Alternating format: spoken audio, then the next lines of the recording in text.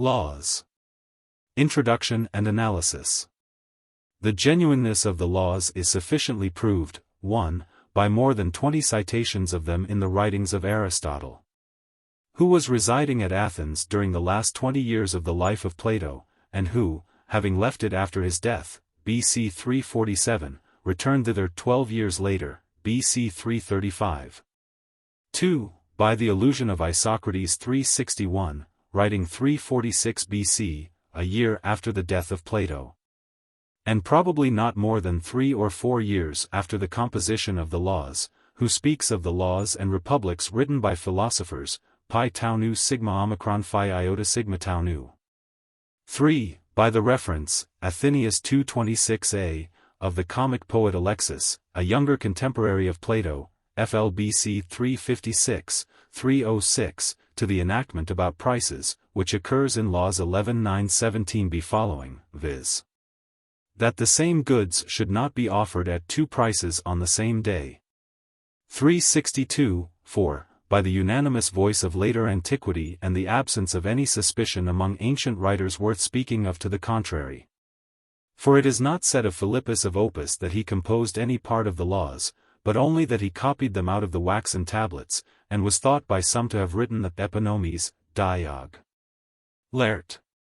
325, that the longest and one of the best writings bearing the name of Plato should be a forgery, even if its genuineness were unsupported by external testimony, would be a singular phenomenon in ancient literature.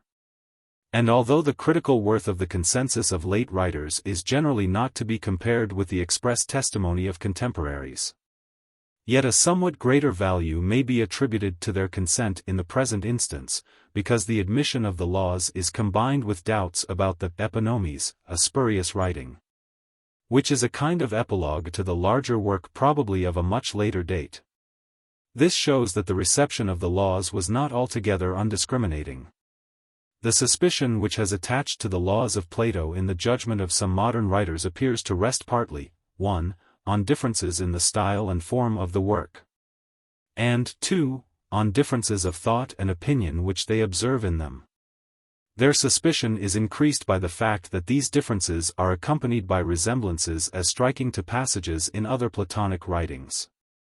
They are sensible of a want of point in the dialogue and a general inferiority in the ideas, plan, manners, and style. They miss the poetical flow, the dramatic verisimilitude, the life and variety of the characters, the dialectic subtlety, the Attic purity, the luminous order, the exquisite urbanity. Instead of which they find tautology, obscurity, self-sufficiency, sermonizing, rhetorical declamation, pedantry, egotism, uncouth forms of sentences, and peculiarities in the use of words and idioms. They are unable to discover any unity in the patched, irregular structure. The speculative element both in government and education is superseded by a narrow economical or religious vein. The grace and cheerfulness of Athenian life have disappeared, and a spirit of moroseness and religious intolerance has taken their place. The charm of youth is no longer there. The mannerism of age makes itself unpleasantly felt. The connection is often imperfect. And there is a want of arrangement, exhibited especially in the enumeration of the laws towards the end of the work. The laws are full of flaws and repetitions. The Greek is in places very ungrammatical and intractable. A cynical levity is displayed in some passages, and a tone of disappointment and lamentation over human things in others. The critics seem also to observe in them bad imitations of thoughts which are better expressed in Plato's other writings. Lastly, they wonder how the mind which conceived the Republic could have left the Critias, Hermocrates, and Philosophus incomplete or unwritten, and have devoted the last years of life to the laws. The questions which have been thus indirectly suggested may be considered by us under 5 or 6 heads: I. The characters, 2. The plan, 3. The style, 4. The imitations of other writings of Plato, v. The more general relation of the laws to the Republic and the other dialogues, and 6. To the existing Athenian and Spartan states. I. Already in the Philebus, the distinctive character of Socrates has disappeared. And in the Timaeus, sophist, and statesman, his function of chief speaker is handed over to the Pythagorean philosopher Timaeus, and to the Eleatic stranger, at whose feet he sits, and is silent. More and more Plato seems to have felt in his later writings that the character and method of Socrates were no longer suited to be the vehicle of his own philosophy. He is no longer interrogative but dogmatic, not a hesitating inquirer, but one who speaks with the authority of a legislator. Even in the Republic we have seen that the argument which is carried on by Socrates in the old style with Thrasymachus in the first book, soon passes into the form of exposition. In the Laws he is nowhere mentioned. Yet so completely in the tradition of antiquity is Socrates identified with Plato, that in the criticism of the Laws which we find in the so-called Politics of Aristotle he is supposed by the writer still to be playing his part of the chief speaker, compare Politics 2:6. Section 8 following. The Laws are discussed by three representatives of Athens, Crete, and Sparta. The Athenian, as might be expected, is the protagonist or chief speaker, while the second place is assigned to the Cretan, who, as one of the leaders of a new colony, has a special interest in the conversation. At least 4/5 of the answers are put into his mouth. The Spartan is every inch a soldier, a man of few words himself, better at deeds than words. The Athenian talks to the two others, although they are his equals in age, in the style of a master discoursing to his scholars. He frequently praises himself. He entertains a very poor opinion of the understanding of his companions. Certainly the boastfulness and rudeness of the Laws is the reverse of the refined irony and courtesy which characterize the earlier dialogues. We are no longer in such good company as in the Phaedrus and Symposium. Manners are lost sight of in the earnestness of the speakers, and dogmatic assertions take the place of poetical fancies. The scene is laid in Crete, and the conversation is held in the course of a walk from Knossos to the cave and temple of Zeus, which takes place on one of the longest and hottest days of the year, 3683 C. The companions start at dawn, and arrive at the point in their conversation which terminates the fourth book, about noon, 4722 C. The god to whose temple they are going is the lawgiver of Crete, and this may be supposed to be the very cave at which he gave his oracles to Minos. But the externals of the scene, which are briefly and inartistically described, soon disappear, and we plunge abruptly into the subject of the dialogue.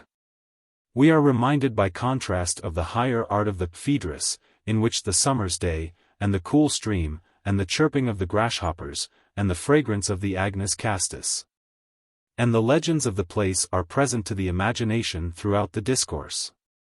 The typical Athenian apologizes for the tendency of his countrymen to spin a long discussion out of slender materials, I 642a. And in a similar spirit the Lacedaemonian Megillus apologizes for the Spartan brevity, compare Thucydid. 417, acknowledging at the same time that there may be occasions when long discourses are necessary, 4721e. The family of Megillus is the proxenus of Athens at Sparta, I 642b.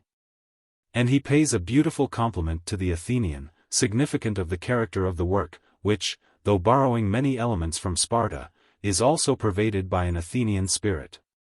A good Athenian, he says, is more than ordinarily good, because he is inspired by nature and not manufactured by law, 642 c. The love of listening which is attributed to the Timocrat in the Republic, 8548e, is also exhibited in him, 3683b, c. The Athenian on his side has a pleasure in speaking to the Lacedaemonian of the struggle in which their ancestors were jointly engaged against the Persians, 3699d. A connection with Athens is likewise intimated by the Cretan Cleinias. He is the relative of Epimenides, I 642d, whom, by an anachronism of a century, perhaps arising as Zeller suggests, Platonisch Studien p. 111, out of a confusion of the visit of Epimenides and Diotima, Symposium, 201d, he describes as coming to Athens, not after the attempt of Cylon, 596 BC, but 10 years before the Persian War. The Cretan and Lacedaemonian hardly contribute at all to the argument of which the Athenian is the expounder. They only supply information when asked about the institutions of their respective countries, I 625a, for 712c. A kind of simplicity or stupidity is ascribed to them, x 885 and following, 888e. At first, they are dissatisfied with the free criticisms which the Athenian passes upon the laws of Minos and Lycurgus, but they acquiesce in his greater experience and knowledge of the world. They admit that there can be no objection to the inquiry, for in the spirit of the legislator himself, they are discussing his laws when there are no young men present to listen, I 625a. They are unwilling to allow that the Spartan and Cretan lawgivers can have been mistaken in honoring courage as the first part of virtue, 2667a. And are puzzled at hearing for the first time, 2661d, that goods are only evil to the evil. Several times they are on the point of quarreling, and by an effort learn to restrain their natural feeling, compare Shakespeare, Henry V, Act 3 Sc. 2. In Book 7, 806c, the Lacedaemonian expresses a momentary irritation at the accusation which the Athenian brings against the Spartan institutions, of encouraging licentiousness in their women. But he is reminded by the Cretan that the permission to criticize them freely has been given, and cannot be retracted. His only criterion of truth is the authority of the Spartan lawgiver. He is interested, I 636e, in the novel speculations of the Athenian, but inclines to prefer the ordinances of Lycurgus. The three interlocutors all of them speak in the character of old men, which forms a pleasant bond of union between them. They have the feelings of old age about youth, about the state, about human things in general. Nothing in life seems to be of much importance to them. They are spectators rather than actors, and men in general appear to the Athenian speaker to be the playthings of the gods and of circumstances. Still they have a fatherly care of the young, and are deeply impressed by sentiments of religion. They would give confidence to the aged by an increasing use of wine, which, as they get older, is to unloose their tongues and make them sing. The prospect of the existence of the soul after death is constantly present to them. Though they can hardly be said to have the cheerful hope and resignation which animates Socrates in the Phaedo, or Cephalus in the Republic. Plato appears to be expressing his own feelings in remarks of this sort. For at the time of writing the first book of the laws he was at least 74 years of age, if we suppose him, at 638a. To allude to the victory of the Syracusans under Dionysius the Younger over the Locrians, which occurred in the year 356. Such a sadness was the natural effect of declining years and failing powers, which make men ask, after all, what profit is there in life? They feel that their work is beginning to be over, and are ready to say, all the world is a stage. Or, in the actual words of Plato, let us play as good plays as we can, though we must be sometimes serious, which is not agreeable, but necessary, 7803b, c. These are feelings which have crossed the minds of reflective persons in all ages. And there is no reason to connect the laws any more than other parts of Plato's writings with the very uncertain narrative of his life. Or to imagine that this melancholy tone is attributable to disappointment at having failed to convert a Sicilian tyrant into a philosopher. 2. The plan of the laws is more irregular and has less connection than any other of the writings of Plato. As Aristotle says in the Politics, 2:6, section 4, the greater part consists of laws. In books v. 6, 11, 12 the dialogue almost entirely disappears. Large portions of them are rather the materials for a work than a finished composition which may rank with the other Platonic dialogues. To use his own image, some stones are regularly inserted in the building, others are lying on the ground ready for use, 9858b. There is probably truth in the tradition that the laws were not published until after the death of Plato. We can easily believe that he has left imperfections, which would have been removed if he had lived a few years longer. The arrangement might have been improved. The connection of the argument might have been made plainer, and the sentences more accurately framed. Something also may be attributed to the feebleness of old age. Even a rough sketch of the Phaedrus or Symposium would have had a very different look. There is, however, an interest in possessing one writing of Plato which is in the process of creation. We must endeavor to find a thread of order which will carry us through this comparative disorder. The first 4 books are described by Plato himself as the preface or preamble. Having arrived at the conclusion that each law should have a preamble, the lucky thought occurs to him at the end of the 4th book that the preceding discourse is the preamble of the whole. This preamble or introduction may be abridged as follows. The institutions of Sparta and Crete are admitted by the Lacedaemonian and Cretan to have one aim only: they were intended by the legislator to inspire courage in war. To this the Athenian objects that the true lawgiver should frame his laws with a view to all the virtues and not to one only. Better is he who has temperance as well as courage, than he who has courage only. Better is he who is faithful in civil broils, than he who is a good soldier only. Better, too, is peace than war, the reconciliation than the defeat of an enemy. And he who would attain all virtue should be trained amid pleasures as well as pains. Hence there should be convivial intercourse among the citizens, and a man's temperance should be tested in his cups, as we test his courage amid dangers. He should have a fear of the right sort, as well as a courage of the right sort. At the beginning of the 2nd book the subject of pleasure leads to education, which in the early years of life is wholly a discipline imparted by the means of pleasure and pain. The discipline of pleasure is implanted chiefly by the practice of the song and the dance. Of these the forms should be fixed, and not allowed to depend on the fickle breath of the multitude. There will be choruses of boys, girls, and grown-up persons, and all will be heard repeating the same strain, that virtue is happiness.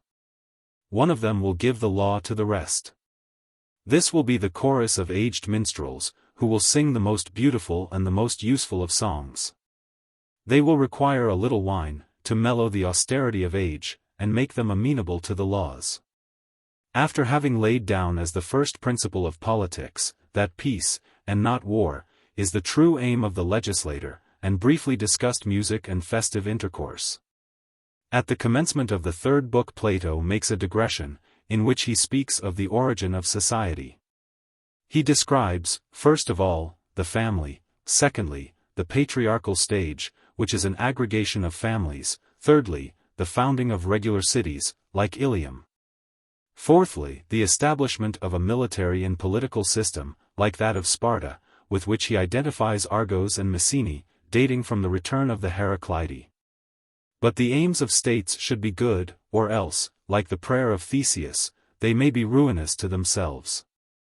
This was the case in 2 out of 3 of the Heraclid kingdoms. They did not understand that the powers in a state should be balanced. The balance of powers saved Sparta. While the excess of tyranny in Persia and the excess of liberty at Athens have been the ruin of both. This discourse on politics is suddenly discovered to have an immediate practical use. For Cleinias the Cretan is about to give laws to a new colony. At the beginning of the 4th book, after inquiring into the circumstances and situation of the colony, the Athenian proceeds to make further reflections. Chance, and God, and the skill of the legislator, all cooperate in the formation of states. And the most favorable condition for the foundation of a new one is when the government is in the hands of a virtuous tyrant who has the good fortune to be the contemporary of a great legislator. But a virtuous tyrant is a contradiction in terms. We can at best only hope to have magistrates who are the servants of reason and the law. This leads to the inquiry, what is to be the polity of our new state? And the answer is, that we are to fear God, and honor our parents, and to cultivate virtue and justice. These are to be our first principles. Laws must be definite, and we should create in the citizens a predisposition to obey them. The legislator will teach as well as command. And with this view he will prefix preambles to his principal laws. The 5th book commences in a sort of dithyramb with another and higher preamble about the honor due to the soul, whence are deduced the duties of a man to his parents and his friends. To the suppliant and stranger. He should be true and just, free from envy and excess of all sorts, forgiving to crimes which are not incurable and are partly involuntary, and he should have a true taste. The noblest life has the greatest pleasures and the fewest pains. Having finished the preamble, and touched on some other preliminary considerations, we proceed to the laws. Beginning with the constitution of the state. This is not the best or ideal state, having all things common, but only the second best, in which the land and houses are to be distributed among 5,040 citizens divided into 4 classes. There is to be no gold or silver among them, and they are to have moderate wealth, and to respect number and numerical order in all things. In the first part of the 6th book, Plato completes his sketch of the constitution by the appointment of officers. He explains the manner in which guardians of the law, generals, priests, wardens of town and country, ministers of education, and other magistrates are to be appointed. And also in what way courts of appeal are to be constituted, and omissions in the law to be supplied. Next, and at this point, 772, the laws strictly speaking begin. There follow enactments respecting marriage and the procreation of children, respecting property in slaves as well as of other kinds. Respecting houses, married life, common tables for men and women. The question of age in marriage suggests the consideration of a similar question about the time for holding offices, and for military service, which had been previously omitted. Resuming the order of the discussion, which was indicated in the previous book, from marriage and birth we proceed to education in the 7th book. Education is to begin at or rather before birth. To be continued for a time by mothers and nurses under the supervision of the state. Finally, to comprehend music and gymnastics. Under music is included reading, writing, playing on the lyre, arithmetic, geometry, and a knowledge of astronomy sufficient to preserve the minds of the citizens from impiety in afterlife. Gymnastics are to be practiced chiefly with a view to their use in war. The discussion of education, which was lightly touched upon in Book 2, is here completed. The 8th book contains regulations for civil life, beginning with festivals, games, and contests, military exercises and the like. On such occasions Plato seems to see young men and maidens meeting together, and hence he is led into discussing the relations of the sexes. The evil consequences which arise out of the indulgence of the passions, and the remedies for them. Then he proceeds to speak of agriculture, of arts and trades, of buying and selling, and of foreign commerce. The remaining books of the laws, 9 to 12, are chiefly concerned with criminal offenses. In the first class are placed offenses against the gods, especially sacrilege or robbery of temples. Next follow offenses against the state, conspiracy, treason, theft. The mention of thefts suggests a distinction between voluntary and involuntary, curable and incurable offenses. Proceeding to the greater crime of homicide, Plato distinguishes between mere homicide, manslaughter, which is partly voluntary and partly involuntary, and murder, which arises from avarice, ambition, fear. He also enumerates murders by kindred, murders by slaves, wounds with or without intent to kill, wounds inflicted in anger, crimes of or against slaves, insults to parents. To these, various modes of purification or degrees of punishment are assigned, and the terrors of another world are also invoked against them. At the beginning of Book X, all acts of violence, including sacrilege, are summed up in a single law. The law is preceded by an admonition, in which the offenders are informed that no one ever did an unholy act or said an unlawful word while he retained his belief in the existence of the gods. But either he denied their existence, or he believed that they took no care of man, or that they might be turned from their course by sacrifices and prayers. The remainder of the book is devoted to the refutation of these 3 classes of unbelievers, and concludes with the means to be taken for their reformation, and the announcement of their punishments if they continue obstinate and impenitent. The 11th book is taken up with laws and with admonitions relating to individuals, which follow one another without any exact order. There are laws concerning deposits and the finding of treasure, concerning slaves and freedmen, concerning retail trade, bequests, divorces, enchantments, poisonings, magical arts, and the like. In the 12th book the same subjects are continued. Laws are passed concerning violations of military discipline, concerning the high office of the examiners and their burial, concerning oaths and the violation of them, and the punishments of those who neglect their duties as citizens. Foreign travel is then discussed, and the permission to be accorded to citizens of journeying in foreign parts. The strangers who may come to visit the city are also spoken of, and the manner in which they are to be received. Laws are added respecting sureties, searches for property, right of possession by prescription, abduction of witnesses, theatrical competition, waging of private warfare, and bribery in offices. Rules are laid down respecting taxation, respecting economy in sacred rites, respecting judges, their duties and sentences, and respecting sepulchral places and ceremonies. Here, at 960, the laws end.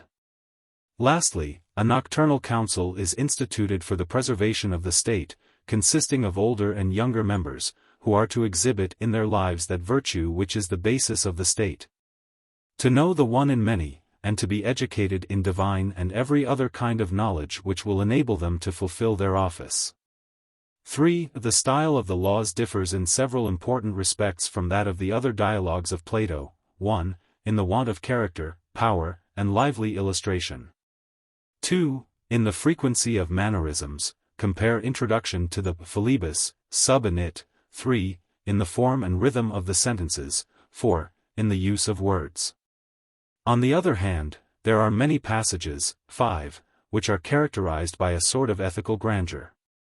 And 6, in which, perhaps, a greater insight into human nature, and a greater reach of practical wisdom is shown, than in any other of Plato's writings. 1. The discourse of the three old men is described by themselves as an old man's game of play, 6:769a. Yet there is little of the liveliness of a game in their mode of treating the subject. They do not throw the ball to and fro, but 2 out of the 3 are listeners to the third, who is constantly asserting his superior wisdom and opportunities of knowledge, I 639d, e. And apologizing, not without reason, for his own want of clearness of speech. He will carry them over the stream, x 892d following. He will answer for them when the argument is beyond their comprehension. He is afraid of their ignorance of mathematics, and thinks that gymnastic is likely to be more intelligible to them. He has repeated his words several times, and yet they cannot understand him, 2664d. The subject did not properly take the form of dialogue, and also the literary vigor of Plato had passed away. The old men speak as they might be expected to speak, and in this there is a touch of dramatic truth. Plato has given the laws that form or want of form which indicates the failure of natural power. There is no regular plan, none of that consciousness of what has preceded and what is to follow, which makes a perfect style, but there are several attempts at a plan. The argument is pulled up, 3701c, d, and frequent explanations are offered why a particular topic was introduced, 4713b. The fictions of the laws have no longer the verisimilitude which is characteristic of the Phaedrus and the Timaeus, or even of the statesman. We can hardly suppose that an educated Athenian would have placed the visit of Epimenides to Athens 10 years before the Persian War, I 642d. Or have imagined that a war with Mycenae prevented the Lacedaemonians from coming to the rescue of Hellas, 3692d. The narrative of the origin of the Dorian institutions, 3685 following, which are said to have been due to a fear of the growing power of the Assyrians, is a plausible invention, which may be compared with the tale of the island of Atlantis and the poem of Solon, but is not accredited by similar arts of deception. The other statement that the Dorians were Achaean exiles assembled by Dorius, 3682e, and the assertion that Troy was included in the Assyrian Empire, 3685c, have some foundation. Compare for the latter point, Diodorus Siculus 2:2. Nor is there anywhere in the laws that lively enargia, that vivid mise en scène, which is as characteristic of Plato as of some modern novelists. The old men are afraid of the ridicule which will fall on their heads more than enough, 6781c, 7790a, 800b, x 885 c, and they do not often indulge in a joke. In one of the few which occur, the Book of the Laws, if left incomplete, is compared to a monster wandering about without a head, 6752a. But we no longer breathe the atmosphere of humor which pervades the Symposium and the Euthydemus, in which we pass within a few sentences from the broadest Aristophanic joke to the subtlest refinement of wit and fancy. Instead of this, in the Laws an impression of baldness and feebleness is often left upon our minds.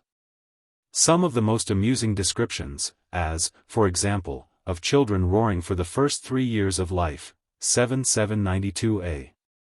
Or of the Athenians walking into the country with fighting cocks under their arms, 7789b, c, or of the slave doctor who knocks about his patients finely, 4720c.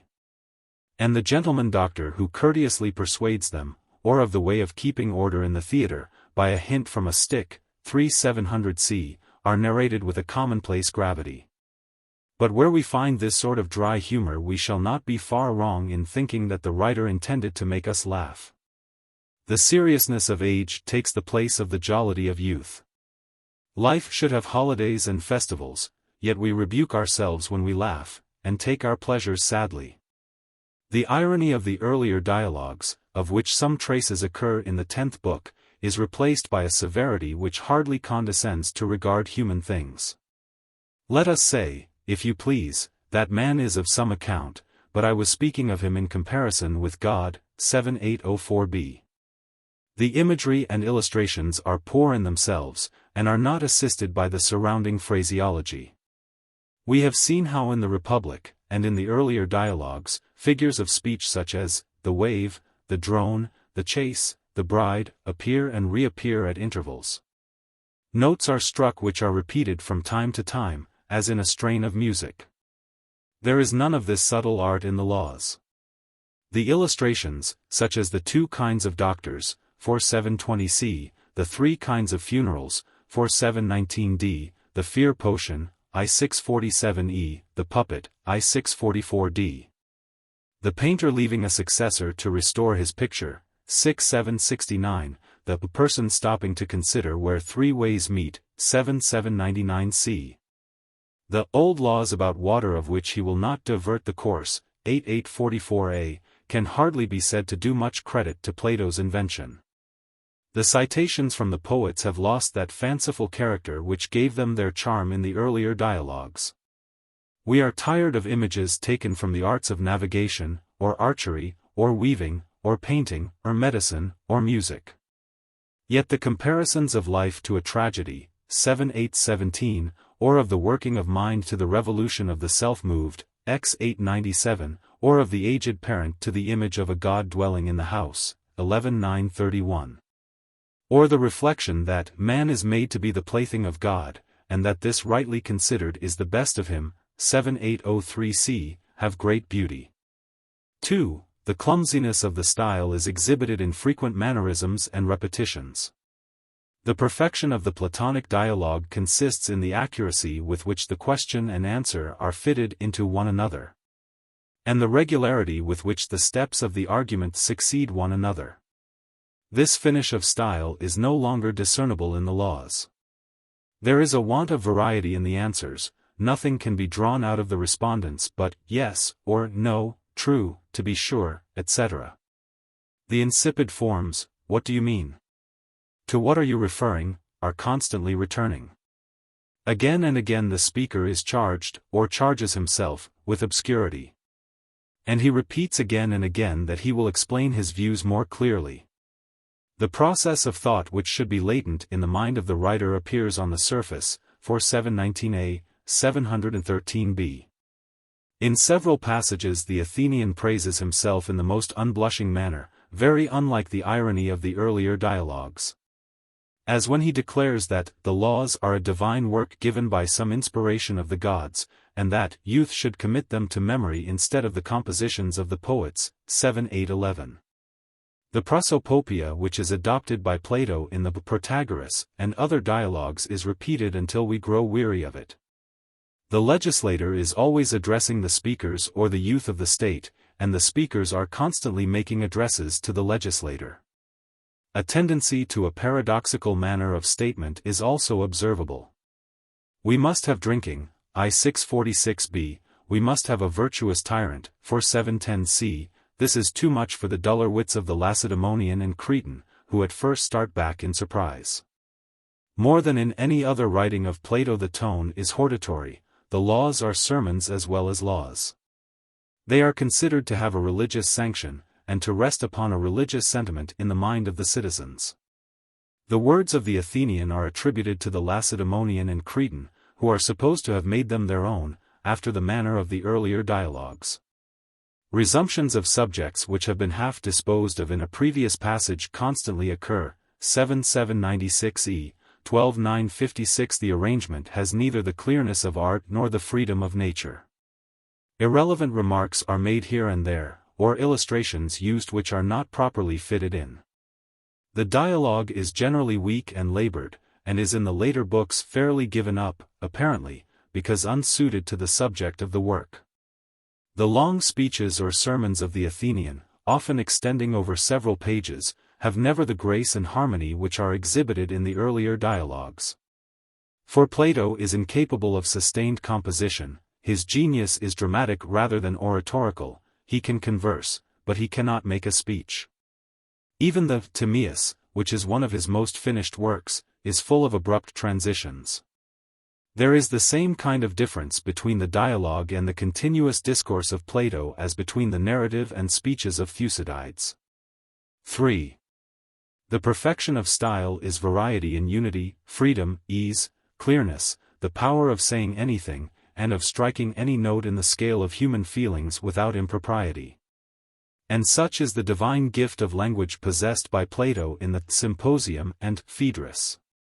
From this there are many fallings off in the laws, first, in the structure of the sentences, which are rhythmical and monotonous. The formal and sophistical manner of the age is superseding the natural genius of Plato. Secondly, many of them are of enormous length. And the latter end often forgets the beginning of them, they seem never to have received the second thoughts of the author. Either the emphasis is wrongly placed, or there is a want of point in a clause, or an absolute case occurs which is not properly separated from the rest of the sentence. Or words are aggregated in a manner which fails to show their relation to one another, or the connecting particles are omitted at the beginning of sentences. The uses of the relative and antecedent are more indistinct, the changes of person and number more frequent, examples of pleonasm, tautology, and periphrasis, antitheses of positive and negative, false emphasis, and other affectations, are more numerous than in the other writings of Plato. There is also a more common and sometimes unmeaning use of qualifying formulae, pi omicron pi epsilon nu, kappa alpha tau delta nu alpha mu iota nu, and of double expressions, pi nu tau omega, omicron delta alpha mu, pi omega kappa alpha pi. These are too numerous to be attributed to errors in the text. Again, there is an over-curious adjustment of verb and participle, noun and epithet, and other artificial forms of cadence and expression take the place of natural variety. Thirdly, the absence of metaphorical language is remarkable. The style is not devoid of ornament, but the ornament is of a debased rhetorical kind, patched onto instead of growing out of the subject. There is a great command of words, and a labored use of them. Forced attempts at metaphor occur in several passages, e.g. 8:844a, pi alpha rho omicron chi epsilon tau epsilon iota nu lambda gamma omicron iota. 9:858b, tau mu nu tau iota theta mu epsilon nu alpha tau delta, pi alpha rho alpha tau iota theta mu epsilon nu alpha. 6773d, omicron nu omicron kappa omicron lambda alpha zeta mu epsilon nu omicron pi nu phi omicron nu tau rho omicron upsilon theta epsilon omicron.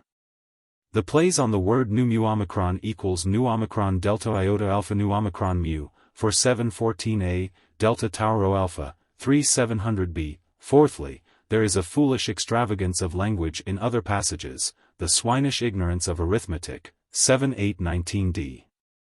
The justice and suitableness of the discourse on laws, 7:811c following, overemphasis at 9:861d. Best of Greeks, 7-820b, said of all the Greeks, and the like. Fifthly, poor and insipid illustrations are also common, e.g. I 638c, 639a, 2644e. Sixthly, we may observe an excessive use of climax and hyperbole, 7808a. Alpha sigma chi-rho nu lambda gamma epsilon iota nu chi-rho pi-rho alpha tau omicron delta omicron lambda nu tau epsilon kappa alpha delta omicron lambda eta nu kappa alpha pi alpha delta alpha kappa alpha epsilon pi omega omicron nu tau epsilon lambda eta nu tau nu omicron kappa alpha nu. I 636b.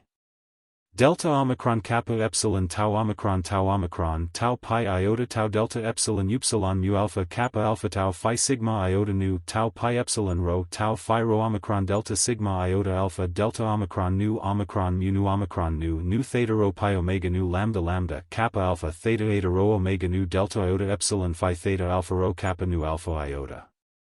4. The peculiarities in the use of words which occur in the laws have been collected by Zeller, Platonisch Studien, page 85, and Stahlbaum, Platonis Legis et Epinomis Volume 2 p.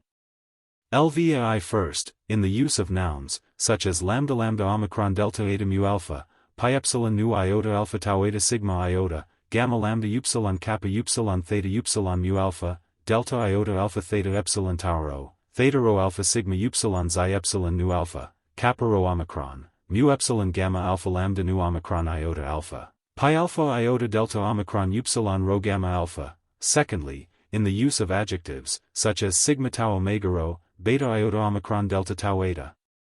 Chi theta omicron delta omicron pi, theta epsilon omicron, chi rho nu iota omicron, and of adverbs, such as nu iota delta iota tau, nu alpha tau epsilon, nu eta pi omicron iota nu epsilon. Thirdly, in the use of verbs, such as theta rho epsilon iota nu, sigma epsilon iota nu, z epsilon iota epsilon nu epsilon pi epsilon nu, for 709a. Epsilon theta eta mu omicron nu epsilon sigma theta alpha iota, pi alpha rho alpha pi omicron delta zeta epsilon sigma theta alpha iota. Sigma beta epsilon iota nu, tau eta mu epsilon lambda epsilon nu, tau eta tau nu. These words, however, as Stahlbaum remarks, are formed according to analogy, and nearly all of them have the support of some poetical or other authority. Zeller and Stahlbaum have also collected forms of words in the laws, differing from the forms of the same words which occur in other places, e.g. beta omicron for beta eta, beta iota omicron for beta omega tau omicron, chi rho iota sigma tau omicron for chi alpha rho iota, delta omicron lambda epsilon iota omicron for delta omicron upsilon lambda iota kappa, pi alpha delta epsilon iota omicron for pi alpha iota delta iota kappa, xi alpha gamma rho iota for xi alpha gamma rho iota alpha nu omega, lambda epsilon omicron mu alpha iota for lambda sigma kappa omicron mu alpha iota, and the Ionic word sigma omega phi rho omicron nu iota sigma tau. Meaning, correction. Zeller has noted a fondness for substantives ending in mu alpha and sigma iota, such as gamma epsilon rho gamma eta mu alpha, delta iota pi alpha upsilon mu alpha, pi iota theta mu eta mu alpha, zeta eta mu omega mu alpha, kappa omega mu delta eta mu alpha, mu lambda eta mu alpha, beta lambda psi iota, lambda omicron iota delta rho eta sigma iota, pi alpha rho gamma epsilon lambda sigma iota, and others. Also a use of substantives in the plural, which are commonly found only in the singular, mu alpha nu alpha iota, theta epsilon tau eta tau epsilon, phi theta nu omicron iota, phi beta omicron iota, phi sigma epsilon iota.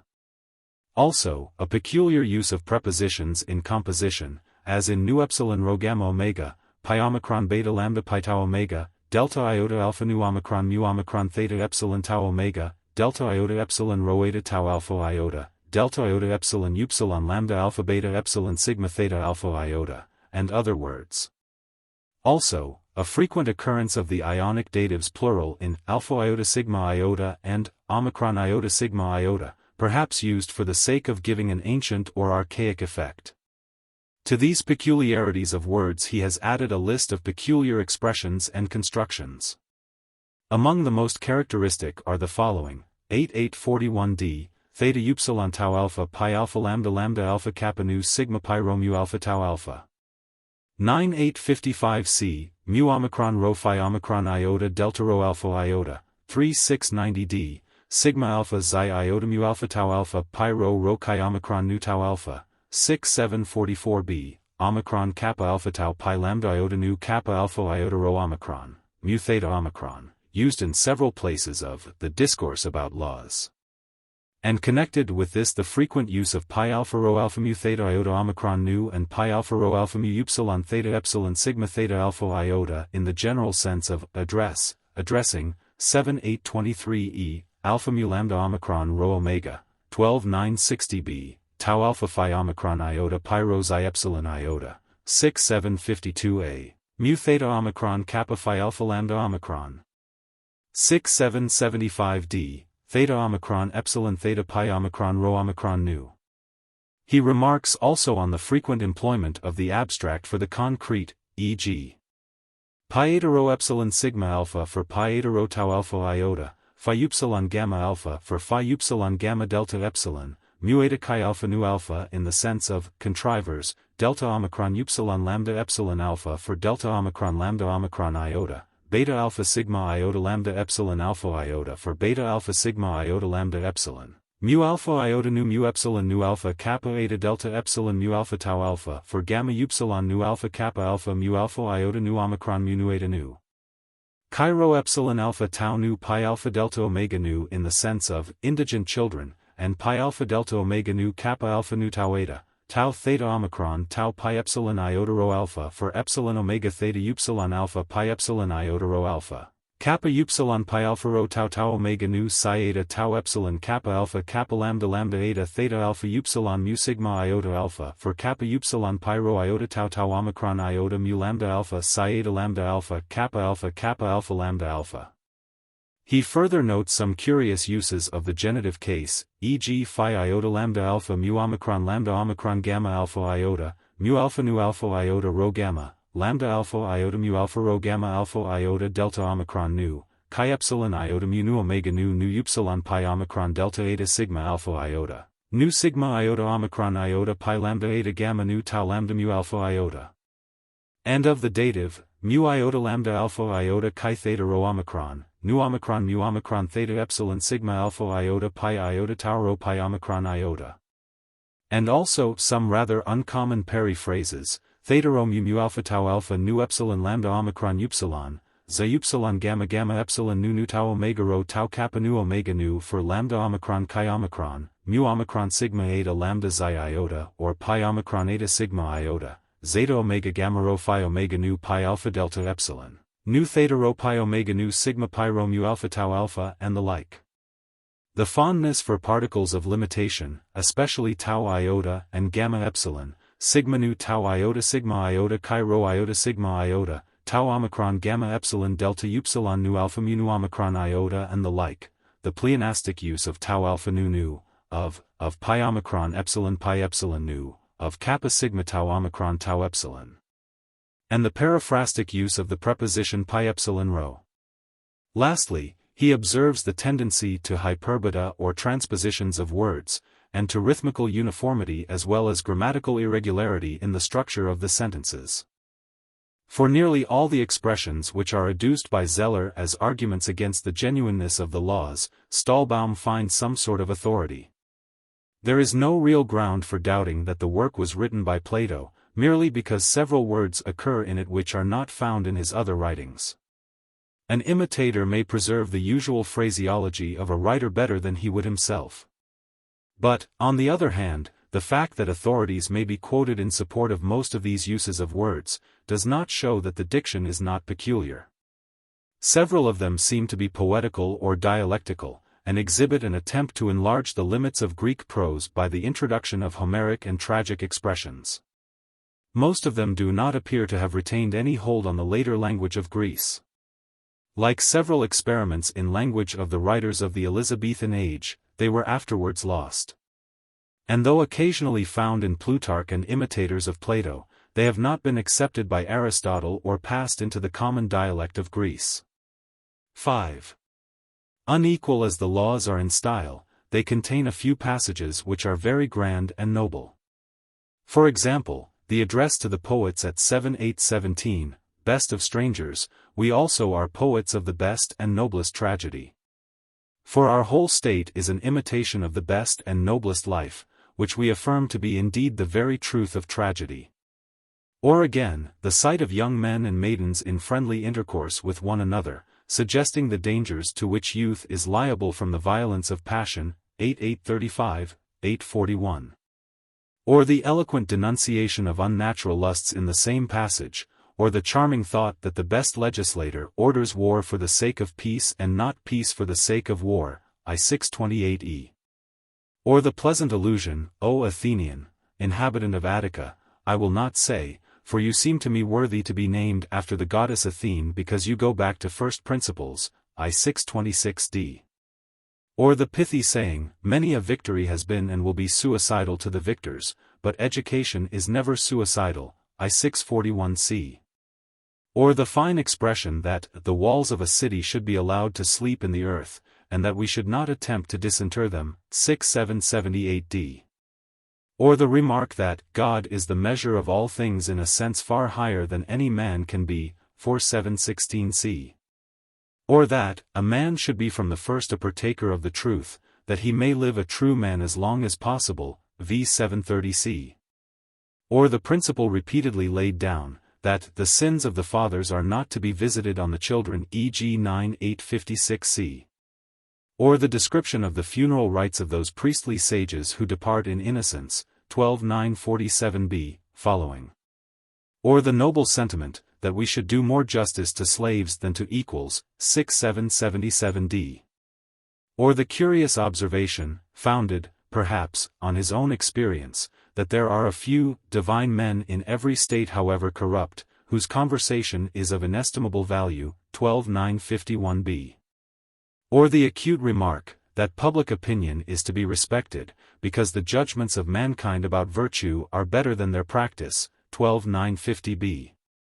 Or the deep religious and also modern feeling which pervades the 10th book, whatever may be thought of the arguments. The sense of the duty of living as a part of a whole, and independence on the will of God, x 903d, who takes care of the least things as well as the greatest, x 900c. And the picture of parents praying for their children, x 887d, following, not as we may say, slightly altering the words of Plato, as if there were no truth or reality in the Gentile religions, but as if there were the greatest, are very striking to us. We must remember that the laws, unlike the Republic, do not exhibit an ideal state, but are supposed to be on the level of human motives and feelings.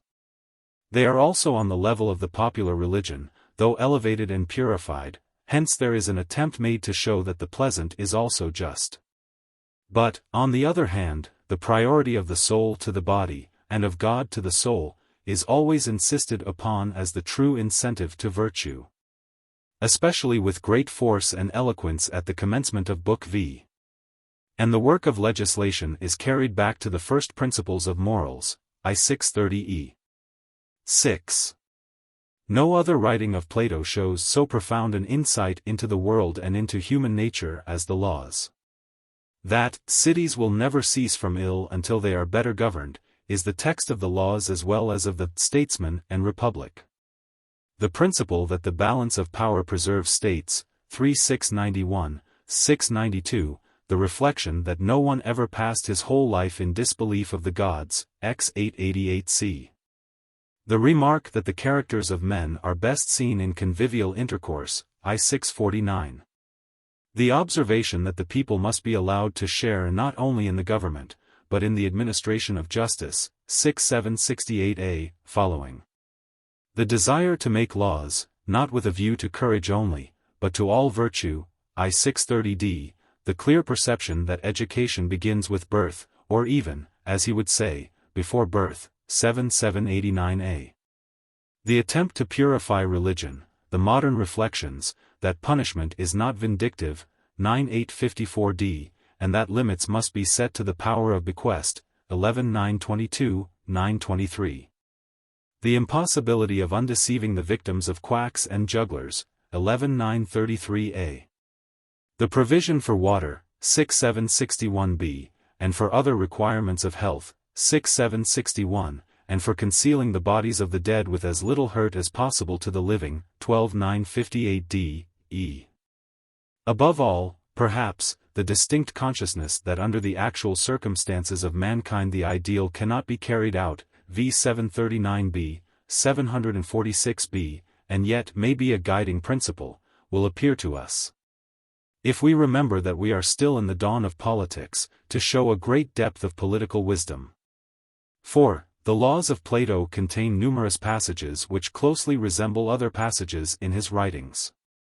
And at first sight a suspicion arises that the repetition shows the unequal hand of the imitator.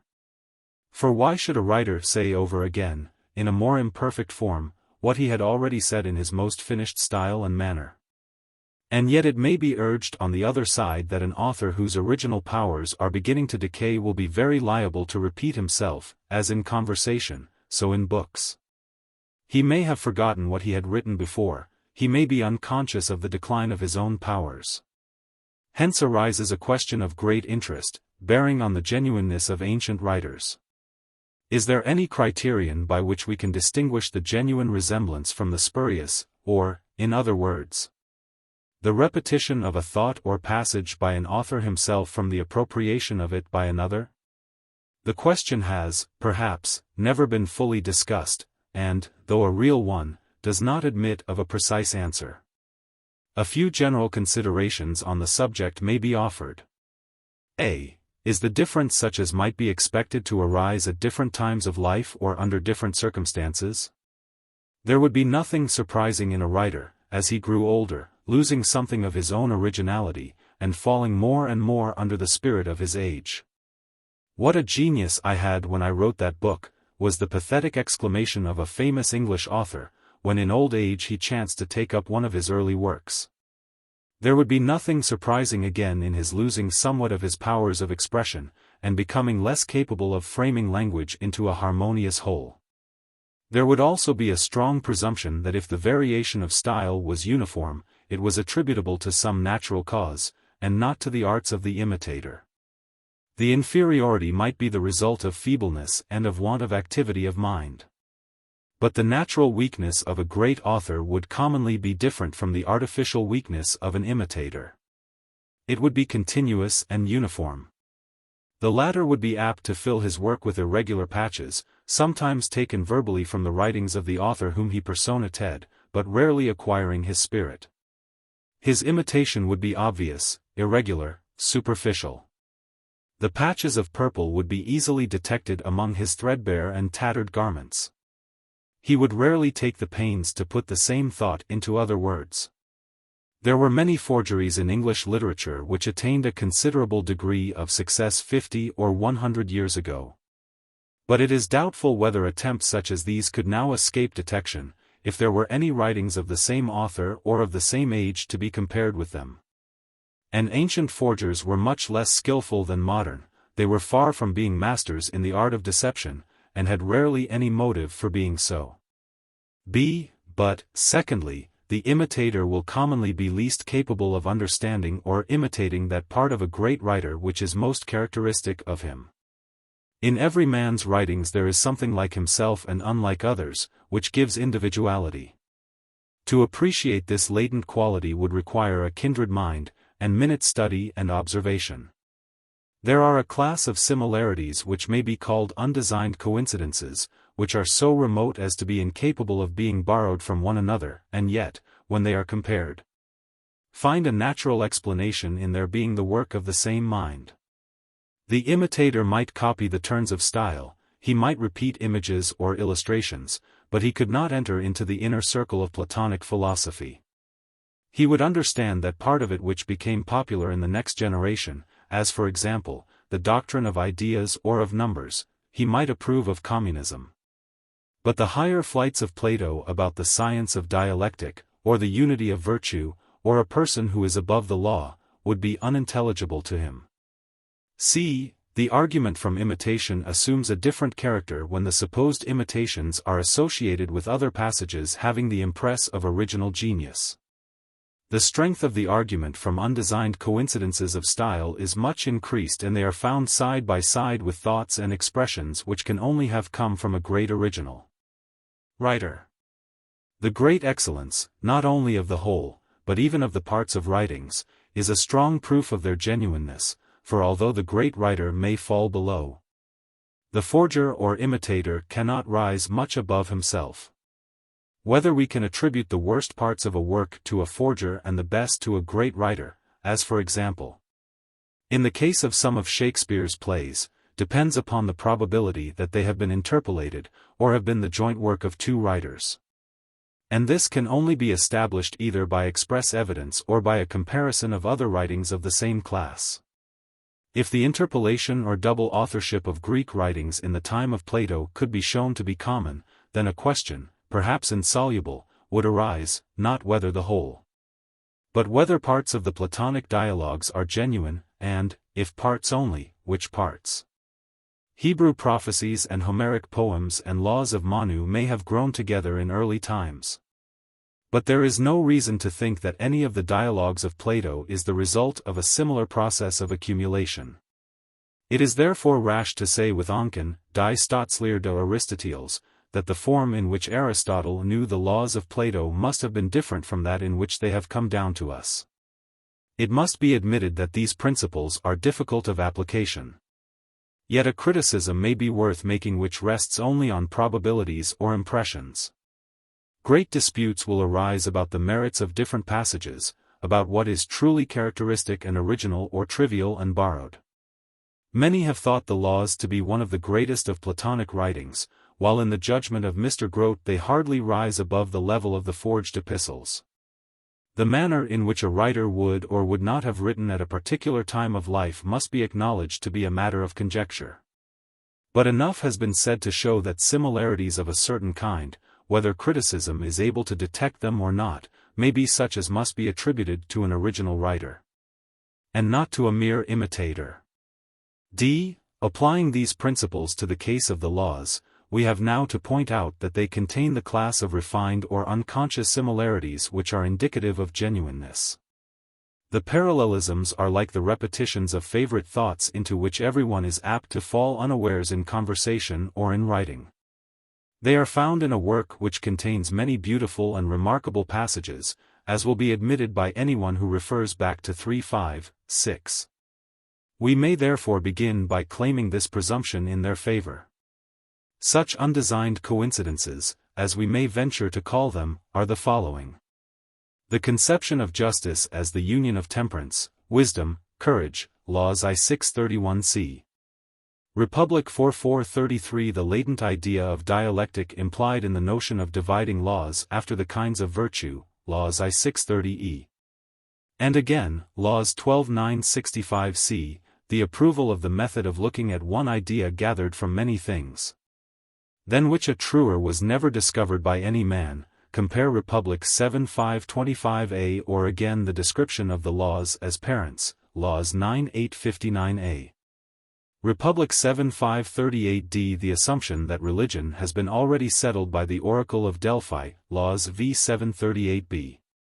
Republic 4427b, to which an appeal is also made in special cases, laws 11:914a. The notion of the battle with self, a paradox for which Plato in a manner apologizes both in the Laws and the Republic, laws I 626e. Republic 4430e. Following the remark, laws 9:859a, that just men, even when they are deformed in body, may still be perfectly beautiful in respect of the excellent justice of their minds, compare Republic 3402d. The argument that ideals are none the worse because they cannot be carried out, laws v 746b, following. Republic v 472d. The near approach to the idea of good in the principle which is common to all the four virtues, a truth which the guardians must be compelled to recognize, laws 12:965d. Compare Republic 7:534c. Or again the recognition by reason of the right pleasure and pain, which had previously been matter of habit, laws 2:653b. Republic 3402a. Or the blasphemy of saying that the excellency of music is to give pleasure, Laws 2 655d. Republic 6509a. Again the story of the Sidonian Cadmus, Laws 2 663e. Which is a variation of the Phoenician tale of the earth-born men, Republic 3 414. See the comparison of philosophy to a yelping she-dog, both in the Republic and in the Laws, Laws 12 967d. Republic X 607. See the remark that no man can practice two trades, Laws 8 846d, Republic 3 394e, etc., or the advantage of the middle condition, Laws v 736e. Republic 4 421. Following the tendency to speak of principles as molds or forms. Compare the kappa mu alpha gamma epsilon alpha of song, Laws 7 800 following. And the tau pi omicron iota of religion, Republic 2 379 following, or the remark, Laws 12 945e, that the relaxation of justice makes many cities out of one. Which may be compared with the Republic, Republic 4 422e, or the description of lawlessness, creeping in little by little in the fashions of music and overturning all things, to us a paradox. But to Plato's mind a fixed idea. Which is found in the Laws, 3701 following, as well as in the Republic, 424, or the figure of the parts of the human body under which the parts of the state are described, Laws v 739. Republic v 462. The apology for delay and diffuseness, which occurs not unfrequently in the Republic, is carried to an excess in the Laws, I 641e following, 9 857e following. Compare Theaetetus 172c following. The remarkable thought, Laws X 899b, that the soul of the sun is better than the sun, agrees with the relation in which the idea of good stands to the sun in the Republic, and with the substitution of mind for the idea of good in the Philebus 30 following. The passage about the tragic poets, Laws 7 817a following, agrees generally with the treatment of them in the Republic, but is more finely conceived, and worked out in a nobler spirit. Some lesser similarities of thought and manner should not be omitted, such as the mention of the 30-years-old students in the Republic, 7539a. And the 50-years-old choristers in the Laws, 2670a. Or the making of the citizens out of wax, Laws v 746a, compared with the other image, Republic 9 588. Or the number of the tyrant, 729, which is nearly equal with the number of days and nights in the year, 730, compared with the slight correction of the sacred number 5040. Which is divisible by all the numbers from 1 to 12 except 11, and divisible by 11, if two families be deducted. Or once more, we may compare the ignorance of solid geometry of which he complains in the Republic, 7 528b. C. And the puzzle about fractions, 7 525e, with the difficulty in the Laws about commensurable and incommensurable quantities, Laws 7 819. 820, and the malicious emphasis on the word gamma upsilon nu alpha kappa epsilon iota omicron, Laws 7 790a, with the use of the same word, Republic v 469d. These and similar passages tend to show that the author of the Republic is also the author of the Laws. They are echoes of the same voice, expressions of the same mind, coincidences too subtle to have been invented by the ingenuity of any imitator. The force of the argument is increased.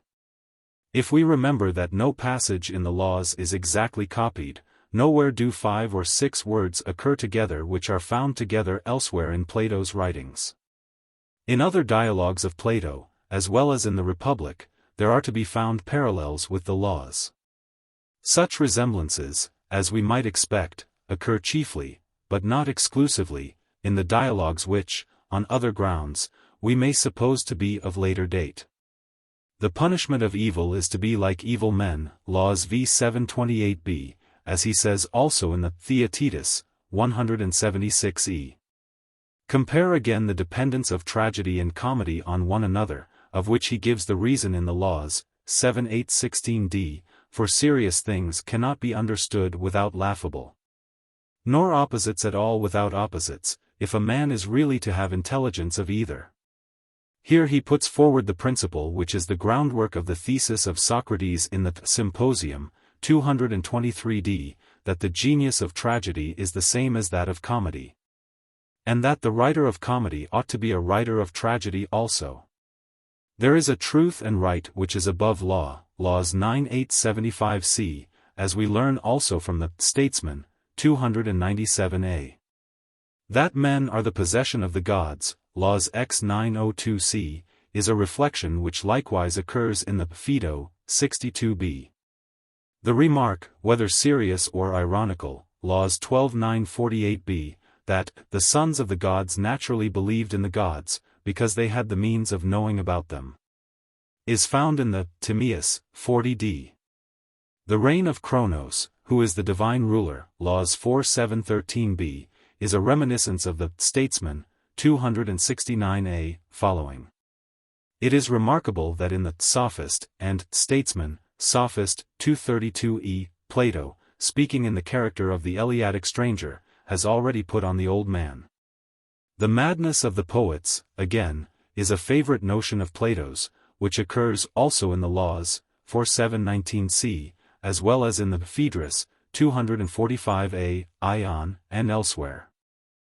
There are traces in the Laws, 3685a, following, of the same desire to base speculation upon history which we find in the Critias.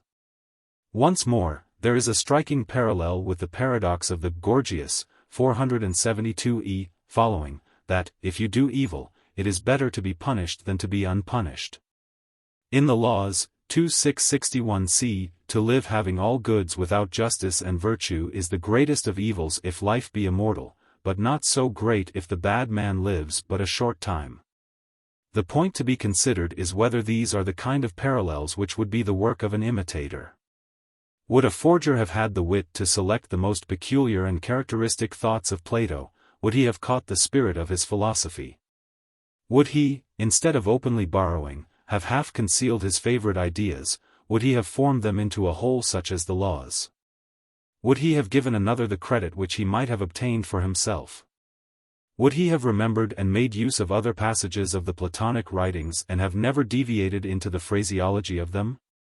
Without pressing such arguments as absolutely certain, we must acknowledge that such a comparison affords a new ground of real weight for believing the Laws to be a genuine writing of Plato. v. The relation of the Republic to the Laws is clearly set forth by Plato in the Laws v. 739. The Republic is the best state, the Laws is the best possible under the existing conditions of the Greek world. The Republic is the ideal, in which no man calls anything his own, which may or may not have existed in some remote clime, under the rule of some god, or son of a god, who can say? But is, at any rate, the pattern of all other states and the exemplar of human life. The Laws distinctly acknowledge what the Republic partly admits, that the ideal is inimitable by us. But that we should lift up our eyes to the heavens, and try to regulate our lives according to the divine image. The citizens are no longer to have wives and children in common, and are no longer to be under the government of philosophers. But the spirit of communism or communion is to continue among them, though reverence for the sacredness of the family, and respect of children for parents, not promiscuous hymeneals, are now the foundation of the state. The sexes are to be as nearly on an equality as possible, they are to meet at common tables, 7806e, and to share warlike pursuits, if the women will consent, and to have a common education. The legislator has taken the place of the philosopher, but a council of elders is retained, who are to fulfill the duties of the legislator when he has passed out of life. The addition of younger persons to this council by co-optation is an improvement on the governing body of the Republic.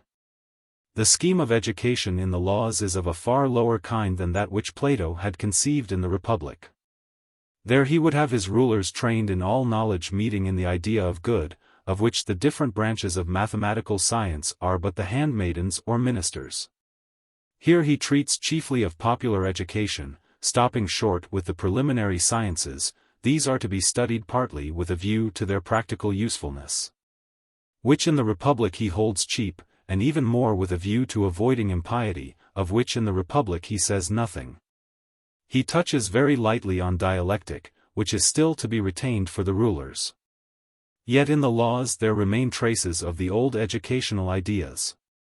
He is still for banishing the poets, 7-8-17. And as he finds the works of prose writers equally dangerous, he would substitute for them the study of his own laws, 7-8-10, 811. He insists strongly on the importance of mathematics as an educational instrument, v. 747a, b. He is no more reconciled to the Greek mythology than in the Republic, though he would rather say nothing about it out of a reverence for antiquity, x 886d. And he is equally willing to have recourse to fictions, if they have a moral tendency, 2663d. His thoughts recur to a golden age in which the sanctity of oaths was respected and in which men living nearer the gods were more disposed to believe in them. But we must legislate for the world as it is, now that the old beliefs have passed away, 12-948c. Though he is no longer fired with dialectical enthusiasm, he would compel the guardians to look at one idea gathered from many things, and to perceive the principle which is the same in all the four virtues, 12-965c. He still recognizes the enormous influence of music, in which every youth is to be trained for 3 years. And he seems to attribute the existing degeneracy of the Athenian state and the laxity of morals partly to musical innovation, manifested in the unnatural divorce of the instrument and the voice, of the rhythm from the words, 2669d, and partly to the influence of the mob who ruled at the theatres, 3700e. He assimilates the education of the two sexes, as far as possible, both in music and gymnastic, and, as in the Republic, he would give to gymnastic a purely military character. In marriage, his object is still to produce the finest children for the state. As in the Statesman, he would unite in wedlock dissimilar natures, the passionate with the dull, the courageous with the gentle. And the virtuous tyrant of the Statesman, who has no place in the Republic, again appears, 4709e. In this, as in all his writings, he has the strongest sense of the degeneracy and incapacity of the rulers of his own time. In the laws, the philosophers, if not banished, like the poets, are at least ignored, and religion takes the place of philosophy in the regulation of human life. It must however be remembered that the religion of Plato is coextensive with morality, and is that purified religion and mythology of which he speaks in the second book of the Republic. There is no real discrepancy in the two works. In a practical treatise, he speaks of religion rather than of philosophy. Just as he appears to identify virtue with pleasure, and rather seeks to find the common element of the virtues than to maintain his old paradoxical theses that they are one, or that they are identical with knowledge. The dialectic and the idea of good, which even Glaucon in the Republic could not understand, would be out of place in a less ideal work. There may also be a change in his own mind, the purely intellectual aspect of philosophy having a diminishing interest to him in his old age. Some confusion occurs in the passage in which Plato speaks of the Republic, occasioned by his reference to a third state, which he proposes, dv, hereafter to expound, v 739e. Like many other thoughts in the laws, the illusion is obscure from not being worked out. Aristotle, Politics 4:1, speaks of a state which is neither the best absolutely, nor the best under existing conditions, but an imaginary state, inferior to either, destitute, as he supposes, of the necessaries of life, apparently such a beginning of primitive society as is described in Laws 3. But it is not clear that by this the third state of Plato is intended.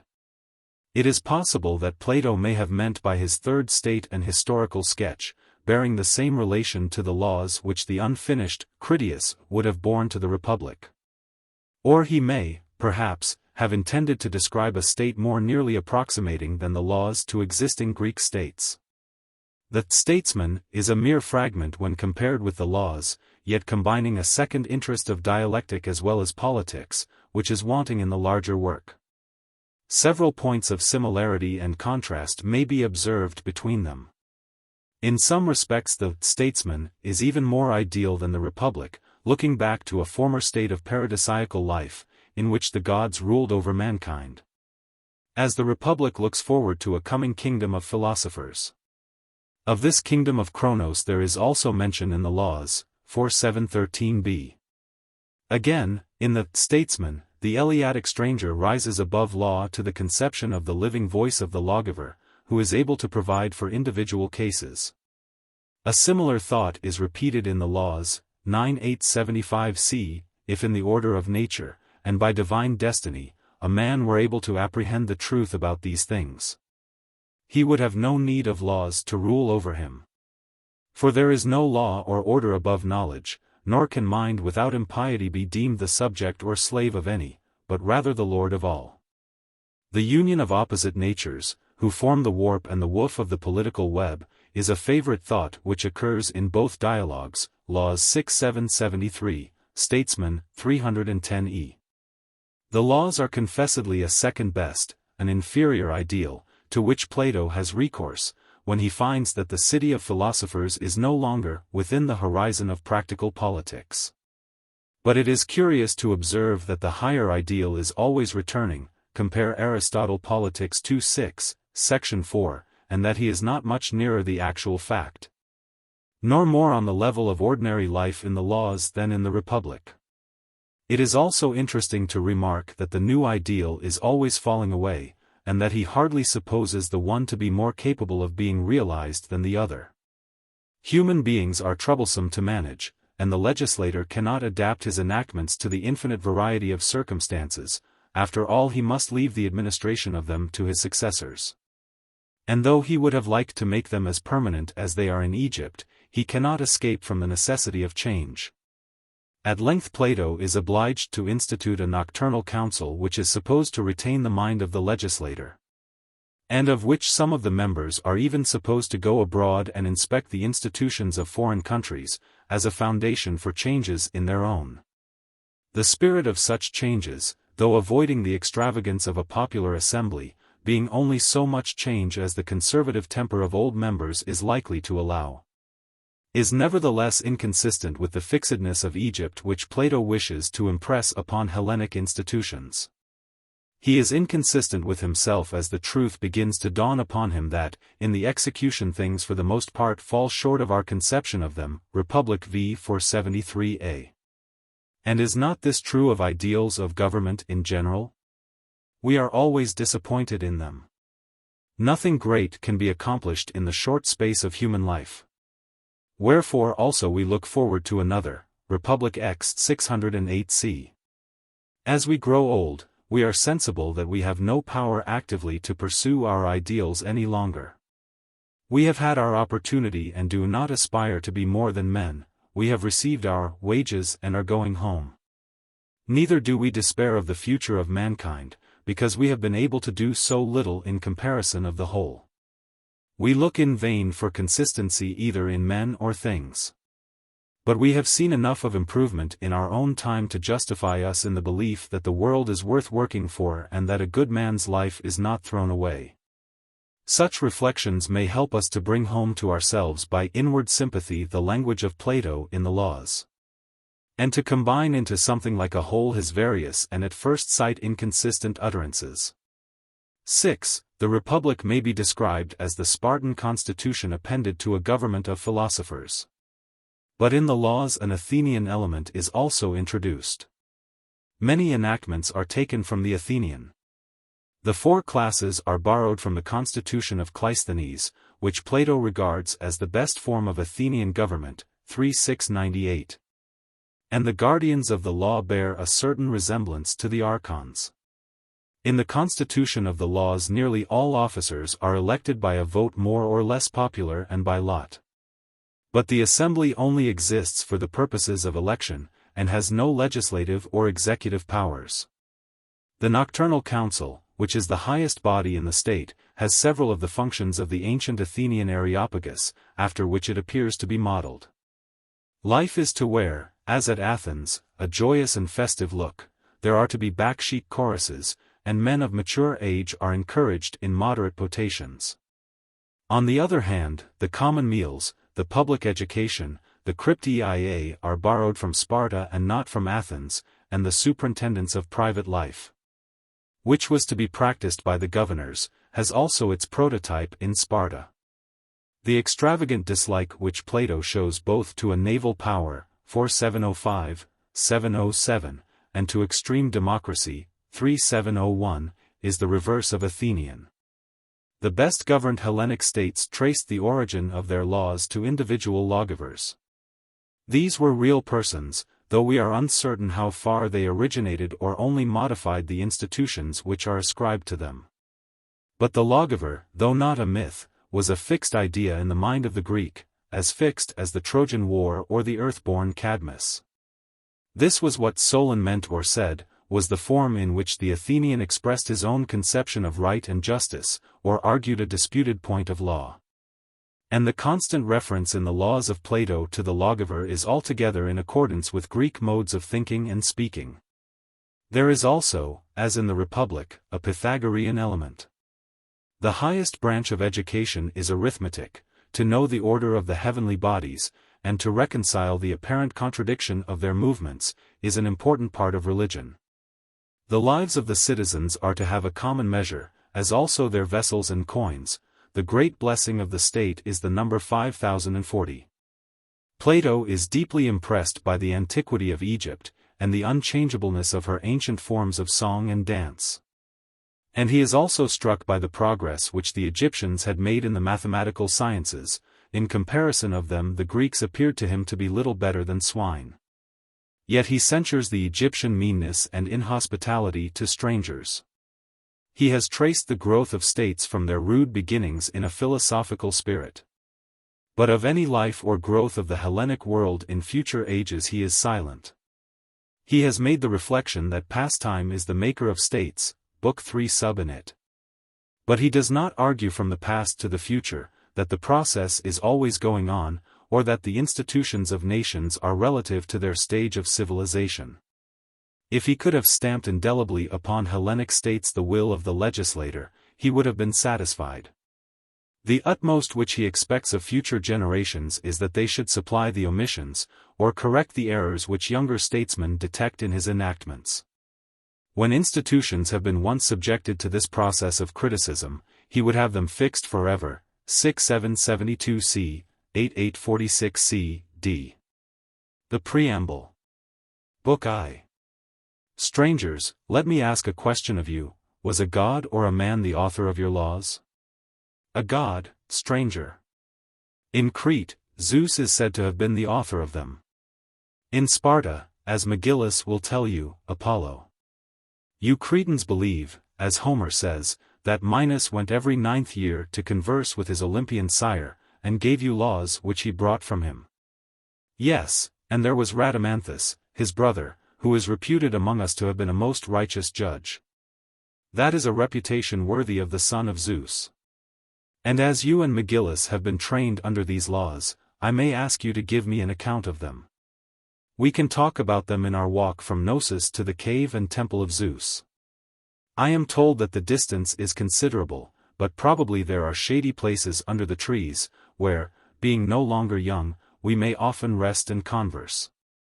Yes, stranger, a little onward there are beautiful groves of cypresses, and green meadows in which we may repose. My first question is, why has the law ordained that you should have common meals, and practice gymnastics, and bear arms? My answer is, that all our institutions are of a military character. We lead the life of the camp even in time of peace, keeping up the organization of an army, and having meals in common. And as our country, owing to its ruggedness, is ill-suited for heavy-armed cavalry or infantry, our soldiers are archers, equipped with bows and arrows. The legislator was under the idea that war was the natural state of all mankind, and that peace is only a pretense. He thought that no possessions had any value which were not secured against enemies. And do you think that superiority in war is the proper aim of government? Certainly I do, and my Spartan friend will agree with me. And are there wars, not only of state against state, but of village against village, of family against family, of individual against individual? Yes. And is a man his own enemy? There you come to first principles, like a true votary of the goddess Athene. And this is all the better, for you will the sooner recognize the truth of what I am saying, that all men everywhere are the enemies of all, and each individual of every other and of himself. And, further, that there is a victory and defeat, the best and the worst, which each man sustains, not at the hands of another, but of himself. And does this extend to states and villages as well as to individuals? Certainly, there is a better in them which conquers or is conquered by the worse. Whether the worse ever really conquers the better, is a question which may be left for the present. But your meaning is, that bad citizens do sometimes overcome the good, and that the state is then conquered by herself, and that when they are defeated the state is victorious over herself. Or, again, in a family there may be several brothers, and the bad may be a majority, and when the bad majority conquer the good minority, the family are worse than themselves. The use of the terms better or worse than himself or themselves may be doubtful, but about the thing meant there can be no dispute. Very true. Such a struggle might be determined by a judge. And which will be the better judge, he who destroys the worse and lets the better rule, or he who lets the better rule and makes the others voluntarily obey? Or, thirdly, he who destroys no one, but reconciles the two parties? The last, clearly. But the object of such a judge or legislator would not be war. True. And as there are two kinds of war, one without and one within a state, of which the internal is by far the worse, will not the legislator chiefly direct his attention to this latter? He will reconcile the contending factions, and unite them against their external enemies. Certainly. Every legislator will aim at the greatest good, and the greatest good is not victory in war, whether civil or external, but mutual peace and goodwill. As in the body health is preferable to the purgation of disease. He who makes war his object instead of peace, or who pursues war except for the sake of peace, is not a true statesman. And yet, stranger, the laws both of Crete and Sparta aim entirely at war. Perhaps so, but do not let us quarrel about your legislators, let us be gentle, they were in earnest quite as much as we are, and we must try to discover their meaning. The poet Tertius, you know his poems in Crete, and my Lacedaemonian friend is only too familiar with them. He was an Athenian by birth, and a Spartan citizen. Well, he says, I sing not. I care not about any man, however rich or happy, unless he is brave in war. Now I should like, in the name of us all, to ask the poet a question. O Tertius, I would say to him, we agree with you in praising those who excel in war, but which kind of war do you mean? That dreadful war which is termed civil, or the milder sort which is waged against foreign enemies? You say that you abominate those who are not eager to taste their enemies' blood, and you seem to mean chiefly their foreign enemies. Certainly he does. But we contend that there are men better far than your heroes, Tertius, concerning whom another poet, Theognis the Sicilian, says that, in a civil broil they are worth their weight in gold and silver. For in a civil war, not only courage, but justice and temperance and wisdom are required, and all virtue is better than apart. The mercenary soldier is ready to die at his post. Yet he is commonly a violent, senseless creature. And the legislator, whether inspired or uninspired, will make laws with a view to the highest virtue. And this is not brute courage, but loyalty in the hour of danger. The virtue of Tertius, although needful enough in his own time, is really of a fourth-rate description. You are degrading our legislator to a very low level. Nay, we degrade not him, but ourselves, if we believe that the laws of Lycurgus and Minos had a view to war only. A divine lawgiver would have had regard to all the different kinds of virtue, and have arranged his laws in corresponding classes, and not in the modern fashion, which only makes them after the want of them is felt, about inheritances and heiresses and assaults, and the like. As you truly said, virtue is the business of the legislator, but you went wrong when you referred all legislation to a part of virtue, and to an inferior part. For the object of laws, whether the Cretan or any other, is to make men happy. Now happiness or good is of two kinds, there are divine and there are human goods. He who has the divine has the human added to him, but he who has lost the greater is deprived of both. The lesser goods are health, beauty, strength, and, lastly, wealth. Not the blind god, Pluto, but one who has eyes to see and follow wisdom. For mind or wisdom is the most divine of all goods. And next comes temperance, and justice springs from the union of wisdom and temperance with courage, which is the fourth or last. These four precede other goods, and the legislator will arrange all his ordinances accordingly, the human going back to the divine, and the divine to their leader mind. There will be enactments about marriage, about education, about all the states and feelings and experiences of men and women, at every age, in weal and woe, in war and peace. Upon all the law will fix a stamp of praise and blame. There will also be regulations about property and expenditure, about contracts, about rewards and punishments, and finally about funeral rites and honors of the dead. The lawgiver will appoint guardians to preside over these things, and mind will harmonize his ordinances, and show them to be in agreement with temperance and justice. Now I want to know whether the same principles are observed in the laws of Lycurgus and Minos, or, as I should rather say, of Apollo and Zeus. We must go through the virtues, beginning with courage, and then we will show that what has preceded has relation to virtue. I wish, says the Lacedaemonian, that you, stranger, would first criticize Cleinias and the Cretan laws. Yes, is the reply, and I will criticize you and myself, as well as him. Tell me, Megillus, were not the common meals and gymnastic training instituted by your legislator with a view to war? Yes. And next in the order of importance comes hunting, and fourth the endurance of pain in boxing contests, and in the beatings which are the punishment of theft. There is, too, the so-called cryptia or secret service, in which our youth wander about the country night and day unattended, and even in winter go unshod and have no beds to lie on. Moreover they wrestle and exercise under a blazing sun, and they have many similar customs. Well, but is courage only a combat against fear and pain, and not against pleasure and flattery? Against both, I should say. And which is worse, to be overcome by pain, or by pleasure? The latter.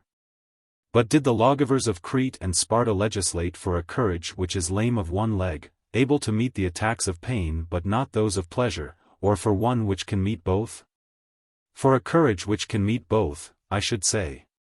But if so, where are the institutions which train your citizens to be equally brave against pleasure and pain, and superior to enemies within as well as without? We confess that we have no institutions worth mentioning which are of this character. I am not surprised, and will therefore only request forbearance on the part of us all, in case the love of truth should lead any of us to censure the laws of the others. Remember that I am more in the way of hearing criticisms of your laws than you can be. For in well-ordered states like Crete and Sparta, although an old man may sometimes speak of them in private to a ruler or elder, a similar liberty is not allowed to the young. But now being alone we shall not offend your legislator by a friendly examination of his laws. Take any freedom which you like. My first observation is, that your lawgiver ordered you to endure hardships, because he thought that those who had not this discipline would run away from those who had. But he ought to have considered further, that those who had never learned to resist pleasure would be equally at the mercy of those who had, and these are often among the worst of mankind. Pleasure, like fear, would overcome them and take away their courage and freedom. Perhaps, but I must not be hasty in giving my assent. Next as to temperance, what institutions have you which are adapted to promote temperance? There are the common meals and gymnastic exercises.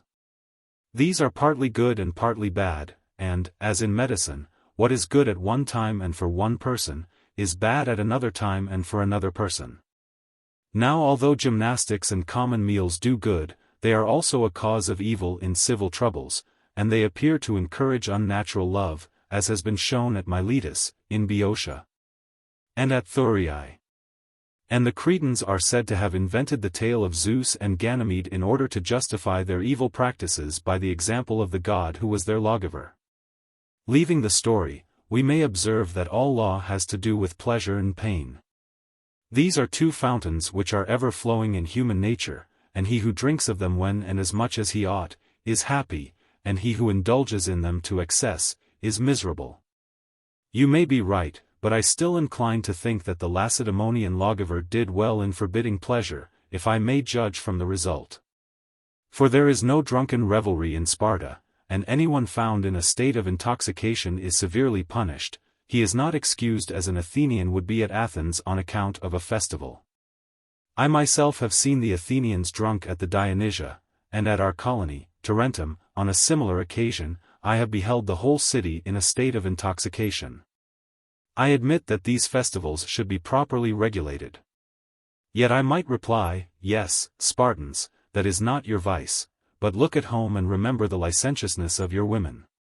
And to all such accusations every one of us may reply in turn, wonder not, stranger, there are different customs in different countries.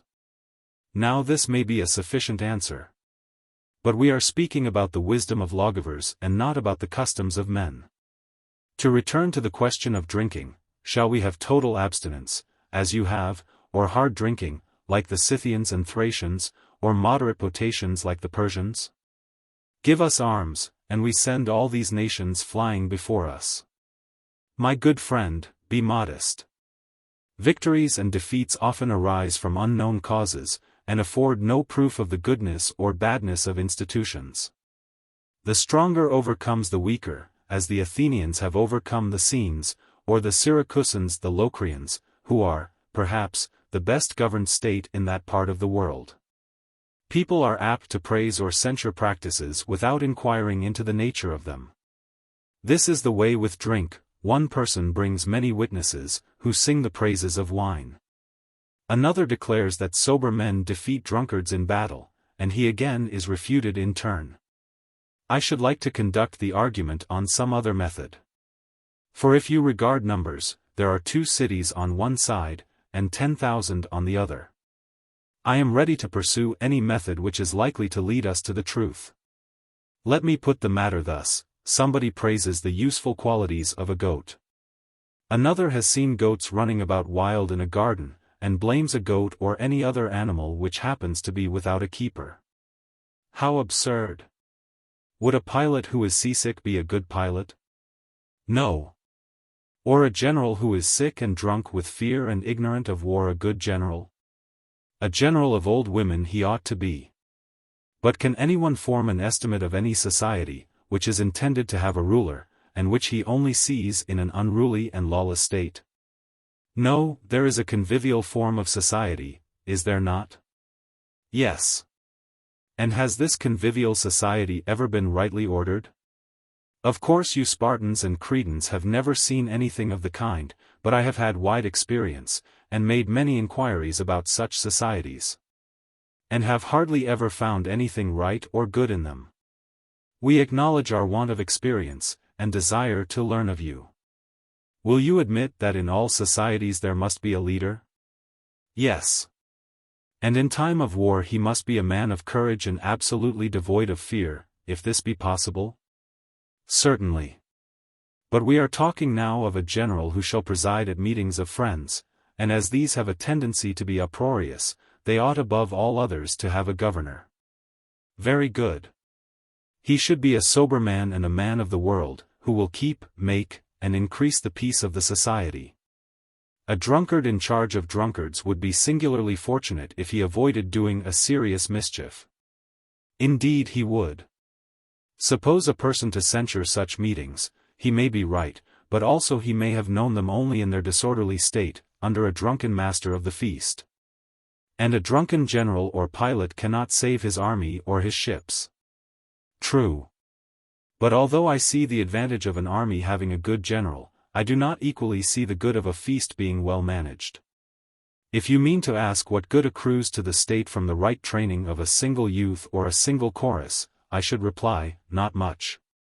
But if you ask what is the good of education in general, I answer, that education makes good men, and that good men act nobly and overcome their enemies in battle.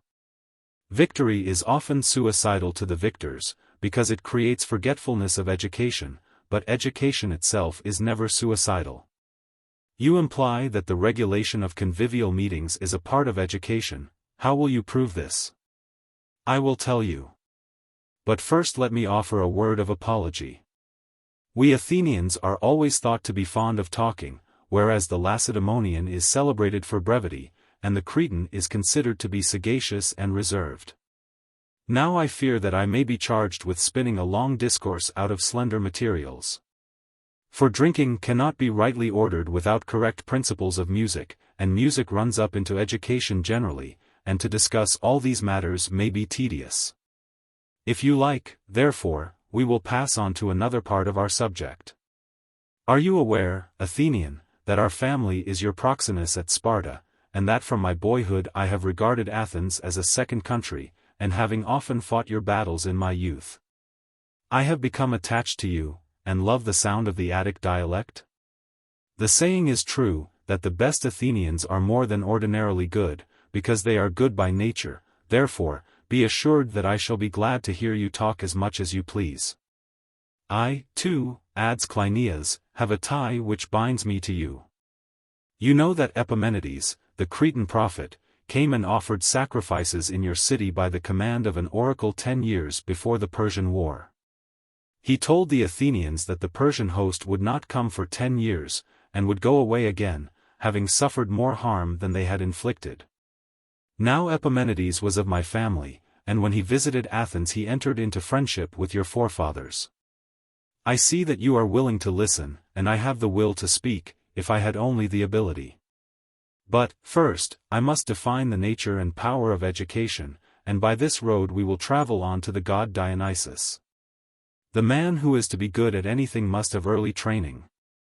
The future builder must play at building, and the husbandman at digging. The soldier must learn to ride, and the carpenter to measure and use the rule. All the thoughts and pleasures of children should bear on their after profession. Do you agree with me? Certainly. And we must remember further that we are speaking of the education, not of a trainer, or of the captain of a ship, but of a perfect citizen who knows how to rule and how to obey. And such an education aims at virtue, and not at wealth or strength or mere cleverness. To the good man, education is of all things the most precious, and is also in constant need of renovation. We agree. And we have before agreed that good men are those who are able to control themselves, and bad men are those who are not. Let me offer you an illustration which will assist our argument. Man is one, but in one and the same man are two foolish counselors who contend within him, pleasure and pain, and of either he has expectations which we call hope and fear. And he is able to reason about good and evil, and reason, when affirmed by the state, becomes law. We cannot follow you. Let me put the matter in another way. Every creature is a puppet of the gods, whether he is a mere plaything or has any serious use we do not know. But this we do know, that he is drawn different ways by cords and strings. There is a soft golden cord which draws him towards virtue, this is the law of the state. And there are other cords made of iron and hard materials drawing him other ways. The golden reasoning influence has nothing of the nature of force, and therefore requires ministers in order to vanquish the other principles. This explains the doctrine that cities and citizens both conquer and are conquered by themselves. The individual follows reason, and the city law, which is embodied reason, either derived from the gods or from the legislator. When virtue and vice are thus distinguished, education will be better understood, and in particular the relation of education to convivial intercourse. And now let us set wine before the puppet. You admit that wine stimulates the passions? Yes. And does wine equally stimulate the reasoning faculties? No, it brings the soul back to a state of childhood. In such a state a man has the least control over himself, and is, therefore, worst.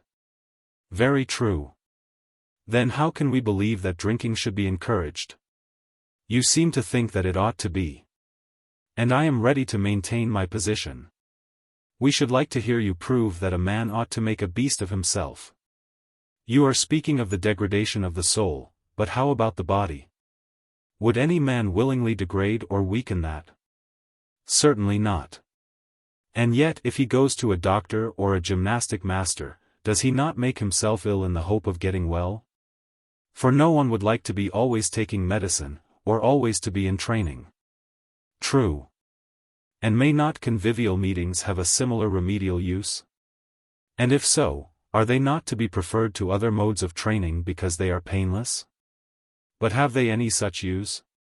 Let us see, are there not two kinds of fear, fear of evil and fear of an evil reputation? There are. The latter kind of fear is opposed both to the fear of pain and to the love of pleasure. This is called by the legislator reverence, and is greatly honored by him and by every good man.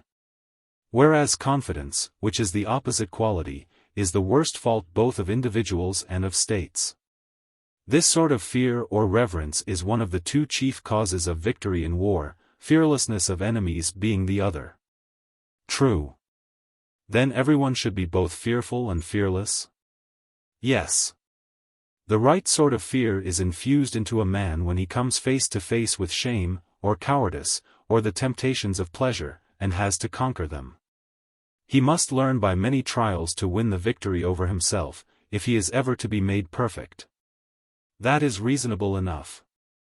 And now, suppose that the gods had given mankind a drug, of which the effect was to exaggerate every sort of evil and danger. So that the bravest man entirely lost his presence of mind and became a coward for a time, would such a drug have any value? But is there such a drug? No, but suppose that there were, might not the legislator use such a mode of testing courage and cowardice? To be sure. The legislator would induce fear in order to implant fearlessness, and would give rewards or punishments to those who behaved well or the reverse, under the influence of the drug? Certainly. And this mode of training, whether practiced in the case of one or many, whether in solitude or in the presence of a large company, if a man have sufficient confidence in himself to drink the potion amid his boon companions, leaving off in time and not taking too much, would be an equally good test of temperance? Very true. Let us return to the lawgiver and say to him, well, lawgiver, no such fear-producing potion has been given by God or invented by man, but there is a potion which will make men fearless. You mean wine? Yes. Has not wine an effect the contrary of that which I was just now describing, first mellowing and humanizing a man, and then filling him with confidence, making him ready to say or do anything? Certainly. Let us not forget that there are two qualities which should be cultivated in the soul, first, the greatest fearlessness, and, secondly, the greatest fear, which are both parts of reverence. Courage and fearlessness are trained amid dangers, but we have still to consider how fear is to be trained. We desire to attain fearlessness and confidence without the insolence and boldness which commonly attend them. For do not love, ignorance, avarice, wealth, beauty, strength, while they stimulate courage, also madden and intoxicate the soul? What better and more innocent test of character is there than festive intercourse? Would you make a bargain with a man in order to try whether he is honest? Or would you ascertain whether he is licentious by putting your wife or daughter into his hands? No one would deny that the test proposed is fairer, speedier, and safer than any other. And such a test will be particularly useful in the political science, which desires to know human natures and characters. Very true. Book 2. And are there any other uses of well-ordered potations? There are, but in order to explain them, I must repeat what I mean by right education. Which, if I am not mistaken, depends on the due regulation of convivial intercourse. A high assumption. I believe that virtue and vice are originally present to the mind of children in the form of pleasure and pain. Reason and fixed principles come later, and happy is he who acquires them even in declining years. For he who possesses them is the perfect man. When pleasure and pain, and love and hate, are rightly implanted in the yet unconscious soul, and after the attainment of reason are discovered to be in harmony with her. This harmony of the soul is virtue, and the preparatory stage, anticipating reason, I call education. But the finer sense of pleasure and pain is apt to be impaired in the course of life. And therefore the gods, pitying the toils and sorrows of mortals, have allowed them to have holidays, and given them the Muses and Apollo and Dionysus for leaders and playfellows. All young creatures love motion and frolic, and utter sounds of delight, but man only is capable of taking pleasure in rhythmical and harmonious movements. With these education begins. And the uneducated is he who has never known the discipline of the chorus, and the educated is he who has. The chorus is partly dance and partly song, and therefore the well-educated must sing and dance well. But when we say, he sings and dances well, we mean that he sings and dances what is good. And if he thinks that to be good which is really good, he will have a much higher music and harmony in him, and be a far greater master of imitation in sound and gesture than he who is not of this opinion. True. Then, if we know what is good and bad in song and dance, we shall know what education is. Very true. Let us now consider the beauty of figure, melody, song, and dance. Will the same figures or sounds be equally well adapted to the manly and the cowardly when they are in trouble? How can they be, when the very colors of their faces are different?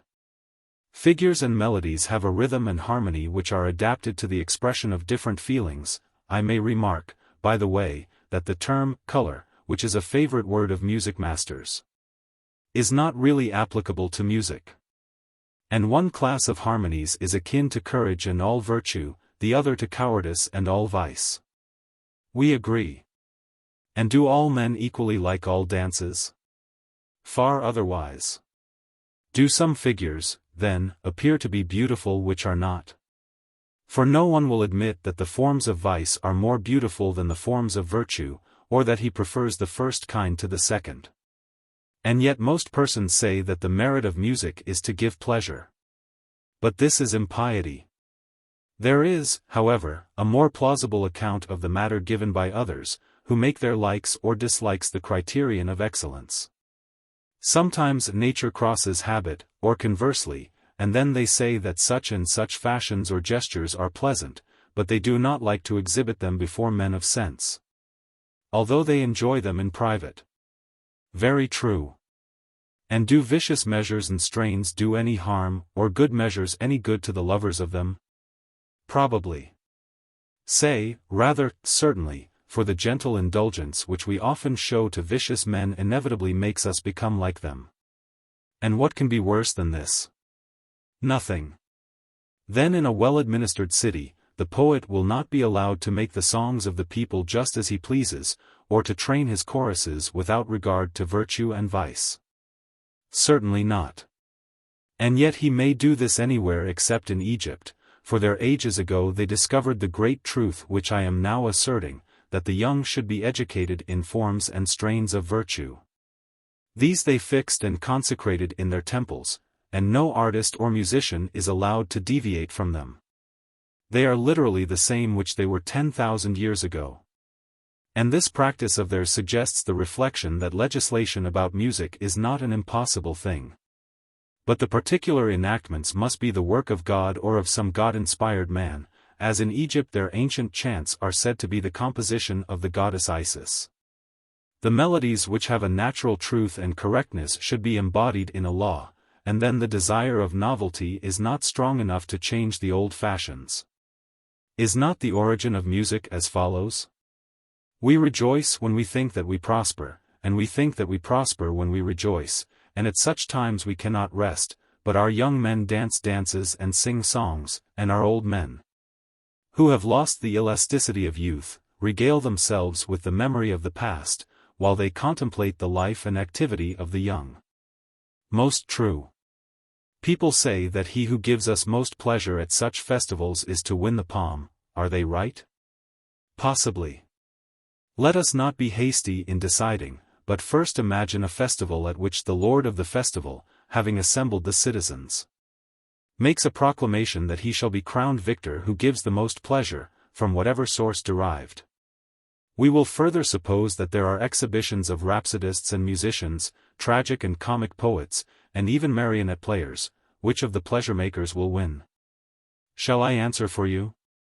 The marionette players will please the children, youths will decide for comedy, young men, educated women, and people in general will prefer tragedy. We old men are lovers of Homer and Hesiod. Now which of them is right? If you and I are asked, we shall certainly say that the old men's way of thinking ought to prevail. Very true. So far I agree with the many that the excellence of music is to be measured by pleasure. But then the pleasure must be that of the good and educated, or better still, of one supremely virtuous and educated man. The true judge must have both wisdom and courage. For he must lead the multitude and not be led by them, and must not weakly yield to the uproar of the theatre, nor give false judgment out of that mouth which has just appealed to the gods. The ancient custom of Hellas, which still prevails in Italy and Sicily, left the judgment to the spectators, but this custom has been the ruin of the poets, who seek only to please their patrons, and has degraded the audience by the representation of inferior characters. What is the inference? The same which we have often drawn, that education is the training of the young idea in what the law affirms and the elders approve. And as the soul of a child is too young to be trained in earnest, a kind of education has been invented which tempts him with plays and songs, as the sick are tempted by pleasant meats and drinks. And the wise legislator will compel the poet to express in his poems noble thoughts in fitting words and rhythms. But is this the practice elsewhere than in Crete and Lacedaemon? In other states, as far as I know, dances and music are constantly changed at the pleasure of the hearers. I am afraid that I misled you. Not liking to be always finding fault with mankind as they are, I described them as they ought to be. But let me understand, you say that such customs exist among the Cretans and Lacedaemonians, and that the rest of the world would be improved by adopting them? Much improved. And you compel your poets to declare that the righteous are happy, and that the wicked man, even if he be as rich as Midas, is unhappy? Or, in the words of Tertius, I sing not, I care not about him, who is a great warrior not having justice. If he be unjust, I would not have him look calmly upon death or be swifter than the wind. And may he be deprived of every good, that is, of every true good. For even if he have the goods which men regard, these are not really goods, first health, beauty next, thirdly wealth. And there are others. A man may have every sense purged and improved. He may be a tyrant, and do what he likes, and live forever, but you and I will maintain that all these things are goods to the just, but to the unjust the greatest of evils, if life be immortal.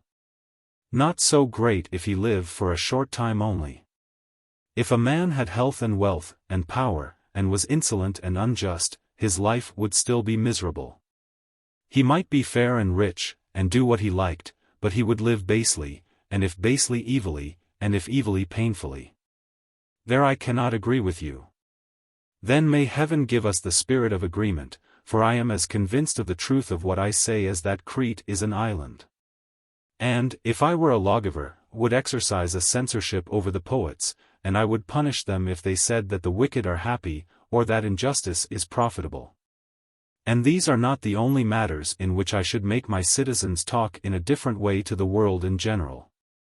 If I ask Zeus and Apollo, the divine legislators of Crete and Sparta, are the just and pleasant life the same or not the same, and they replied, not the same. And I asked again, which is the happier? And they said, the pleasant life. This is an answer not fit for a god to utter, and therefore I ought rather to put the same question to some legislator. And if he replies, the pleasant, then I should say to him, O my father, did you not tell me that I should live as justly as possible? And if to be just is to be happy, what is that principle of happiness or good which is superior to pleasure?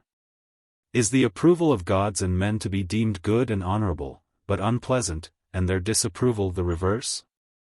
Or is the neither doing nor suffering evil good and honorable, although not pleasant? But you cannot make men like what is not pleasant, and therefore you must make them believe that the just is pleasant. The business of the legislator is to clear up this confusion. He will show that the just and the unjust are identical with the pleasurable and the painful, from the point of view of the just man, of the unjust the reverse. And which is the truer judgment? Surely that of the better soul. For if not the truth, it is the best and most moral of fictions. And the legislator who desires to propagate this useful lie, may be encouraged by remarking that mankind have believed the story of Cadmus and the dragon's teeth. And therefore he may be assured that he can make them believe anything, and need only consider what fiction will do the greatest good. That the happiest is also the holiest, this shall be our strain, which shall be sung by all three choruses alike. First will enter the choir of children, who will lift up their voices on high. And after them the young men, who will pray the god Paean to be gracious to the youth, and to testify to the truth of their words. Then will come the chorus of elder men, between 30 and 60. And, lastly, there will be the old men, and they will tell stories enforcing the same virtues, as with the voice of an oracle. Whom do you mean by the third chorus? You remember how I spoke at first of the restless nature of young creatures, who jumped about and called out in a disorderly manner, and I said that no other animal attained any perception of rhythm. But that to us the gods gave Apollo and the Muses and Dionysus to be our playfellows. Of the two first choruses I have already spoken, and I have now to speak of the third, or Dionysian chorus, which is composed of those who are between 30 and 60 years old. Let us hear. We are agreed, are we not? That men, women, and children should be always charming themselves with strains of virtue, and that there should be a variety in the strains, that they may not weary of them? Now the fairest and most useful of strains will be uttered by the elder men, and therefore we cannot let them off. But how can we make them sing? For a discreet elderly man is ashamed to hear the sound of his own voice in private, and still more in public. The only way is to give them drink. This will mellow the sourness of age. No one should be allowed to taste wine until they are 18, from 18 to 30 they may take a little. But when they have reached 40 years, they may be initiated into the mystery of drinking. Thus they will become softer and more impressible. And when a man's heart is warm within him, he will be more ready to charm himself and others with song. And what songs shall he sing? At Crete and Lacedaemon we only know choral songs. Yes. That is because your way of life is military. Your young men are like wild colts feeding in a herd together. No one takes the individual colt and trains him apart, and tries to give him the qualities of a statesman as well as of a soldier. He who was thus trained would be a greater warrior than those of whom Tertius speaks, for he would be courageous, and yet he would know that courage was only fourth in the scale of virtue. Once more, I must say, stranger, that you run down our lawgivers. Not intentionally, my good friend, but whither the argument leads I follow. And I am trying to find some style of poetry suitable for those who dislike the common sort. Very good. In all things which have a charm, either this charm is their good, or they have some accompanying truth or advantage. For example, in eating and drinking there is pleasure and also profit, that is to say, health, and in learning there is a pleasure and also truth. There is a pleasure or charm, too, in the imitative arts, as well as a law of proportion or equality, but the pleasure which they afford, however innocent, is not the criterion of their truth. The test of pleasure cannot be applied except to that which has no other good or evil, no truth or falsehood. But that which has truth must be judged of by the standard of truth, and therefore imitation and proportion are to be judged of by their truth alone. Certainly. And as music is imitative, it is not to be judged by the criterion of pleasure, and the muse whom we seek is the muse not of pleasure but of truth, for imitation has a truth. Doubtless. And if so, the judge must know what is being imitated before he decides on the quality of the imitation, and he who does not know what is true will not know what is good. He will not. Will anyone be able to imitate the human body, if he does not know the number, proportion, color, or figure of the limbs? How can he? But suppose we know some picture or figure to be an exact resemblance of a man, should we not also require to know whether the picture is beautiful or not? Quite right. The judge of the imitation is required to know, therefore, first the original, secondly the truth, and thirdly the merit of the execution? True. Then let us not weary in the attempt to bring music to the standard of the Muses and of truth. The Muses are not like human poets. They never spoil or mix rhythms or scales, or mingle instruments and human voices, or confuse the manners and strains of men and women, or of freemen and slaves, or of rational beings and brute animals. They do not practice the baser sorts of musical arts, such as the matured judgments, of whom Orpheus speaks, would ridicule. But modern poets separate meter from music, and melody and rhythm from words, and use the instrument alone without the voice. The consequence is, that the meaning of the rhythm and of the time are not understood. I am endeavoring to show how our 50-year-old choristers are to be trained, and what they are to avoid. The opinion of the multitude about these matters is worthless. They who are only made to step in time by sheer force cannot be critics of music. Impossible. Then our newly appointed minstrels must be trained in music sufficiently to understand the nature of rhythms and systems. And they should select such as are suitable to men of their age, and will enable them to give and receive innocent pleasure. This is a knowledge which goes beyond that either of the poets or of their auditors in general. For although the poet must understand rhythm and music, he need not necessarily know whether the imitation is good or not, which was the third point required in a judge. But our chorus of elders must know all three, if they are to be the instructors of youth. And now we will resume the original argument, which may be summed up as follows: a convivial meeting is apt to grow tumultuous as the drinking proceeds. Every man becomes light-headed, and fancies that he can rule the whole world. Doubtless. And did we not say that the souls of the drinkers, when subdued by wine, are made softer and more malleable at the hand of the legislator? The docility of childhood returns to them. At times, however, they become too valiant and disorderly, drinking out of their turn, and interrupting one another. And the business of the legislator is to infuse into them that divine fear, which we call shame, in opposition to this disorderly boldness. But in order to discipline them there must be guardians of the law of drinking, and sober generals who shall take charge of the private soldiers. They are as necessary in drinking as in fighting, and he who disobeys these Dionysiac commanders will be equally disgraced. Very good. If a drinking festival were well regulated, men would go away, not as they now do, greater enemies, but better friends.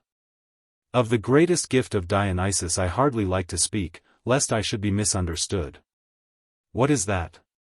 According to tradition, Dionysus was driven mad by his stepmother here, and in order to revenge himself he inspired mankind with baksheesh madness. But these are stories which I would rather not repeat.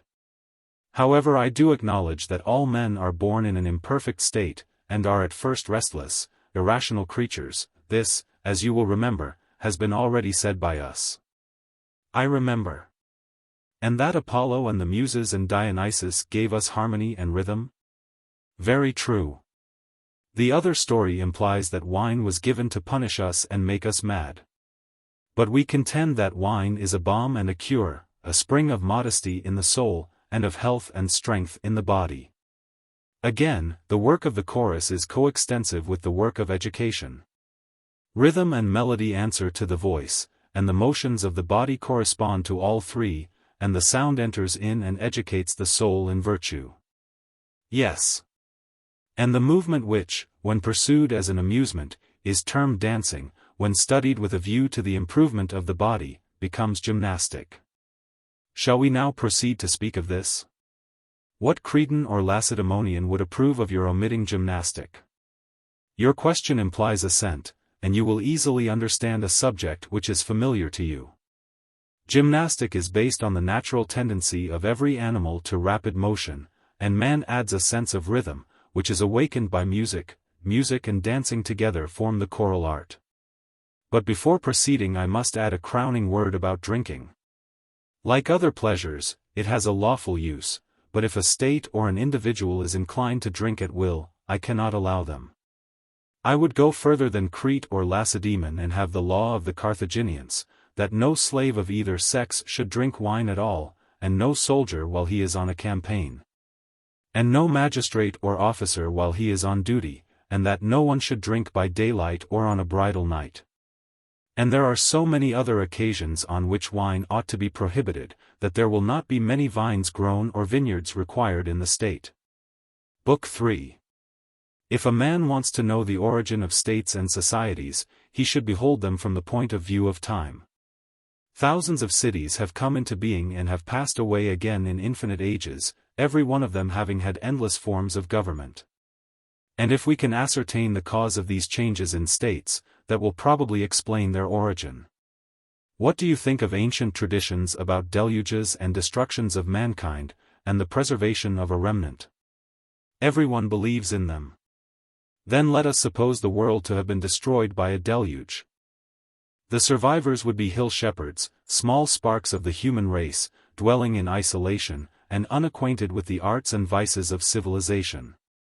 We may further suppose that the cities on the plain and on the coast have been swept away, and that all inventions, and every sort of knowledge, have perished. Why, if all things were as they now are, nothing would have ever been invented.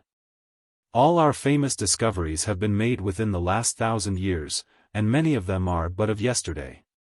Yes, Cleinias, and you must not forget Epimenides, who was really of yesterday. He practiced the lesson of moderation and abstinence which Hesiod only preached. True. After the great destruction we may imagine that the earth was a desert, in which there were a herd or two of oxen and a few goats, hardly enough to support those who tended them. While of politics and governments the survivors would know nothing. And out of this state of things have arisen arts and laws, and a great deal of virtue and a great deal of vice. Little by little the world has come to be what it is. At first, the few inhabitants would have had a natural fear of descending into the plains.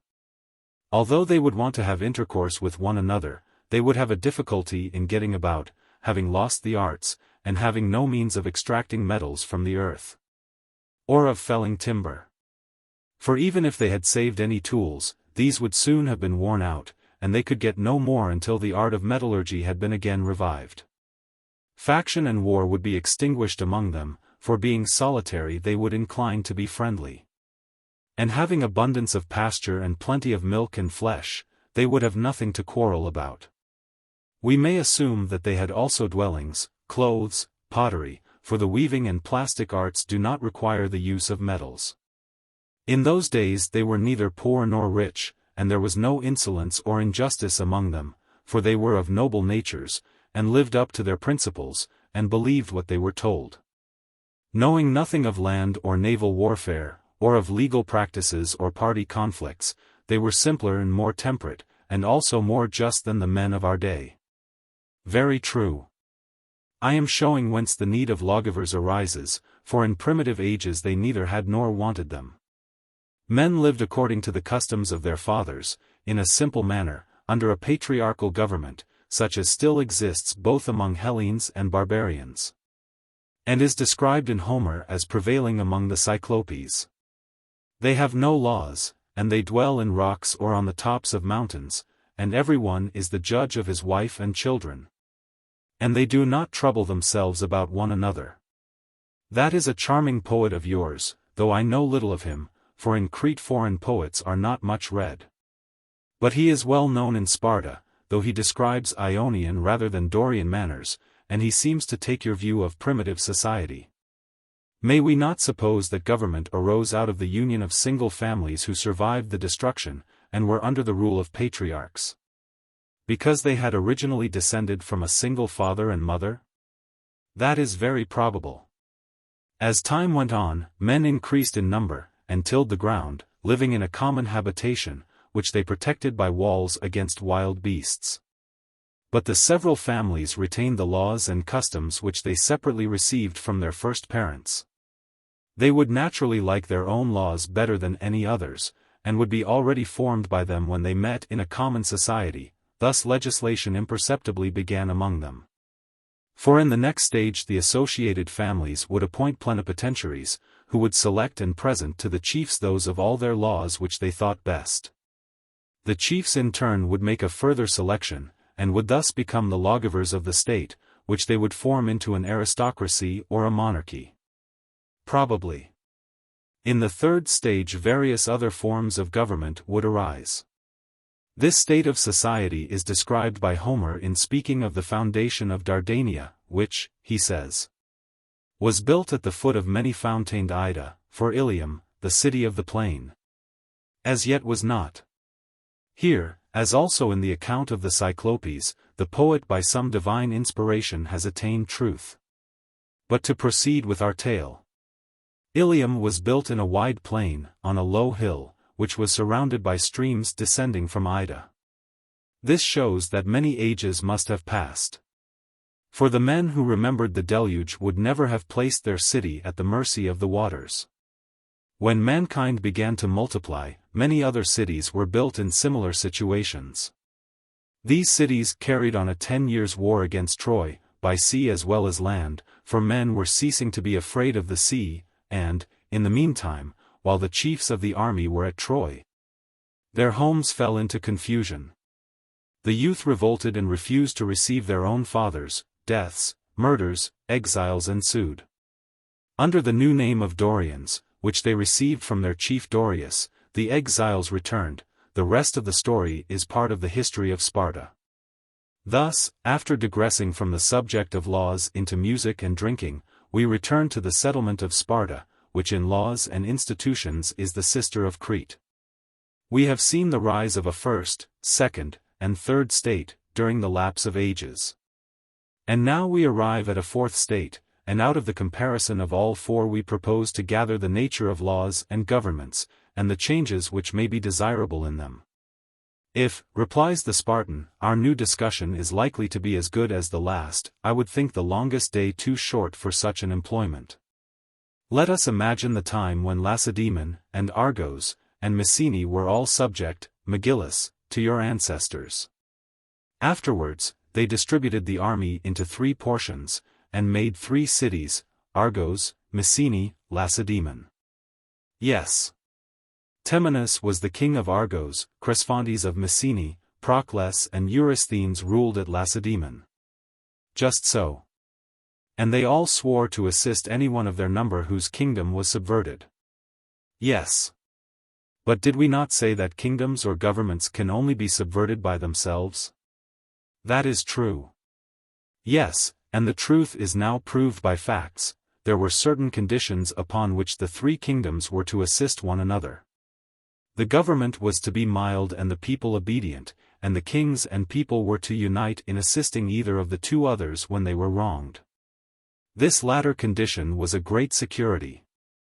Clearly, such a provision is in opposition to the common notion that the lawgiver should make only such laws as the people like.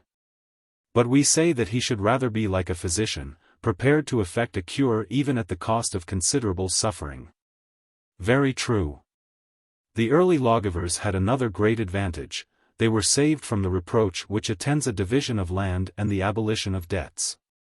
No one could quarrel with the Dorians for dividing the territory, and they had no debts of long standing. They had not. Then what was the reason why their legislation signally failed? For there were 3 kingdoms, 2 of them quickly lost their original constitution. That is a question which we cannot refuse to answer, if we mean to proceed with our old man's game of inquiring into laws and institutions. And the Dorian institutions are more worthy of consideration than any other, having been evidently intended to be a protection not only to the Peloponnese, but to all the Hellenes against the barbarians. For the capture of Troy by the Achaeans had given great offense to the Assyrians, of whose empire it then formed part, and they were likely to retaliate. Accordingly the royal Heraclid brothers devised their military constitution, which was organized on a far better plan than the old Trojan expedition. And the Dorians themselves were far superior to the Achaeans, who had taken part in that expedition, and had been conquered by them. Such a scheme, undertaken by men who had shared with one another toils and dangers, sanctioned by the Delphian oracle, under the guidance of the Heraclidi, seemed to have a promise of permanence. Naturally. Yet this has not proved to be the case. Instead of the 3 being one, they have always been at war. Had they been united, in accordance with the original intention, they would have been invincible. And what caused their ruin? Did you ever observe that there are beautiful things of which men often say, what wonders they would have effected if rightly used, and yet, after all, this may be a mistake. And so I say of the Heraclidae and their expedition, which I may perhaps have been justified in admiring, but which nevertheless suggests to me the general reflection, what wonders might not strength and military resources have accomplished, if the possessor had only known how to use them. For consider, if the generals of the army had only known how to arrange their forces, might they not have given their subjects everlasting freedom, and the power of doing what they would in all the world? Very true. Suppose a person to express his admiration of wealth or rank, does he not do so under the idea that by the help of these he can attain his desires? All men wish to obtain the control of all things, and they are always praying for what they desire. Certainly. And we ask for our friends what they ask for themselves. Yes. Dear is the son to the father, and yet the son, if he is young and foolish, will often pray to obtain what the father will pray that he may not obtain. True. And when the father, in the heat of youth or the dotage of age, makes some rash prayer, the son, like Hippolytus, may have reason to pray that the word of his father may be ineffectual. You mean that a man should pray to have right desires, before he prays that his desires may be fulfilled, and that wisdom should be the first object of our prayers? Yes. And you will remember my saying that wisdom should be the principal aim of the legislator, but you said that defense in war came first. And I replied, that there were 4 virtues, whereas you acknowledged one only, courage, and not wisdom, which is the guide of all the rest. And I repeat, in jest if you like, but I am willing that you should receive my words in earnest, that the prayer of a fool is full of danger. I will prove to you, if you will allow me, that the ruin of those states was not caused by cowardice or ignorance in war, but by ignorance of human affairs. Pray proceed, our attention will show better than compliments that we prize your words. I maintain that ignorance is, and always has been, the ruin of states. Wherefore the legislator should seek to banish it from the state, and the greatest ignorance is the love of what is known to be evil, and the hatred of what is known to be good. This is the last and greatest conflict of pleasure and reason in the soul. I say the greatest, because affecting the greater part of the soul. For the passions are in the individual what the people are in a state. And when they become opposed to reason or law, and instruction no longer avails, that is the last and greatest ignorance of states and men. I agree. Let this, then, be our first principle, that the citizen who does not know how to choose between good and evil must not have authority, although he possess great mental gifts and many accomplishments. For he is really a fool. On the other hand, he who has this knowledge may be unable either to read or swim, nevertheless, he shall be counted wise and permitted to rule. For how can there be wisdom where there is no harmony? The wise man is the savior, and he who is devoid of wisdom is the destroyer of states and households. There are rulers and there are subjects in states. And the first claim to rule is that of parents to rule over their children, the second, that of the noble to rule over the ignoble. Thirdly, the elder must govern the younger. In the fourth place, the slave must obey his master. Fifthly, there is the power of the stronger, which the poet Pindar declares to be according to nature. Sixthly, there is the rule of the wiser, which is also according to nature, as I must inform Pindar, if he does not know, and is the rule of law over obedient subjects. Most true. And there is a seventh kind of rule which the gods love, in this the ruler is elected by lot. Then, now, we playfully say to him who fancies that it is easy to make laws, you see, legislator, the many and inconsistent claims to authority, here is a spring of troubles which you must stay. And first of all you must help us to consider how the kings of Argos and Mycenae in olden days destroyed their famous empire. Did they forget the saying of Hesiod, that the half is better than the whole?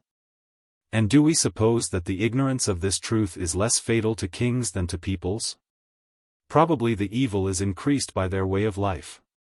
The kings of those days transgressed the laws and violated their oaths. Their deeds were not in harmony with their words, and their folly, which seemed to them wisdom, was the ruin of the state. And how could the legislator have prevented this evil? The remedy is easy to see now, but was not easy to foresee at the time. What is the remedy? The institutions of Sparta may teach you, Megillus. Wherever there is excess, whether the vessel has too large a sail, or the body too much food, or the mind too much power, their destruction is certain. And similarly, a man who possesses arbitrary power is soon corrupted, and grows hateful to his dearest friends. In order to guard against this evil, the God who watched over Sparta gave you 2 kings instead of 1, that they might balance one another. And further, to lower the pulse of your body politic, some human wisdom, mingled with divine power, tempered the strength and self-sufficiency of youth with the moderation of age in the institution of your Senate. A third Savior bridled your rising and swelling power by Ephors, whom he assimilated to officers elected by lot, and thus the kingly power was preserved, and became the preserver of all the rest.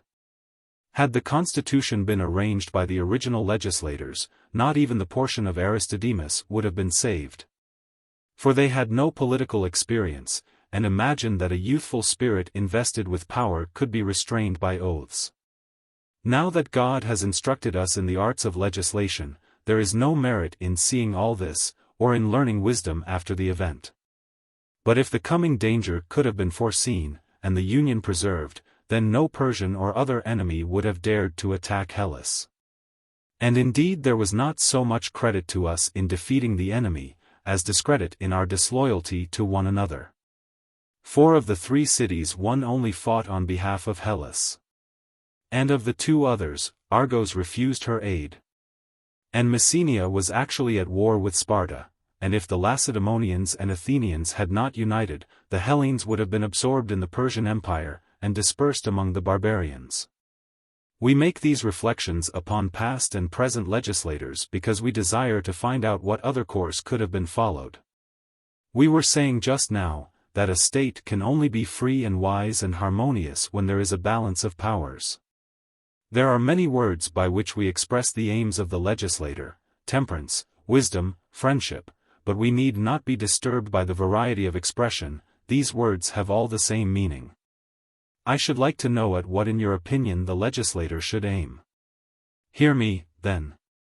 There are 2 mother forms of states, one monarchy, and the other democracy. The Persians have the first in the highest form, and the Athenians the second. And no government can be well administered which does not include both. There was a time when both the Persians and Athenians had more the character of a constitutional state than they now have. In the days of Cyrus the Persians were freemen as well as lords of others, and their soldiers were free and equal, and the kings used and honored all the talent which they could find. And so the nation waxed great, because there was freedom and friendship and communion of soul. But Cyrus, though a wise general, never troubled himself about the education of his family. He was a soldier from his youth upward, and left his children who were born in the purple to be educated by women, who humored and spoilt them. A rare education, truly. Yes, such an education as princesses who had recently grown rich might be expected to give them in a country where the men were solely occupied with warlike pursuits. Likely enough. Their father had possessions of men and animals, and never considered that the race to whom he was about to make them over had been educated in a very different school, not like the Persian shepherd, who was well able to take care of himself and his own. He did not see that his children had been brought up in the Median fashion, by women and eunuchs. The end was that one of the sons of Cyrus slew the other, and lost the kingdom by his own folly. Observe, again, that Darius, who restored the kingdom, had not received a royal education. He was one of the 7 chiefs, and when he came to the throne he divided the empire into 7 provinces. And he made equal laws, and implanted friendship among the people. Hence his subjects were greatly attached to him, and cheerfully helped him to extend his empire. Next followed Xerxes, who had received the same royal education as Cambyses, and met with a similar fate. The reflection naturally occurs to us: how could Darius, with all his experience, have made such a mistake? The ruin of Xerxes was not a mere accident, but the evil life which is generally led by the sons of very rich and royal persons, and this is what the legislator has seriously to consider. Justly may the Lacedaemonians be praised for not giving special honor to birth or wealth. For such advantages are not to be highly esteemed without virtue, and not even virtue is to be esteemed unless it be accompanied by temperance. Explain. No one would like to live in the same house with a courageous man who had no control over himself, nor with a clever artist who was a rogue. Nor can justice and wisdom ever be separated from temperance. But considering these qualities with reference to the honor and dishonor which is to be assigned to them in states, would you say, on the other hand, that temperance, if existing without the other virtues in the soul, is worth anything or nothing? I cannot tell. You have answered well. It would be absurd to speak of temperance as belonging to the class of honorable or of dishonorable qualities. Because all other virtues in their various classes require temperance to be added to them. Having the addition, they are honored not in proportion to that, but to their own excellence. And ought not the legislator to determine these classes? Certainly. Suppose then that, without going into details, we make 3 great classes of them. Most honorable are the goods of the soul, always assuming temperance as a condition of them. Secondly, those of the body. Thirdly, external possessions. The legislator who puts them in another order is doing an unholy and unpatriotic thing. These remarks were suggested by the history of the Persian kings, and to them I will now return. The ruin of their empire was caused by the loss of freedom and the growth of despotism. All community of feeling disappeared. Hatred and spoliation took the place of friendship. The people no longer fought heartily for their masters. The rulers, finding their myriads useless on the field of battle, resorted to mercenaries as their only salvation, and were thus compelled by their circumstances to proclaim the stupidest of falsehoods, that virtue is a trifle in comparison of money. But enough of the Persians. A different lesson is taught by the Athenians, whose example shows that a limited freedom is far better than an unlimited. Ancient Athens, at the time of the Persian invasion, had such a limited freedom. The people were divided into 4 classes, according to the amount of their property, and the universal love of order, as well as the fear of the approaching host, made them obedient and willing citizens. For Darius had sent Datis and Artaphernes, commanding them under pain of death to subjugate the Eretrians and Athenians. A report, whether true or not, came to Athens that all the Eretrians had been netted, and the Athenians in terror sent all over Hellas for assistance. None came to their relief except the Lacedaemonians, and they arrived a day too late, when the battle of Marathon had been already fought. In process of time Xerxes came to the throne, and the Athenians heard of nothing but the bridge over the Hellespont, and the canal of Athos, and the innumerable host and fleet. They knew that these were intended to avenge the defeat of Marathon.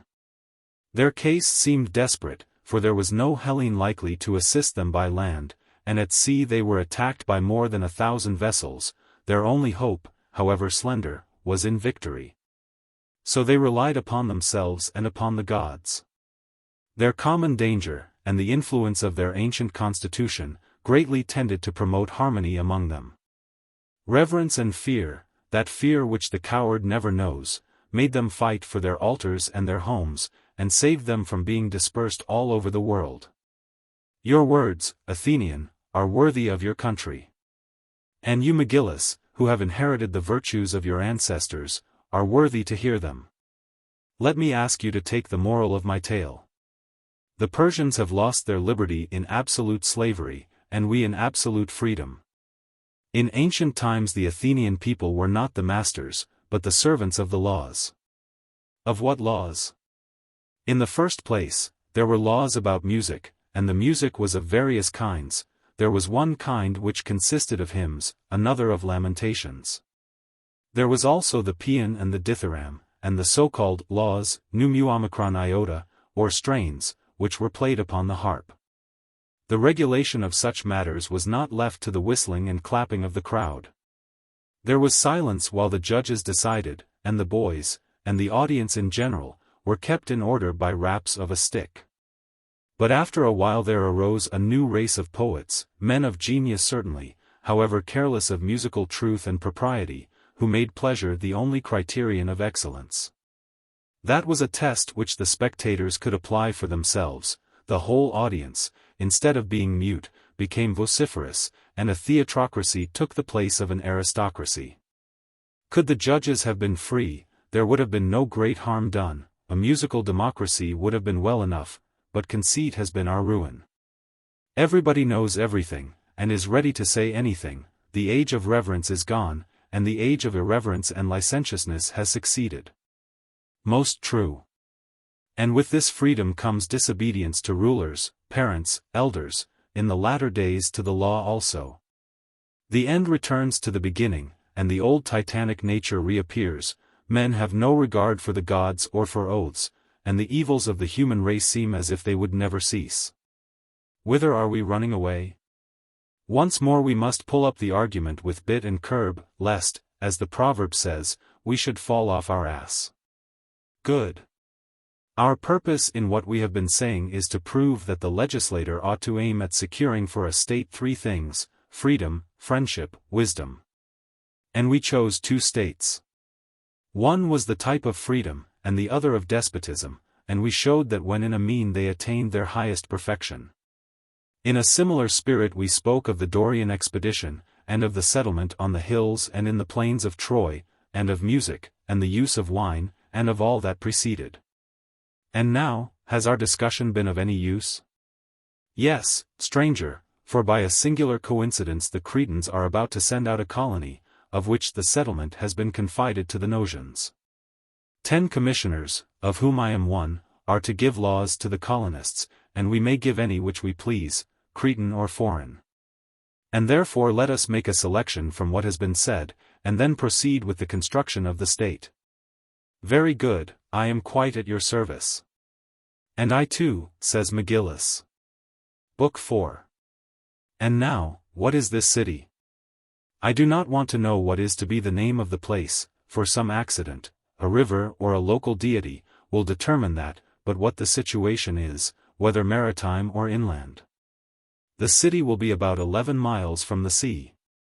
Are there harbors? Excellent. And is the surrounding country self-supporting? Almost. Any neighboring states? No. And that is the reason for choosing the place, which has been deserted from time immemorial. And is there a fair proportion of hill and plain and wood? Like Crete in general, more hill than plain. Then there is some hope for your citizens. Had the city been on the sea, and dependent for support on other countries, no human power could have preserved you from corruption. Even the distance of 11 miles is hardly enough. For the sea, although an agreeable, is a dangerous companion, and a highway of strange morals and manners as well as of commerce. But as the country is only moderately fertile, there will be no great export trade and no great returns of gold and silver, which are the ruin of states. Is there timber for shipbuilding? There is no pine, nor much cypress, and very little stone pine or plain wood for the interior of ships. That is good. Why? Because the city will not be able to imitate the bad ways of her enemies. What is the bearing of that remark?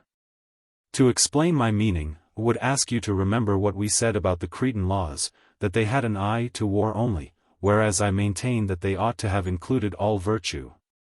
And I hope that you in your turn will retaliate upon me if I am false to my own principle. For I consider that the lawgiver should go straight to the mark of virtue and justice, and disregard wealth and every other good when separated from virtue. What further I mean, when I speak of the imitation of enemies, I will illustrate by the story of Minos, if our Cretan friend will allow me to mention it. Minos, who was a great sea king, imposed upon the Athenians a cruel tribute, for in those days they were not a maritime power. They had no timber for shipbuilding, and therefore they could not imitate their enemies. And better far, as I maintain, would it have been for them to have lost many times over the lives which they devoted to the tribute than to have turned soldiers into sailors. Naval warfare is not a very praiseworthy art. Men should not be taught to leap on shore, and then again to hurry back to their ships, or to find specious excuses for throwing away their arms. Bad customs ought not to be gilded with fine words. And retreat is always bad, as we are taught in Homer, when he introduces Odysseus, setting forth to Agamemnon the danger of ships being at hand when soldiers are disposed to fly. An army of lions trained in such ways would fly before a herd of deer. Further, a city which owes its preservation to a crowd of pilots and oarsmen and other undeserving persons, cannot bestow rewards of honor properly, and this is the ruin of states. Still, in Crete we say that the battle of Salamis was the salvation of Hellas. Such is the prevailing opinion. But I and Megillus say that the battle of Marathon began the deliverance, and that the battle of Plataea completed it. For these battles made men better, whereas the battles of Salamis and Artemisium made them no better. And we further affirm that mere existence is not the great political good of individuals or states, but the continuance of the best existence. Certainly. Let us then endeavor to follow this principle in colonization and legislation. And first, let me ask you who are to be the colonists. May anyone come from any city of Crete? For you would surely not send a general invitation to all Hellas. Yet I observe that in Crete there are people who have come from Argos and Aegina and other places. Our recruits will be drawn from all Crete, and of other Hellenes we should prefer Peloponnesians. As you observe, there are Argives among the Cretans. Moreover the Gortinians, who are the best of all Cretans, have come from Gortys in Peloponnesus. Colonization is in some ways easier when the colony goes out in a swarm from one country, owing to the pressure of population, or revolution, or war. In this case there is the advantage that the new colonists have a community of race, language, and laws. But then again, they are less obedient to the legislator. And often they are anxious to keep the very laws and customs which caused their ruin at home. A mixed multitude, on the other hand, is more tractable, although there is a difficulty in making them pull together. There is nothing, however, which perfects men's virtue more than legislation and colonization. And yet I have a word to say which may seem to be depreciatory of legislators. What is that? I was going to make the saddening reflection, that accidents of all sorts are the true legislators, wars and pestilences and famines and the frequent recurrence of bad seasons. The observer will be inclined to say that almost all human things are chance, and this is certainly true about navigation and medicine, and the art of the general. But there is another thing which may equally be said. What is it? That God governs all things, and that chance and opportunity cooperate with him. And according to yet a third view, art has part with them, for surely in a storm it is well to have a pilot. And the same is true of legislation, even if circumstances are favorable, a skillful lawgiver is still necessary. Most true. All artists would pray for certain conditions under which to exercise their art, and would not the legislator do the same? Certainly. Come, legislator, let us say to him, and what are the conditions which you would have? He will answer, grant me a city which is ruled by a tyrant. And let the tyrant be young, mindful, teachable, courageous, magnanimous. And let him have the inseparable condition of all virtue, which is temperance, not prudence, but that natural temperance which is the gift of children and animals. And is hardly reckoned among goods, with this he must be endowed, if the state is to acquire the form most conducive to happiness in the speediest manner. And I must add one other condition, the tyrant must be fortunate, and his good fortune must consist in his having the cooperation of a great legislator. When God has done all this, he has done the best which he can for a state, not so well if he has given them 2 legislators instead of 1, and less well if he has given them a great many. An orderly tyranny most easily passes into the perfect state, in the 2nd degree, a monarchy, in the 3rd degree, a democracy, an oligarchy is worst of all. I do not understand. I suppose that you have never seen a city which is subject to a tyranny? I have no desire to see one. You would have seen what I am describing, if you ever had. The tyrant can speedily change the manners of a state, and affix the stamp of praise or blame on any action which he pleases, for the citizens readily follow the example which he sets. There is no quicker way of making changes, but there is a counterbalancing difficulty. It is hard to find the divine love of temperance and justice existing in any powerful form of government, whether in a monarchy or an oligarchy. In olden days there were chiefs like Nestor, who was the most eloquent and temperate of mankind, but there is no one his equal now. If such an one ever arises among us, blessed will he be, and blessed they who listen to his words. For where power and wisdom and temperance meet in one, there are the best laws and constitutions. I am endeavoring to show you how easy under the conditions supposed, and how difficult under any other, is the task of giving a city good laws. How do you mean? Let us old men attempt to mold in words a constitution for your new state, as children make figures out of wax. Proceed. What constitution shall we give, democracy, oligarchy, or aristocracy? To which of these classes, McGillis, do you refer your own state? The Spartan constitution seems to me to contain all these elements. Our state is a democracy and also an aristocracy. The power of the ephors is tyrannical, and we have an ancient monarchy. Much the same, adds Cleinias, may be said of Gnosis. The reason is that you have polities, but other states are mere aggregations of men dwelling together, which are named after their several ruling powers. Whereas a state, if an ocracy at all, should be called a theocracy. A tale of old will explain my meaning. There is a tradition of a golden age, in which all things were spontaneous and abundant.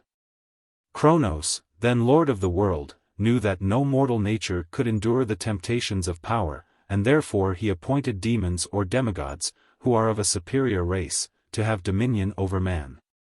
As man has dominion over the animals.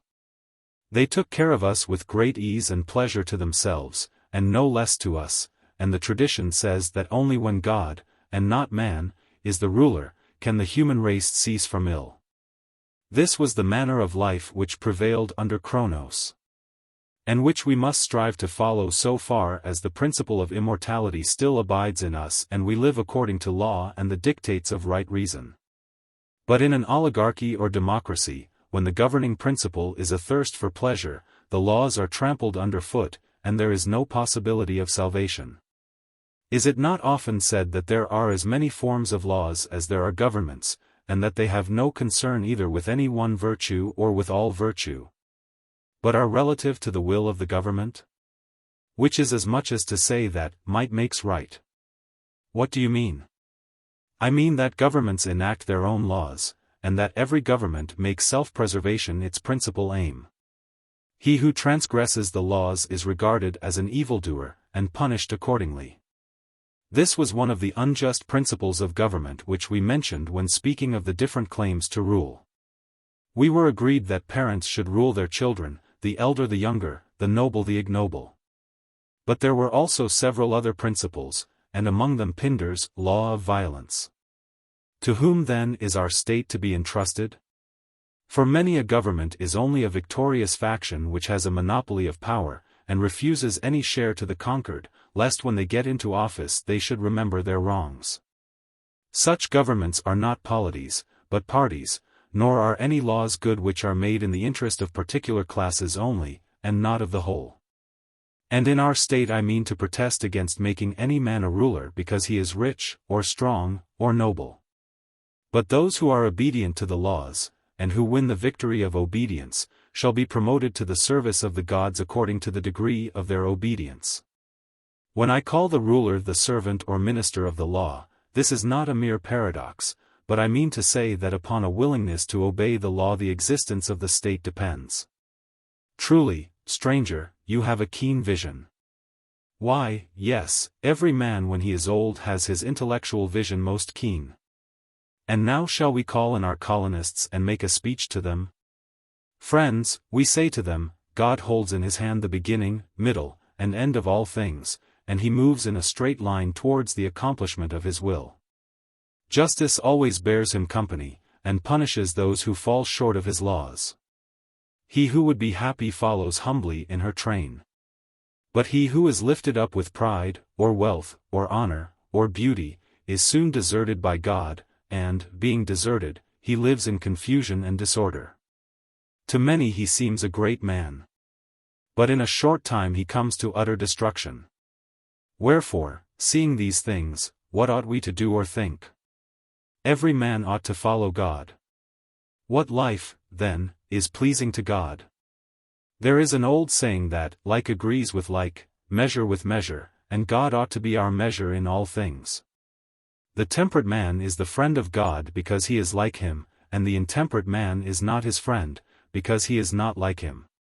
And the conclusion is, that the best of all things for a good man is to pray and sacrifice to the gods, but the bad man has a polluted soul. And therefore his service is wasted upon the gods, while the good are accepted of them. I have told you the mark at which we ought to aim. You will say, how, and with what weapons? In the first place we affirm, that after the Olympian gods and the gods of the state, honor should be given to the gods below. And to them should be offered everything in even numbers and of the second choice. The auspicious odd numbers and everything of the first choice are reserved for the gods above. Next demigods or spirits must be honored, and then heroes, and after them family gods, who will be worshipped at their local seats according to law. Further, the honor due to parents should not be forgotten. Children owe all that they have to them, and the debt must be repaid by kindness and attention in old age. No unbecoming word must be uttered before them. For there is an avenging angel who hears them when they are angry, and the child should consider that the parent when he has been wronged has a right to be angry.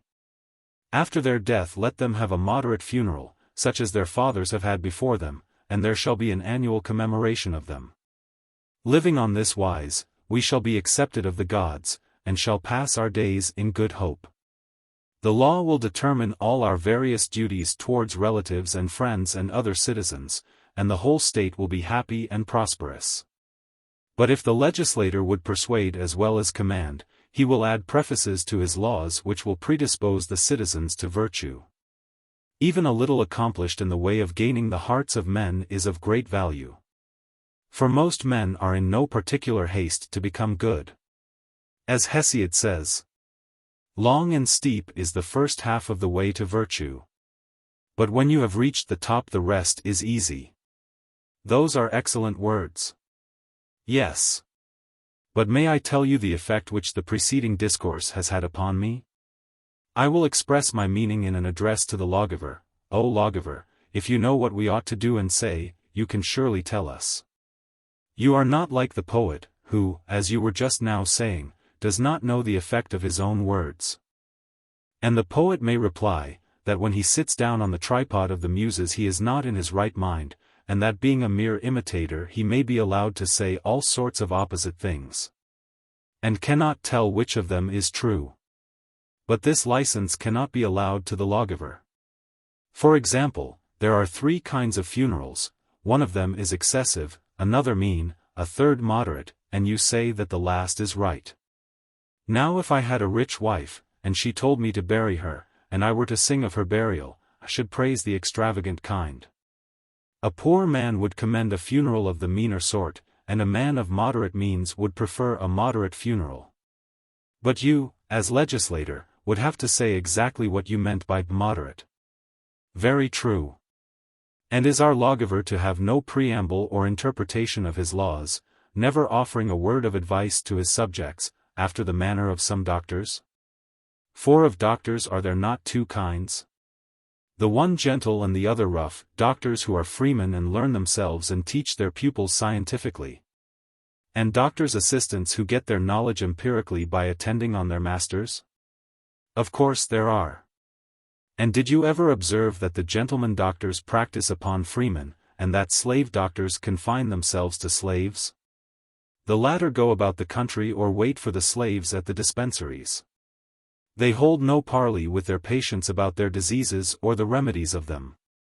They practice by the rule of thumb, and give their decrees in the most arbitrary manner. When they have doctored one patient they run off to another, whom they treat with equal assurance, their duty being to relieve the master of the care of his sick slaves. But the other doctor, who practices on freemen, proceeds in quite a different way. He takes counsel with his patient and learns from him, and never does anything until he has persuaded him of what he is doing. He trusts to influence rather than force. Now is not the use of both methods far better than the use of either alone? And both together may be advantageously employed by us in legislation. We may illustrate our proposal by an example. The laws relating to marriage naturally come first, and therefore we may begin with them. The simple law would be as follows: a man shall marry between the ages of 30 and 35. If he do not, he shall be fined or deprived of certain privileges. The double law would add the reason why, forasmuch as man desires immortality, which he attains by the procreation of children, no one should deprive himself of his share in this good. He who obeys the law is blameless, but he who disobeys must not be a gainer by his celibacy, and therefore he shall pay a yearly fine, and shall not be allowed to receive honor from the young. That is an example of what I call the double law, which may enable us to judge how far the addition of persuasion to threats is desirable. Lacedaemonians in general, stranger, are in favor of brevity. In this case, however, I prefer length. But Cleinias is the real lawgiver, and he ought to be first consulted. Thank you, McGillis. Whether words are to be many or few, is a foolish question. The best and not the shortest forms are always to be approved. And legislators have never thought of the advantages which they might gain by using persuasion as well as force, but trust to force only. And I have something else to say about the matter. Here have we been from early dawn until noon, discoursing about laws, and all that we have been saying is only the preamble of the laws which we are about to give. I tell you this, because I want you to observe that songs and strains have all of them preludes, but that laws, though called by the same name, nomoi, have never any prelude. Now I am disposed to give preludes to laws, dividing them into two parts, one containing the despotic command, which I described under the image of the slave doctor, the other the persuasive part, which I term the preamble. The legislator should give preludes or preambles to his laws. That shall be the way in my colony. I am glad that you agree with me. This is a matter which it is important to remember. A preamble is not always necessary to a law. The lawgiver must determine when it is needed, as the musician determines when there is to be a prelude to a song. Most true. And now, having a preamble, let us recommence our discourse. Enough has been said of gods and parents, and we may proceed to consider what relates to the citizens, their souls, bodies, properties, their occupations and amusements. And so arrive at the nature of education. The first word of the laws somewhat abruptly introduces the thought which is present to the mind of Plato throughout the work, namely, that law is of divine origin. In the words of a great English writer, her seat is the bosom of God, her voice the harmony of the world. Though the particular laws of Sparta and Crete had a narrow and imperfect aim, this is not true of divine laws, which are based upon the principles of human nature, and not framed to meet the exigencies of the moment. They have their natural divisions, too, answering to the kinds of virtue, I 630e, very unlike the discordant enactments of an Athenian assembly or of an English parliament. Yet we may observe two inconsistencies in Plato's treatment of the subject. First, a lesser, inasmuch as he does not clearly distinguish the Cretan and Spartan laws, of which the exclusive aim is war, from those other laws of Zeus and Apollo which are said to be divine, and to comprehend all virtue. Secondly, we may retort on him his own complaint against Sparta and Crete, I 628d, that he has himself given us a code of laws, which for the most part have a military character, and that we cannot point to obvious examples of similar institutions which are concerned with pleasure, I 634a following. At least there is only one such, that which relates to the regulation of convivial intercourse. The military spirit which is condemned by him in the beginning of the laws, reappears in the 7th and 8th books. The mention of Minos the great lawgiver, and of Rhadamanthus the righteous administrator of the law, I 624. Suggests the two divisions of the laws into enactments and appointments of officers, 6:751. The legislator and the judge stand side by side, and their functions cannot be wholly distinguished. For the judge is in some sort a legislator, at any rate in small matters, compare 9:875 following. And his decisions growing into precedents, must determine the innumerable details which arise out of the conflict of circumstances. These Plato proposes to leave to a younger generation of legislators. The action of courts of law in making law seems to have escaped him, probably because the Athenian law courts were popular assemblies. And, except in a mythical form, he can hardly be said to have had before his eyes the ideal of a judge. In reading the laws of Plato, or any other ancient writing about laws, we should consider how gradual the process is by which not only a legal system, but the administration of a court of law becomes perfected. There are other subjects on which Plato breaks ground, as his manner is, early in the work. First, he gives a sketch of the subject of laws, I 631, 632. They are to comprehend the whole of human life, from infancy to age, and from birth to death, although the proposed plan is far from being regularly executed in the books which follow. Partly owing to the necessity of describing the constitution as well as the laws of his new colony. Secondly, he touches on the power of music, which may exercise so great an influence on the character of men for good or evil. He refers especially to the great offense, which he mentions again, 7:812 e, and which he had condemned in the Republic, 3:397, of varying the modes and rhythms. As well as to that of separating the words from the music, Laws 2:669. Thirdly, he reprobates the prevalence of unnatural loves in Sparta and Crete, which he attributes to the practice of syssitia and gymnastic exercises, and considers to be almost inseparable from them, I 636b. To this subject he again returns in the 8th book, 836 following.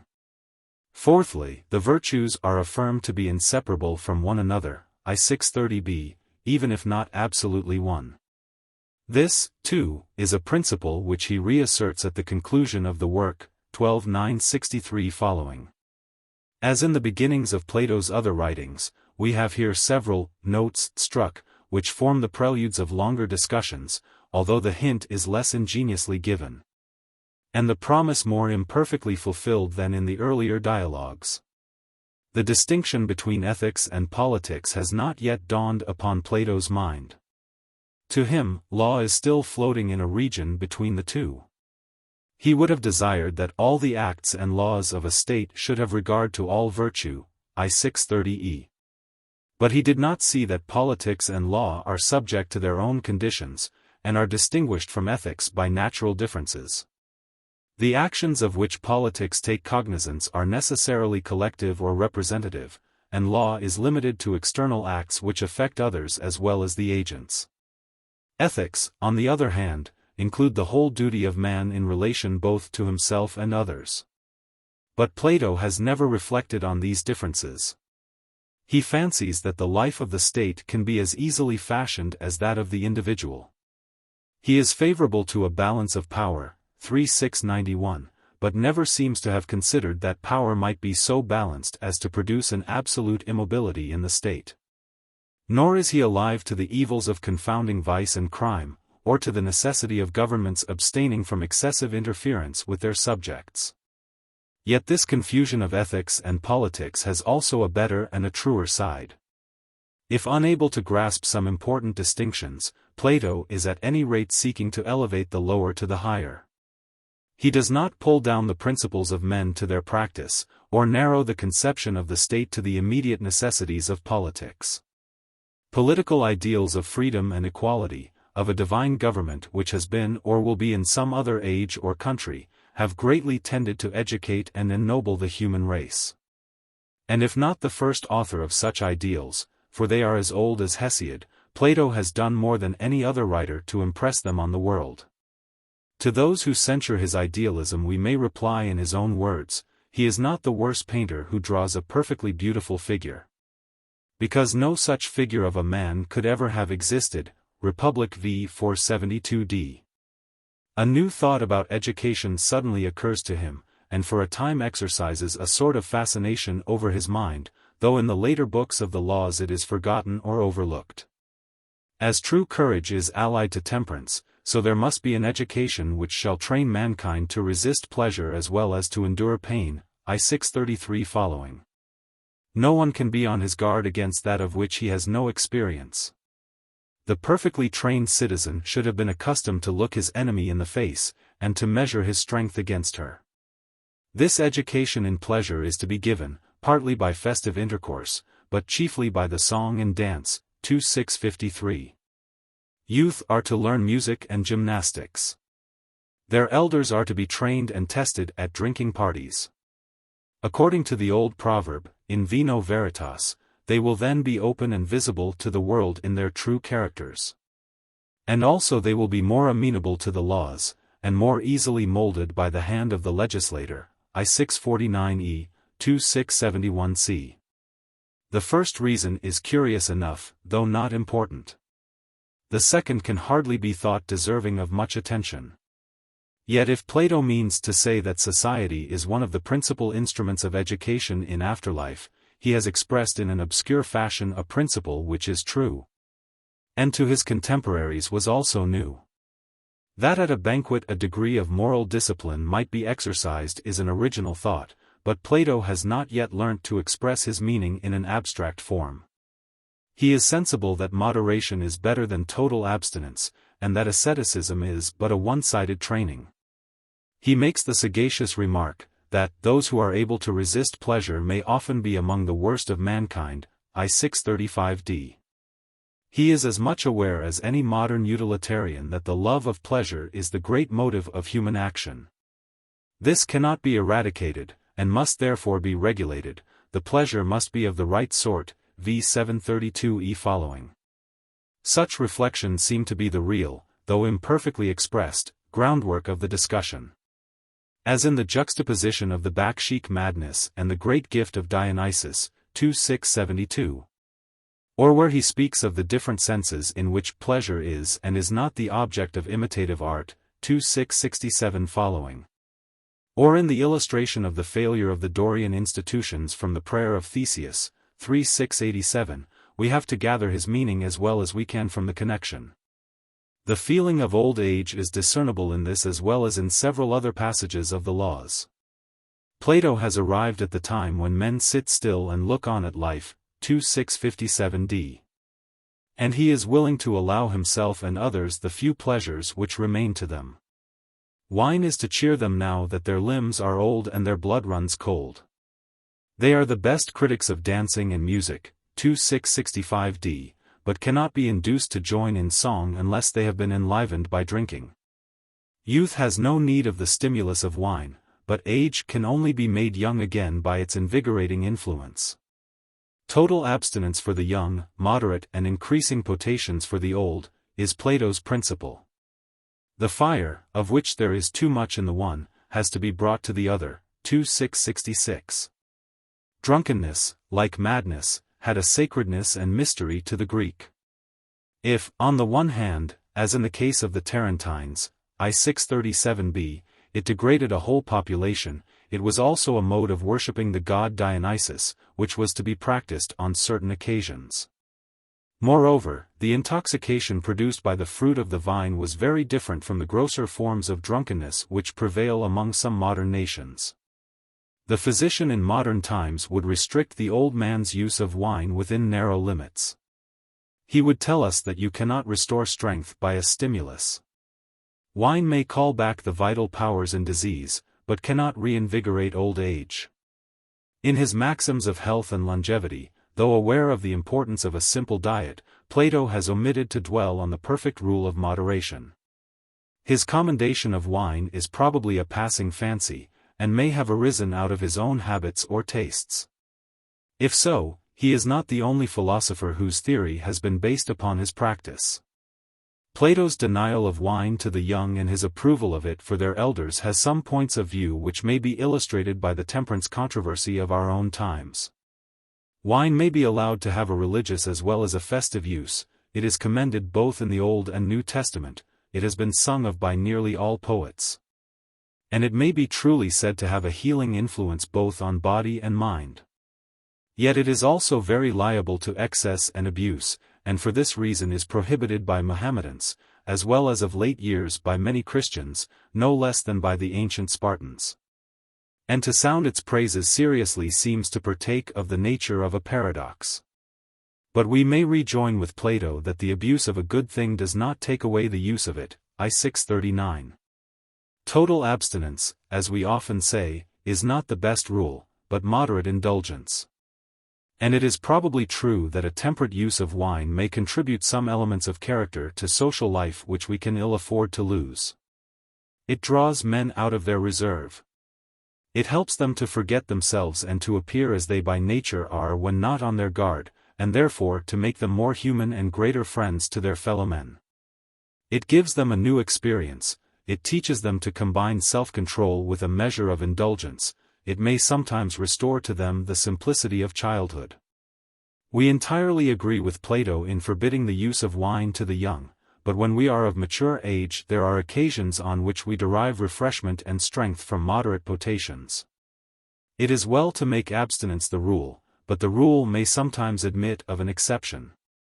We are in a higher, as well as in a lower sense, the better for the use of wine. The question runs up into wider ones: what is the general effect of asceticism on human nature? And, must there not be a certain proportion between the aspirations of man and his powers?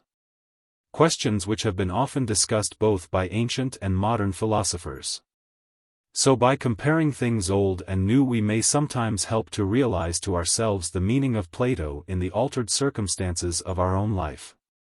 Like the importance which he attaches to festive entertainments, his depreciation of courage to the fourth place in the scale of virtue, I 631 c., appears to be somewhat rhetorical and exaggerated. But he is speaking of courage in the lower sense of the term, not as including loyalty or temperance. He does not insist in this passage, as in the Protagoras, 329 following, on the unity of the virtues, or, as in the Laches, 195 following, on the identity of wisdom and courage. But he says that they all depend upon their leader mind, and that, out of the union of wisdom and temperance with courage, springs justice. Elsewhere he is disposed to regard temperance rather as a condition of all virtue than as a particular virtue, 3696.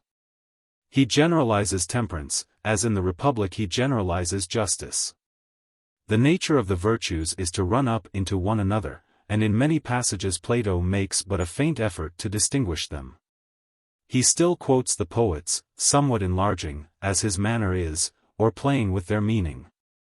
The martial poet Tertius, I 629 following, and the oligarch Theognis, I 630a, furnish him with happy illustrations of the two sorts of courage. The fear of fear, I 647a, b, the division of goods into human and divine, I 631b, the acknowledgement that peace and reconciliation are better than the appeal to the sword, I 628. The analysis of temperance into resistance of pleasure as well as endurance of pain, I 634, the distinction between the education which is suitable for a trade or profession, and for the whole of life, I 643, 644, are important and probably new ethical conceptions. Nor has Plato forgotten his old paradox, Gorgias 509d following, that to be punished is better than to be unpunished, when he says that to the bad man death is the only mitigation of his evil, 2661b, c. He is not less ideal in many passages of the Laws than in the Gorgias or Republic. But his wings are heavy, and he is unequal to any sustained flight. There is more attempt at dramatic effect in the first book than in the later parts of the work. The outburst of martial spirit in the Lacedaemonian, at 638a, O best of men. The protest which the Cretan makes against the supposed insult to his lawgiver, I 630d. The cordial acknowledgement on the part of both of them that laws should not be discussed publicly by those who live under their rule, I 634, 635. The difficulty which they alike experience in following the speculations of the Athenian, are highly characteristic, I 635e, 636d. In the second book, Plato pursues further his notion of educating by a right use of pleasure. He begins by conceiving an endless power of youthful life, which is to be reduced to rule and measure by harmony and rhythm. 2653 full. Men differ from the lower animals in that they are capable of musical discipline. But music, like all art, must be truly imitative. And imitative of what is true and good. Art and morality agree in rejecting pleasure as the criterion of good.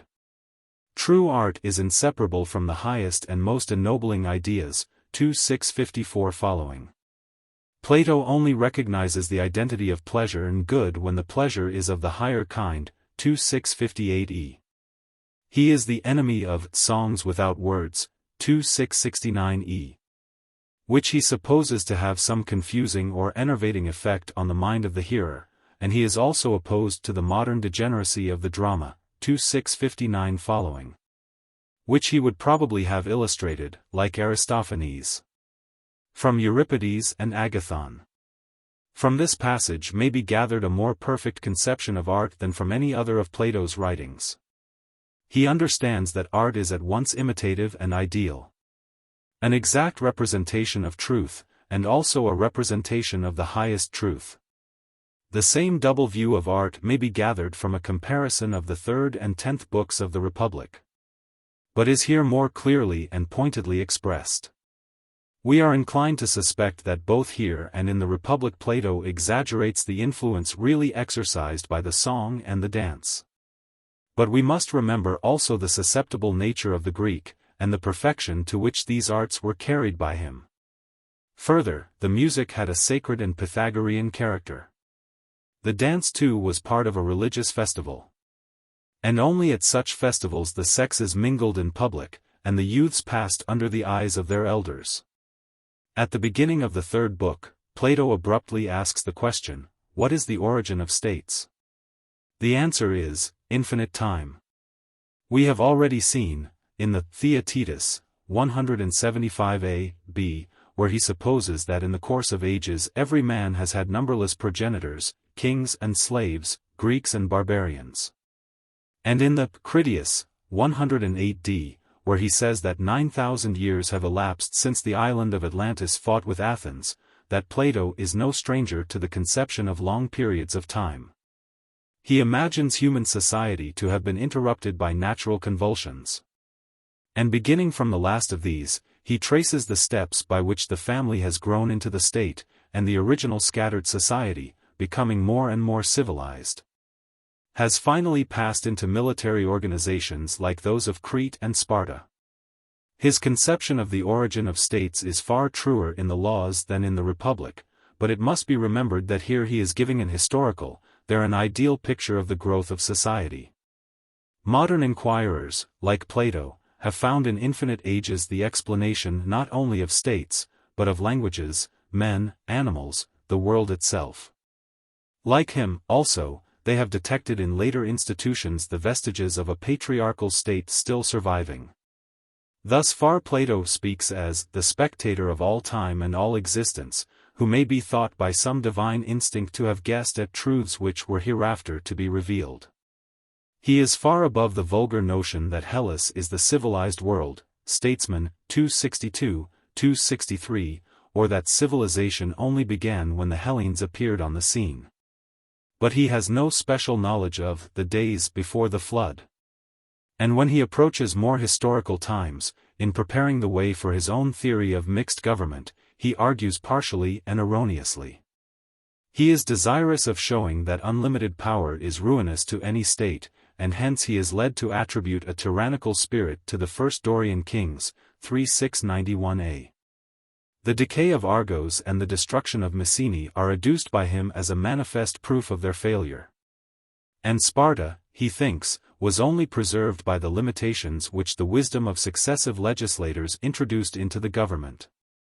But there is no more reason to suppose that the Dorian rule of life which was followed at Sparta ever prevailed in Argos and Mycenae, than to assume that Dorian institutions were framed to protect the Greeks against the power of Assyria. Or that the empire of Assyria was in any way affected by the Trojan War, or that the return of the Heraclidae was only the return of Achaean exiles, who received a new name from their leader Dorius. Such fancies were chiefly based, as far as they had any foundation, on the use of analogy, which played a great part in the dawn of historical and geographical research. Because there was a Persian Empire which was the natural enemy of the Greek, there must also have been an Assyrian Empire, which had a similar hostility. And not only the fable of the island of Atlantis, but the Trojan War, in Plato's mind derived some features from the Persian struggle. So Herodotus makes the Nile answer to the Ister, and the valley of the Nile to the Red Sea, 233, 34, 11. In the Republic, Plato is flying in the air regardless of fact and possibility. In the Laws, he is making history by analogy. In the former, he appears to be like some modern philosophers, absolutely devoid of historical sense. In the latter, he is on a level, not with Thucydides, or the critical historians of Greece, but with Herodotus, or even with Ctesias. The chief object of Plato in tracing the origin of society is to show the point at which regular government superseded the patriarchal authority, and the separate customs of different families were systematized by legislators, and took the form of laws consented to by them all. According to Plato, the only sound principle on which any government could be based was a mixture or balance of power. The balance of power saved Sparta, when the two other Heraclid states fell into disorder. Here is probably the first trace of a political idea, which has exercised a vast influence both in ancient and modern times. And yet we might fairly ask, a little parodying the language of Plato, O legislator, is unanimity only the struggle for existence? Or is the balance of powers in a state better than the harmony of them? In the fourth book we approach the realities of politics, and Plato begins to ascend to the height of his great argument. The reign of Cronos has passed away, 4713, and various forms of government have succeeded, which are all based on self-interest and self-preservation. Right and wrong, instead of being measured by the will of God, are created by the law of the state. The strongest assertions are made of the purely spiritual nature of religion. Without holiness no man is accepted of God, 47:16. And of the duty of filial obedience, honor thy parents, 47:17c. The legislator must teach these precepts as well as command them, 47:22. He is to be the educator as well as the lawgiver of future ages, and his laws are themselves to form a part of the education of the state. Unlike the poet, he must be definite and rational. 47:19b following, he cannot be allowed to say one thing at one time, and another thing at another, he must know what he is about. And yet legislation has a poetical or rhetorical element, and must find words which will wing their way to the hearts of men. Laws must be promulgated before they are put in execution, and mankind must be reasoned with before they are punished. The legislator, when he promulgates a particular law, will courteously entreat those who are willing to hear his voice. Upon the rebellious only does the heavy blow descend. A sermon and a law in one, blending the secular punishment with the religious sanction, appeared to Plato a new idea which might have a great result in reforming the world. The experiment had never been tried of reasoning with mankind, the laws of others had never had any preambles, and Plato seems to have great pleasure in contemplating his discovery. In these quaint forms of thought and language, great principles of morals and legislation are enunciated by him for the first time. They all go back to mind, 3688a, and God, who holds the beginning, middle, and end of all things in his hand, 4715e. The adjustment of the divine and human elements in the world is conceived in the spirit of modern popular philosophy, differing not much in the mode of expression. At first sight the legislator appears to be impotent, for all things are the sport of chance. But we admit also that God governs all things, and that chance and opportunity cooperate with him. Compare the saying, that chance is the name of the unknown cause. Lastly, while we acknowledge that God and chance govern mankind and provide the conditions of human action, experience will not allow us to deny a place to art. We know that there is a use in having a pilot, though the storm may overwhelm him. And a legislator is required to provide for the happiness of a state, although he will pray for favorable conditions under which he may exercise his art. 4709. Book v. Hear now, all ye who heard the laws about gods and ancestors, of all human possessions the soul is most divine, and most truly a man's own.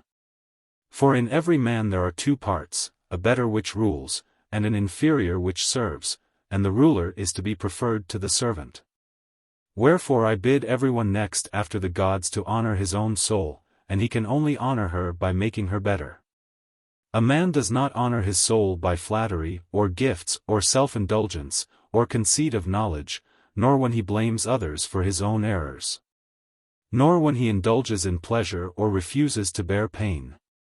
Nor when he thinks that life at any price is a good, because he fears the world below, which, far from being an evil, may be the greatest good.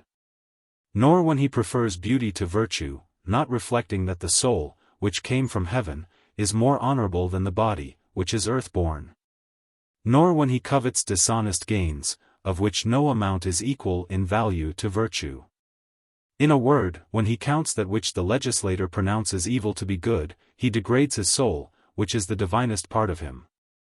He does not consider that the real punishment of evil-doing is to grow like evil men, and to shun the conversation of the good, and that he who is joined to such men must do and suffer what they by nature do and say to one another, which suffering is not justice but retribution. For justice is noble, but retribution is only the companion of injustice. And whether a man escapes punishment or not, he is equally miserable. For in the one case he is not cured, and in the other case he perishes that the rest may be saved.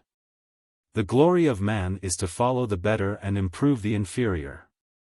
And the soul is that part of man which is most inclined to avoid the evil and dwell with the good. Wherefore also the soul is second only to the gods in honor, and in the third place the body is to be esteemed, which often has a false honor. For honor is not to be given to the fair or the strong, or the swift or the tall, or to the healthy, any more than to their opposites, but to the mean states of all these habits. And so of property and external goods. No man should heap up riches that he may leave them to his children. The best condition for them as for the state is a middle one, in which there is a freedom without luxury. And the best inheritance of children is modesty. But modesty cannot be implanted by admonition only, the elders must set the example. He who would train the young must first train himself. He who honors his kindred and family may fairly expect that the gods will give him children. He who would have friends must think much of their favors to him, and little of his to them.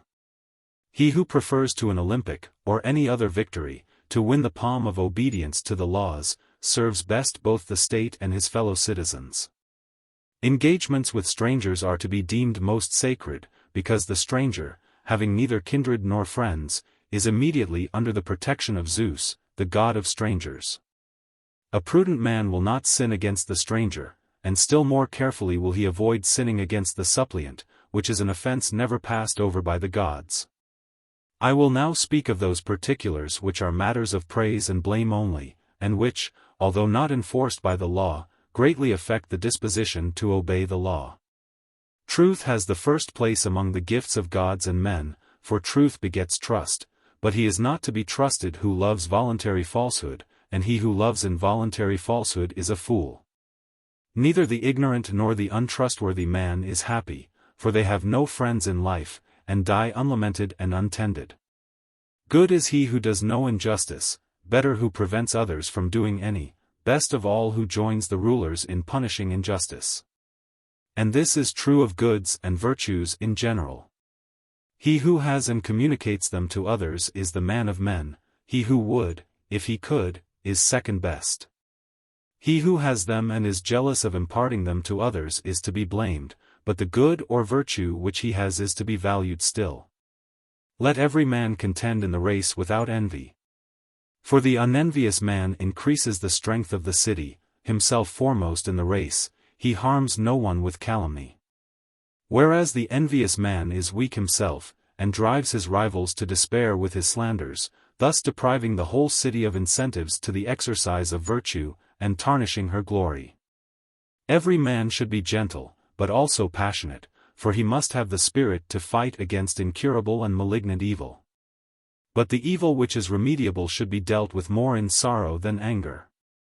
He who is unjust is to be pitied in any case, for no man voluntarily does evil or allows evil to exist in his soul. And therefore he who deals with the curable sort must be long-suffering and forbearing, but the incurable shall have the vials of our wrath poured out upon him. The greatest of all evils is self-love, which is thought to be natural and excusable, and is enforced as a duty, and yet is the cause of many errors. The lover is blinded about the beloved, and prefers his own interests to truth and right, but the truly great man seeks justice before all things. Self-love is the source of that ignorant conceit of knowledge which is always doing and never succeeding. Wherefore let every man avoid self-love, and follow the guidance of those who are better than himself. There are lesser matters which a man should recall to mind. For wisdom is like a stream, ever flowing in and out, and recollection flows in when knowledge is failing. Let no man either laugh or grieve over much. But let him control his feelings in the day of good or ill fortune, believing that the gods will diminish the evils and increase the blessings of the righteous. These are thoughts which should ever occupy a good man's mind. He should remember them both in lighter and in more serious hours, and remind others of them. So much of divine matters and the relation of man to God. But man is man, and dependent on pleasure and pain, and therefore to acquire a true taste respecting either is a great matter. And what is a true taste? This can only be explained by a comparison of one life with another. Pleasure is an object of desire, pain of avoidance. And the absence of pain is to be preferred to pain, but not to pleasure. There are infinite kinds and degrees of both of them, and we choose the life which has more pleasure and avoid that which has less. But we do not choose that life in which the elements of pleasure are either feeble or equally balanced with pain. All the lives which we desire are pleasant. The choice of any others is due to inexperience. Now there are 4 lives, the temperate, the rational, the courageous, the healthful. And to these let us oppose 4 others, the intemperate, the foolish, the cowardly, the diseased. The temperate life has gentle pains and pleasures and placid desires, the intemperate life has violent delights, and still more violent desires. And the pleasures of the temperate exceed the pains, while the pains of the intemperate exceed the pleasures. But if this is true, none are voluntarily intemperate. But all who lack temperance are either ignorant or wanting in self-control, for men always choose the life which, as they think, exceeds in pleasure. The wise, the healthful, the courageous life have a similar advantage, they also exceed their opposites in pleasure. And, generally speaking, the life of virtue is far more pleasurable and honorable, fairer and happier far, than the life of vice. Let this be the preamble of our laws, the strain will follow. As in a web the warp is stronger than the woof, so should the rulers be stronger than their half-educated subjects. Let us suppose, then, that in the constitution of a state there are 2 parts, the appointment of the rulers, and the laws which they have to administer. But, before going further, there are some preliminary matters which have to be considered. As of animals, so also of men, a selection must be made. The bad breed must be got rid of, and the good retained. The legislator must purify them, and if he be not a despot he will find this task to be a difficult one. The severer kinds of purification are practiced when great offenders are punished by death or exile. But there is a milder process which is necessary when the poor show a disposition to attack the property of the rich, for then the legislator will send them off to another land, under the name of a colony. In our case, however, we shall only need to purify the streams before they meet. This is often a troublesome business, but in theory we may suppose the operation performed, and the desired purity attained. Evil men we will hinder from coming, and receive the good as friends. Like the old Heraclid colony, we are fortunate in escaping the abolition of debts and the distribution of land, which are difficult and dangerous questions. But, perhaps, now that we are speaking of the subject, we ought to say how, if the danger existed, the legislator should try to avert it. He would have recourse to prayers, and trust to the healing influence of time. He would create a kindly spirit between creditors and debtors, those who have should give to those who have not. And poverty should be held to be rather the increase of a man's desires than the diminution of his property. Goodwill is the only safe and enduring foundation of the political society, and upon this our city shall be built. The lawgiver, if he is wise, will not proceed with the arrangement of the state until all disputes about property are settled. And for him to introduce fresh grounds of quarrel would be madness. Let us now proceed to the distribution of our state, and determine the size of the territory and the number of the allotments. The territory should be sufficient to maintain the citizens in moderation, and the population should be numerous enough to defend themselves, and sometimes to aid their neighbors. We will fix the number of citizens at 5,040, to which the number of houses and portions of land shall correspond. Let the number be divided into 2 parts and then into 3. For it is very convenient for the purposes of distribution, and is capable of 59 divisions, 10 of which proceed without interval from 1 to 10.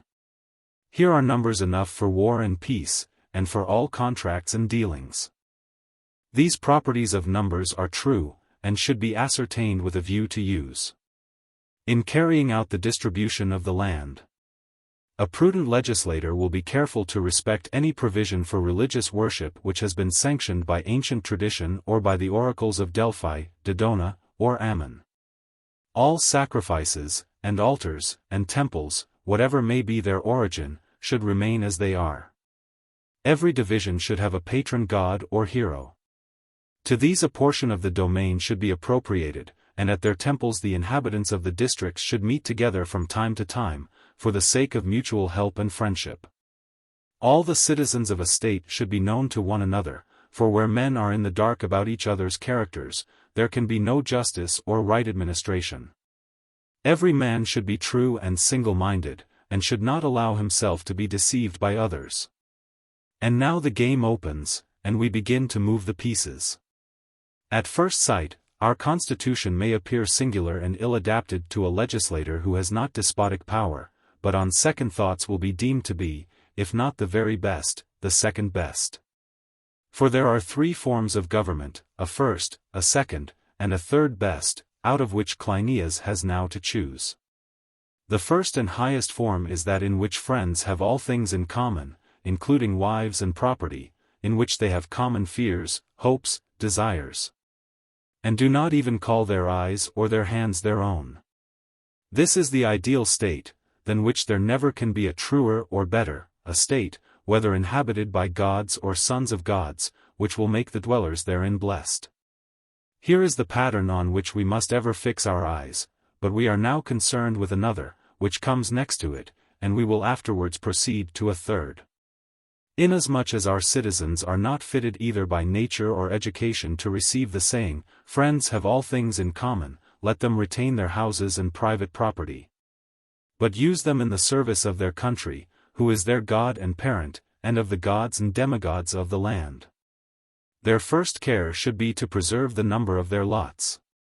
This may be secured in the following manner: when the possessor of a lot dies, he shall leave his lot to his best beloved child, who will become the heir of all duties and interests, and will minister to the gods and to the family, to the living and to the dead. Of the remaining children, the females must be given in marriage according to the law to be hereafter enacted. The males may be assigned to citizens who have no children of their own. How to equalize families and allotments will be one of the chief cares of the guardians of the laws. When parents have too many children, they may give to those who have none, or couples may abstain from having children, or, if there is a want of offspring, special care may be taken to obtain them. Or if the number of citizens becomes excessive, we may send away the surplus to found a colony. If, on the other hand, a war or plague diminishes the number of inhabitants, new citizens must be introduced, and these ought not, if possible, to be men of low birth or inferior training. But even God, it is said, cannot always fight against necessity. Wherefore we will thus address our citizens: good friends, honor order and equality, and above all the number 5,040.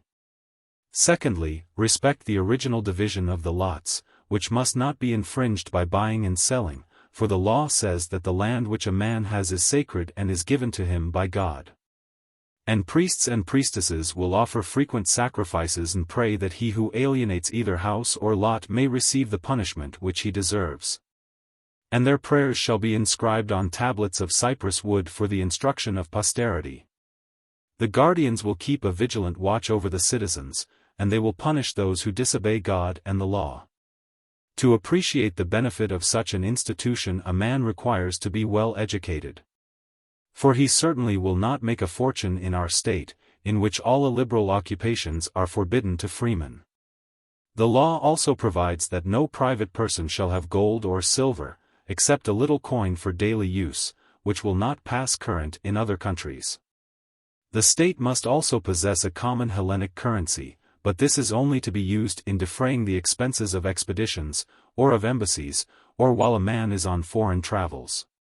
But in the latter case he must deliver up what is over, when he comes back, to the treasury in return for an equal amount of local currency, on pain of losing the sum in question. And he who does not inform against an offender is to be mulcted in a like sum. No money is to be given or taken as a dowry, or to be lent on interest. The law will not protect a man in recovering either interest or principal. All these regulations imply that the aim of the legislator is not to make the city as rich or as mighty as possible, but the best and happiest.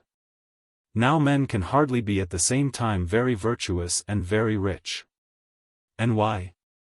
Because he who makes twice as much and saves twice as much as he ought, receiving where he ought not and not spending where he ought, will be at least twice as rich as he who makes money where he ought, and spends where he ought. On the other hand, an utterly bad man is generally profligate and poor, while he who acquires honestly, and spends what he acquires on noble objects, can hardly be very rich. A very rich man is therefore not a good man, and therefore not a happy one. But the object of our laws is to make the citizens as friendly and happy as possible, which they cannot be if they are always at law and injuring each other in the pursuit of gain. And therefore we say that there is to be no silver or gold in the state, nor usury, nor the rearing of the meaner kinds of livestock, but only agriculture. And only so much of this as will not lead men to neglect that for the sake of which money is made, first the soul and afterwards the body. Neither of which are good for much without music and gymnastic. Money is to be held in honor last or third. The highest interests being those of the soul, and in the second class are to be ranked those of the body. This is the true order of legislation, which would be inverted by placing health before temperance, and wealth before health. It might be well if every man could come to the colony having equal property. But equality is impossible, and therefore we must avoid causes of offense by having property valued and by equalizing taxation. To this end, let us make 4 classes in which the citizens may be placed according to the measure of their original property, and the changes of their fortune. The greatest of evils is revolution. And this, as the law will say, is caused by extremes of poverty or wealth. The limit of poverty shall be the lot, which must not be diminished, and may be increased 5-fold, but not more. He who exceeds the limit must give up the excess to the state. But if he does not, and is informed against, the surplus shall be divided between the informer and the gods, and he shall pay a sum equal to the surplus out of his own property. All property other than the lot must be inscribed in a register, so that any disputes which arise may be easily determined. The city shall be placed in a suitable situation, as nearly as possible in the center of the country, and shall be divided into 12 wards. First, we will erect an acropolis, encircled by a wall, within which shall be placed the temples of Hestia, and Zeus, and Athene. From this shall be drawn lines dividing the city, and also the country, into 12 sections, and the country shall be subdivided into 5,040 lots. Each lot shall contain 2 parts, one at a distance, the other near the city. And the distance of one part shall be compensated by the nearness of the other, the badness and goodness by the greater or less size. 12 lots will be assigned to 12 gods, and they will give their names to the tribes. The divisions of the city shall correspond to those of the country. And every man shall have 2 habitations, one near the center of the country, the other at the extremity. The objection will naturally arise, that all the advantages of which we have been speaking will never concur. The citizens will not tolerate a settlement in which they are deprived of gold and silver, and have the number of their families regulated, and the sites of their houses fixed by law. It will be said that our city is a mere image of wax. And the legislator will answer, I know it, but I maintain that we ought to set forth an ideal which is as perfect as possible. If difficulties arise in the execution of the plan, we must avoid them and carry out the remainder. But the legislator must first be allowed to complete his idea without interruption. The number 12, which we have chosen for the number of division, must run through all parts of the state, phratries, villages, ranks of soldiers, coins, and measures wet and dry, which are all to be made commensurable with one another. There is no meanness in requiring that the smallest vessels should have a common measure. For the divisions of number are useful in measuring height and depth, as well as sounds and motions, upwards or downwards, or round and round. The legislator should impress on his citizens the value of arithmetic. No instrument of education has so much power, nothing more tends to sharpen and inspire the dull intellect. But the legislator must be careful to instill a noble and generous spirit into the students, or they will tend to become cunning rather than wise. This may be proved by the example of the Egyptians and Phoenicians, who, notwithstanding their knowledge of arithmetic, are degraded in their general character. Whether this defect in them is due to some natural cause or to a bad legislator. For it is clear that there are great differences in the power of regions to produce good men. Heat and cold, and water and food, have great effects both on body and soul. And those spots are peculiarly fortunate in which the air is holy, and the gods are pleased to dwell. To all this the legislator must attend, so far as in him lies. Book 6. And now we are about to consider, 1. The appointment of magistrates, 2. The laws which they will have to administer must be determined. I may observe by the way that laws, however good, are useless and even injurious unless the magistrates are capable of executing them. And therefore, 1. The intended rulers of our imaginary state should be tested from their youth upwards until the time of their election. And, 2. Those who are to elect them ought to be trained in habits of law, that they may form a right judgment of good and bad men. But uneducated colonists, who are unacquainted with each other, will not be likely to choose well. What, then, shall we do?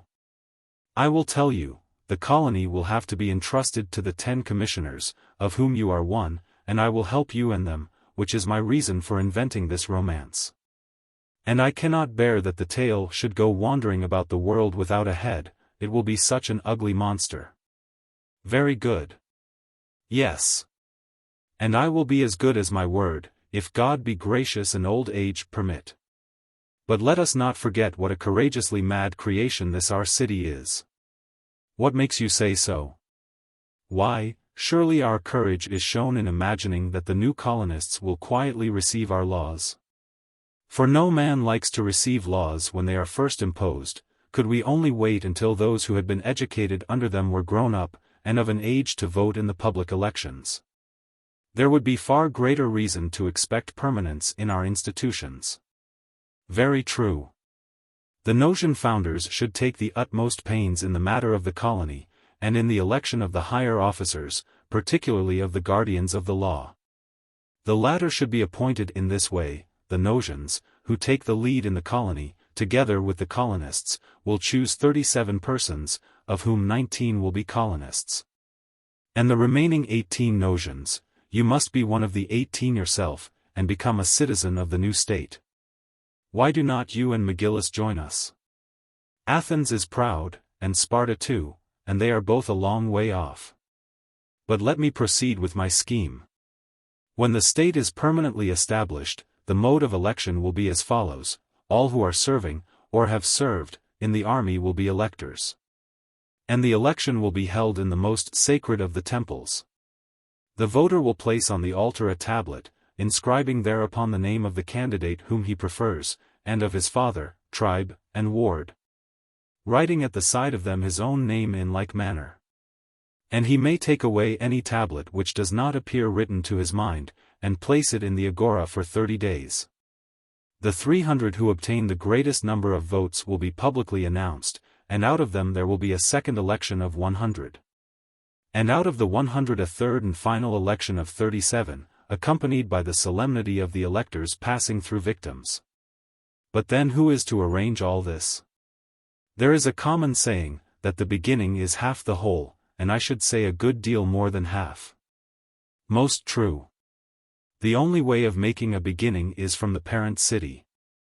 And though in after ages the tie may be broken, and quarrels may arise between them, yet in early days the child naturally looks to the mother for care and education. And, as I said before, the Nosians ought to take an interest in the colony, and select 100 elders of their own citizens, to whom shall be added 100 of the colonists, to arrange and supervise the first elections and scrutinies. And when the colony has been started, the Nosians may return home and leave the colonists to themselves. The 37 magistrates who have been elected in the manner described, shall have the following duties. First, they shall be guardians of the law. Secondly, of the registers of property in the 4 classes, not including the 1, 2, 3, 4 minae, which are allowed as a surplus. He who is found to possess what is not entered in the registers, in addition to the confiscation of such property, shall be proceeded against by law. And if he be cast, he shall lose his share in the public property and in distributions of money. And his sentence shall be inscribed in some public place. The guardians are to continue in office 20 years only, and to commence holding office at 50 years, or if elected at 60 they are not to remain after 70. Generals have now to be elected, and commanders of horse and brigadiers of foot. The generals shall be natives of the city, proposed by the guardians of the law, and elected by those who are or have been of the age for military service. Anyone may challenge the person nominated and start another candidate, whom he affirms upon oath to be better qualified. The 3 who obtain the greatest number of votes shall be elected.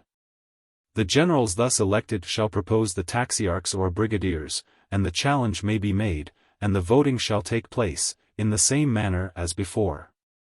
The elective assembly will be presided over in the first instance, and until the prytanes and council come into being, by the guardians of the law in some holy place. And they shall divide the citizens into 3 divisions, hoplites, cavalry, and the rest of the army, placing each of them by itself. All are to vote for generals and cavalry officers. The brigadiers are to be voted for only by the hoplites. Next, the cavalry are to choose phylarchs for the generals. But captains of archers and other irregular troops are to be appointed by the generals themselves. The cavalry officers shall be proposed and voted upon by the same persons who vote for the generals. The 2 who have the greatest number of votes shall be leaders of all the horse. Disputes about the voting may be raised once or twice, but, if a third time, the presiding officers shall decide. The council shall consist of 360, who may be conveniently divided into 4 sections, making 90 councillors of each class. In the first place, all the citizens shall select candidates from the first class, and they shall be compelled to vote under pain of a fine. This shall be the business of the first day. On the second day a similar selection shall be made from the second class under the same conditions. On the third day, candidates shall be selected from the third class. But the compulsion to vote shall only extend to the voters of the first 3 classes. On the fourth day, members of the council shall be selected from the 4th class. They shall be selected by all, but the compulsion to vote shall only extend to the 2nd class, who, if they do not vote, shall pay a fine of triple the amount which was exacted at first. And to the 1st class, who shall pay a quadruple fine. On the 5th day, the names shall be exhibited, and out of them shall be chosen by all the citizens 180 of each class. These are severally to be reduced by lot to 90. And 90 by 4 will form the council for the year. The mode of election which has been described is a mean between monarchy and democracy, and such a mean should ever be observed in the state. For servants and masters cannot be friends, and, although equality makes friendship, we must remember that there are two sorts of equality. One of them is the rule of number and measure. But there is also a higher equality, which is the judgment of Zeus. Of this he grants but little to mortal men, yet that little is the source of the greatest good to cities and individuals. It is proportioned to the nature of each man, it gives more to the better and less to the inferior, and is the true political justice. To this we in our state desire to look, as every legislator should, not to the interests either of tyrants or mobs. But justice cannot always be strictly enforced, and then equity and mercy have to be substituted, and for a similar reason, when true justice will not be endured. We must have recourse to the rougher justice of the lot, which God must be entreated to guide. These are the principal means of preserving the state, but perpetual care will also be required. When a ship is sailing on the sea, vigilance must not be relaxed night or day. And the vessel of state is tossing in a political sea, and therefore watch must continually succeed watch, and rulers must join hands with rulers. A small body will best perform this duty, and therefore the greater part of the 360 senators may be permitted to go and manage their own affairs. But a 12th portion must be set aside in each month for the administration of the state. Their business will be to receive information and answer embassies, also they must endeavor to prevent or heal internal disorders. And with this object they must have the control of all assemblies of the citizens. Besides the council, there must be wardens of the city and of the agora, who will superintend houses, ways, harbors, markets, and fountains, in the city and the suburbs, and prevent any injury being done to them by man or beast. The temples, also, will require priests and priestesses. Those who hold the priestly office by hereditary tenure shall not be disturbed. But as there will probably be few or none such in a new colony, priests and priestesses shall be appointed for the gods who have no servants. Some of these officers shall be elected by vote, some by lot, and all classes shall mingle in a friendly manner at the elections. The appointment of priests should be left to God, that is, to the lot. But the person elected must prove that he is himself sound in body and of legitimate birth, and that his family has been free from homicide or any other stain of impurity. Priests and priestesses are to be not less than 60 years of age, and shall hold office for a year only. The laws which are to regulate matters of religion shall be brought from Delphi, and interpreters appointed to superintend their execution. These shall be elected in the following manner: the 12 tribes shall be formed into 3 bodies of 4, each of which shall select 4 candidates. And this shall be done 3 times, of each 12 thus selected the 3 who receive the largest number of votes, 9 in all, after undergoing a scrutiny shall go to Delphi, in order that the god may elect one out of each triad. They shall be appointed for life, and when any of them dies, another shall be elected by the 4 tribes who made the original appointment. There shall also be treasurers of the temples. 3 for the greater temples, 2 for the lesser, and 1 for those of least importance. The defense of the city should be committed to the generals and other officers of the army, and to the wardens of the city and agora. The defense of the country shall be on this wise: the 12 tribes shall allot among themselves annually the 12 divisions of the country. And each tribe shall appoint 5 wardens and commanders of the watch. The 5 wardens in each division shall choose out of their own tribe 12 guards, who are to be between 25 and 30 years of age. Both the wardens and the guards are to serve 2 years. And they shall make a round of the divisions, staying a month in each. They shall go from west to east during the 1st year, and back from east to west during the 2nd. Thus they will gain a perfect knowledge of the country at every season of the year. While on service, their first duty will be to see that the country is well protected by means of fortifications and entrenchments. They will use the beasts of burden and the laborers whom they find on the spot, taking care however not to interfere with the regular course of agriculture. But while they thus render the country as inaccessible as possible to enemies, they will also make it as accessible as possible to friends by constructing and maintaining good roads. They will restrain and preserve the rain which comes down from heaven, making the barren places fertile, and the wet places dry. They will ornament the fountains with plantations and buildings, and provide water for irrigation at all seasons of the year. They will lead the streams to the temples and groves of the gods. And in such spots the youth shall make gymnasia for themselves, and warm baths for the aged. There the rustic worn with toil will receive a kindly welcome, and be far better treated than at the hands of an unskillful doctor. These works will be both useful and ornamental. But the 60 wardens must not fail to give serious attention to other duties. For they must watch over the districts assigned to them, and also act as judges. In small matters the 5 commanders shall decide, in greater matters up to 3 minae, the 5 commanders and the 12 guards. Like all other judges, except those who have the final decision, they shall be liable to give an account. If the wardens impose unjust tasks on the villagers, or take by force their crops or implements, or yield to flattery or bribes in deciding suits, let them be publicly dishonored. In regard to any other wrongdoing, if the question be of a mina, let the neighbors decide. But if the accused person will not submit, trusting that his monthly removals will enable him to escape payment, and also in suits about a larger amount, the injured party may have recourse to the common court. In the former case, if successful, he may exact a double penalty. The wardens and guards, while on their 2 years' service, shall live and eat together, and the guard who is absent from the daily meals without permission or sleeps out at night shall be regarded as a deserter, and may be punished by anyone who meets him.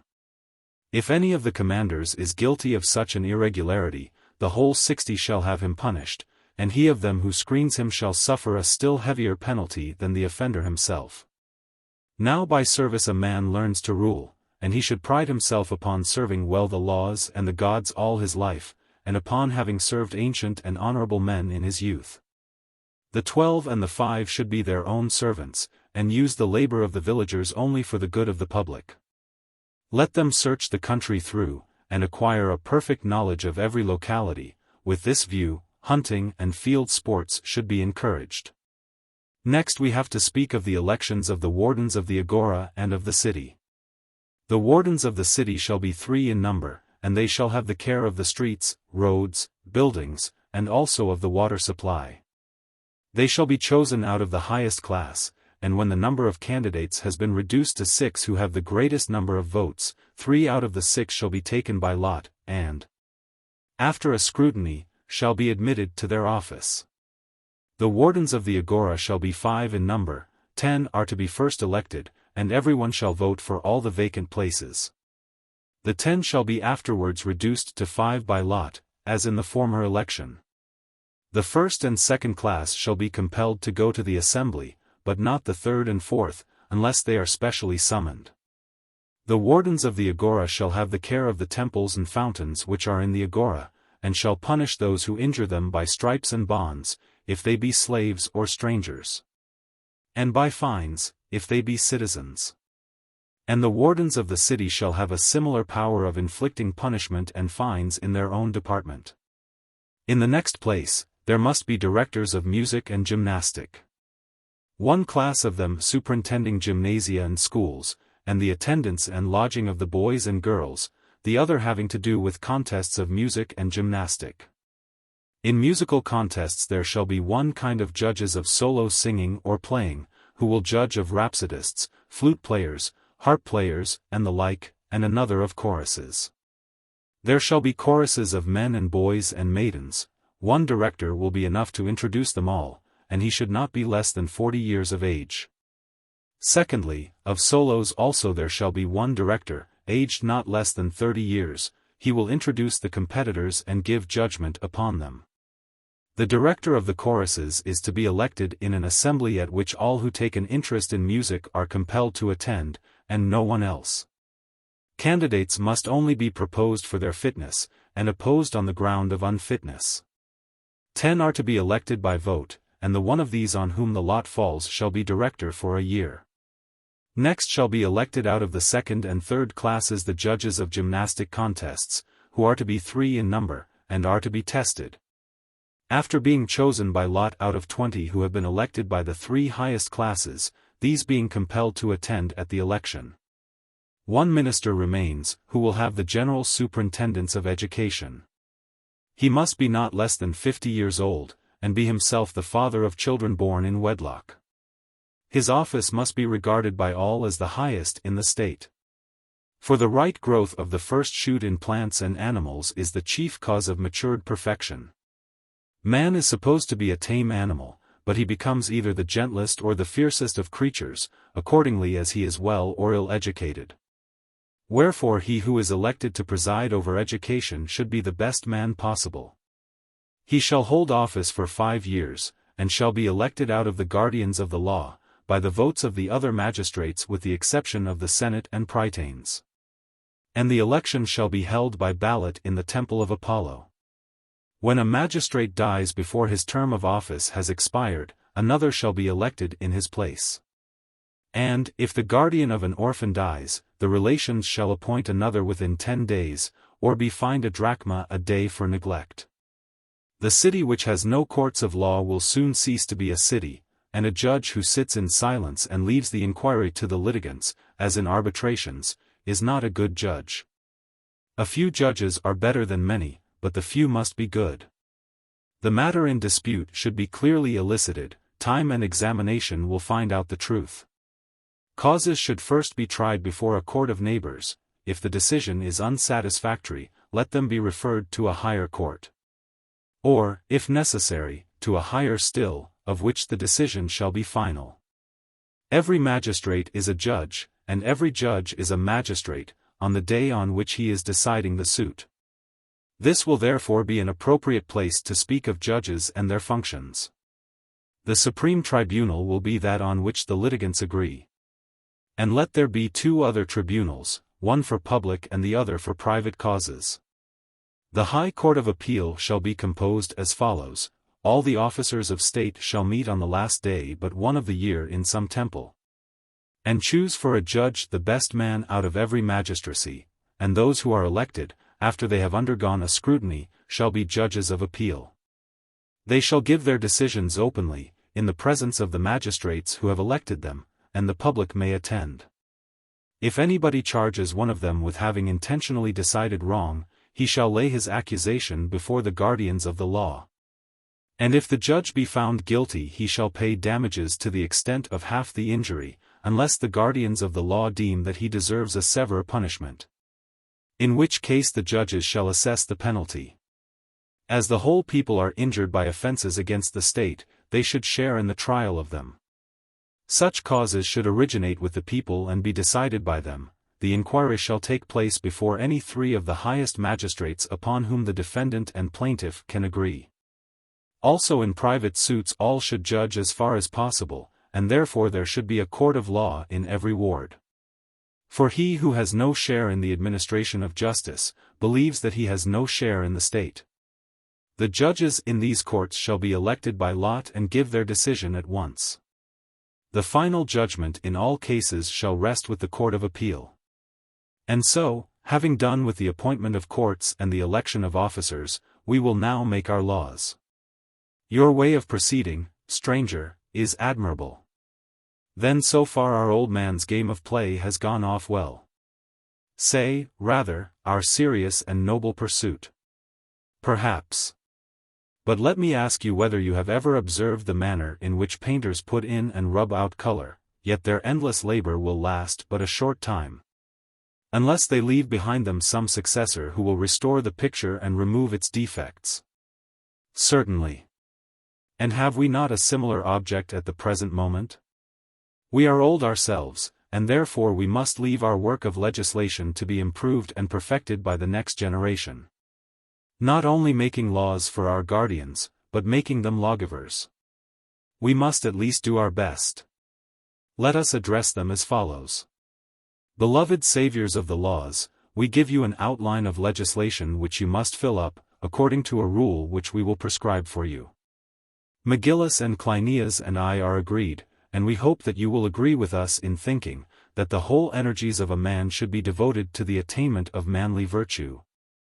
Whether this is to be gained by study, or habit, or desire, or opinion.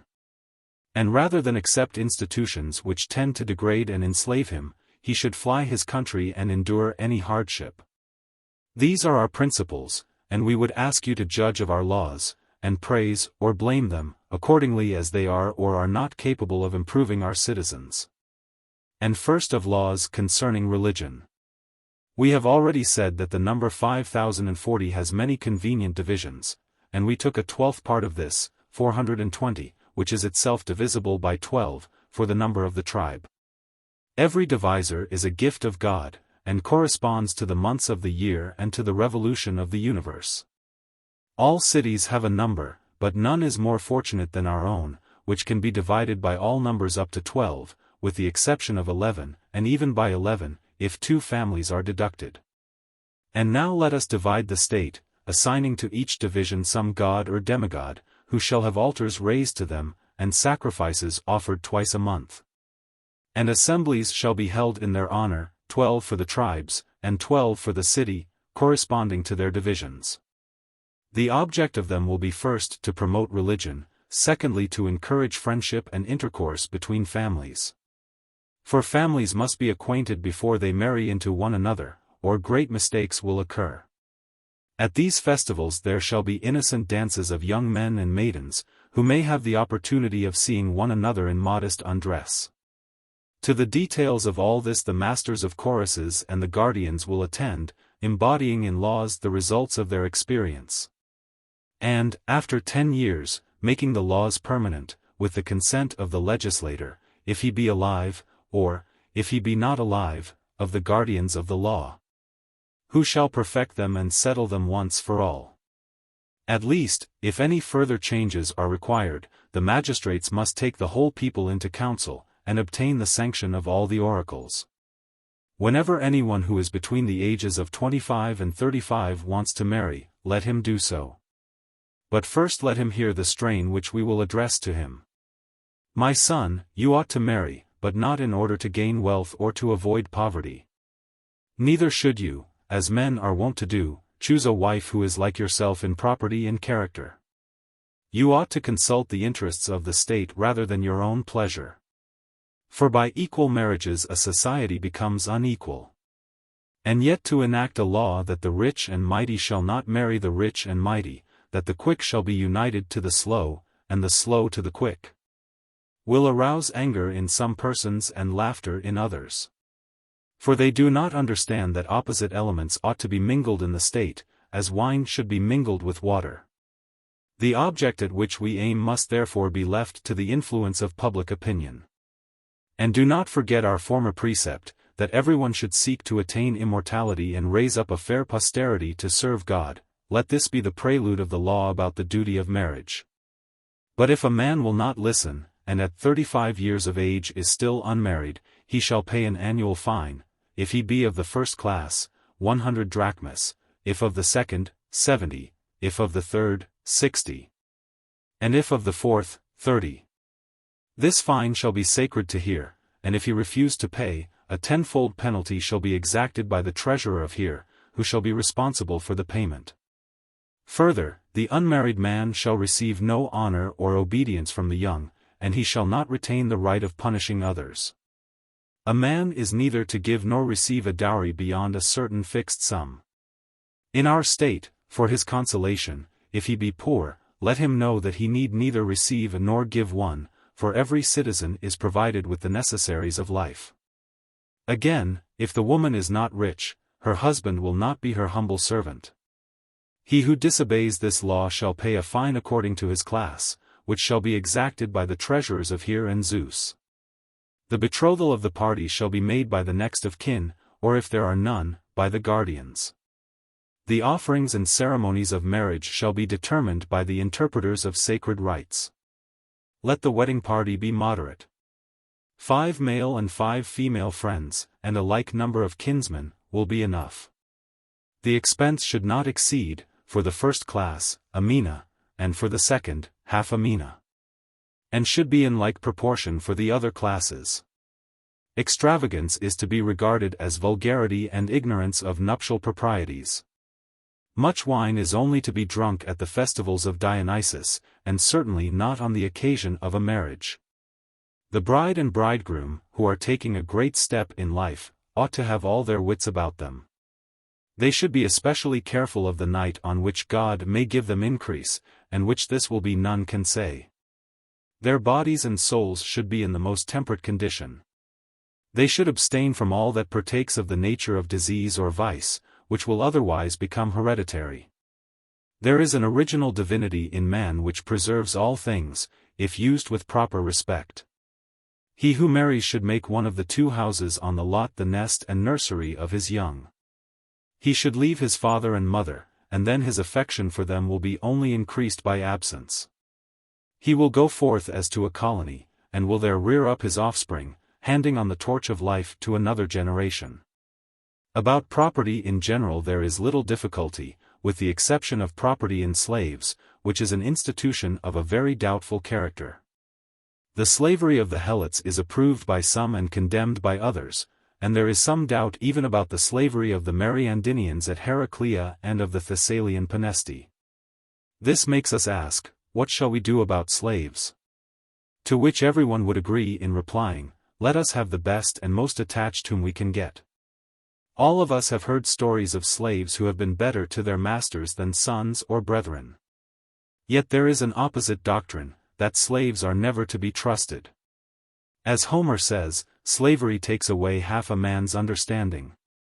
And different persons treat them in different ways. There are some who never trust them, and beat them like dogs, until they make them many times more slavish than they were before. And others pursue the opposite plan. Man is a troublesome animal, as has been often shown, Megillus, notably in the revolts of the Messenians. And great mischiefs have arisen in countries where there are large bodies of slaves of one nationality. 2 rules may be given for their management: first, that they should not, if possible, be of the same country or have a common language. And secondly, that they should be treated by their master with more justice even than equals, out of regard to himself quite as much as to them. For he who is righteous in the treatment of his slaves, or of any inferiors, will sow in them the seed of virtue. Masters should never jest with their slaves. This, which is a common but foolish practice, increases the difficulty and painfulness of managing them. Next, as to habitations.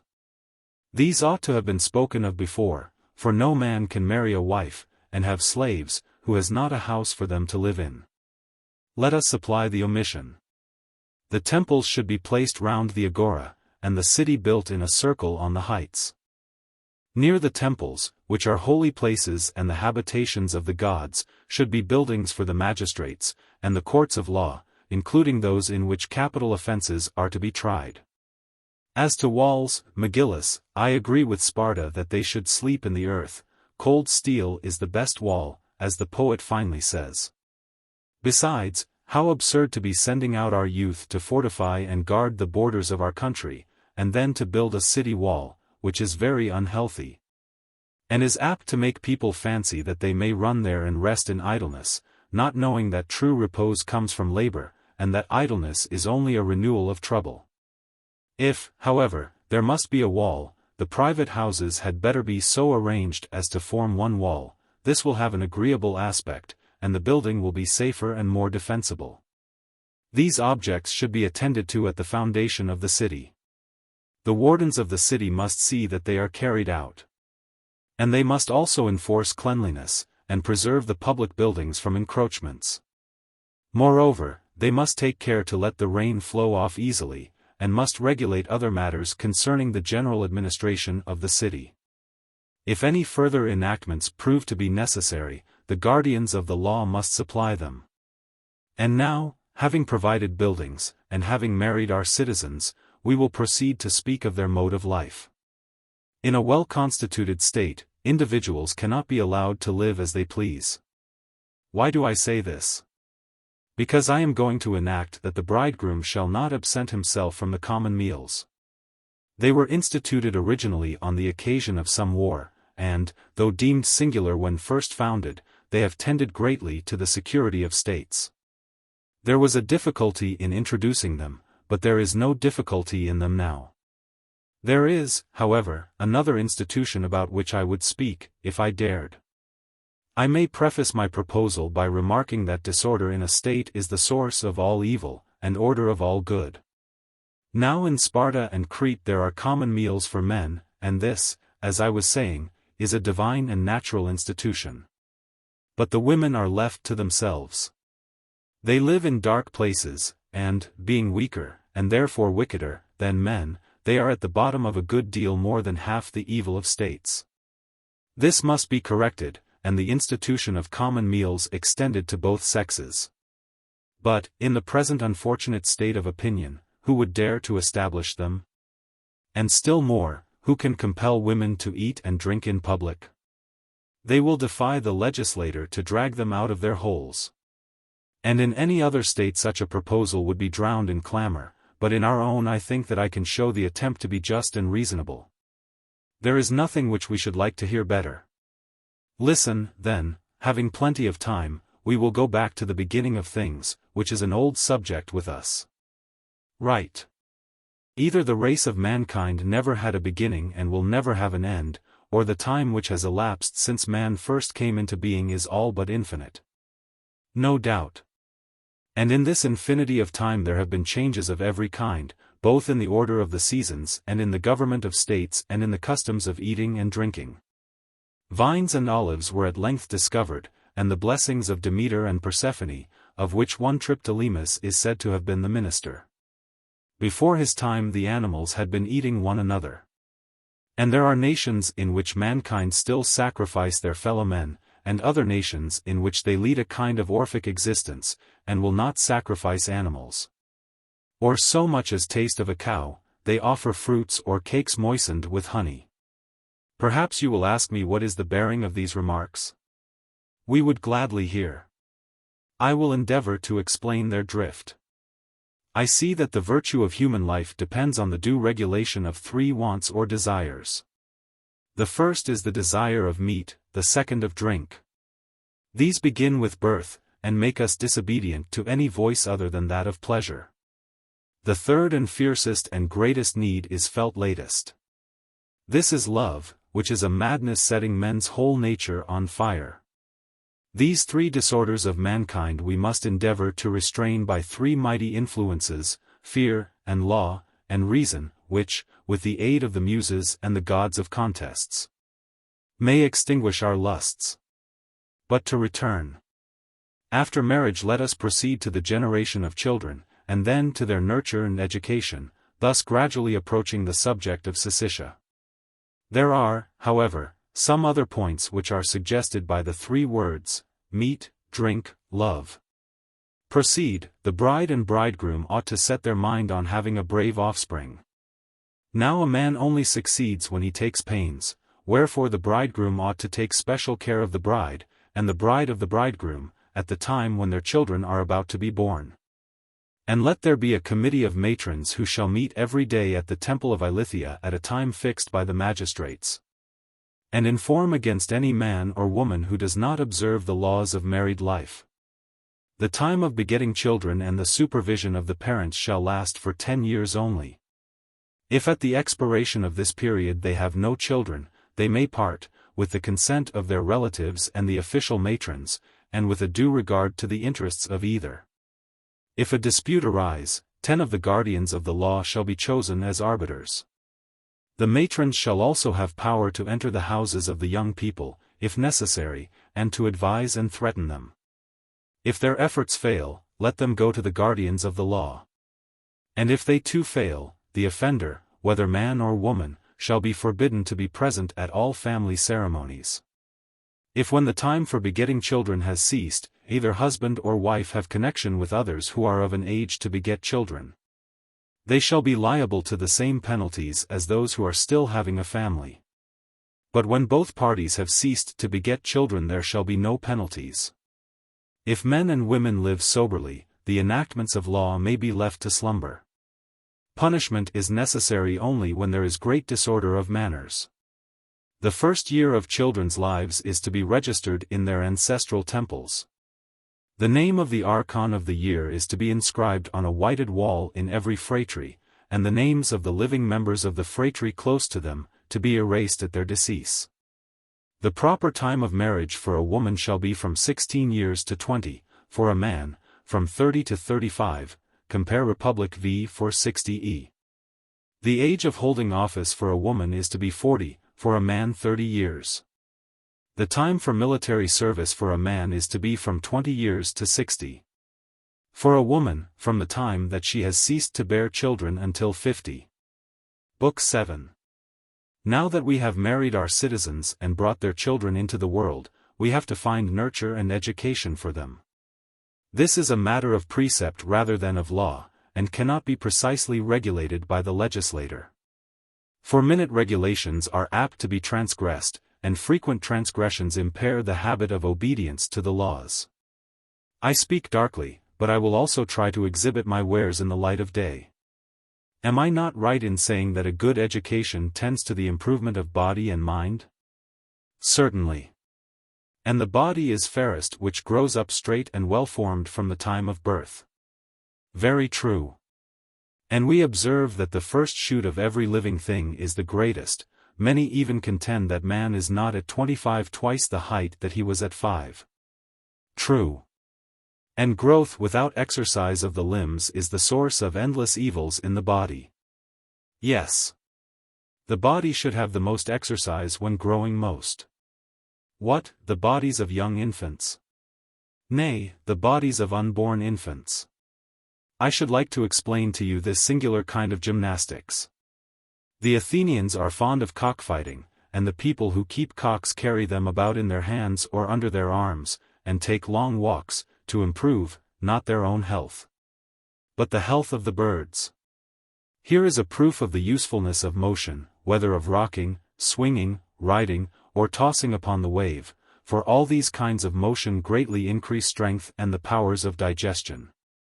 Hence we infer that our women, when they are with child, should walk about and fashion the embryo. And the children, when born, should be carried by strong nurses. There must be more than one of them, and should not be suffered to walk until they are 3 years old. Shall we impose penalties for the neglect of these rules?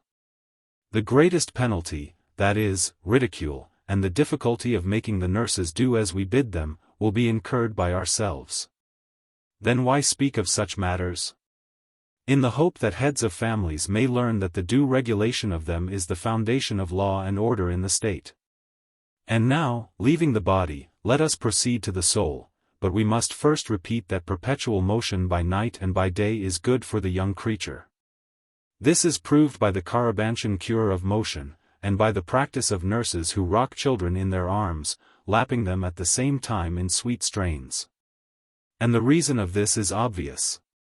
The affections, both of the bacchantes and of the children, arise from fear, and this fear is occasioned by something wrong which is going on within them. Now a violent external commotion tends to calm the violent internal one. It quiets the palpitation of the heart, giving to the children sleep, and bringing back the bacchantes to their right minds by the help of dances and acceptable sacrifices. But if fear has such power, will not a child who is always in a state of terror grow up timid and cowardly, whereas if he learns from the first to resist fear he will develop a habit of courage? Very true. And we may say that the use of motion will inspire the souls of children with cheerfulness and therefore with courage. Of course.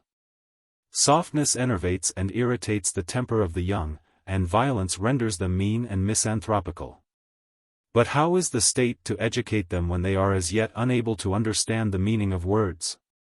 Why, surely they roar and cry, like the young of any other animal, and the nurse knows the meaning of these intimations of the child's likes or dislikes, and the occasions which call them forth. About 3 years is passed by children in a state of imperfect articulation, which is quite long enough time to make them either good or ill-tempered. And, therefore, during these first 3 years, the infant should be as free as possible from fear and pain. Yes, and he should have as much pleasure as possible. There, I think, you are wrong. For the influence of pleasure in the beginning of education is fatal. A man should neither pursue pleasure nor wholly avoid pain. He should embrace the mean, and cultivate that state of calm which mankind, taught by some inspiration, attribute to God. And he who would be like God should neither be too fond of pleasure himself, nor should he permit any other to be thus given, above all, not the infant, whose character is just in the making. It may sound ridiculous, but I affirm that a woman in her pregnancy should be carefully tended, and kept from excessive pleasures and pains. I quite agree with you about the duty of avoiding extremes and following the mean. Let us consider a further point. The matters which are now in question are generally called customs rather than laws. And we have already made the reflection that, though they are not, properly speaking, laws, yet neither can they be neglected. For they fill up the interstices of law, and are the props and ligatures on which the strength of the whole building depends. Laws without customs never last. And we must not wonder if habit and custom sometimes lengthen out our laws. Very true. Up to their 3rd year, then, the life of children may be regulated by customs such as we have described. From 3 to 6 their minds have to be amused, but they must not be allowed to become self-willed and spoilt. If punishment is necessary, the same rule will hold as in the case of slaves. They must neither be punished in hot blood nor ruined by indulgence. The children of that age will have their own modes of amusing themselves. They should be brought for their play to the village temples, and placed under the care of nurses, who will be responsible to 12 matrons annually chosen by the women who have authority over marriage. These shall be appointed, one out of each tribe, and their duty shall be to keep order at the meetings, slaves who break the rules laid down by them. They shall punish by the help of some of the public slaves. But citizens who dispute their authority shall be brought before the magistrates. After 6 years of age there shall be a separation of the sexes. The boys will go to learn riding and the use of arms, and the girls may, if they please, also learn. Here I note a practical error in early training. Mothers and nurses foolishly believe that the left hand is by nature different from the right, whereas the left leg and foot are acknowledged to be the same as the right. But the truth is that nature made all things to balance, and the power of using the left hand, which is of little importance in the case of the plectrum of the lyre, may make a great difference in the art of the warrior, who should be a skilled gymnast and able to fight and balance himself in any position. If a man were a Briareus, he should use all his 100 hands at once. At any rate, let everybody employ the 2 which they have. To these matters the magistrates, male and female, should attend. The women superintending the nursing and amusement of the children, and the men superintending their education, that all of them, boys and girls alike, may be sound, wind and limb, and not spoil the gifts of nature by bad habits. Education has 2 branches, gymnastic, which is concerned with the body, and music, which improves the soul. And gymnastic has 2 parts, dancing and wrestling. Of dancing one kind imitates musical recitation and aims at stateliness and freedom, another kind is concerned with the training of the body, and produces health, agility, and beauty. There is no military use in the complex systems of wrestling which pass under the names of Antaeus and Circean, or in the tricks of boxing, which are attributed to Amycus and Hippias. But good wrestling and the habit of extricating the neck, hands, and sides, should be diligently learnt and taught. In our dances imitations of war should be practiced, as in the dances of the Cuorites in Crete and of the Dioscuri at Sparta, or as in the dances in complete armor which were taught us Athenians by the goddess Athene. Youths who are not yet of an age to go to war should make religious processions armed and on horseback, and they should also engage in military games and contests. These exercises will be equally useful in peace and war, and will benefit both states and families. Next follows music, to which we will once more return. And here I shall venture to repeat my old paradox, that amusements have great influence on laws. He who has been taught to play at the same games and with the same playthings will be content with the same laws. There is no greater evil in a state than the spirit of innovation. In the case of the seasons and winds, in the management of our bodies and in the habits of our minds, change is a dangerous thing. And in everything but what is bad the same rule holds. We all venerate and acquiesce in the laws to which we are accustomed. And if they have continued during long periods of time, and there is no remembrance of their ever having been otherwise, people are absolutely afraid to change them. Now how can we create this quality of immobility in the laws? I say, by not allowing innovations in the games and plays of children. The children who are always having new plays, when grown up will be always having new laws. Changes in mere fashions are not serious evils, but changes in our estimate of men's characters are most serious. And rhythms and music are representations of characters, and therefore we must avoid novelties in dance and song. For securing permanence no better method can be imagined than that of the Egyptians. What is their method? They make a calendar for the year, arranging on what days the festivals of the various gods shall be celebrated, and for each festival they consecrate an appropriate hymn and dance. In our state a similar arrangement shall in the first instance be framed by certain individuals, and afterwards solemnly ratified by all the citizens. He who introduces other hymns or dances shall be excluded by the priests and priestesses and the guardians of the law, and if he refuses to submit, he may be prosecuted for impiety. But we must not be too ready to speak about such great matters. Even a young man, when he hears something unaccustomed, stands and looks this way and that, like a traveler at a place where three ways meet. And at our age a man ought to be very sure of his ground in so singular an argument. Very true. Then, leaving the subject for further examination at some future time, let us proceed with our laws about education, for in this manner we may probably throw light upon our present difficulty. Let us do as you say. The ancients used the term nomoi to signify harmonious strains, and perhaps they fancied that there was a connection between the songs and laws of a country. And we say, whosoever shall transgress the strains by law established is a transgressor of the laws, and shall be punished by the guardians of the law and by the priests and priestesses. Very good. How can we legislate about these consecrated strains without incurring ridicule? Molds or types must be first framed, and one of the types shall be, abstinence from evil words at sacrifices. When a son or brother blasphemes at a sacrifice there is a sound of ill omen heard in the family. And many a chorus stands by the altar uttering inauspicious words, and he is crowned victor who excites the hearers most with lamentations. Such lamentations should be reserved for evil days, and should be uttered only by hired mourners, and let the singers not wear circlets or ornaments of gold. To avoid every evil word, then, shall be our first type. Agreed. Our second law or type shall be, that prayers ever accompany sacrifices. And our third, that, inasmuch as all prayers are requests, they shall be only for good, this the poets must be made to understand. Certainly. Have we not already decided that no gold or silver plutus shall be allowed in our city? And did not this show that we were dissatisfied with the poets? And may we not fear that, if they are allowed to utter injudicious prayers, they will bring the greatest misfortunes on the state? And we must therefore make a law that the poet is not to contradict the laws or ideas of the state. Nor is he to show his poems to any private persons until they have first received the imprimatur of the Director of Education. A fourth musical law will be to the effect that hymns and praises shall be offered to gods, and to heroes and demigods. Still another law will permit eulogies of eminent citizens, whether men or women, but only after their death.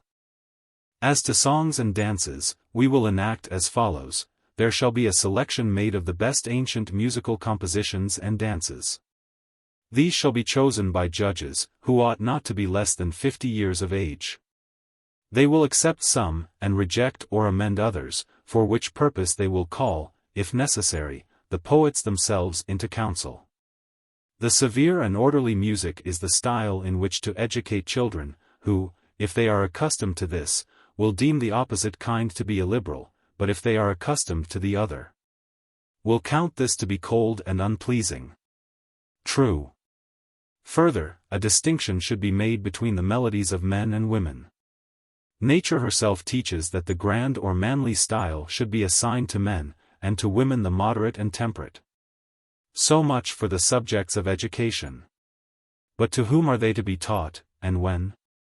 I must try, like the shipwright, who lays down the keel of a vessel, to build a secure foundation for the vessel of the soul in her voyage through life. Human affairs are hardly serious, and yet a sad necessity compels us to be serious about them. Let us, therefore, do our best to bring the matter to a conclusion. Very good. I say then, that God is the object of a man's most serious endeavors. But man is created to be the plaything of the gods. And therefore the aim of everyone should be to pass through life, not in grim earnest, but playing at the noblest of pastimes, in another spirit from that which now prevails.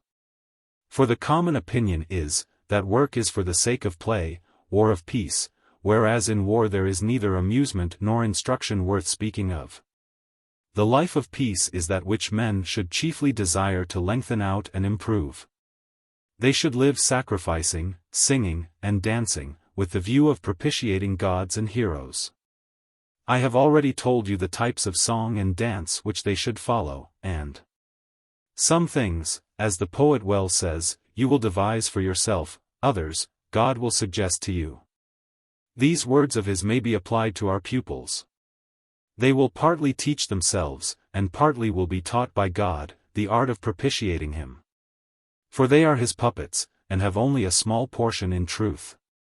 You have a poor opinion of man. No wonder, when I compare him with God, but, if you are offended, I will place him a little higher. Next follow the building for gymnasia and schools. These will be in the midst of the city, and outside will be riding schools and archery grounds. In all of them there ought to be instructors of the young, drawn from foreign parts by pay, and they will teach them music and war. Education shall be compulsory. The children must attend school, whether their parents like it or not, for they belong to the state more than to their parents. And I say further, without hesitation, that the same education in riding and gymnastic shall be given both to men and women. The ancient tradition about the Amazons confirms my view, and at the present day there are myriads of women, called Soromatides, dwelling near the Pontus, who practice the art of riding as well as archery and the use of arms. But if I am right, nothing can be more foolish than our modern fashion of training men and women differently, whereby the power of the city is reduced to a half. For reflect, if women are not to have the education of men, some other must be found for them, and what other can we propose? Shall they, like the women of Thrace, tend cattle and till the ground? Or, like our own, spin and weave, and take care of the house? Or shall they follow the Spartan custom, which is between the two, there the maidens share in gymnastic exercises and in music, and the grown women, no longer engaged in spinning, weave the web of life, although they are not skilled in archery, like the Amazons. Nor can they imitate our warrior goddess and carry shield or spear, even in the extremity of their country's need. Compared with our women, the Soromatides are like men. But your legislators, Megillus, as I maintain, only half did their work. They took care of the men, and left the women to take care of themselves. Shall we suffer the stranger, Cleinias, to run down Sparta in this way? Why, yes. For we cannot withdraw the liberty which we have already conceded to him. What will be the manner of life of men in moderate circumstances, freed from the toils of agriculture and business, and having common tables for themselves and their families which are under the inspection of magistrates, male and female? Are men who have these institutions only to eat and fatten like beasts? If they do, how can they escape the fate of a fatted beast, which is to be torn in pieces by some other beast more valiant than himself? True, theirs is not the perfect way of life, for they have not all things in common, but the second best way of life also confers great blessings. Even those who live in the second state have a work to do twice as great as the work of any Pythian or Olympic victor, for their labor is for the body only, but ours both for body and soul. And this higher work ought to be pursued night and day to the exclusion of every other. The magistrates who keep the city should be wakeful, and the master of the household should be up early and before all his servants. And the mistress, too, should awaken her handmaidens, and not be awakened by them. Much sleep is not required either for our souls or bodies. When a man is asleep, he is no better than if he were dead, and he who loves life and wisdom will take no more sleep than is necessary for health. Magistrates who are wide awake at night are terrible to the bad, but they are honored by the good, and are useful to themselves and the state. When the morning dawns, let the boy go to school. As the sheep need the shepherd, so the boy needs a master, for he is at once the most cunning and the most insubordinate of creatures. Let him be taken away from mothers and nurses, and tamed with bit and bridle, being treated as a freeman in that he learns and is taught, but as a slave in that he may be chastised by all other freemen. And the freeman who neglects to chastise him shall be disgraced. All these matters will be under the supervision of the Director of Education. Him we will address as follows: We have spoken to you, O illustrious teacher of youth, of the song, the time, and the dance, and of martial strains. But of the learning of letters and of prose writings, and of music, and of the use of calculation for military and domestic purposes we have not spoken. Nor yet of the higher use of numbers in reckoning divine things, such as the revolutions of the stars, or the arrangements of days, months, and years, of which the true calculation is necessary in order that seasons and festivals may proceed in regular course, and arouse and enliven the city, rendering to the gods their due, and making men know them better. There are, we say, many things about which we have not as yet instructed you, and first, as to reading and music, shall the pupil be a perfect scholar and musician, or not even enter on these studies? He should certainly enter on both. To letters he will apply himself from the age of 10 to 13, and at 13 he will begin to handle the lyre, and continue to learn music until he is 16. No shorter and no longer time will be allowed, however fond he or his parents may be of the pursuit. The study of letters he should carry to the extent of simple reading and writing, but he need not care for calligraphy and tachygraphy, if his natural gifts do not enable him to acquire them in the 3 years. And here arises a question as to the learning of compositions when unaccompanied with music, I mean, prose compositions. They are a dangerous species of literature. Speak then, O guardians of the law, and tell us what we shall do about them. You seem to be in a difficulty. Yes, it is difficult to go against the opinion of all the world. But have we not often already done so? Very true. And you imply that the road which we are taking, though disagreeable to many, is approved by those whose judgment is most worth having. Certainly. Then I would first observe that we have many poets, comic as well as tragic, with whose compositions, as people say, youth are to be imbued and saturated. Some would have them learn by heart entire poets, others prefer extracts. Now I believe, and the general opinion is, that some of the things which they learn are good, and some bad. Then how shall we reject some and select others? A happy thought occurs to me: this long discourse of ours is a sample of what we want, and is moreover an inspired work and a kind of poem. I am naturally pleased in reflecting upon all our words, which appear to me to be just the thing for a young man to hear and learn. I would venture, then, to offer to the Director of Education this treatise of laws as a pattern for his guidance. And in case he should find any similar compositions, written or oral, would have him carefully preserve them, and commit them in the first place to the teachers who are willing to learn them. He should turn off the teacher who refuses, and let them communicate the lesson to the young. I have said enough to the teacher of letters, and now we will proceed to the teacher of the lyre. He must be reminded of the advice which we gave to the sexagenarian minstrels. Like them he should be quick to perceive the rhythm suited to the expression of virtue, and to reject the opposite. With a view to the attainment of this object, the pupil and his instructor are to use the lyre because its notes are pure. The voice and string should coincide note for note, nor should there be complex harmonies and contrasts of intervals, or variations of times or rhythms. 3 years' study is not long enough to give a knowledge of these intricacies, and our pupils will have many things of more importance to learn. The tunes and hymns which are to be consecrated for each festival have been already determined by us. Having given these instructions to the Director of Music, let us now proceed to dancing and gymnastic, which must also be taught to boys and girls by masters and mistresses. Our Minister of Education will have a great deal to do, and being an old man, how will he get through so much work? There is no difficulty, the law will provide him with assistants, male and female. And he will consider how important his office is, and how great the responsibility of choosing them. For if education prospers, the vessel of state sails merrily along. Or if education fails, the consequences are not even to be mentioned. Of dancing and gymnastics something has been said already. We include under the latter military exercises, the various uses of arms, all that relates to horsemanship, and military evolutions and tactics. There should be public teachers of both arts, paid by the state, and women as well as men should be trained in them.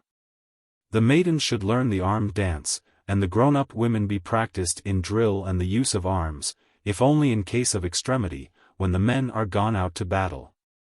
And they are left to guard their families. Birds and beasts defend their young, but women instead of fighting run to the altars, thus degrading man below the level of the animals. Such a lack of education, stranger, is both unseemly and dangerous.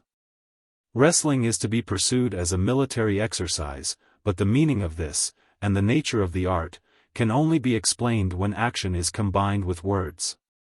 Next follows dancing, which is of two kinds, imitative, first, of the serious and beautiful, and, secondly, of the ludicrous and grotesque.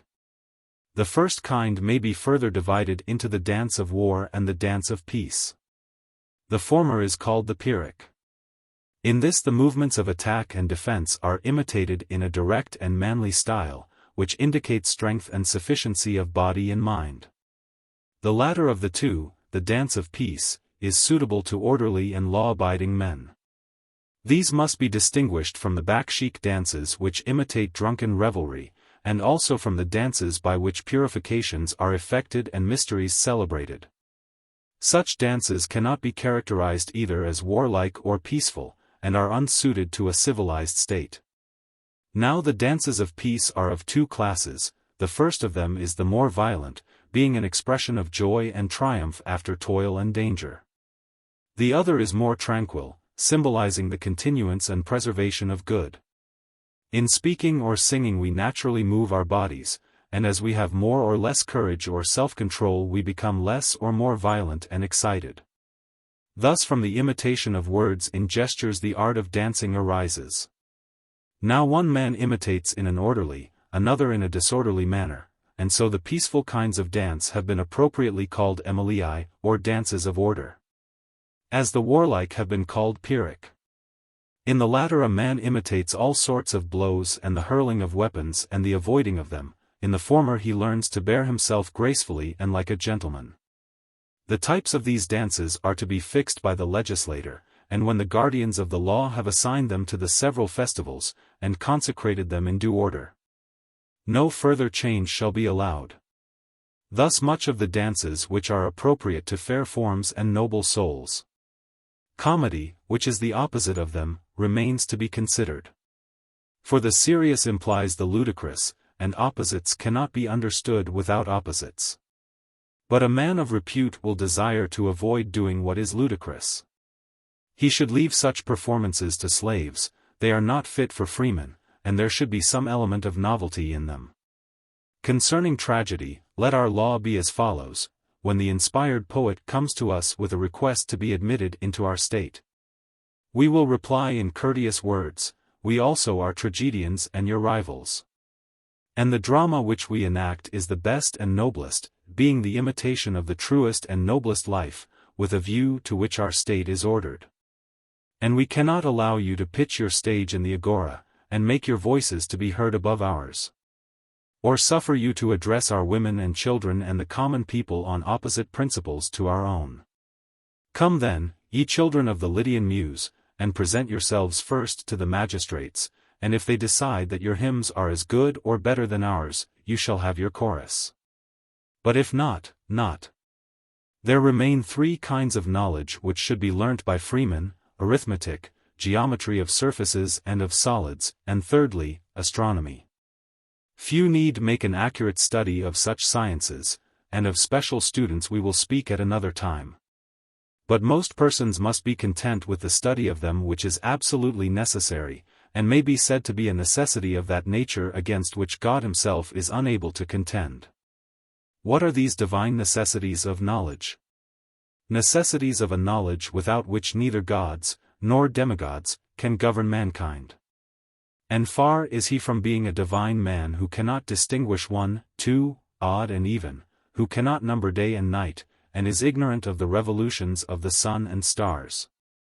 For to every higher knowledge a knowledge of number is necessary. A fool may see this, how much, is a matter requiring more careful consideration. Very true.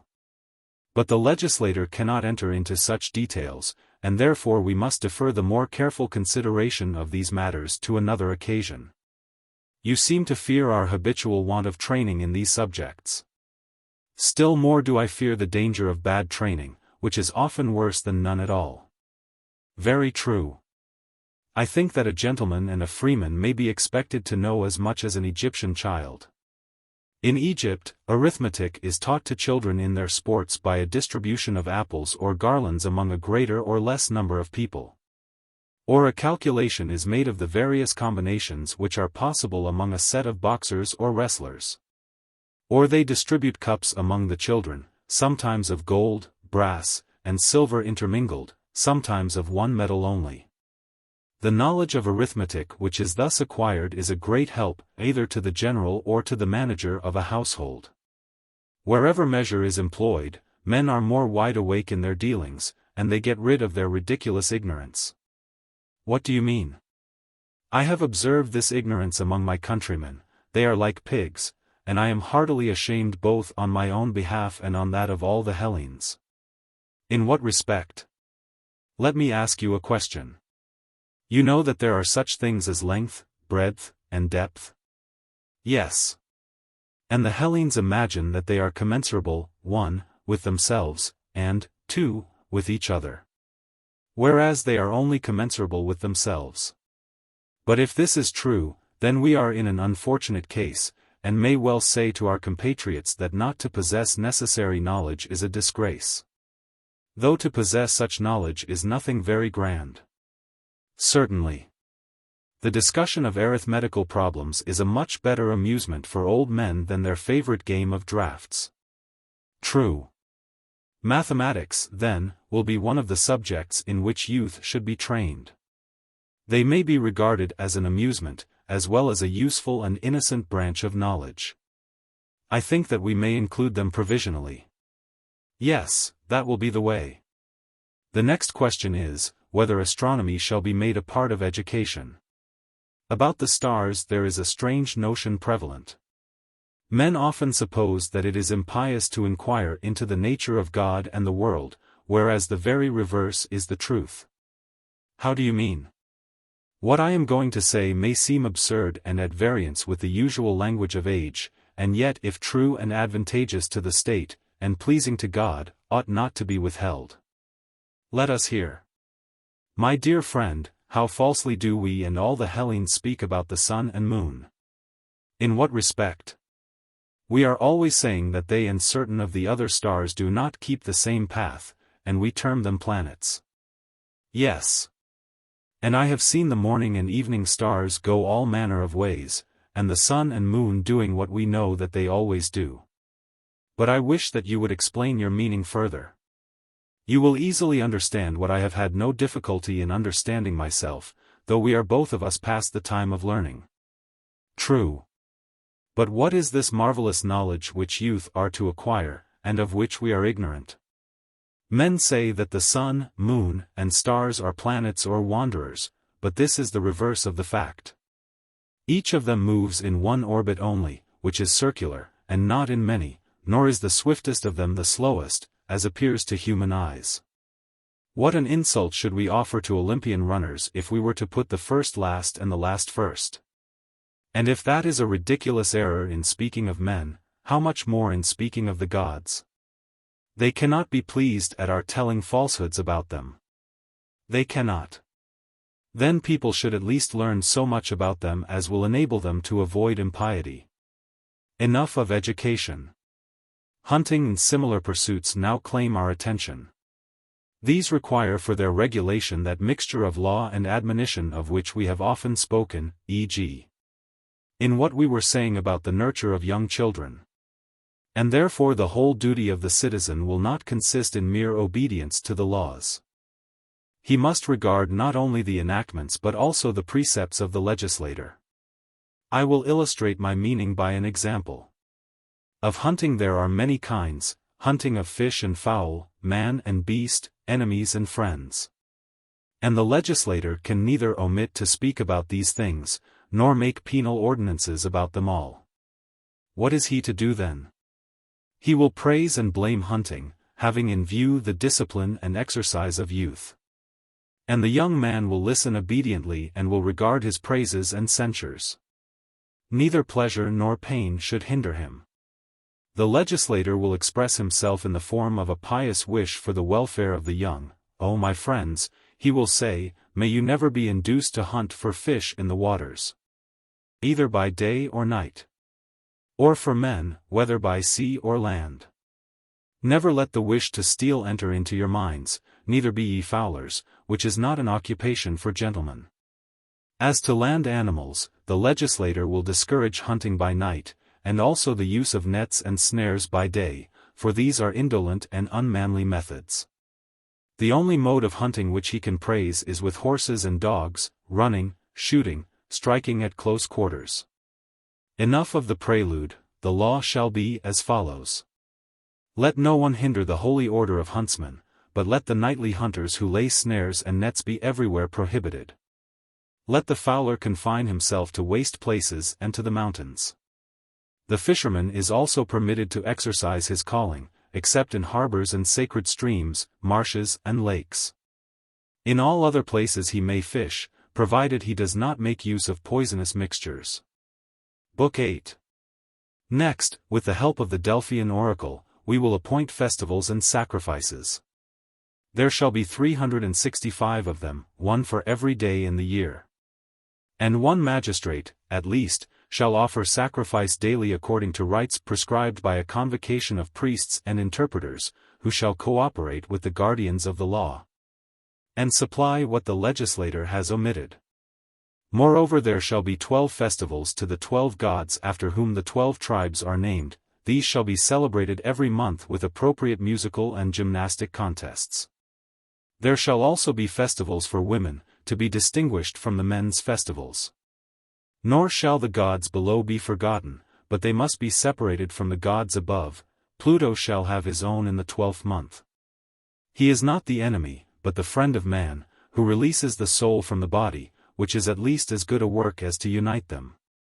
Further, those who have to regulate these matters should consider that our state has leisure and abundance, and wishing to be happy, like an individual, should lead a good life. For he who leads such a life neither does nor suffers injury, of which the first is very easy, and the second very difficult of attainment, and is only to be acquired by perfect virtue. A good city has peace, but the evil city is full of wars within and without. To guard against the danger of external enemies, the citizens should practice war at least one day in every month. They should go out en masse, including their wives and children, or in divisions, as the magistrates determine, and have mimic contests, imitating in a lively manner real battles. They should also have prizes and encomiums of valor, both for the victors in these contests, and for the victors in the battle of life. The poet who celebrates the victors should be 50 years old at least, and himself a man who has done great deeds. Of such an one the poems may be sung, even though he is not the best of poets. To the director of education and the guardians of the law shall be committed the judgment, and no song, however sweet, which has not been licensed by them shall be recited. These regulations about poetry, and about military expeditions, apply equally to men and to women. The legislator may be conceived to make the following address to himself: with what object am I training my citizens? Are they not strivers for mastery in the greatest of combats? Certainly, will be the reply.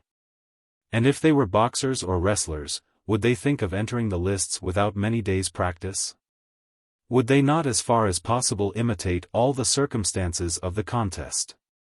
And if they had no one to box with, would they not practice on a lifeless image, heedless of the laughter of the spectators? And shall our soldiers go out to fight for life and kindred and property unprepared, because sham fights are thought to be ridiculous? Will not the legislator require that his citizens shall practice war daily, performing lesser exercises without arms, while the combatants on a greater scale will carry arms, and take up positions, and lie in ambuscade? And let their combats be not without danger, that opportunity may be given for distinction, and the brave man and the coward may receive their meed of honor or disgrace. If occasionally a man is killed, there is no great harm done, there are others as good as he is who will replace him. And the state can better afford to lose a few of her citizens than to lose the only means of testing them. We agree, stranger, that such warlike exercises are necessary. But why are they so rarely practiced? Or rather, do we not all know the reasons? One of them, is the inordinate love of wealth. This absorbs the soul of a man, and leaves him no time for any other pursuit. Knowledge is valued by him only as it tends to the attainment of wealth. All is lost in the desire of heaping up gold and silver. Anybody is ready to do anything, right or wrong, for the sake of eating and drinking, and the indulgence of his animal passions. Most true. This is one of the causes which prevents a man being a good soldier, or anything else which is good. It converts the temperate and orderly into shopkeepers or servants, and the brave into burglars or pirates. Many of these latter are men of ability, and are greatly to be pitied, because their souls are hungering and thirsting all their lives long. The bad forms of government, too, are another reason: democracy, oligarchy, tyranny, which, as I was saying, are not states, but states of discord, in which the rulers are afraid of their subjects, and therefore do not like them to become rich, or noble, or valiant.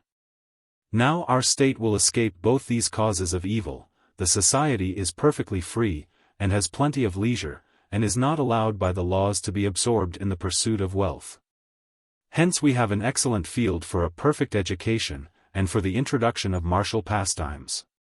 Let us proceed to describe the character of these pastimes. All gymnastic exercises in our state must have a military character, no other will be allowed.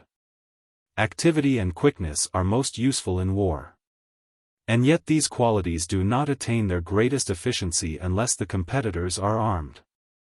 The runner should enter the lists in armor, and in the races which our heralds proclaim, no prize is to be given except to armed warriors. Let there be 6 courses: first, the stadium; secondly, the dialos or double course; thirdly, the horse course; fourthly, the long course; fifthly, races, 1, between heavy-armed soldiers who shall pass over 60 stadia and finish at a temple of Ares, and, 2, between still more heavily armed competitors who run over smoother ground. Sixthly, a race for archers, who shall run over hill and dale a distance of 100 stadia, and their goal shall be a temple of Apollo and Artemis. There shall be 3 contests of each kind, one for boys, another for youths, a third for men. The course for the boys we will fix at half, and that for the youths at 2/3 of the entire length. Women shall join in the races. Young girls who are not grown up shall run naked, but after 13 they shall be suitably dressed. From 13 to 18 they shall be obliged to share in these contests, and from 18 to 20 they may if they please and if they are unmarried. As to trials of strength, single combats in armor, or battles between 2 and 2, or of any number up to 10, shall take the place of wrestling and the heavy exercises. And there must be umpires, as there are now in wrestling, to determine what is a fair hit and who is conqueror. Instead of the pancratium, let there be contests in which the combatants carry bows and wear light shields and hurl javelins and throw stones. The next provision of the law will relate to horses, which, as we are in Crete, need be rarely used by us, and chariots never. Our horse racing prizes will only be given to single horses, whether colts, half-grown, or full-grown. Their riders are to wear armor, and there shall be a competition between mounted archers. Women, if they have a mind, may join in the exercises of men. But enough of gymnastics, and nearly enough of music. All musical contests will take place at festivals, whether every 3rd or every 5th year, which are to be fixed by the guardians of the law, the judges of the games, and the director of education, who for this purpose shall become legislators and arrange times and conditions. The principles on which such contests are to be ordered have been often repeated by the first legislator, no more need be said of them, nor are the details of them important.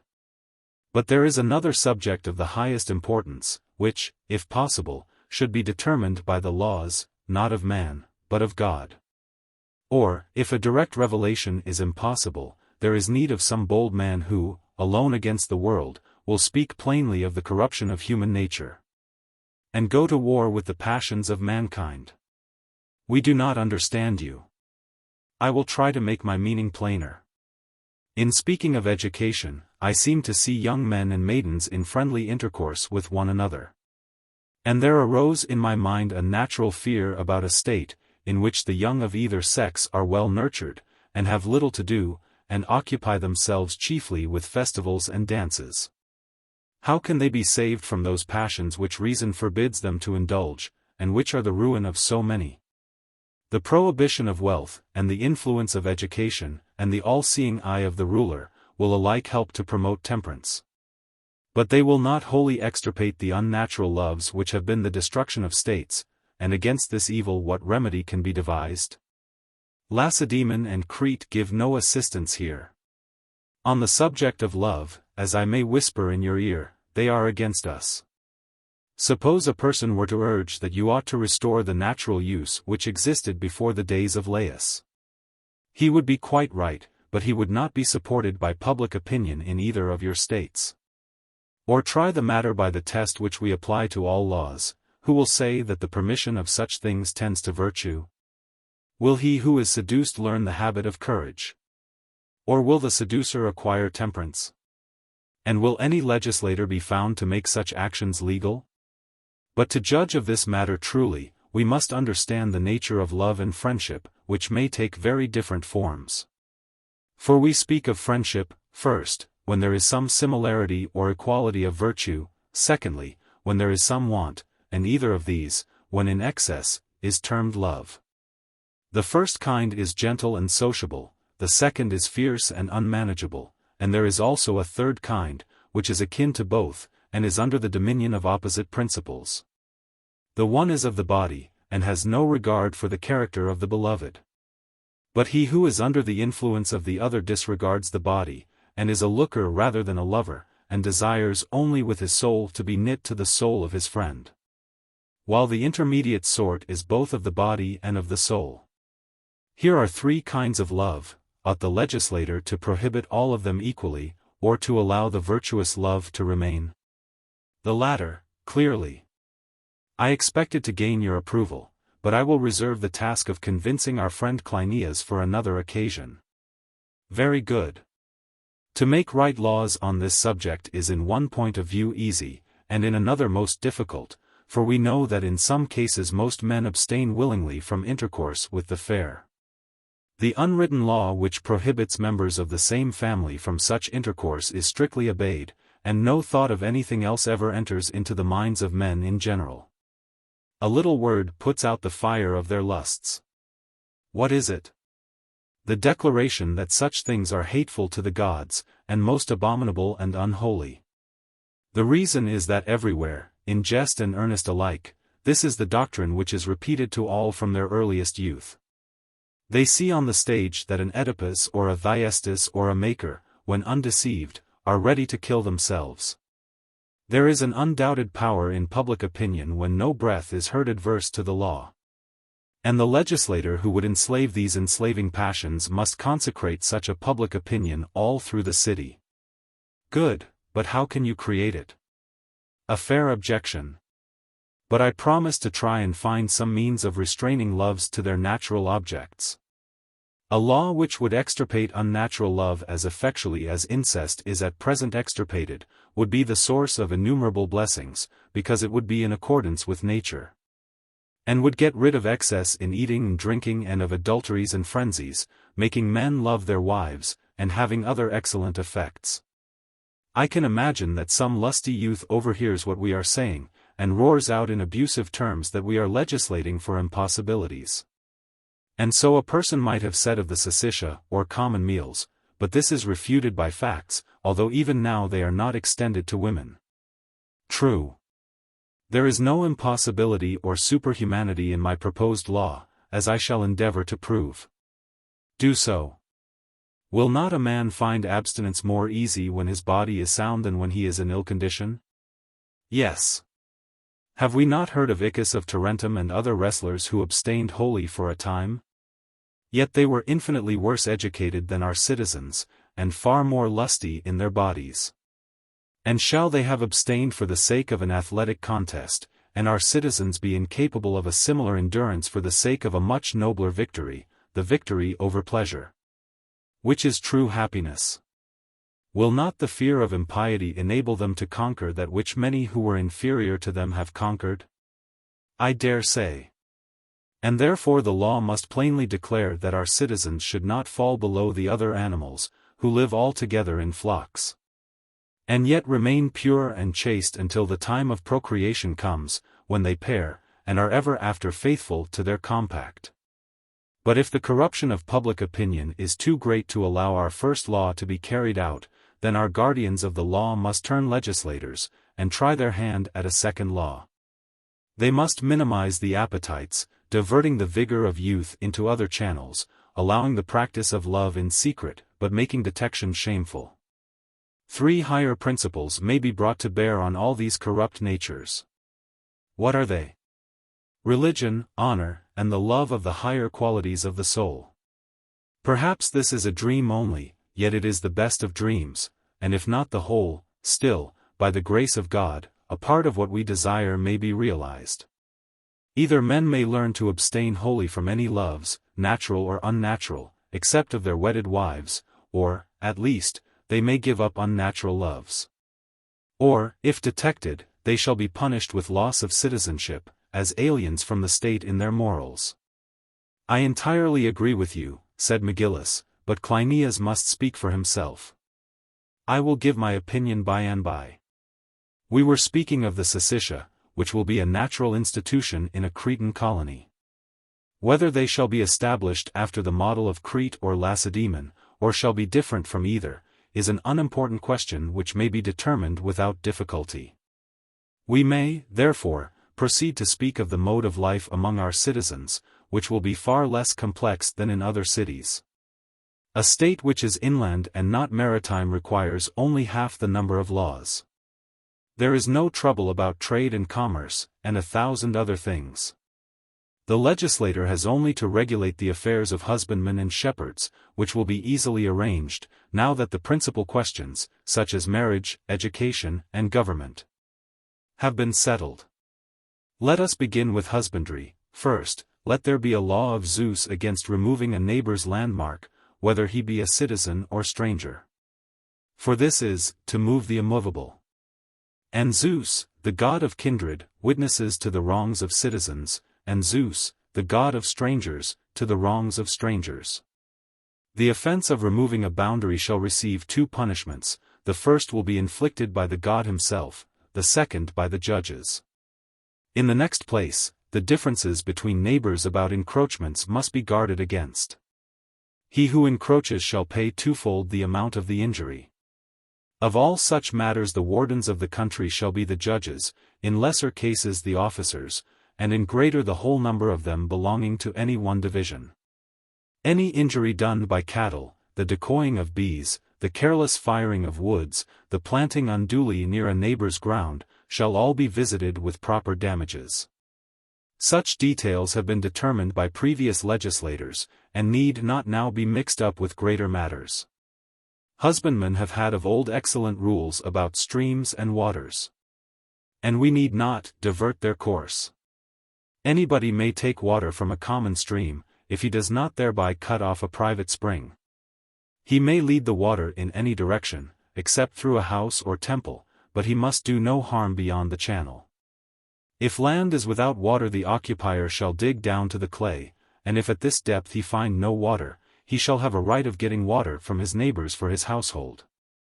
And if their supply is limited, he shall receive from them a measure of water fixed by the wardens of the country.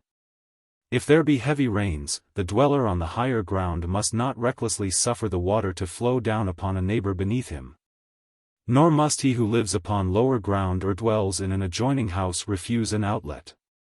If the two parties cannot agree, they shall go before the wardens of the city or country, and if a man refuse to abide by their decision, he shall pay double the damage which he has caused.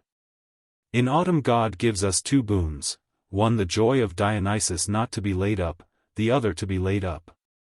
About the fruits of autumn let the law be as follows: he who gathers the storing fruits of autumn, whether grapes or figs, before the time of the vintage, which is the rising of Arcturus, shall pay 50 drachmas as a fine to Dionysus, if he gathers on his own ground. If on his neighbor's ground, a mina, and 2/3 of a mina if on that of anyone else. The grapes or figs not used for storing a man may gather when he pleases on his own ground, but on that of others he must pay the penalty of removing what he has not laid down. If he be a slave who has gathered, he shall receive a stroke for every grape or figure. A metic must purchase the choice fruit, but a stranger may pluck for himself and his attendant. This right of hospitality, however, does not extend to storing grapes. A slave who eats of the storing grapes or figs shall be beaten, and the freeman be dismissed with a warning. Pears, apples, pomegranates, may be taken secretly, but he who is detected in the act of taking them shall be lightly beaten off, if he be not more than 30 years of age. The stranger and the elder may partake of them, but not carry any away. The latter, if he does not obey the law, shall fail in the competition of virtue, if anybody brings up his offense against him. Water is also in need of protection, being the greatest element of nutrition, and, unlike the other elements, soil, air, and sun, which conspire in the growth of plants, easily polluted. And therefore he who spoils another's water, whether in springs or reservoirs, either by trenching, or theft, or by means of poisonous substances, shall pay the damage and purify the stream. At the getting in of the harvest everybody shall have a right of way over his neighbor's ground, provided he is careful to do no damage beyond the trespass. Or if he himself will gain 3 times as much as his neighbor loses. Of all this the magistrates are to take cognizance, and they are to assess the damage where the injury does not exceed 3 minae. Cases of greater damage can be tried only in the public courts. A charge against a magistrate is to be referred to the public courts, and anyone who is found guilty of deciding corruptly shall pay twofold to the aggrieved person. Matters of detail relating to punishments and modes of procedure, and summonses, and witnesses to summonses, do not require the mature wisdom of the aged legislator. The younger generation may determine them according to their experience, but when once determined, they shall remain unaltered. The following are to be the regulations respecting handicrafts: no citizen, or servant of a citizen, is to practice them. For the citizen has already an art and mystery, which is the care of the state, and no man can practice 2 arts, or practice one and superintend another. No smith should be a carpenter, and no carpenter, having many slaves who are smiths, should look after them himself, but let each man practice one art which shall be his means of livelihood. The wardens of the city should see to this, punishing the citizen who offends with temporary deprival of his rights. The foreigner shall be imprisoned, fined, exiled. Any disputes about contracts shall be determined by the wardens of the city up to 50 drachmae, above that sum by the public courts. No customs are to be exacted either on imports or exports. Nothing unnecessary is to be imported from abroad, whether for the service of the gods or for the use of man, neither purple, nor other dyes, nor frankincense, and nothing needed in the country is to be exported. These things are to be decided on by the 12 guardians of the law who are next in seniority to the 5 elders. Arms and the materials of war are to be imported and exported only with the consent of the generals, and then only by the state. There is to be no retail trade either in these or any other articles. For the distribution of the produce of the country, the Cretan laws afford a rule which may be usefully followed.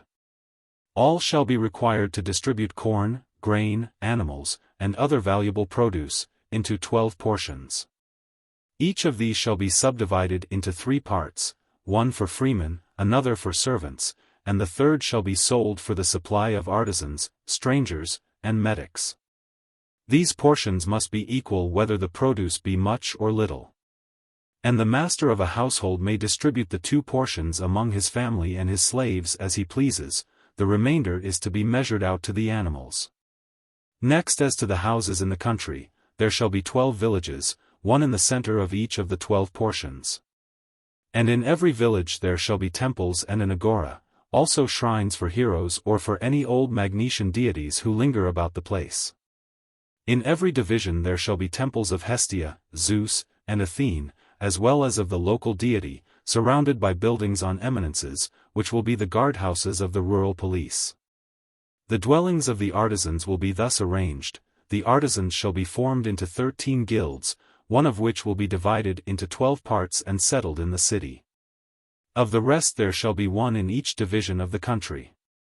And the magistrates will fix them on the spots where they will cause the least inconvenience and be most serviceable in supplying the wants of the husbandman. The care of the agora will fall to the wardens of the agora. Their first duty will be the regulation of the temples which surround the marketplace. And their second to see that the markets are orderly and that fair dealing is observed. They will also take care that the sales which the citizens are required to make to strangers are duly executed. The law shall be, that on the first day of each month the auctioneers to whom the sale is entrusted shall offer grain. And at this sale a 12th part of the whole shall be exposed, and the foreigner shall supply his wants for a month. On the 10th, there shall be a sale of liquids, and on the 23rd of animals, skins, woven or woolen stuffs, and other things which husbandmen have to sell and foreigners want to buy. None of these commodities, any more than barley or flour, or any other food, may be retailed by a citizen to a citizen, but foreigners may sell them to one another in the foreigners' market. There must also be butchers who will sell parts of animals to foreigners and craftsmen, and their servants. And foreigners may buy firewood wholesale of the commissioners of woods, and may sell retail to foreigners. All other goods must be sold in the market, at some place indicated by the magistrates, and shall be paid for on the spot. He who gives credit, and is cheated, will have no redress. In buying or selling, any excess or diminution of what the law allows shall be registered. The same rule is to be observed about the property of metics. Anybody who practices a handicraft may come and remain 20 years from the day on which he is enrolled. At the expiration of this time he shall take what he has and depart. The only condition which is to be imposed upon him as the tax of his sojourn is good conduct, and he is not to pay any tax for being allowed to buy or sell. But if he wants to extend the time of his sojourn, and has done any service to the state, and he can persuade the council and assembly to grant his request, he may remain. The children of metics may also be metics, and the period of 20 years, during which they are permitted to sojourn, is to count, in their case, from their 15th year. No mention occurs in the laws of the doctrine of ideas. The will of God, the authority of the legislator, and the dignity of the soul, have taken their place in the mind of Plato. If we ask what is that truth or principle which, towards the end of his life, seems to have absorbed him most, like the idea of good in the Republic, or of beauty in the Symposium, or of the unity of virtue in the Protagoras, we should answer, the priority of the soul to the body. His later system mainly hangs upon this. In the laws, as in the Sophist and Statesman, we pass out of the region of metaphysical or transcendental ideas into that of psychology. The opening of the 5th book, though abrupt and unconnected in style, is one of the most elevated passages in Plato. The religious feeling which he seeks to diffuse over the commonest actions of life, the blessedness of living in the truth, the great mistake of a man living for himself. The pity as well as anger which should be felt at evil, the kindness due to the suppliant and the stranger, have the temper of Christian philosophy. The remark that elder men, if they want to educate others, should begin by educating themselves, the necessity of creating a spirit of obedience in the citizens. The desirableness of limiting property, the importance of parochial districts, each to be placed under the protection of some god or demigod, have almost the tone of a modern writer. In many of his views of politics, Plato seems to us, like some politicians of our own time, to be half socialist, half conservative. In the Laws, we remark a change in the place assigned by him to pleasure and pain. There are two ways in which even the ideal systems of morals may regard them, either like the Stoics, and other ascetics, we may say that pleasure must be eradicated. Or if this seems unreal to us, we may affirm that virtue is the true pleasure. And then, as Aristotle says, to be brought up to take pleasure in what we ought, exercises a great and paramount influence on human life, Aristotle Nicomachean Ethics X1. Or as Plato says in the Laws, a man will recognize the noblest life as having the greatest pleasure and the least pain, if he have a true taste, v. 732e following. If we admit that pleasures differ in kind, the opposition between these two modes of speaking is rather verbal than real. And in the greater part of the writings of Plato they alternate with each other. In the Republic, the mere suggestion that pleasure may be the chief good, is received by Socrates with a cry of abhorrence, 6509a. But in the Philebus, innocent pleasures vindicate their right to a place in the scale of goods, 66d. In the Protagoras, 357, speaking in the person of Socrates rather than in his own, Plato admits the calculation of pleasure to be the true basis of ethics, while in the Phaedo, 68. 69, he indignantly denies that the exchange of one pleasure for another is the exchange of virtue. So wide of the mark are they who would attribute to Plato entire consistency in thoughts or words. He acknowledges that the second state is inferior to the first. In this, at any rate, he is consistent, and he still casts longing eyes upon the ideal, v. 739. Several features of the first are retained in the second. The education of men and women is to be as far as possible the same, 7804 following, especially 805c. They are to have common meals, though separate, the men by themselves, the women with their children, 7806e, and they are both to serve in the army, 7805, 806. The citizens, if not actually communists, are in spirit communistic, they are to be lovers of equality, v. 741a. Only a certain amount of wealth is permitted to them, 6754, and their burdens and also their privileges are to be proportioned to this, 6765c, 12955d. The constitution in the Laws is a timocracy of wealth, v. 744d, modified by an aristocracy of merit, 6755, 12951. Yet the political philosopher will observe that the first of these two principles is fixed and permanent, while the latter is uncertain and dependent on the opinion of the multitude. Wealth, after all, plays a great part in the Second Republic of Plato. Like other politicians, he deems that a property qualification will contribute stability to the state, 3698b, c.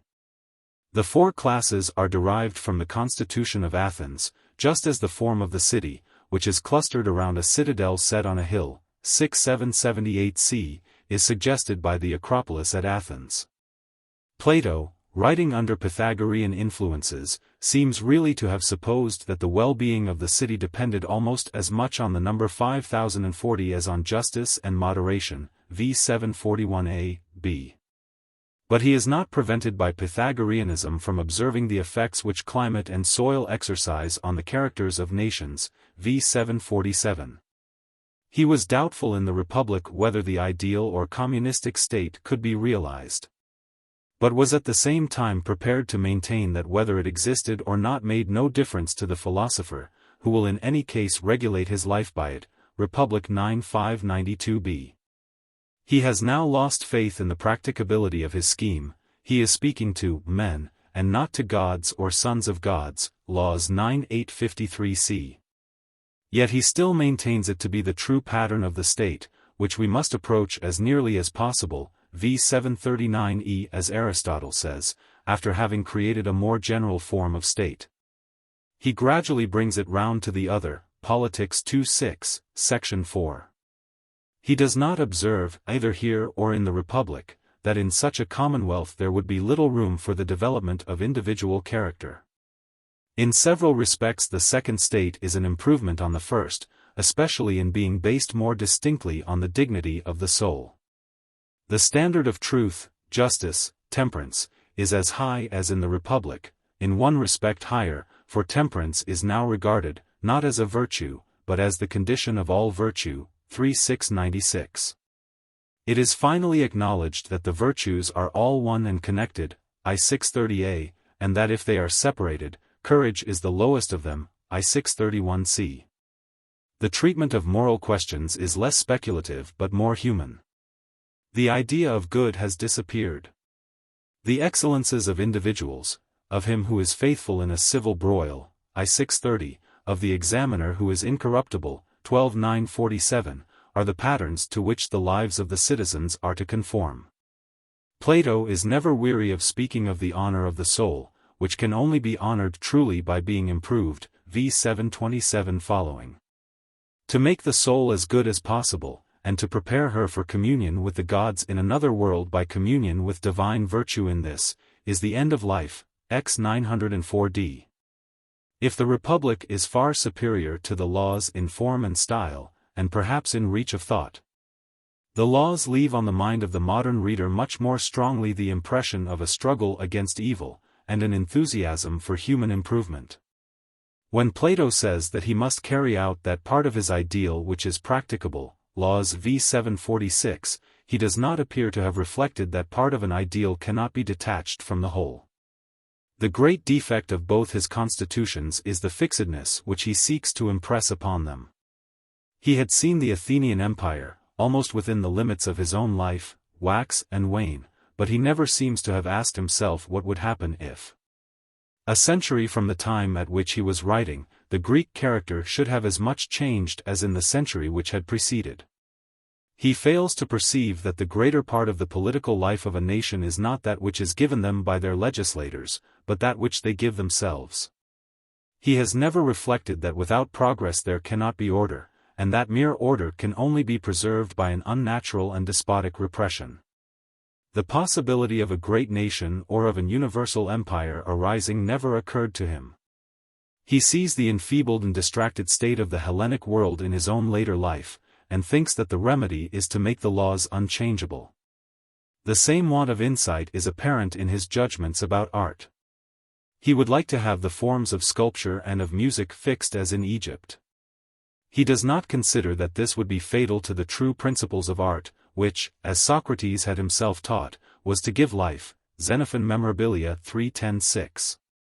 We wonder how, familiar as he was with the statues of Phidias, he could have endured the lifeless and half-monstrous works of Egyptian sculpture. The chants of Isis, Laws 2:657b, we might think, would have been barbarous in an Athenian ear. But although he is aware that there are some things which are not so well among the children of the Nile, 12953e, v. 747c, he is deeply struck with the stability of Egyptian institutions. Both in politics and in art Plato seems to have seen no way of bringing order out of disorder, except by taking a step backwards. Antiquity, compared with the world in which he lived, had a sacredness and authority for him. The men of a former age were supposed by him to have had a sense of reverence which was wanting among his contemporaries, 12948b, c. He could imagine the early stages of civilization, he never thought of what the future might bring forth. His experience is confined to 2 or 3 centuries, to a few Greek states, and to an uncertain report of Egypt and the East. There are many ways in which the limitations of their knowledge affected the genius of the Greeks. In criticism they were like children, having an acute vision of things which were near to them, blind to possibilities which were in the distance. The colony is to receive from the mother country her original constitution, and some of the first guardians of the law, 6:752. The guardians of the law are to be ministers of justice, 9:855d, and the president of education is to take precedence of them all, 6:765e. They are to keep the registers of property, 6:754d, to make regulations for trade, 11:920c, and they are to be superannuated at 70 years of age, 755b. Several questions of modern politics, such as the limitation of property, 754d, the enforcement of education, 7804d, the relations of classes, 759b, are anticipated by Plato. He hopes that in his state will be found neither poverty nor riches, every man having the necessaries of life, he need not go fortune-hunting in marriage, 774c. Almost in the spirit of the gospel he would say, how hardly can a rich man dwell in a perfect state. For he cannot be a good man who is always gaining too much and spending too little, Laws v 742e following, compare Aristotle Nicomachean Ethics 4.2, section 3. Plato, though he admits wealth as a political element, would deny that material prosperity can be the foundation of a really great community. A man's soul, as he often says, is more to be esteemed than his body, and his body than external goods. He repeats, 4705b, the complaint which has been made in all ages, that the love of money is the corruption of states. He has a sympathy with thieves and burglars, many of whom are men of ability and greatly to be pitied, because their souls are hungering and thirsting all their lives long, v 831e following. But he has little sympathy with shopkeepers or retailers, although he makes the reflection, which sometimes occurs to ourselves, that such occupations, if they were carried on honestly by the best men and women, would be delightful and honorable, 11.918d. For traders and artisans a moderate gain was, in his opinion, best, 11.920c. He has never, like modern writers, idealized the wealth of nations, v 742c following, any more than he has worked out the problems of political economy, which among the ancients had not yet grown into a science. The isolation of Greek states, their constant wars, the want of a free industrial population, and of the modern methods and instruments of credit, prevented any great extension of commerce among them, and so hindered them from forming a theory of the laws which regulate the accumulation and distribution of wealth. The constitution of the army is aristocratic and also democratic. Official appointment is combined with popular election. The two principles are carried out as follows: the guardians of the law nominate generals, out of whom 3 are chosen by those who are or have been of the age for military service. And the generals elected have the nomination of certain of the inferior officers. But if either in the case of generals or of the inferior officers anyone is ready to swear that he knows of a better man than those nominated, he may put the claims of his candidate to the vote of the whole army, or of the division of the service which he will, if elected, command, 755. There is a general assembly, but its functions, except at elections, are hardly noticed, compare 758d and 764a. In the election of the bull, Plato again attempts to mix aristocracy and democracy. This is effected, first as in the Serbian constitution, by balancing wealth and numbers. For it cannot be supposed that those who possessed a higher qualification were equal in number with those who had a lower, and yet they have an equal number of representatives. In the second place, all classes are compelled to vote in the election of senators from the first and second class. But the fourth class is not compelled to elect from the third, nor the third and fourth from the fourth. Thirdly, out of the 180 persons who are thus chosen from each of the 4 classes, 720 in all, 360 are to be taken by lot. These form the council for the year, 756. These political adjustments of Plato's will be criticized by the practical statesman as being for the most part fanciful and ineffectual. He will observe, first of all, that the only real check on democracy is the division into classes. The second of the 3 proposals, though ingenious, and receiving some light from the apathy to politics which is often shown by the higher classes in a democracy, would have little power in times of excitement and peril, when the precaution was most needed. At such political crises, all the lower classes would vote equally with the higher. The subtraction of half the persons chosen at the first election by the chances of the lot would not raise the character of the senators, and is open to the objection of uncertainty. which necessarily attends this and similar schemes of double representative government. Nor can the voters be expected to retain the continuous political interest required for carrying out such a proposal as Plato's. Who could select 180 persons of each class, fitted to be senators? And whoever were chosen by the voter in the first instance, his wishes might be neutralized by the action of the lot. Yet the scheme of Plato is not really so extravagant as the actual constitution of Athens, in which all the senators appear to have been elected by lot, pi kappa upsilon mu omicron upsilon beta omicron upsilon lambda epsilon upsilon tau alpha, at least. After the revolution made by Cleisthenes. For the constitution of the Senate which was established by Solon probably had some aristocratic features, though their precise nature is unknown to us. The ancients knew that election by lot was the most democratic of all modes of appointment, seeming to say in the objectionable sense, that one man is as good as another. Plato, who is desirous of mingling different elements, makes a partial use of the lot, which he applies to candidates already elected by vote. He attempts also to devise a system of checks and balances such as he supposes to have been intended by the ancient legislators. We are disposed to say to him, as he himself says in a remarkable passage, 4709a, that no man ever legislates, but accidents of all sorts, which legislate for us in all sorts of ways. The violence of war and the hard necessity of poverty are constantly overturning governments and changing laws. And yet, as he adds, the true legislator is still required, he must cooperate with circumstances. Many things which are ascribed to human foresight are the result of chance. Ancient, and in a less degree modern political constitutions, are never consistent with themselves, because they are never framed on a single design, but are added to from time to time as new elements arise and gain the preponderance in the state. We often attribute to the wisdom of our ancestors great political effects which have sprung unforeseen from the accident of the situation.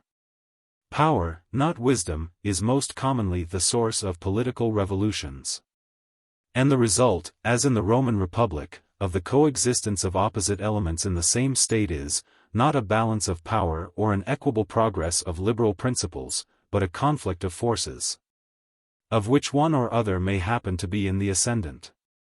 In Greek history, as well as in Plato's conception of it, this progression by antagonism involves reaction. The aristocracy expands into democracy and returns again to tyranny.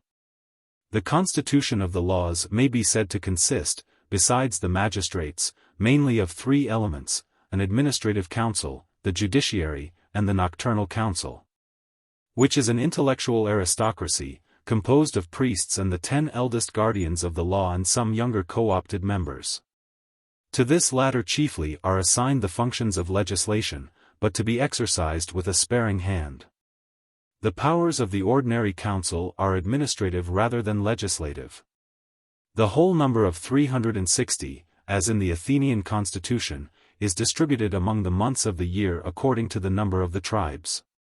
Not more than 1/12 is to be in office at once, so that the government would be made up of 12 administrations succeeding one another in the course of the year. They are to exercise a general superintendence, and, like the Athenian councillors, are to preside in monthly divisions over all assemblies, 6-758.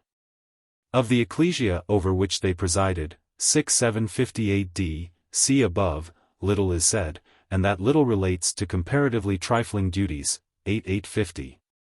Nothing is less present to the mind of Plato than a House of Commons, carrying on year by year the work of legislation. For he supposes the laws to be already provided. As little would he approve of a body like the Roman Senate. The people and the aristocracy alike are to be represented, not by assemblies, but by officers elected for 1 or 2 years, except the guardians of the law, who are elected for 20 years, 6-755b. The evils of this system are obvious. If in any state, as Plato says in the Statesman, 292e, it is easier to find 50 good draft players than 50 good rulers, the greater part of the 360 who compose the council must be unfitted to rule. The unfitness would be increased by the short period during which they held office. There would be no traditions of government among them, as in a Greek or Italian oligarchy, and no individual would be responsible for any of their acts. Everything seems to have been sacrificed to a false notion of equality, according to which all have a turn of ruling and being ruled. In the constitution of the Magnesian state, Plato has not emancipated himself from the limitations of ancient politics. His government may be described as a democracy of magistrates elected by the people. He never troubles himself about the political consistency of his scheme. He does indeed say that the greater part of the good of this world arises, not from equality, but from proportion, which he calls the judgment of Zeus, 6:757. Compare Aristotle's distributive justice, Nicomachean Ethics v. 5, but he hardly makes any attempt to carry out the principle in practice. There is no attempt to proportion representation to merit. Nor is there anybody in his commonwealth which represents the life either of a class or of the whole state. The manner of appointing magistrates is taken chiefly from the old democratic constitution of Athens, of which it retains some of the worst features, such as the use of the lot. While by doing away with the political character of the popular assembly the mainspring of the machine is taken out. The guardians of the law, 37 in number, of whom the 10 eldest reappear as a part of the nocturnal council at the end of the 12th book, 961a, are to be elected by the whole military class, 6:753b, but they are to hold office for 20 years, and would therefore have an oligarchical rather than a democratic character. Nothing is said of the manner in which the functions of the nocturnal council are to be harmonized with those of the guardians of the law, or as to how the ordinary council is related to it. Similar principles are applied to inferior offices. To some the appointment is made by vote, to others by lot, 6:759. In the elections to the priesthood, Plato endeavors to mix or balance in a friendly manner demise and not demise, 6:759b. The commonwealth of the laws, like the republic, cannot dispense with a spiritual head, which is the same in both, the oracle of Delphi.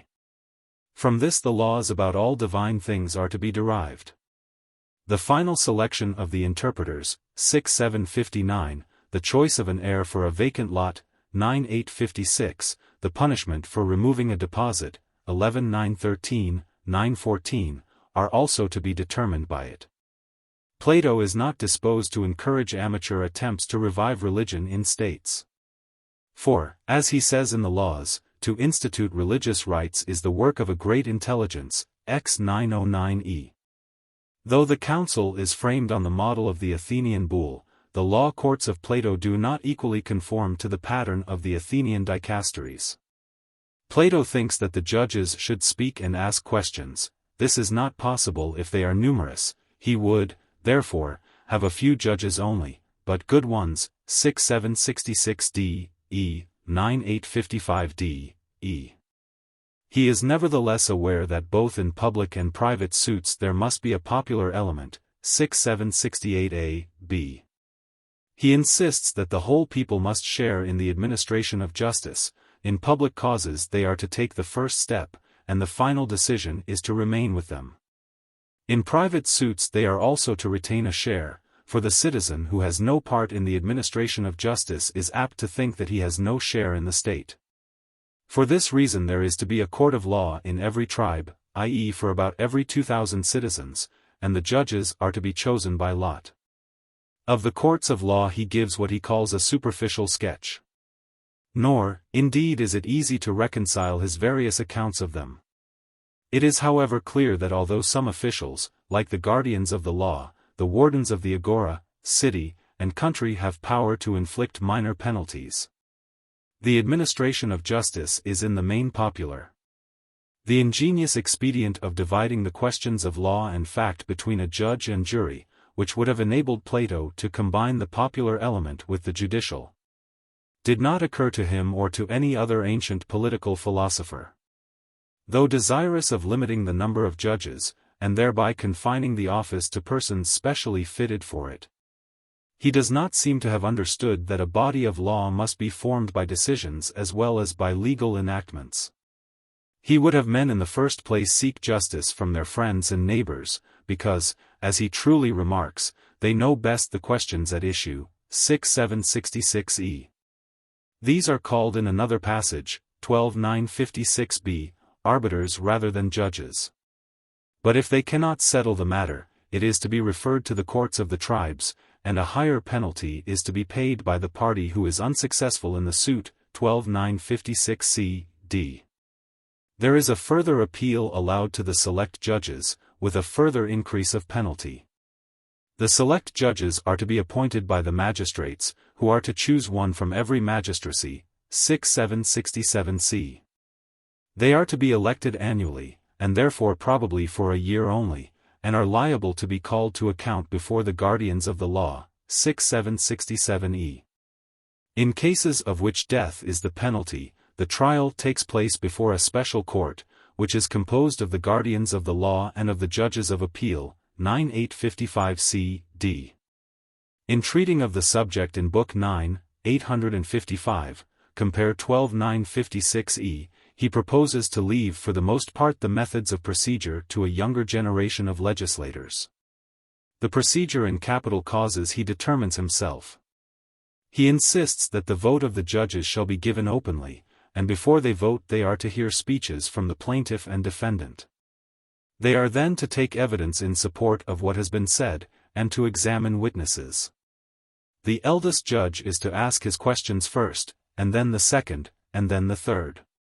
The interrogatories are to continue for 3 days, and the evidence is to be written down. 9:855, 856. Apparently he does not expect the judges to be professional lawyers, any more than he expects the members of the council to be trained statesmen. In forming marriage connections, Plato supposes that the public interest will prevail over private inclination. 6:773.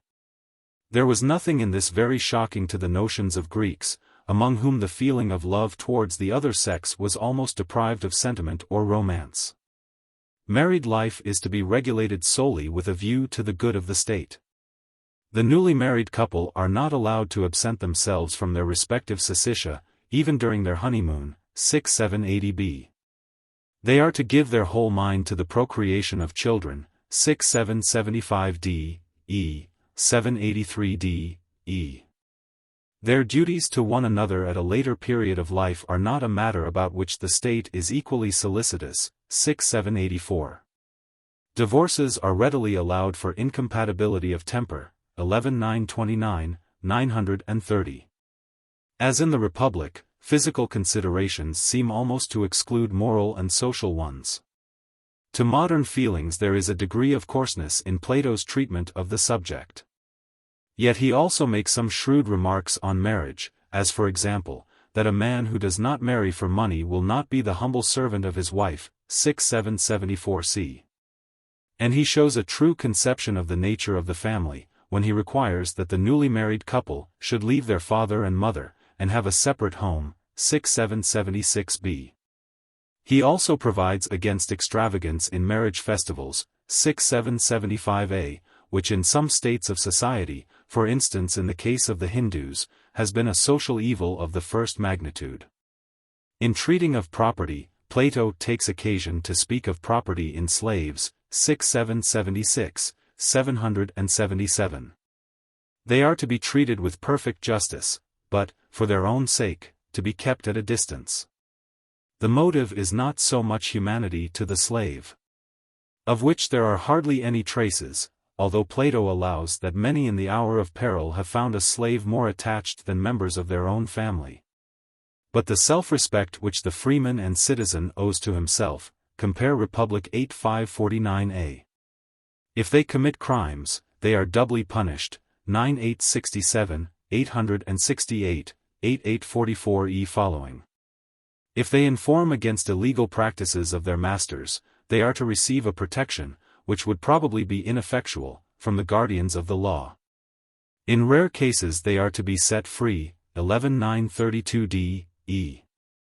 Plato still breathes the spirit of the old Hellenic world, in which slavery was a necessity, because leisure must be provided for the citizen. The education propounded in the laws differs in several points from that of the Republic. Plato seems to have reflected as deeply and earnestly on the importance of infancy as Rousseau, or Jean-Paul. Compare the saying of the latter, not the moment of death, but the moment of birth, is probably the more important. He would fix the amusements of children in the hope of fixing their characters in afterlife. 797, 8. In the spirit of the statesman who said, "Let me make the ballads of a country, and I care not who make their laws," Plato would say, "Let the amusements of children be unchanged. And they will not want to change the laws." 798 c. The goddess Harmonia plays a great part in Plato's ideas of education. The natural restless force of life in children, who do nothing but roar until they are 3 years old, is gradually to be reduced to law and order. 792a, compare 2653e following. As in the Republic, he fixes certain forms in which songs are to be composed. 1. They are to be strains of cheerfulness and good omen. 2. They are to be hymns or prayers addressed to the gods. 3. They are to sing only of the lawful and good. 800, 801. The poets are again expelled or rather ironically invited to depart. And those who remain are required to submit their poems to the censorship of the magistrates. 817. Youth are no longer compelled to commit to memory many thousand lyric and tragic Greek verses. Yet, perhaps, a worse fate is in store for them. Plato has no belief in liberty of prophesying. And having guarded against the dangers of lyric poetry, he remembers that there is an equal danger in other writings. He cannot leave his old enemies, the sophists, in possession of the field. And therefore he proposes that youth shall learn by heart, instead of the compositions of poets or prose writers, his own inspired work on laws. 810, 811.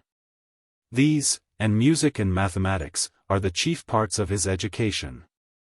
Mathematics are to be cultivated, not as in the Republic with a view to the science of the idea of good, though the higher use of them is not altogether excluded. 818 c. d, but rather with a religious and political aim. They are a sacred study which teaches men how to distribute the portions of a state. v. 737, 8. 746 d following, and which is to be pursued in order that they may learn not to blaspheme about astronomy. 821 c. Against 3 mathematical errors Plato is in profound earnest. First, the error of supposing that the 3 dimensions of length, breadth, and height are really commensurable with one another. 820. The difficulty which he feels is analogous to the difficulty which he formerly felt about the connection of ideas, and is equally characteristic of ancient philosophy. He fixes his mind on the point of difference, and cannot at the same time take in the similarity. Secondly, he is puzzled about the nature of fractions. In the Republic, 7525e, he is disposed to deny the possibility of their existence. Thirdly, his optimism leads him to insist, unlike the Spanish king who thought that he could have improved on the mechanism of the heavens, on the perfect or circular movement of the heavenly bodies. 821. 822.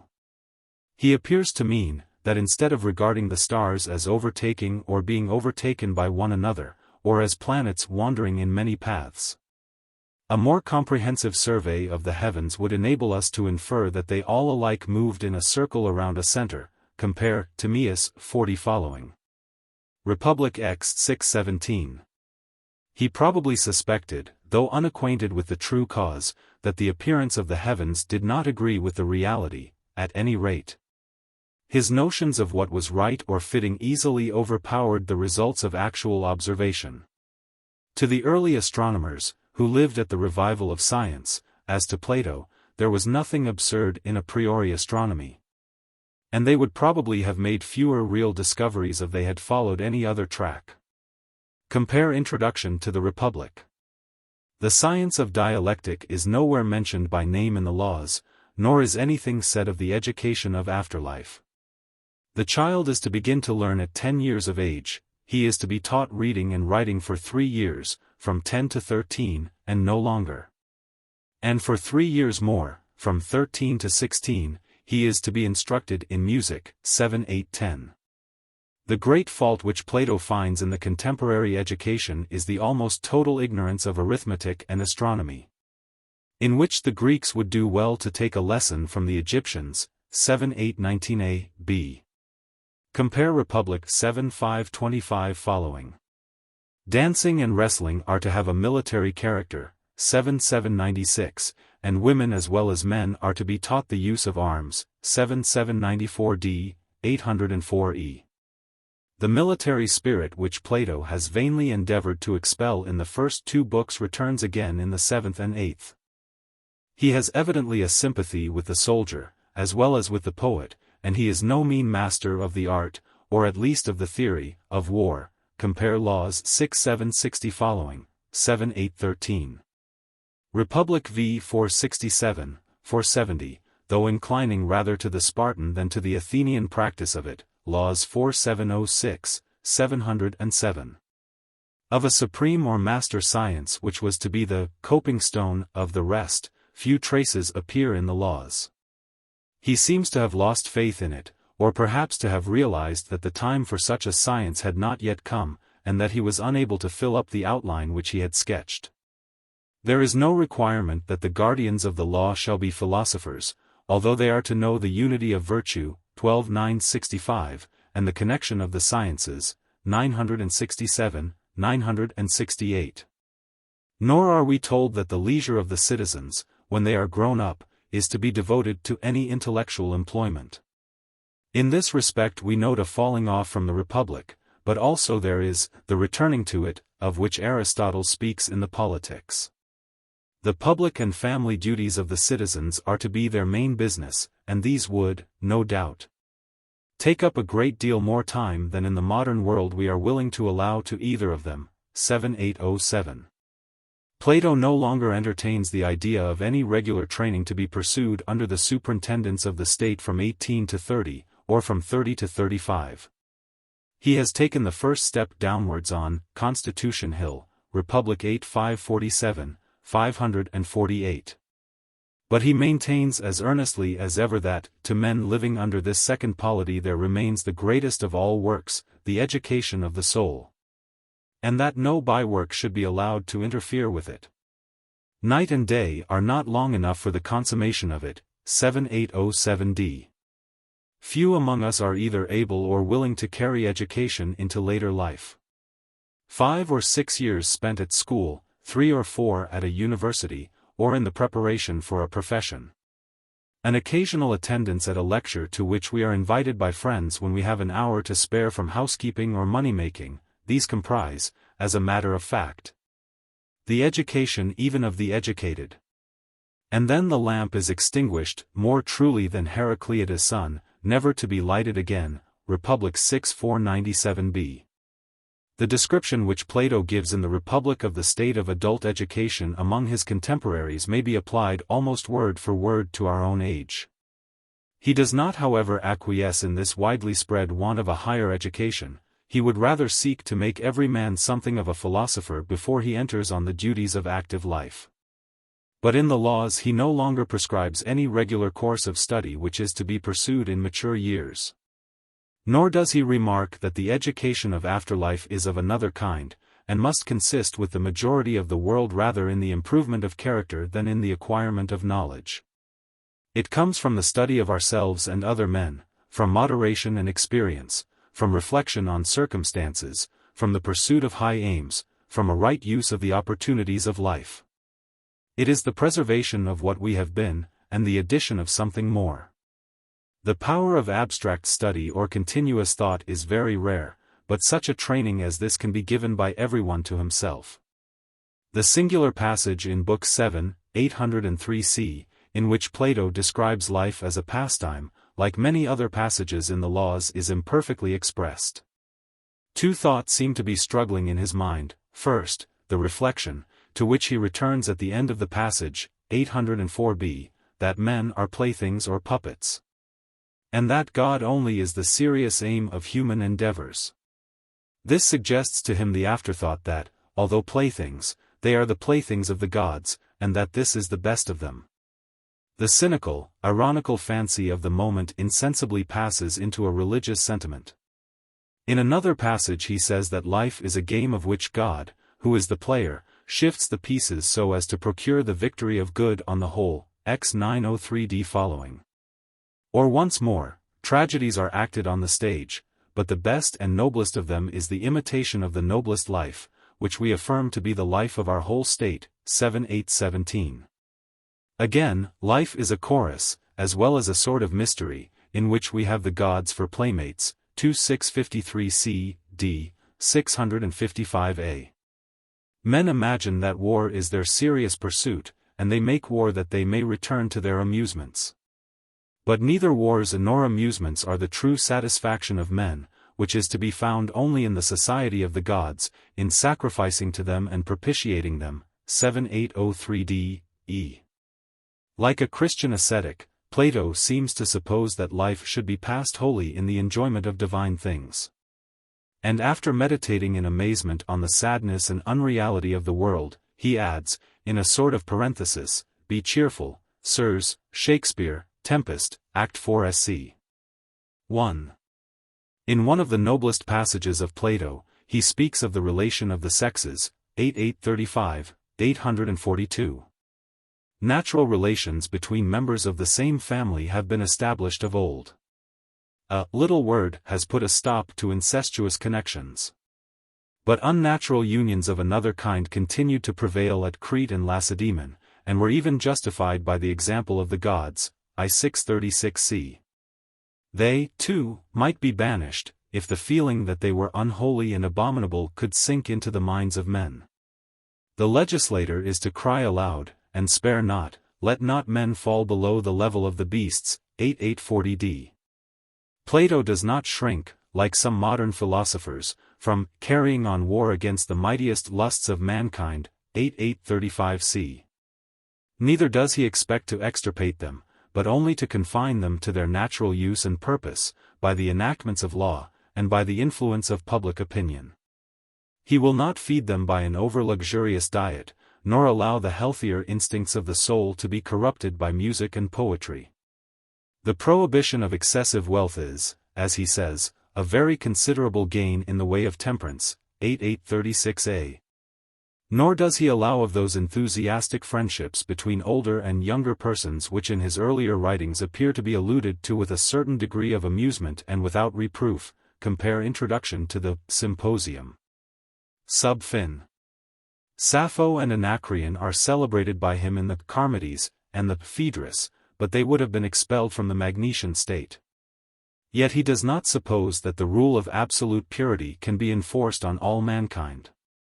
Something must be conceded to the weakness of human nature. He therefore adopts a second legal standard of honorable and dishonorable, having a second standard of right. He would abolish altogether the connection of men with men. As to women, if any man has to do with any but those who come into his house duly married by sacred rites, and he offends publicly in the face of all mankind, we shall be right in enacting that he be deprived of civic honors and privileges. But feeling also that it is impossible wholly to control the mightiest passions of mankind, Plato, like other legislators, makes a compromise. The offender must not be found out. Decency, if not morality, must be respected. In this he appears to agree with the practice of all civilized ages and countries. Much may be truly said by the moralist on the comparative harm of open and concealed vice. Nor do we deny that some moral evils are better turned out to the light, because, like diseases, when exposed, they are more easily cured.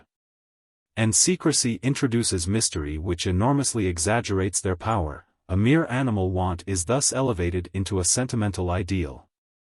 It may very well be that a word spoken in season about things which are commonly concealed may have an excellent effect.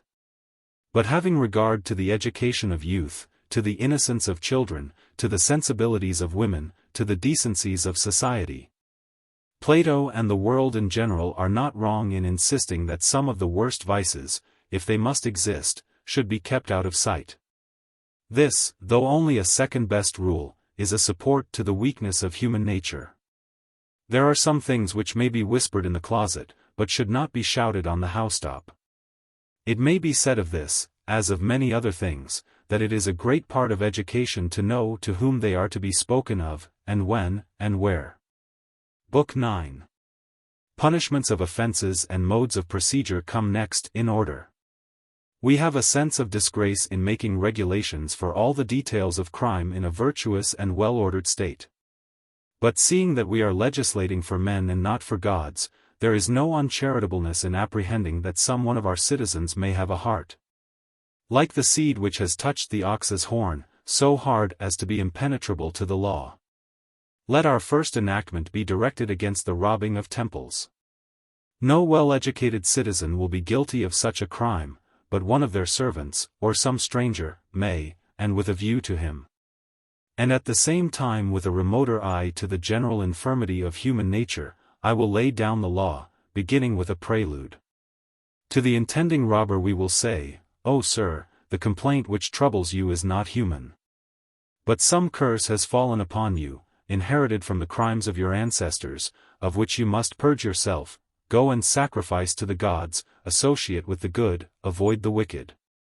And if you are cured of the fatal impulse, well, but if not, acknowledge death to be better than life, and depart." These are the accents, soft and low, in which we address the would-be criminal. And if he will not listen, then cry aloud as with the sound of a trumpet, "Whosoever robs a temple, if he be a slave or foreigner, shall be branded in the face and hands, and scourged, and cast naked beyond the border." And perhaps this may improve him, for the law aims either at the reformation of the criminal, or the repression of crime. No punishment is designed to inflict useless injury. But if the offender be a citizen, he must be incurable, and for him death is the only fitting penalty. His iniquity, however, shall not be visited on his children, nor shall his property be confiscated. As to the exaction of penalties, any person who is fined for an offense shall not be liable to pay the fine, unless he have property in excess of his lot. For the lots must never go uncultivated for lack of means. The guardians of the law are to provide against this. If a fine is inflicted upon a man which he cannot pay, and for which his friends are unwilling to give security, he shall be imprisoned and otherwise dishonored. But no criminal shall go unpunished, whether death, or imprisonment, or stripes, or fines, or the stocks, or banishment to a remote temple, be the penalty. Capital offenses shall come under the cognizance of the guardians of the law, and a college of the best of the last year's magistrates. The order of suits and similar details we shall leave to the lawgivers of the future, and only determine the mode of voting.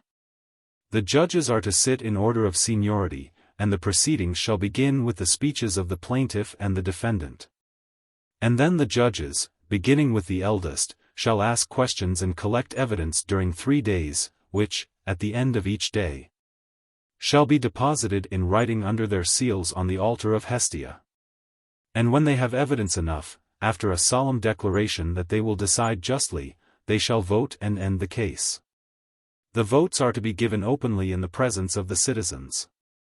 Next to religion, the preservation of the Constitution is the first object of the law. The greatest enemy of the state is he who attempts to set up a tyrant, or breeds plots and conspiracies. Not far below him in guilt is a magistrate who either knowingly, or in ignorance, fails to bring the offender to justice. Anyone who is good for anything will give information against traitors. The mode of proceeding at such trials will be the same as at trials for sacrilege, the penalty, death. But neither in this case nor in any other is the son to bear the iniquity of the father, unless father, grandfather, great-grandfather, have all of them been capitally convicted.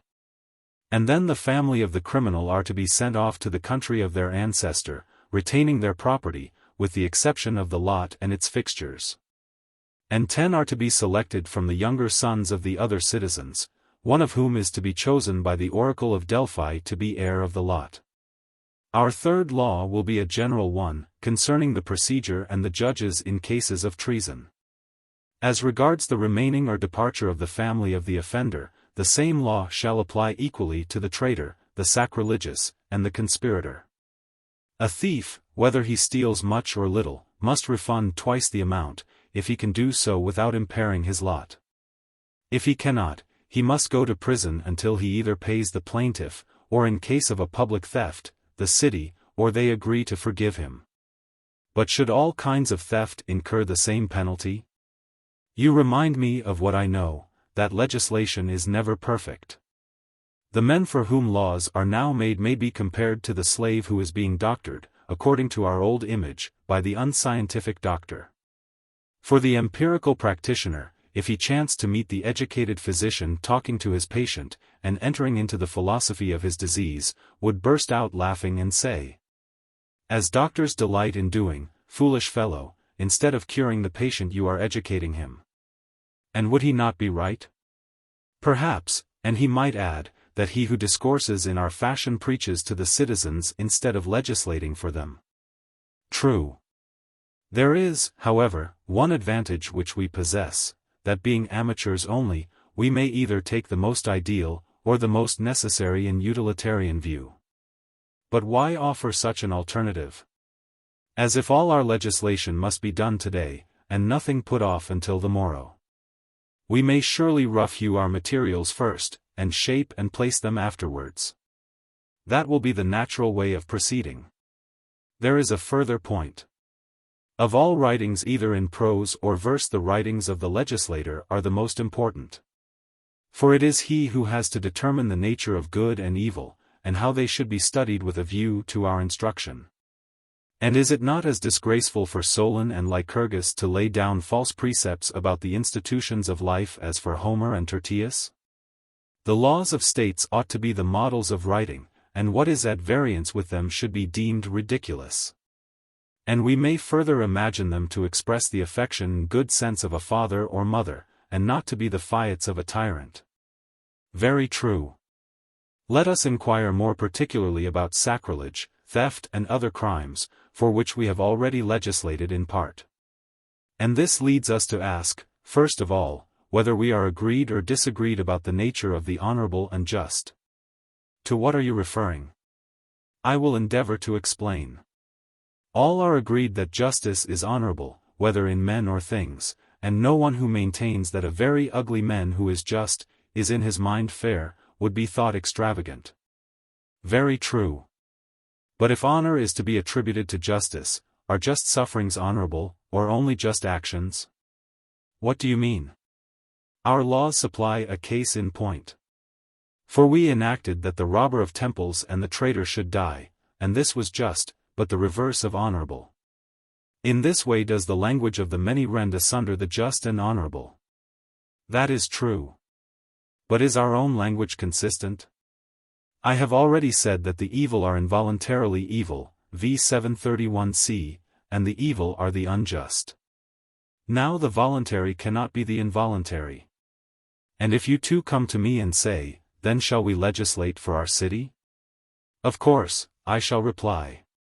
Then will you distinguish what crimes are voluntary and what involuntary, and shall we impose lighter penalties on the latter, and heavier on the former?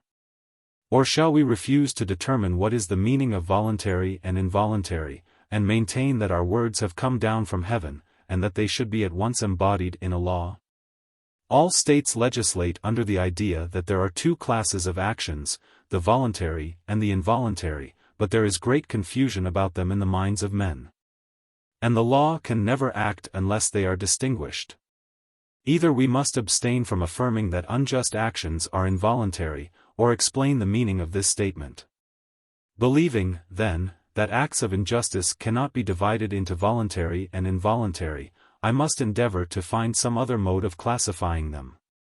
Hurts are voluntary and involuntary, but all hurts are not injuries.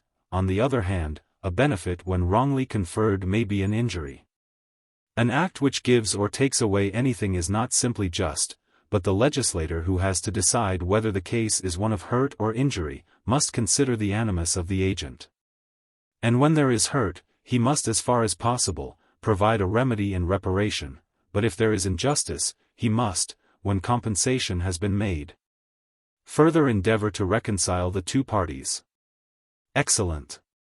Where injustice, like disease, is remediable, there the remedy must be applied in word or deed, with the assistance of pleasures and pains, of bounties and penalties. or any other influence which may inspire man with the love of justice, or hatred of injustice. And this is the noblest work of law. But when the legislator perceives the evil to be incurable, he will consider that the death of the offender will be a good to himself, and in two ways a good to society: first, as he becomes an example to others; secondly, because the city will be quit of a rogue, and in such a case, but in no other, the legislator will punish with death. There is some truth in what you say. I wish, however, that you would distinguish more clearly the difference of injury and hurt, and the complications of voluntary and involuntary. You will admit that anger is of a violent and destructive nature? Certainly. And further, that pleasure is different from anger, and has an opposite power, working by persuasion and deceit? Yes. Ignorance is the third source of crimes. This is of two kinds: simple ignorance and ignorance doubled by conceit of knowledge. The latter, when accompanied with power, is a source of terrible errors, but is excusable when only weak and childish. True. We often say that one man masters, and another is mastered by pleasure and anger. Just so. But no one says that one man masters, and another is mastered by ignorance. You are right. All these motives actuate men and sometimes drive them in different ways. That is so. Now, then, I am in a position to define the nature of just and unjust. By injustice I mean the dominion of anger and fear, pleasure and pain, envy and desire, in the soul, whether doing harm or not. By justice I mean the rule of the opinion of the best. Whether in states or individuals, extending to the whole of life. Although actions done in error are often thought to be involuntary injustice. No controversy need be raised about names at present, we are only desirous of fixing in our memories the heads of error. And the pain which is called fear and anger is our first head of error, the second is the class of pleasures and desires. And the third, of hopes which aim at true opinion about the best. This latter falls into three divisions, i.e. 1. When accompanied by simple ignorance; 2. When accompanied by conceit of wisdom combined with power; or, 3. With weakness, so that there are in all five. And the laws relating to them may be summed up under two heads: laws which deal with acts of open violence and with acts of deceit. To which may be added acts both violent and deceitful, and these last should be visited with the utmost rigor of the law. Very properly. Let us now return to the enactment of laws. We have treated of sacrilege, and of conspiracy, and of treason. Any of these crimes may be committed by a person not in his right mind, or in the second childhood of old age. If this is proved to be the fact before the judges, the person in question shall only have to pay for the injury, and not be punished further, unless he have on his hands the stain of blood. In this case he shall be exiled for a year, and if he return before the expiration of the year, he shall be retained in the public prison 2 years. Homicides may be divided into voluntary and involuntary, and first of involuntary homicide. He who unintentionally kills another man at the games or in military exercises duly authorized by the magistrates, whether death follow immediately or after an interval, shall be acquitted. Subject only to the purification required by the Delphian oracle. Any physician whose patient dies against his will shall in like manner be acquitted. Anyone who unintentionally kills the slave of another, believing that he is his own, with or without weapons, shall bear the master of the slave harmless. Or pay a penalty amounting to twice the value of the slave, and to this let him add a purification greater than in the case of homicide at the games. If a man kill his own slave, a purification only is required of him. If he kill a freeman unintentionally, let him also make purification. And let him remember the ancient tradition which says that the murdered man is indignant when he sees the murderer walk about in his own accustomed haunts. And that he terrifies him with the remembrance of his crime. And therefore the homicide should keep away from his native land for a year, or, if he have slain a stranger, let him avoid the land of the stranger for a like period. If he complies with this condition, the nearest kinsman of the deceased shall take pity upon him and be reconciled to him. But if he refuses to remain in exile, or visits the temples unpurified, then let the kinsman proceed against him, and demand a double penalty. The kinsman who neglects this duty shall himself incur the curse, and anyone who likes may proceed against him, and compel him to leave his country for 5 years. If a stranger involuntarily kill a stranger, anyone may proceed against him in the same manner, and the homicide, if he be a metic, shall be banished for a year. But if he be an entire stranger, whether he have murdered metic, citizen, or stranger, he shall be banished forever. And if he return, he shall be punished with death, and his property shall go to the next of kin of the murdered man. If he come back by sea against his will, he shall remain on the seashore, wetting his feet in the water while he waits for a vessel to sail. Or if he be brought back by land, the magistrates shall send him unharmed beyond the border. Next follows murder done from anger, which is of 2 kinds, either arising out of a sudden impulse, and attended with remorse, or committed with premeditation, and unattended with remorse. The cause of both is anger, and both are intermediate between voluntary and involuntary.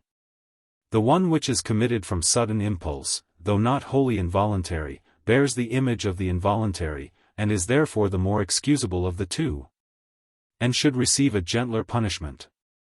The act of him who nurses his wrath is more voluntary, and therefore more culpable. The degree of culpability depends on the presence or absence of intention, to which the degree of punishment should correspond. For the first kind of murder, that which is done on a momentary impulse, let 2 years' exile be the penalty; for the second, that which is accompanied with malice prepense, 3. When the time of anyone's exile has expired, the guardians shall send 12 judges to the borders of the land, who shall have authority to decide whether he may return or not. He who after returning repeats the offense, shall be exiled and return no more, and, if he return, shall be put to death, like the stranger in a similar case. He who in a fit of anger kills his own slave, shall purify himself, and he who kills another man's slave, shall pay to his master double the value. Anyone may proceed against the offender if he appear in public places, not having been purified, and may bring to trial both the next of kin to the dead man and the homicide, and compel the one to exact, and the other to pay, a double penalty. If a slave kill his master, or a freeman who is not his master, in anger, the kinsmen of the murdered person may do with the murderer whatever they please, but they must not spare his life. If a father or mother kill their son or daughter in anger, let the slayer remain in exile for 3 years. And on the return of the exile let the parents separate, and no longer continue to cohabit, or have the same sacred rights with those whom he or she has deprived of a brother or sister. The same penalty is decreed against the husband who murders his wife, and also against the wife who murders her husband. Let them be absent 3 years, and on their return never again share in the same sacred rights with their children, or sit at the same table with them. Nor is a brother or sister who have lifted up their hands against a brother or sister, ever to come under the same roof or share in the same rights with those whom they have robbed of a child. If a son feels such hatred against his father or mother as to take the life of either of them, then, if the parent before death forgive him, he shall only suffer the penalty due to involuntary homicide. But if he be unforgiven, there are many laws against which he has offended, he is guilty of outrage, impiety, sacrilege all in one, and deserves to be put to death many times over. For if the law will not allow a man to kill the authors of his being even in self-defense, what other penalty than death can be inflicted upon him who in a fit of passion willfully slays his father or mother? If a brother kill a brother in self-defense during a civil broil, or a citizen, or a slave, or a stranger, let them be free from blame, as he is who slays an enemy in battle. But if a slave kill a freeman, let him be as a parricide. In all cases, however, the forgiveness of the injured party shall acquit the agents. And then they shall only be purified, and remain in exile for a year. Enough of actions that are involuntary, or done in anger, let us proceed to voluntary and premeditated actions. The great source of voluntary crime is the desire of money, which is begotten by evil education, and this arises out of the false praise of riches, common both among Hellenes and barbarians. They think that to be the first of goods which is really the third. For the body is not for the sake of wealth, but wealth for the body, as the body is for the soul. If this were better understood, the crime of murder, of which avarice is the chief cause, would soon cease among men. Next to avarice, ambition is a source of crime, troublesome to the ambitious man himself, as well as to the chief men of the state. And next to ambition, base fear is a motive, which has led many an one to commit murder in order that he may get rid of the witnesses of his crimes. Let this be said as a prelude to all enactments about crimes of violence. And the tradition must not be forgotten, which tells that the murderer is punished in the world below, and that when he returns to this world he meets the fate which he has dealt out to others. If a man is deterred by the prelude and the fear of future punishment, he will have no need of the law. But in case he disobey, let the law be declared against him as follows: he who of malice prepense kills one of his kindred, shall in the first place be outlawed. Neither temple, harbor, nor agora shall be polluted by his presence. And if a kinsman of the deceased refuse to proceed against his slayer, he shall take the curse of pollution upon himself, and also be liable to be prosecuted by anyone who will avenge the dead. The prosecutor, however, must observe the customary ceremonial before he proceeds against the offender. The details of these observances will be best determined by a conclave of prophets and interpreters and guardians of the law. And the judges of the cause itself shall be the same as in cases of sacrilege. He who is convicted shall be punished with death, and not be buried within the country of the murdered person. He who flies from the law shall undergo perpetual banishment. If he return, he may be put to death with impunity by any relative of the murdered man or by any other citizen, or bound and delivered to the magistrates. He who accuses a man of murder shall demand satisfactory bail of the accused, and if this is not forthcoming, the magistrate shall keep him in prison against the day of trial. If a man commit murder by the hand of another, he shall be tried in the same way as in the cases previously supposed, but if the offender be a citizen, his body after execution shall be buried within the land. If a slave kill a freeman, either with his own hand or by contrivance, let him be led either to the grave or to a place whence he can see the grave of the murdered man. And there receive as many stripes at the hand of the public executioner as the person who took him pleases. And if he survive he shall be put to death. If a slave be put out of the way to prevent his informing of some crime, his death shall be punished like that of a citizen. If there are any of those horrible murders of kindred which sometimes occur even in well-regulated societies, and of which the legislator, however unwilling, cannot avoid taking cognizance, he will repeat the old myth of the divine vengeance against the perpetrators of such atrocities. The myth will say that the murderer must suffer what he has done.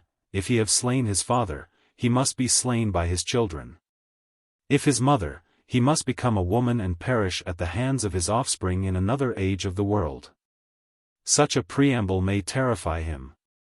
But if, notwithstanding, in some evil hour he murders father or mother or brethren or children, the mode of proceeding shall be as follows: him who is convicted, the officers of the judges shall lead to a spot without the city where three ways meet, and there slay him and expose his body naked.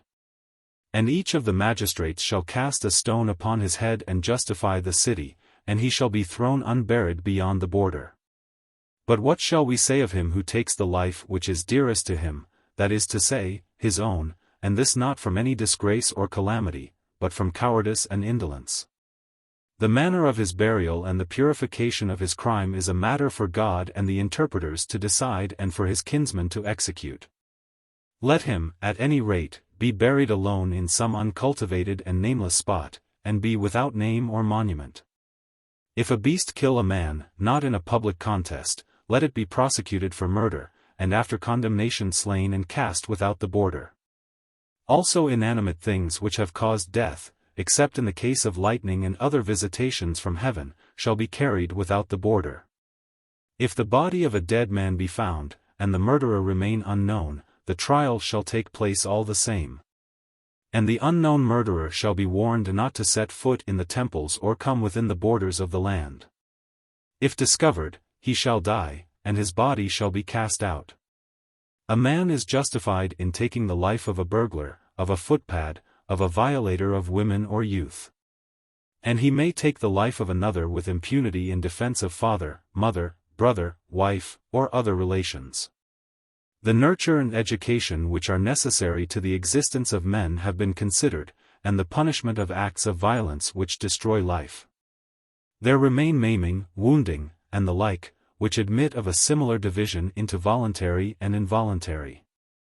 About this class of actions the preamble shall be, whereas men would be like wild beasts unless they obeyed the laws, the first duty of citizens is the care of the public interests, which unite and preserve states, as private interests distract them. A man may know what is for the public good, but if he have absolute power, human nature will impel him to seek pleasure instead of virtue, and so darkness will come over his soul and over the state. If he had mind, he would have no need of law, for mind is the perfection of law. But such a freeman, whom the truth makes free, is hardly to be found. And therefore law and order are necessary, which are the second best, and they regulate things as they exist in part only, but cannot take in the whole. For actions have innumerable characteristics, which must be partly determined by the law and partly left to the judge. The judge must determine the fact. And to him also the punishment must sometimes be left. What shall the law prescribe, and what shall be left to the judge? A city is unfortunate in which the tribunals are either secret and speechless, or, what is worse, noisy and public, when the people, as if they were in a theater, clap and hoot the various speakers. Such courts a legislator would rather not have, but if he is compelled to have them, he will speak distinctly, and leave as little as possible to their discretion. But where the courts are good, and presided over by well-trained judges, the penalties to be inflicted may be in a great measure left to them. And as there are to be good courts among our colonists, we need not determine beforehand the exact proportion of the penalty and the crime. Returning, then, to our legislator, let us indite a law about wounding, which shall run as follows: he who wounds with intent to kill, and fails in his object, shall be tried as if he had succeeded. But since God has favored both him and his victim, instead of being put to death, he shall be allowed to go into exile and take his property with him. The damage due to the sufferer having been previously estimated by the court, which shall be the same as would have tried the case if death had ensued. If a child should intentionally wound a parent, or a servant his master, or brother or sister wound brother or sister with malice prepense, the penalty shall be death. If a husband or wife wound one another with intent to kill, the penalty which is inflicted upon them shall be perpetual exile. And if they have young children, the guardians shall take care of them and administer their property as if they were orphans. If they have no children, their kinsmen male and female shall meet, and after a consultation with the priests and guardians of the law, shall appoint an heir of the house. For the house and family belong to the state, being a 5,040th portion of the whole. And the state is bound to preserve her families happy and holy. Therefore, when the heir of a house has committed a capital offense, or is in exile for life, the house is to be purified. And then the kinsmen of the house and the guardians of the law are to find out a family which has a good name and in which there are many sons, and introduce one of them to be the heir and priest of the house. He shall assume the fathers and ancestors of the family, while the first son dies in dishonor and his name is blotted out. Some actions are intermediate between the voluntary and involuntary. Those done from anger are of this class. If a man wound another in anger, let him pay double the damage, if the injury is curable, or fourfold, if curable, and at the same time dishonorable. And fourfold, if incurable, the amount is to be assessed by the judges. If the wounded person is rendered incapable of military service, the injurer, besides the other penalties, shall serve in his stead, or be liable to a suit for refusing to serve. If brother wounds brother, then their parents and kindred, of both sexes, shall meet and judge the crime. The damages shall be assessed by the parents. And if the amount fixed by them is disputed, an appeal shall be made to the male kindred, or in the last resort to the guardians of the law. Parents who wound their children are to be tried by judges of at least 60 years of age, who have children of their own. And they are to determine whether death, or some lesser punishment, is to be inflicted upon them. No relatives are to take part in the trial. If a slave in anger smite a freeman, he is to be delivered up by his master to the injured person. If the master suspect collusion between the slave and the injured person, he may bring the matter to trial, and if he fail he shall pay 3 times the injury. Or if he obtain a conviction, the contriver of the conspiracy shall be liable to an action for kidnapping. He who wounds another unintentionally shall only pay for the actual harm done. In all outrages and acts of violence, the elder is to be more regarded than the younger. An injury done by a younger man to an elder is abominable and hateful. But the younger man who is struck by an elder is to bear with him patiently, considering that he who is 20 years older is loco parentis.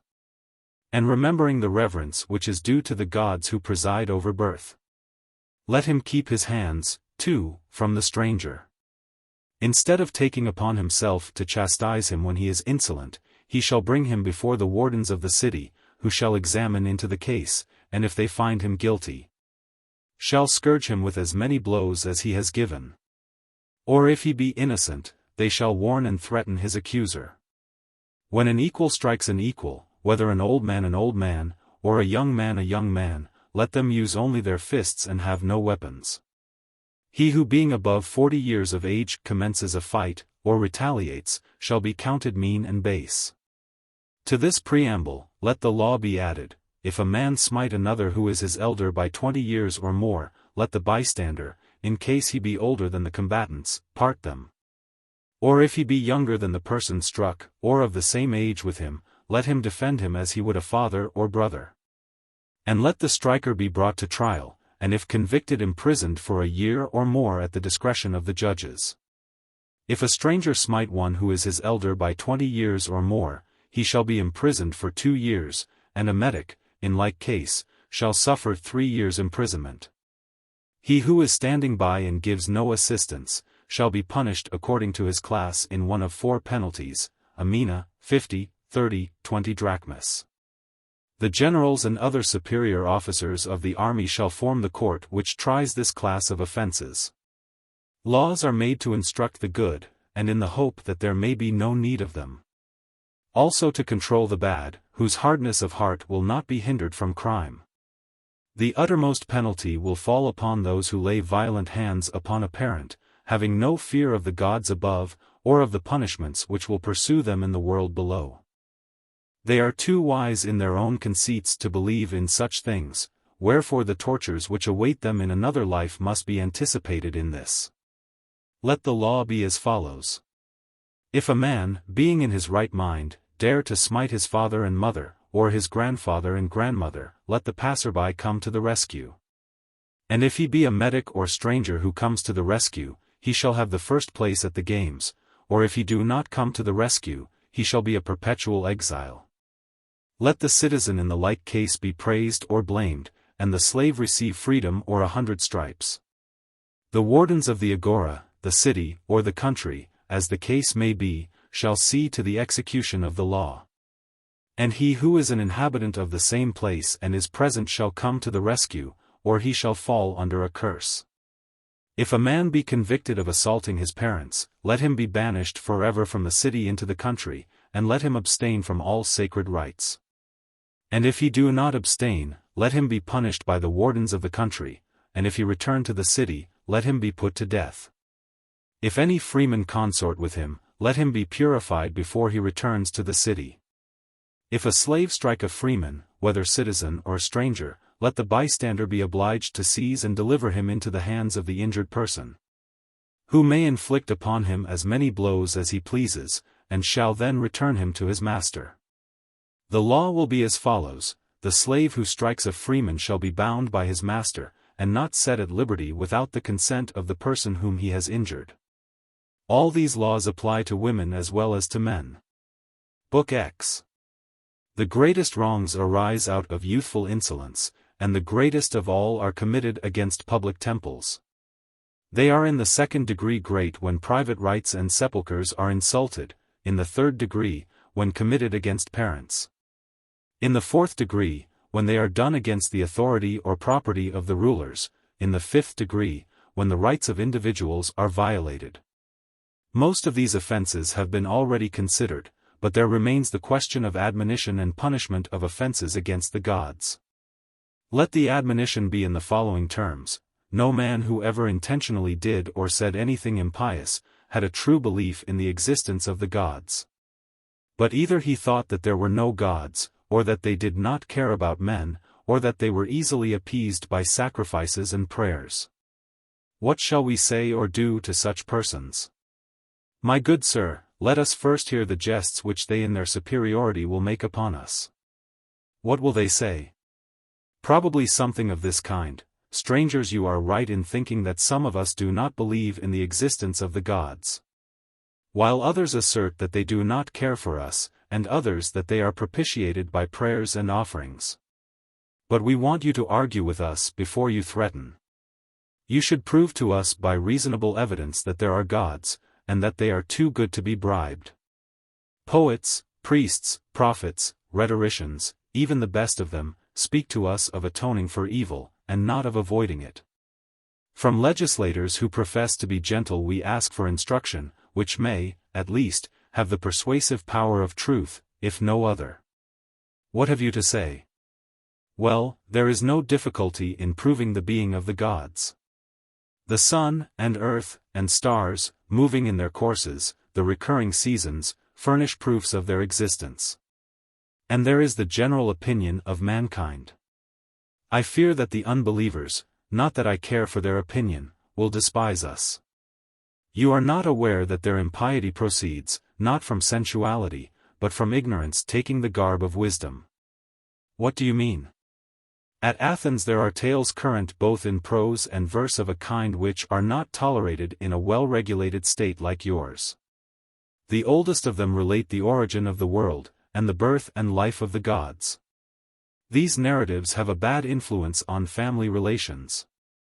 But as they are old we will let them pass, and consider another kind of tales, invented by the wisdom of a younger generation, who, if anyone argues for the existence of the gods and claims that the stars have a divine being, insist that these are mere earth and stones, which can have no care of human things.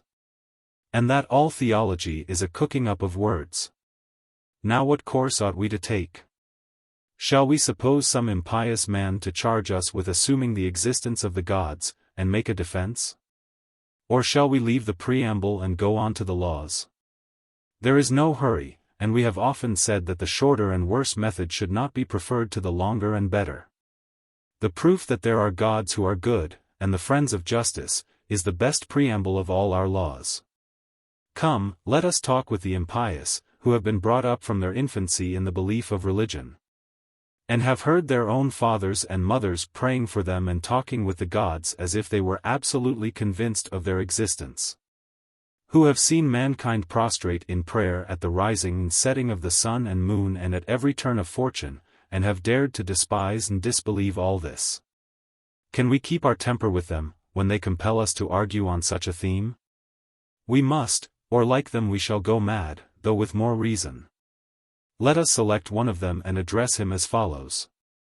O my son, you are young, time and experience will make you change many of your opinions. Do not be hasty in forming a conclusion about the divine nature, and let me mention to you a fact which I know. You and your friends are not the first or the only persons who have had these notions about the gods. There are always a considerable number who are infected by them. I have known many myself, and can assure you that no one who was an unbeliever in his youth ever persisted till he was old in denying the existence of the gods.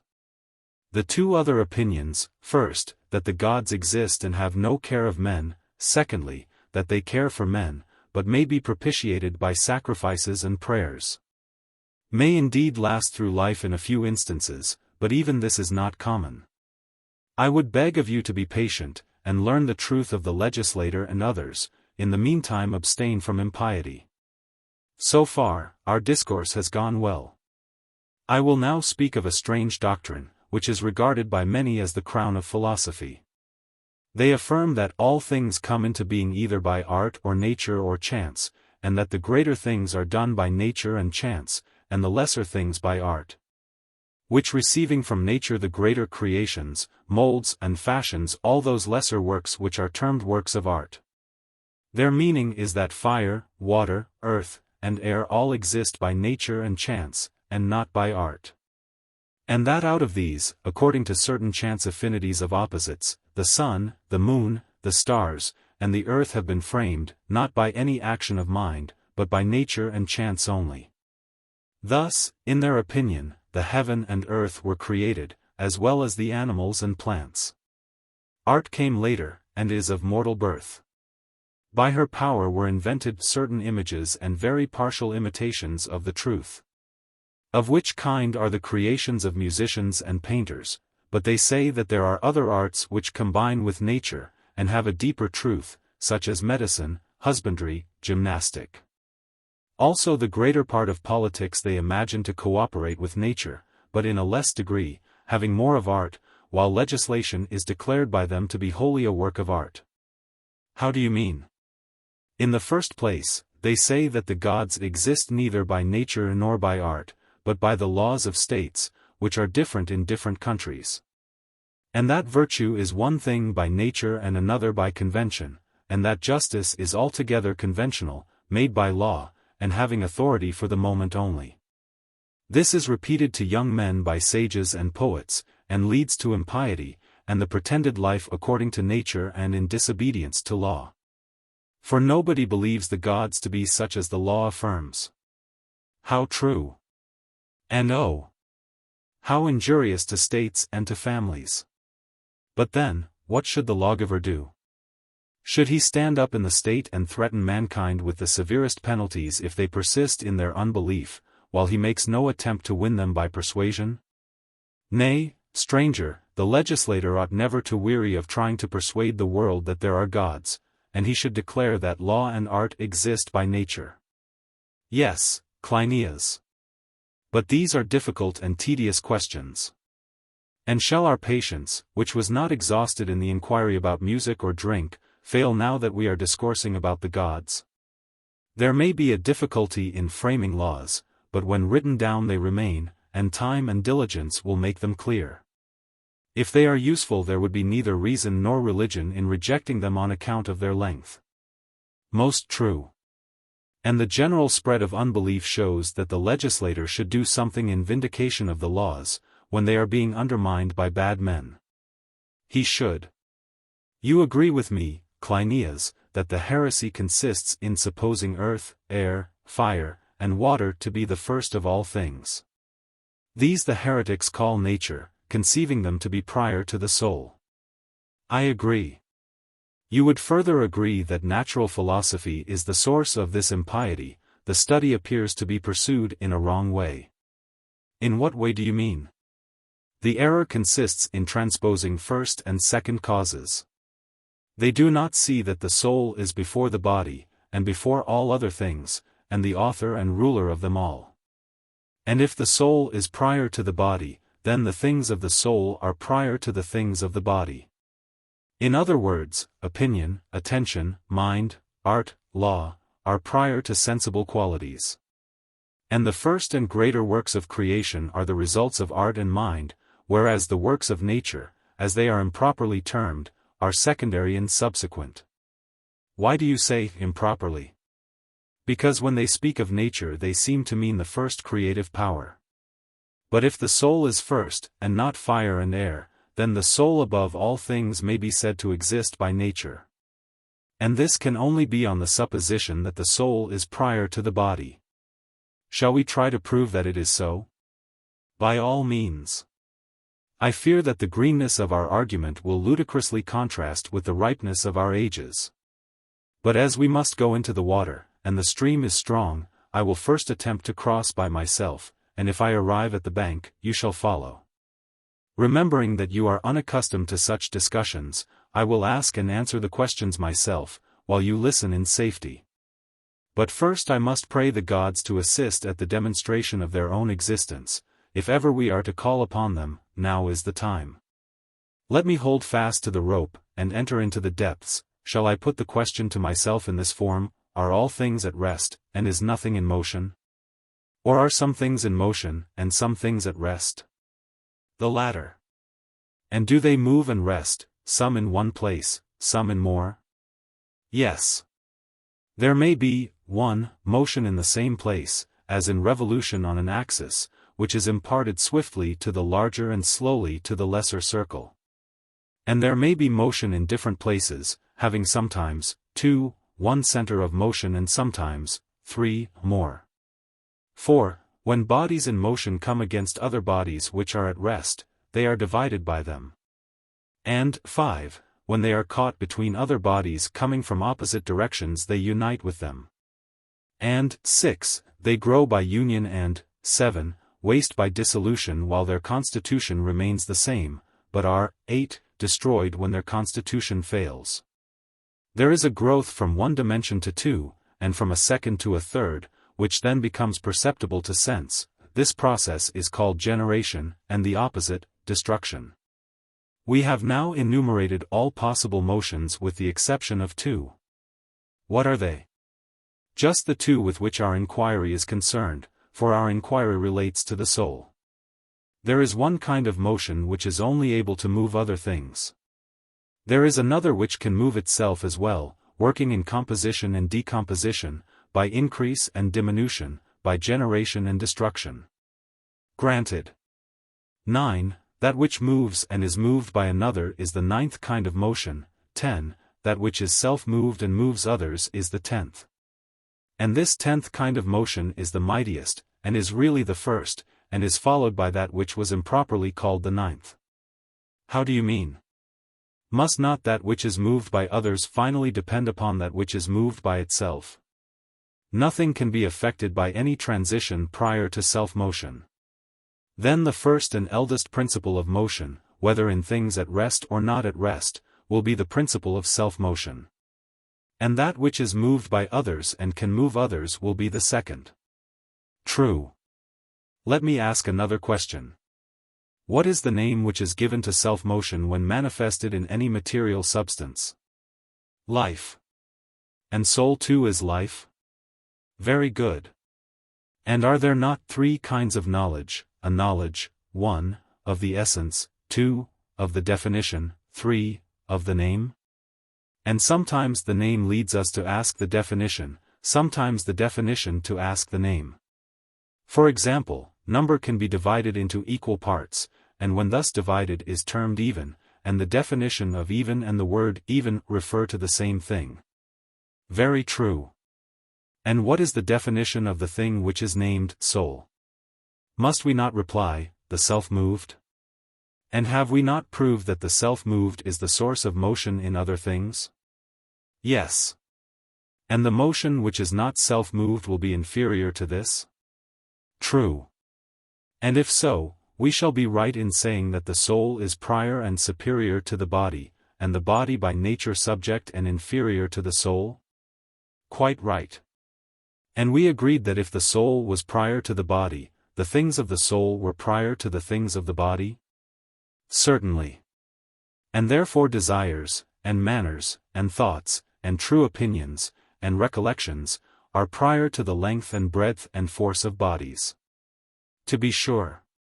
In the next place, we acknowledge that the soul is the cause of good and evil, just and unjust, if we suppose her to be the cause of all things. Certainly. And the soul which orders all things must also order the heavens? Of course. One soul or more? More, for less than 2 are inconceivable, one good, the other evil. Most true. The soul directs all things by her movements, which we call will, consideration, attention, deliberation, opinion true and false, joy, sorrow, courage, fear, hatred, love, and similar affections. These are the primary movements, and they receive the secondary movements of bodies, and guide all things to increase and diminution, separation and union.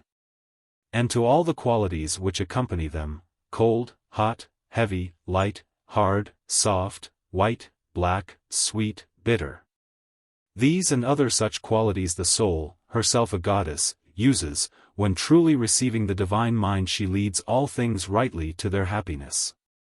But under the impulse of folly she works out an opposite result. For the controller of heaven and earth and the circle of the world is either the wise and good soul, or the foolish and vicious soul, working in them. What do you mean? If we say that the whole course and motion of heaven and earth is in accordance with the workings and reasonings of mind, clearly the best soul must have the care of the heaven, and guide it along that better way. True. But if the heavens move wildly and disorderly, then they must be under the guidance of the evil soul. True again. What is the nature of the movement of the soul? We must not suppose that we can see and know the soul with our bodily eyes, any more than we can fix them on the midday sun. It will be safer to look at an image only. How do you mean? Let us find among the 10 kinds of motion an image of the motion of the mind. You remember, as we said, that all things are divided into 2 classes, and some of them were moved and some at rest. Yes. And of those which were moved, some were moved in the same place, others in more places than one. Just so. The motion which was in one place was circular, like the motion of a spherical body, and such a motion in the same place, and in the same relations, is an excellent image of the motion of mind. Very true. The motion of the other sort, which has no fixed place or manner or relation or order or proportion, is akin to folly and nonsense. Very true. After what has been said, it is clear that, since the soul carries round all things, some soul which is either very good or the opposite carries round the circumference of heaven. But that soul can be no other than the best. Again, the soul carries round the sun, moon, and stars, and if the sun has a soul, then either the soul of the sun is within and moves the sun as the human soul moves the body. Or, secondly, the sun is contained in some external air or fire, which the soul provides and through which she operates. Or, thirdly, the course of the sun is guided by the soul acting in a wonderful manner without a body. Yes, in one of those ways the soul must guide all things. And this soul of the sun, which is better than the sun, whether driving him in a chariot or employing any other agency, is by every man called a god? Yes, by every man who has any sense. And of the seasons, stars, moon, and year, in like manner, it may be affirmed that the soul or souls from which they derive their excellence are divine. And without insisting on the manner of their working, no one can deny that all things are full of gods. No one. And now let us offer an alternative to him who denies that there are gods. Either he must show that the soul is not the origin of all things, or he must live for the future in the belief that there are gods. Next, as to the man who believes in the gods, but refuses to acknowledge that they take care of human things, let him too have a word of admonition. Best of men, we will say to him, some affinity to the gods leads you to honor them and to believe in them. But you have heard the happiness of wicked men sung by poets and admired by the world, and this has drawn you away from your natural piety. Or you have seen the wicked growing old in prosperity, and leaving great offices to their children, or you have watched the tyrant succeeding in his career of crime. And considering all these things you have been led to believe in an irrational way that the gods take no care of human affairs. That your error may not increase, I will endeavor to purify your soul. Do you, Megillus and Cleinias, make answer for the youth, and when we come to a difficulty, I will carry you over the water as I did before. Very good. He will easily be convinced that the gods care for the small as well as the great, for he heard what was said of their goodness and of their having all things under their care. He certainly heard. Then now let us inquire what is meant by the virtue of the gods. To possess mind belongs to virtue, and the contrary to vice. That is what we say. And is not courage a part of virtue, and cowardice of vice? Certainly. And to the gods we ascribe virtues, but idleness and indolence are not virtues. Of course not. And is God to be conceived of as a careless, indolent fellow, such as the poet would compare to a stingless drone? Impossible. Can we be right in praising anyone who cares for great matters and leaves the small to take care of themselves?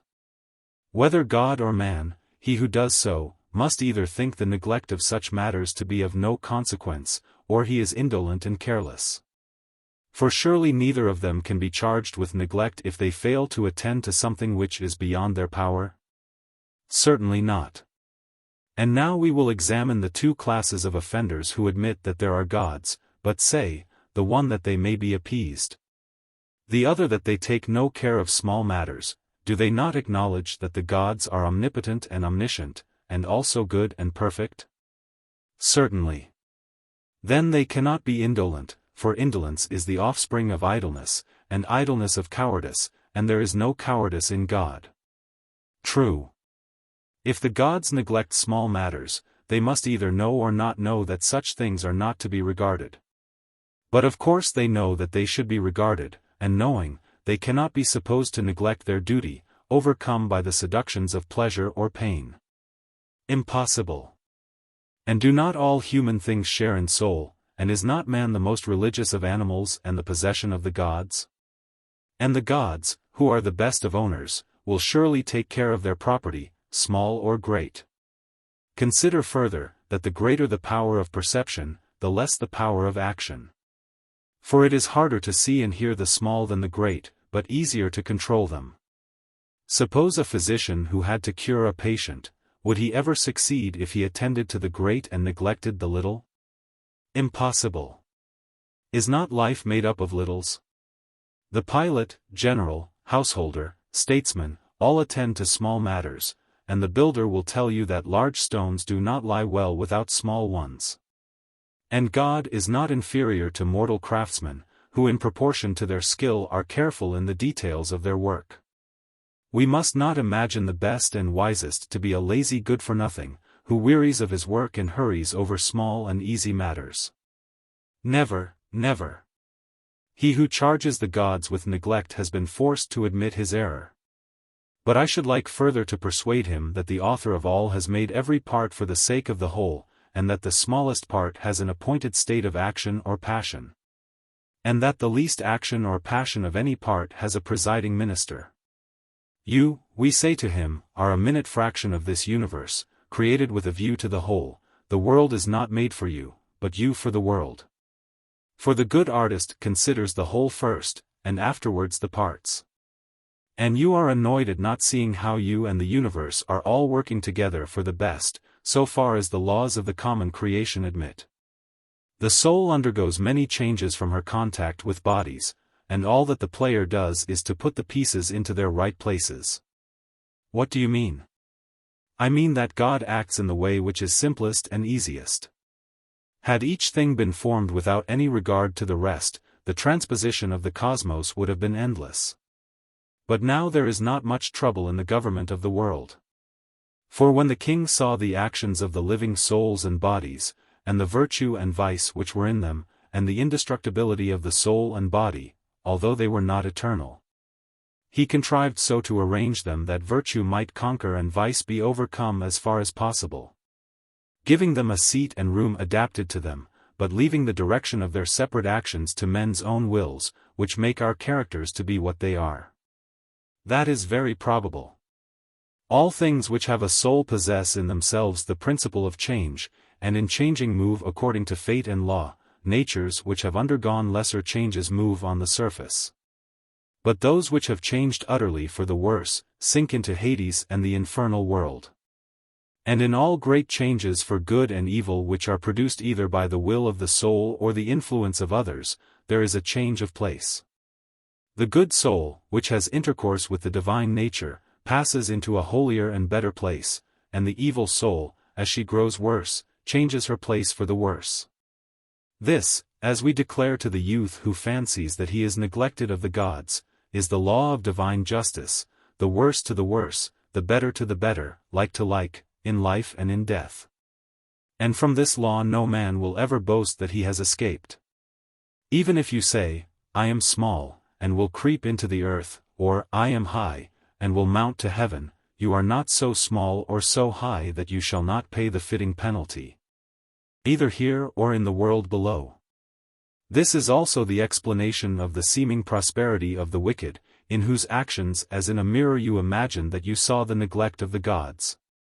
Not considering that they make all things contribute to the whole. And how then could you form any idea of true happiness, if Cleinias and Megillus and I have succeeded in persuading you that you know not what you say about the gods? God will help you.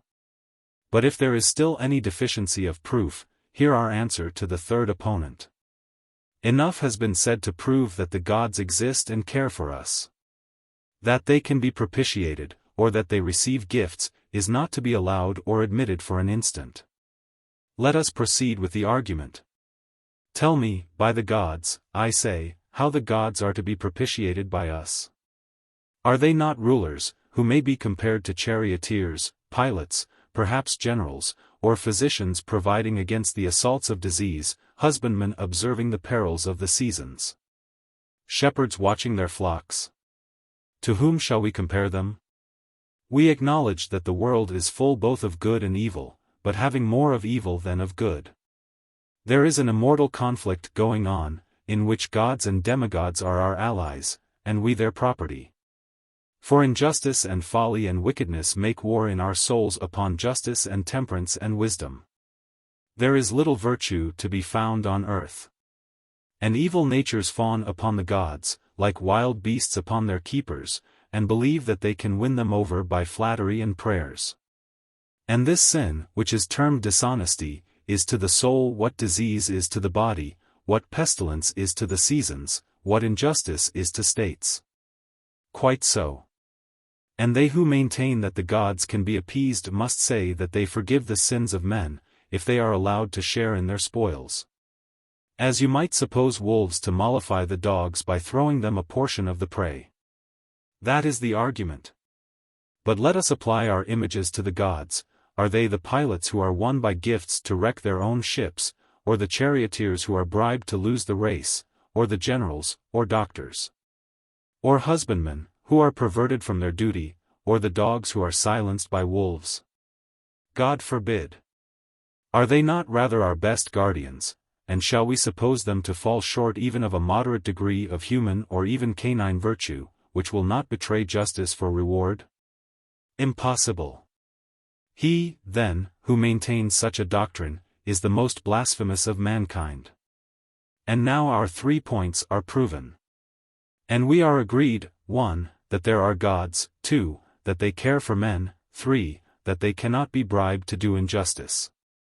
I have spoken warmly, from a fear lest this impiety of theirs should lead to a perversion of life. And our warmth will not have been in vain, if we have succeeded in persuading these men to abominate themselves, and to change their ways. So let us hope. Then now that the preamble is completed, we will make a proclamation commanding the impious to renounce their evil ways. And in case they refuse, the law shall be added: if a man is guilty of impiety in word or deed, let the bystander inform the magistrates, and let the magistrates bring the offender before the court. And if any of the magistrates refuses to act, he likewise shall be tried for impiety. Anyone who is found guilty of such an offense shall be fined at the discretion of the court, and shall also be punished by a term of imprisonment.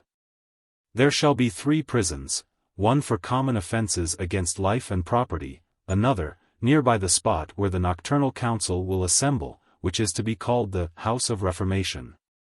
The third, to be situated in some desolate region in the center of the country, shall be called by a name indicating retribution. There are 3 causes of impiety, and from each of them spring impieties of 2 kinds, 6 in all. First, there is the impiety of those who deny the existence of the gods. These may be honest men, haters of evil, who are only dangerous because they talk loosely about the gods and make others like themselves. But there is also a more vicious class, who are full of craft and licentiousness. To this latter belong diviners, jugglers, despots, demagogues, generals, hierophants of private mysteries, and sophists. The first class shall be only imprisoned and admonished. The second class should be put to death, if they could be, many times over. The 2 other sorts of impiety, first of those who deny the care of the gods, and secondly, of those who affirm that they may be propitiated, have similar subdivisions, varying in degree of guilt. Those who have learnt to blaspheme from mere ignorance shall be imprisoned in the house of reformation for 5 years at least, and not allowed to see anyone but members of the nocturnal council, who shall converse with them touching their soul's health. If any of the prisoners come to their right mind, at the end of 5 years let them be restored to sane company, but he who again offends shall die.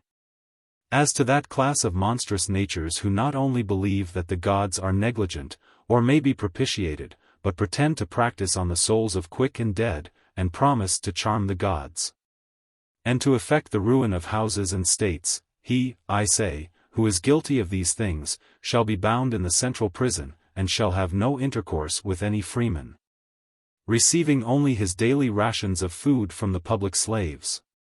And when he dies, let him be cast beyond the border, and if any freeman assist to bury him, he shall be liable to a suit for impiety.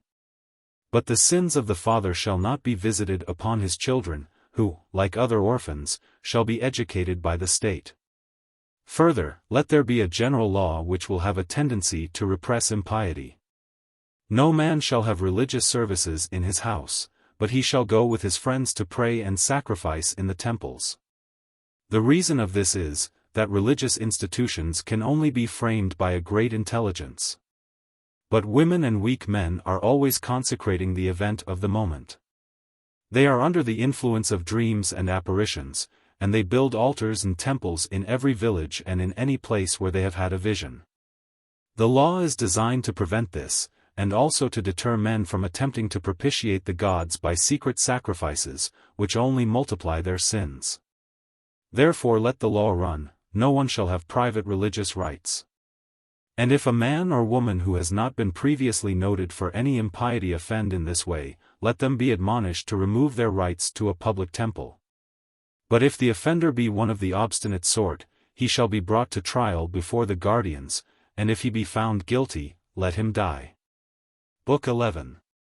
As to dealings between man and man, the principle of them is simple: thou shalt not take what is not thine, and shalt do to others as thou wouldst that they should do to thee. First, of treasure trove, may I never desire to find, or lift, if I find, or be induced by the counsel of diviners to lift, a treasure which one who was not my ancestor has laid down. For I shall not gain so much in money as I shall lose in virtue.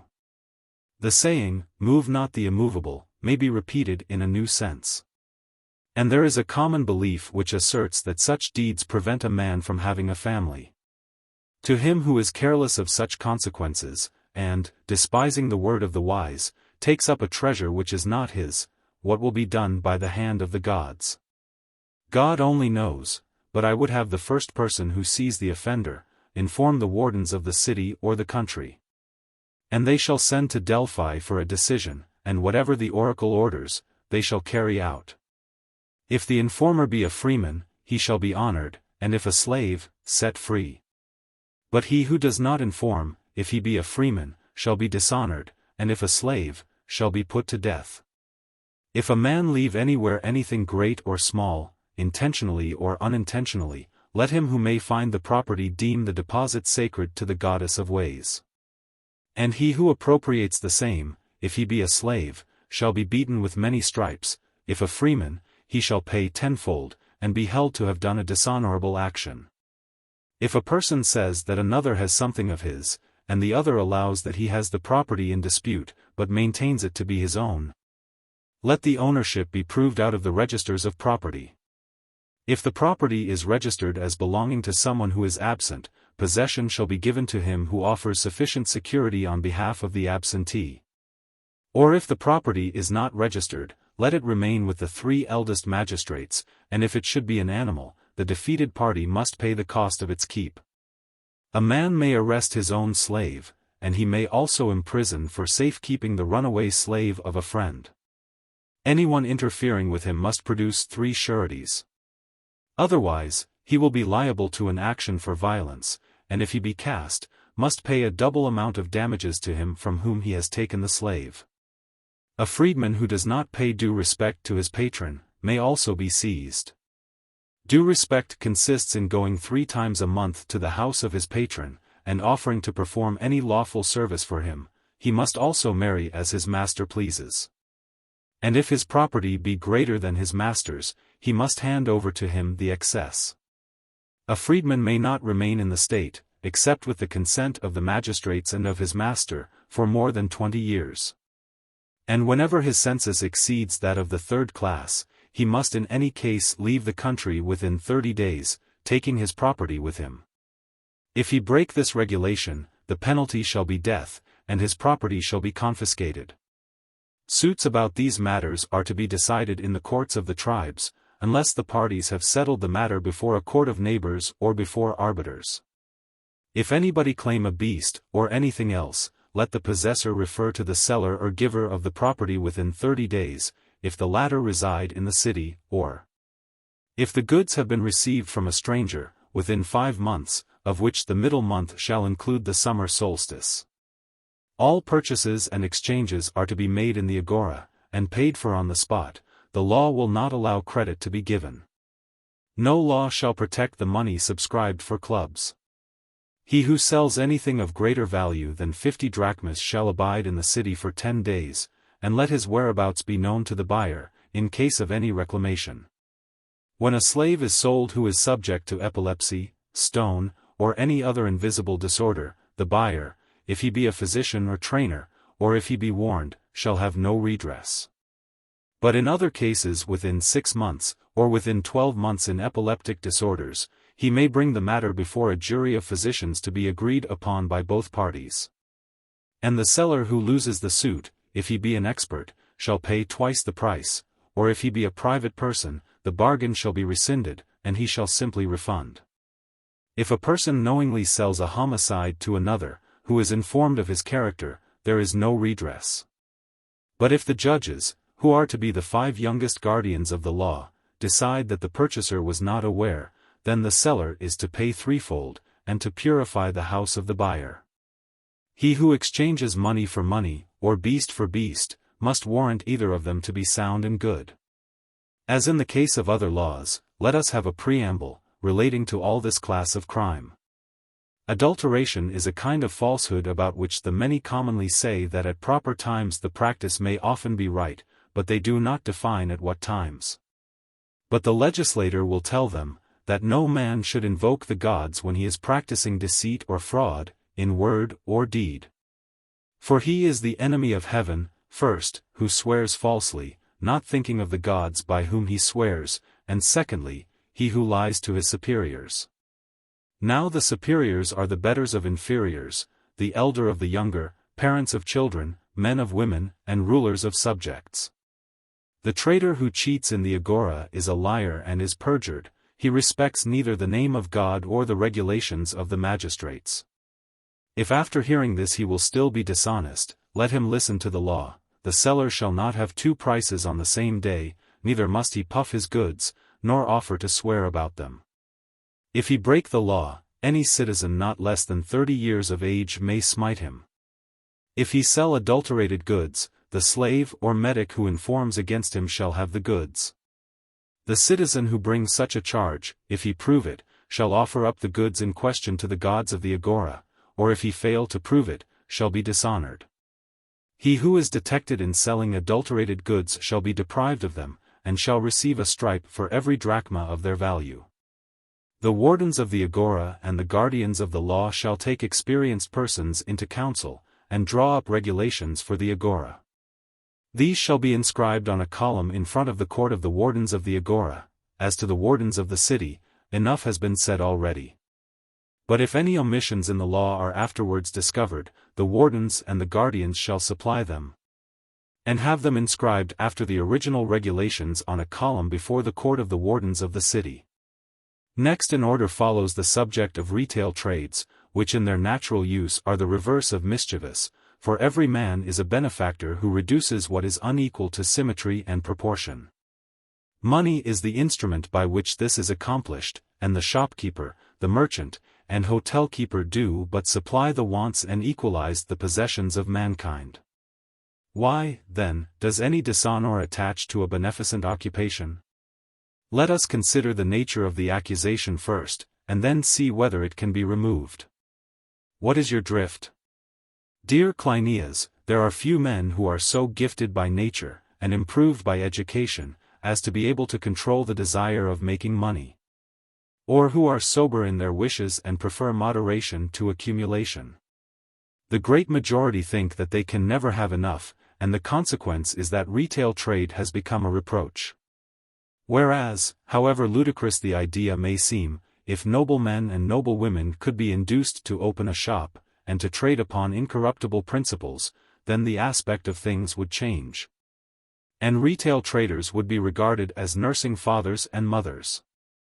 In our own day the trader goes and settles in distant places, and receives the weary traveler hospitably at first, but in the end treats him as an enemy and a captive, whom he only liberates for an enormous ransom. This is what has brought retail trade into disrepute, and against this the legislator ought to provide. Men have said of old, that to fight against two opponents is hard. And the two opponents of whom I am thinking are wealth and poverty, the one corrupting men by luxury, the other, through misery, depriving them of the sense of shame. What remedies can a city find for this disease? First, to have as few retail traders as possible. Secondly, to give retail trade over to a class whose corruption will not injure the state. And thirdly, to restrain the insolence and meanness of the retailers. Let us make the following laws. 1. In the city of the magnates none of the 5,040 citizens shall be a retailer or merchant, or do any service to any private persons who do not equally serve him. Except to his father and mother and their fathers and mothers, and generally to his elders who are freemen, and whom he serves as a freeman.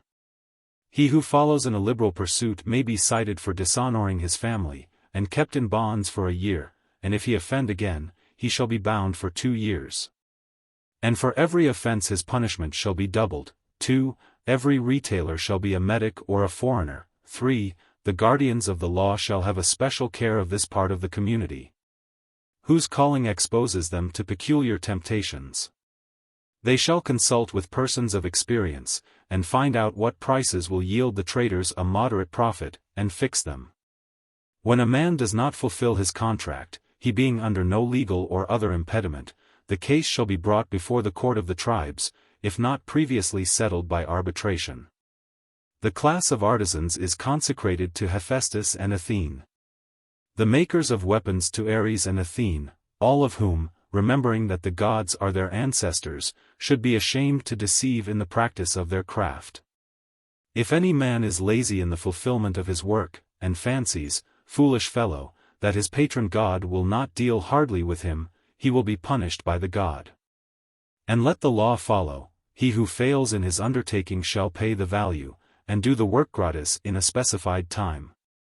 The contractor, like the seller, is enjoined by law to charge the simple value of his work. In a free city, art should be a true thing, and the artist must not practice on the ignorance of others.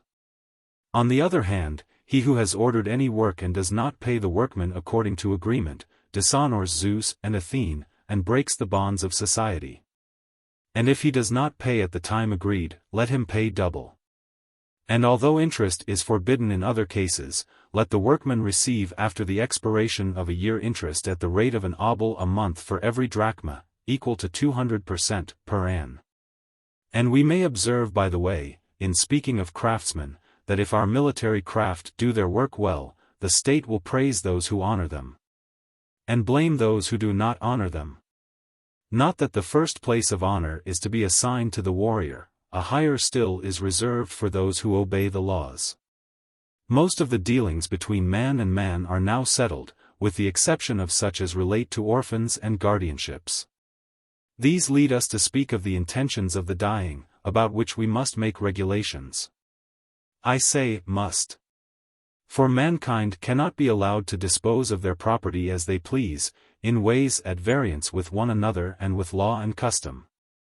But a dying person is a strange being, and is not easily managed. He wants to be master of all he has, and is apt to use angry words. He will say, "May I not do what I will with my own, and give much to my friends, and little to my enemies?" There is reason in that. O Cleinias, in my judgment the older lawgivers were too soft-hearted, and wanting an insight into human affairs. They were too ready to listen to the outcry of a dying man, and hence they were induced to give him an absolute power of bequest. But I would say to him, O creature of a day, you know neither what is yours nor yourself, for you and your property are not your own, but belong to your whole family, past and to come.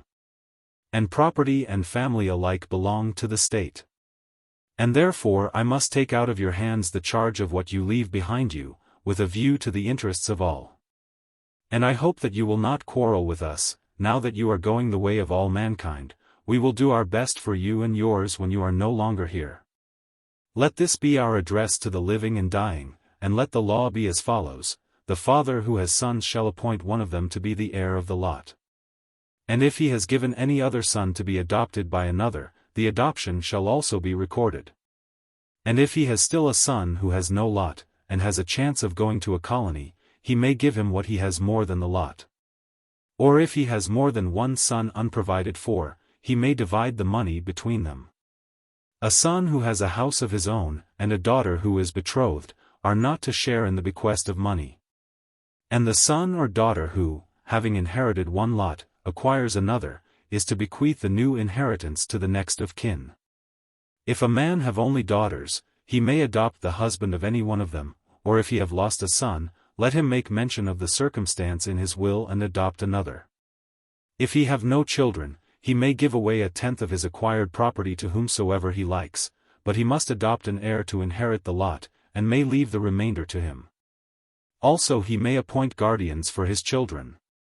Or if he die without appointing them or without making a will, the nearest kinsman, 2 on the father's and 2 on the mother's side, and 1 friend of the departed, shall be appointed guardians. The 15 eldest guardians of the law are to have special charge of all orphans, the whole number of 15 being divided into bodies of 3, who will succeed one another according to seniority every year for 5 years. If a man dying intestate leave daughters, he must pardon the law which marries them for looking, first to kinship, and secondly to the preservation of the lot. The legislator cannot regard the character of the heir, which to the father is the first consideration. The law will therefore run as follows: if the intestate leave daughters, husbands are to be found for them among their kindred according to the following table of affinity: first, their father's brothers; secondly, the sons of their father's brothers; thirdly, of their father's sisters; fourthly, their great-uncles; fifthly, the sons of a great-uncle; sixthly, the sons of a great-aunt. The kindred in such cases shall always be reckoned in this way. The relationship shall proceed upwards through brothers and sisters' children, and first the male line must be taken and then the female. If there is a dispute in regard to fitness of age for marriage, this the judge shall decide, after having made an inspection of the youth naked, and of the maiden naked down to the waist. If the maiden has no relations within the degree of third cousin, she may choose whom she likes, with the consent of her guardians. Or she may even select someone who has gone to a colony, and he, if he be a kinsman, will take the lot by law; if not, he must have her guardian's consent, as well as hers. When a man dies without children and without a will, let a young man and a young woman go forth from the family and take up their abode in the desolate house. The woman shall be selected from the kindred in the following order of succession: first, a sister of the deceased; second, a brother's daughter; third, a sister's daughter; fourth, a father's sister; fifth, a daughter of a father's brother; sixth, a daughter of a father's sister. For the man the same order shall be observed as in the preceding case. The legislator foresees that laws of this kind will sometimes press heavily, and that his intention cannot always be fulfilled. As for example, when there are mental and bodily defects in the persons who are enjoined to marry. But he must be excused for not being always able to reconcile the general principles of public interest with the particular circumstances of individuals. And he is willing to allow, in like manner, that the individual cannot always do what the lawgiver wishes. And then arbiters must be chosen, who will determine equitably the cases which may arise under the law, e.g. a rich cousin may sometimes desire a grander match, or the requirements of the law can only be fulfilled by marrying a madwoman. To meet such cases let the following law be enacted: if anyone comes forward and says that the lawgiver, had he been alive, would not have required the carrying out of the law in a particular case, let him go to the 15 eldest guardians of the law who have the care of orphans. But if he thinks that too much power is thus given to them, he may bring the case before the court of select judges. Thus will orphans have a second birth. In order to make their sad condition as light as possible, the guardians of the law shall be their parents, and shall be admonished to take care of them. And what admonition can be more appropriate than the assurance which we formerly gave, that the souls of the dead watch over mortal affairs? About this there are many ancient traditions, which may be taken on trust from the legislator. Let men fear, in the first place, the gods above. Secondly, the souls of the departed, who naturally care for their own descendants. Thirdly, the aged living, who are quick to hear of any neglect of family duties, especially in the case of orphans. For they are the holiest and most sacred of all deposits, and the peculiar care of guardians and magistrates. And those who try to bring them up well will contribute to their own good and to that of their families. He who listens to the preamble of the law will never know the severity of the legislator. But he who disobeys, and injures the orphan, will pay twice the penalty he would have paid if the parents had been alive. More laws might have been made about orphans, did we not suppose that the guardians have children and property of their own which are protected by the laws. And the duty of the guardian in our state is the same as that of a father, though his honor or disgrace is greater.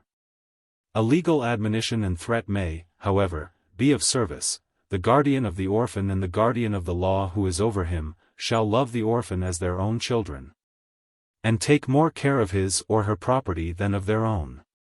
If the guardian of the child neglect his duty, the guardian of the law shall fine him.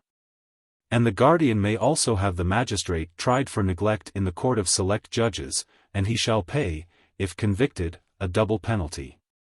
Further, the guardian of the orphan who is careless or dishonest may be fined on the information of any of the citizens in a fourfold penalty. Half to go to the orphan and half to the prosecutor of the suit. When the orphan is of age, if he thinks that he has been ill-used, his guardian may be brought to trial by him within 5 years, and the penalty shall be fixed by the court. Or if the magistrate has neglected the orphan, he shall pay damages to him, but if he have defrauded him, he shall make compensation and also be deposed from his office of guardian of the law. If irremediable differences arise between fathers and sons, the father may want to renounce his son. Or the son may indict his father for imbecility. Such violent separations only take place when the family are a bad lot. If only one of the two parties is bad, the differences do not grow to so great a height. But here arises a difficulty. Although in any other state a son who is disinherited does not cease to be a citizen, in ours he does, for the number of citizens cannot exceed 5,040. And therefore he who is to suffer such a penalty ought to be abjured, not only by his father, but by the whole family. The law, then, should run as follows: if any man's evil fortune or temper incline him to disinherit his son, let him not do so lightly or on the instant. But let him have a council of his own relations and of the maternal relations of his son, and set forth to them the propriety of disinheriting him, and allow his son to answer. And if more than half of the kindred male and female, being of full age, condemn the son, let him be disinherited.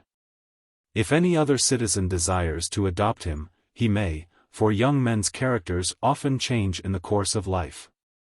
But if, after 10 years, he remains unadopted, let him be sent to a colony. If disease, or old age, or evil disposition cause a man to go out of his mind, and he is ruining his house and property, and his son doubts about indicting him for insanity, let him lay the case before the eldest guardians of the law, and consult with them. And if they advise him to proceed, and the father is decided to be imbecile, he shall have no more control over his property, but shall live henceforward like a child in the house. If a man and his wife are of incompatible tempers, 10 guardians of the law and 10 of the matrons who regulate marriage shall take their case in hand, and reconcile them, if possible. If, however, their swelling souls cannot be pacified, the wife may try and find a new husband, and the husband a new wife. Probably they are not very gentle creatures, and should therefore be joined to milder natures. The younger of those who are separated should also select their partners with a view to the procreation of children, while the older should seek a companion for their declining years. If a woman dies, leaving children male or female, the law will advise, but not compel, the widower to abstain from a second marriage. If she leave no children, he shall be compelled to marry. Also a widow, if she is not old enough to live honestly without marriage, shall marry again, and in case she have no children, she should marry for the sake of them. There is sometimes an uncertainty which parent the offspring is to follow, in unions of a female slave with a male slave, or with a freedman or free man, or of a free woman with a male slave. The offspring is to belong to the master. But if the master or mistress be themselves the parent of the child, the slave and the child are to be sent away to another land. Concerning duty to parents, let the preamble be as follows: we honor the gods in their lifeless images, and believe that we thus propitiate them. But he who has an aged father or mother has a living image, which if he cherish it will do him far more good than any statue. What do you mean by cherishing them? I will tell you. Oedipus and Amintor and Theseus cursed their children, and their curses took effect. This proves that the gods hear the curses of parents who are wronged. And shall we doubt that they hear and fulfill their blessings too? Surely not. And, as we were saying, no image is more honored by the gods than an aged father and mother, to whom when honor is done, the God who hears their prayers is rejoiced. And their influence is greater than that of the lifeless statue. For they pray that good or evil may come to us in proportion as they are honored or dishonored, but the statue is silent. Excellent. Good men are glad when their parents live to extreme old age, or if they depart early, lament their loss, but to bad men their parents are always terrible. Wherefore let everyone honor his parents, and if this preamble fails of influencing him, let him hear the law, if anyone does not take sufficient care of his parents. Let the aggrieved person inform the 3 eldest guardians of the law and 3 of the women who are concerned with marriages. Women up to 40 years of age, and men up to 30, who thus offend, shall be beaten and imprisoned.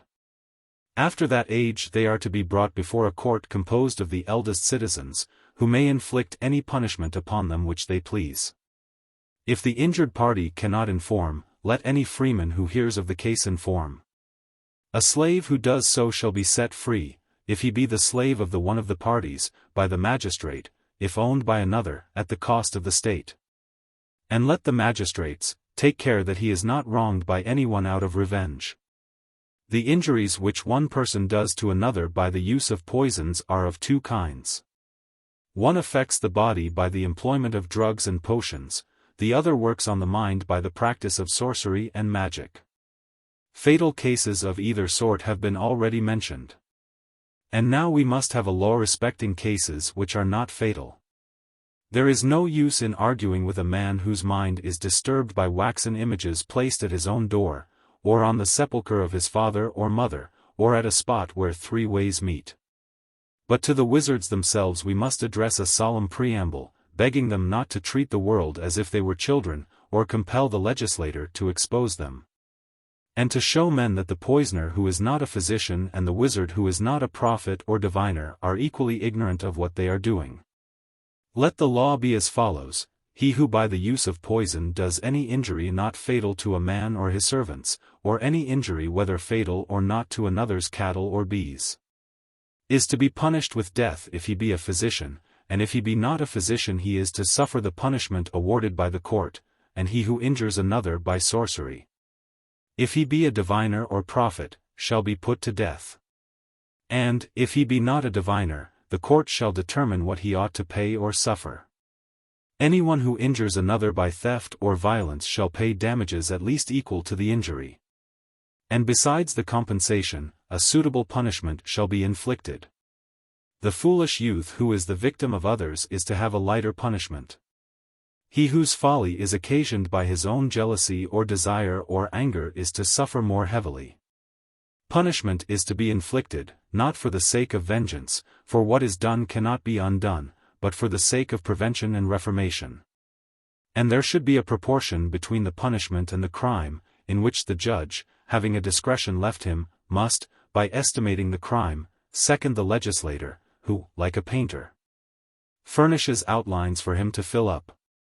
A madman is not to go about at large in the city, but is to be taken care of by his relatives.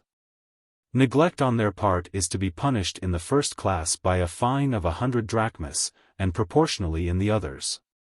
Now madness is of various kinds. In addition to that which arises from disease, there is the madness which originates in a passionate temperament, and makes men when engaged in a quarrel use foul and abusive language against each other. This is intolerable in a well-ordered state. And therefore our law shall be as follows: no one is to speak evil of another, but when men differ in opinion they are to instruct one another without speaking evil. Nor should anyone seek to rouse the passions which education has calmed. For he who feeds and nurses his wrath is apt to make ribald jests at his opponent, with a loss of character or dignity to himself. And for this reason no one may use any abusive word in a temple, or at sacrifices, or games, or in any public assembly, and he who offends shall be censured by the proper magistrate. And the magistrate, if he fail to censure him, shall not claim the prize of virtue. In any other place the angry man who indulges in revilings, whether he be the beginner or not, may be chastised by an elder. The reviler is always trying to make his opponent ridiculous. And the use of ridicule in anger we cannot allow. We forbid the comic poet to ridicule our citizens, under a penalty of expulsion from the country or a fine of 3 minae. Jest in which there is no offense may be allowed, but the question of offense shall be determined by the director of education, who is to be the licenser of theatrical performances. The righteous man who is in adversity will not be allowed to starve in a well-ordered city, he will never be a beggar. Nor is a man to be pitied, merely because he is hungry, unless he be temperate. Therefore let the law be as follows: let there be no beggars in our state, and he who begs shall be expelled by the magistrates both from town and country. If a slave, male or female, does any harm to the property of another, who is not himself a party to the harm, the master shall compensate the injury or give up the offending slave. But if the master argue that the charge has arisen by collusion, with the view of obtaining the slave, he may put the plaintiff on his trial for malpractices, and recover from him twice the value of the slave. Or if he is cast, he must make good the damage and deliver up the slave. The injury done by a horse or other animal shall be compensated in like manner. A witness who will not come of himself may be summoned, and if he fail in appearing, he shall be liable for any harm which may ensue. If he swears that he does not know, he may leave the court. A judge who is called upon as a witness must not vote. A free woman, if she is over 40, may bear witness and plead, and, if she have no husband, she may also bring an action. A slave, male or female, and a child may witness and plead only in case of murder, but they must give sureties that they will appear at the trial, if they should be charged with false witness. Such charges must be made pending the trial, and the accusations shall be sealed by both parties and kept by the magistrates until the trial for perjury comes off. If a man is twice convicted of perjury, he is not to be required; if 3 times, he is not to be allowed to bear witness, or, if he persists in bearing witness, is to be punished with death. When more than half the evidence is proved to be false, there must be a new trial. The best and noblest things in human life are liable to be defiled and perverted. Is not justice the civilizer of mankind? And yet upon the noble profession of the advocate has come an evil name. For he is said to make the worse appear the better cause, and only requires money in return for his services. Such an art will be forbidden by the legislator, and if existing among us will be requested to depart to another city. To the disobedient let the voice of the law be heard saying, he who tries to pervert justice in the minds of the judges, or to increase litigation, shall be brought before the Supreme Court. If he does so from contentiousness, let him be silenced for a time, and, if he offend again, put to death. If he have acted from a love of gain, let him be sent out of the country if he be a foreigner, or if he be a citizen let him be put to death. Book 12. If a false message be taken to or brought from other states, whether friendly or hostile, by ambassadors or heralds, they shall be indicted for having dishonored their sacred office, and, if convicted, shall suffer a penalty. Stealing is mean, robbery is shameless. Let no man deceive himself by the supposed example of the gods, for no god or son of a god ever really practiced either force or fraud. On this point the legislator is better informed than all the poets put together. He who listens to him shall be forever happy, but he who will not listen shall have the following law directed against him: he who steals much, or he who steals little of the public property is deserving of the same penalty. For they are both impelled by the same evil motive. When the law punishes one man more lightly than another, this is done under the idea, not that he is less guilty, but that he is more curable. Now a thief who is a foreigner or slave may be curable, but the thief who is a citizen, and has had the advantages of education, should be put to death, for he is incurable. Much consideration and many regulations are necessary about military expeditions. The great principle of all is that no one, male or female, in war or peace, in great matters or small, shall be without a commander. Whether men stand or walk, or drill, or pursue, or retreat, or wash, or eat, they should all act together and in obedience to orders. We should practice from our youth upwards the habits of command and obedience. All dances, relaxations, endurances of meats and drinks, of cold and heat, and of hard couches, should have a view to war. And care should be taken not to destroy the natural covering and use of the head and feet by wearing shoes and caps. For the head is the lord of the body, and the feet are the best of servants. The soldier should have thoughts like these. And let him hear the law: he who is enrolled shall serve. And if he absent himself without leave he shall be indicted for failure of service before his own branch of the army when the expedition returns. And if he be found guilty he shall suffer the penalty which the courts award, and never be allowed to contend for any prize of valor, or to accuse another of misbehavior in military matters. Desertion shall also be tried and punished in the same manner.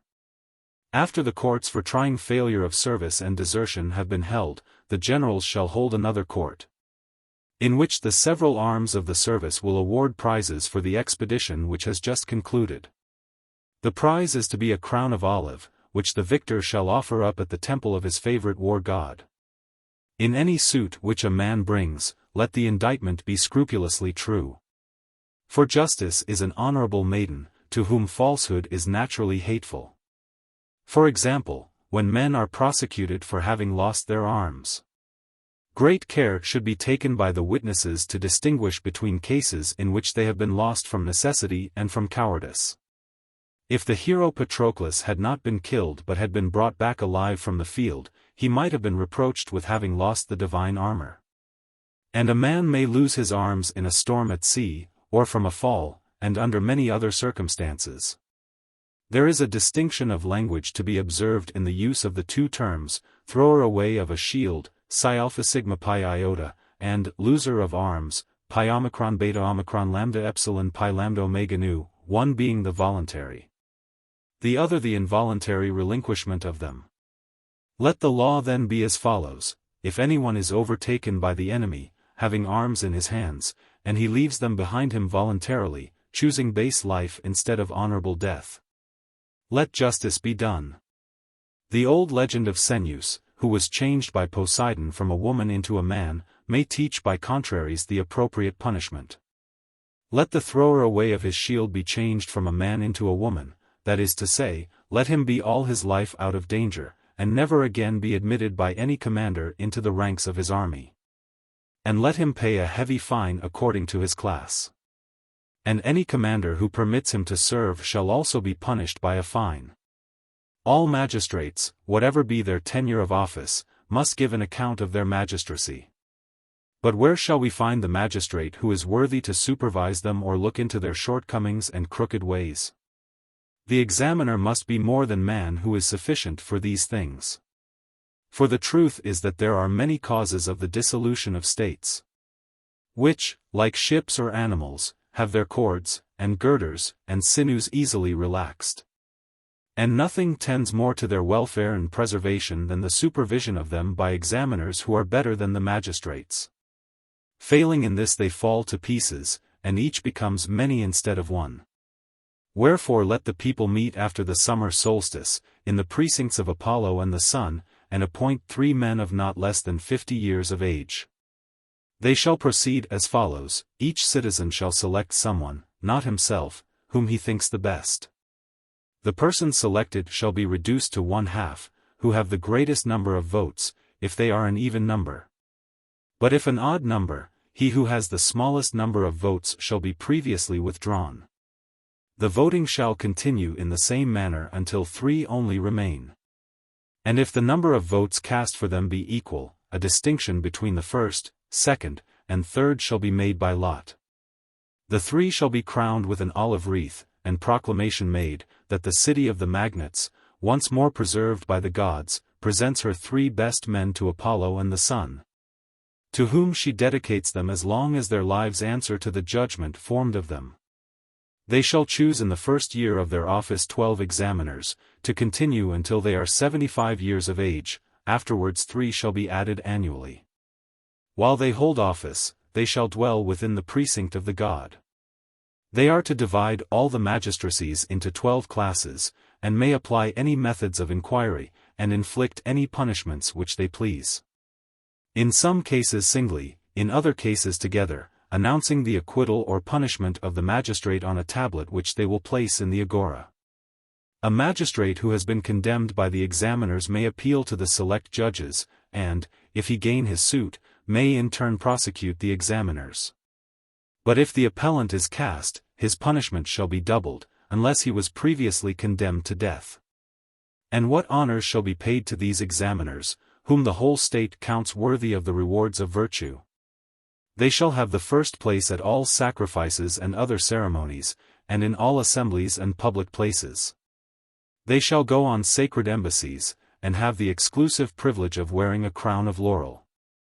They are priests of Apollo and the sun, and he of their number who is judged first shall be high priest, and give his name to the year. The manner of their burial, too, shall be different from that of the other citizens. The color of their funeral array shall be white, and, instead of the voice of lamentation, around the bier shall stand a chorus of 15 boys and 15 maidens, chanting hymns in honor of the deceased in alternate strains during an entire day. And at dawn a band of 100 youths shall carry the bier to the grave, marching in the garb of warriors, and the boys in front of the bier shall sing their national hymn, while the maidens and women past childbearing follow after. Priests and priestesses may also follow, unless the Pythian oracle forbids. The sepulchre shall be a vault built underground, which will last forever, having couches of stone placed side by side. On one of these they shall lay the departed saint, and then cover the tomb with a mound, and plant trees on every side except one, where an opening shall be left for other interments. Every year there shall be games, musical, gymnastic, or equestrian, in honor of those who have passed every ordeal. But if any of them, after having been acquitted on any occasion, begin to show the wickedness of human nature, he who pleases may bring them to trial before a court composed of the guardians of the law, and of the select judges, and of any of the examiners who are alive. If he be convicted he shall be deprived of his honors, and if the accuser do not obtain a 5th part of the votes, he shall pay a fine according to his class. What is called the judgment of Rhadamanthus is suited to ages of faith, but not to our days. He knew that his contemporaries believed in the gods, for many of them were the sons of gods. And he thought that the easiest and surest method of ending litigation was to commit the decision to heaven. In our own day, men either deny the existence of gods or their care of men, or maintain that they may be bribed by attentions and gifts. And the procedure of Rhadamanthus would therefore be out of date. When the religious ideas of mankind change, their laws should also change. Thus oaths should no longer be taken from plaintiff and defendant, simple statements of affirmation and denial should be substituted. For there is something dreadful in the thought, that nearly half the citizens of a state are perjured men. There is no objection to an oath, where a man has no interest in forswearing himself. As, for example, when a judge is about to give his decision, or in voting at an election, or in the judgment of games and contests. But where there would be a premium on perjury, oaths and imprecations should be prohibited as irrelevant, like appeals to feeling. Let the principles of justice be learned and taught without words of evil omen. The oaths of a stranger against a stranger may be allowed, because strangers are not permitted to become permanent residents in our state. Trials and private causes are to be decided in the same manner as lesser offenses against the state. The non-attendance at a chorus or sacrifice, or the omission to pay a war tax, may be regarded as in the first instance remediable, and the defaulter may give security. But if he forfeits the security, the goods pledged shall be sold and the money given to the state. And for obstinate disobedience, the magistrate shall have the power of inflicting greater penalties. A city which is without trade or commerce must consider what it will do about the going abroad of its own people and the admission of strangers.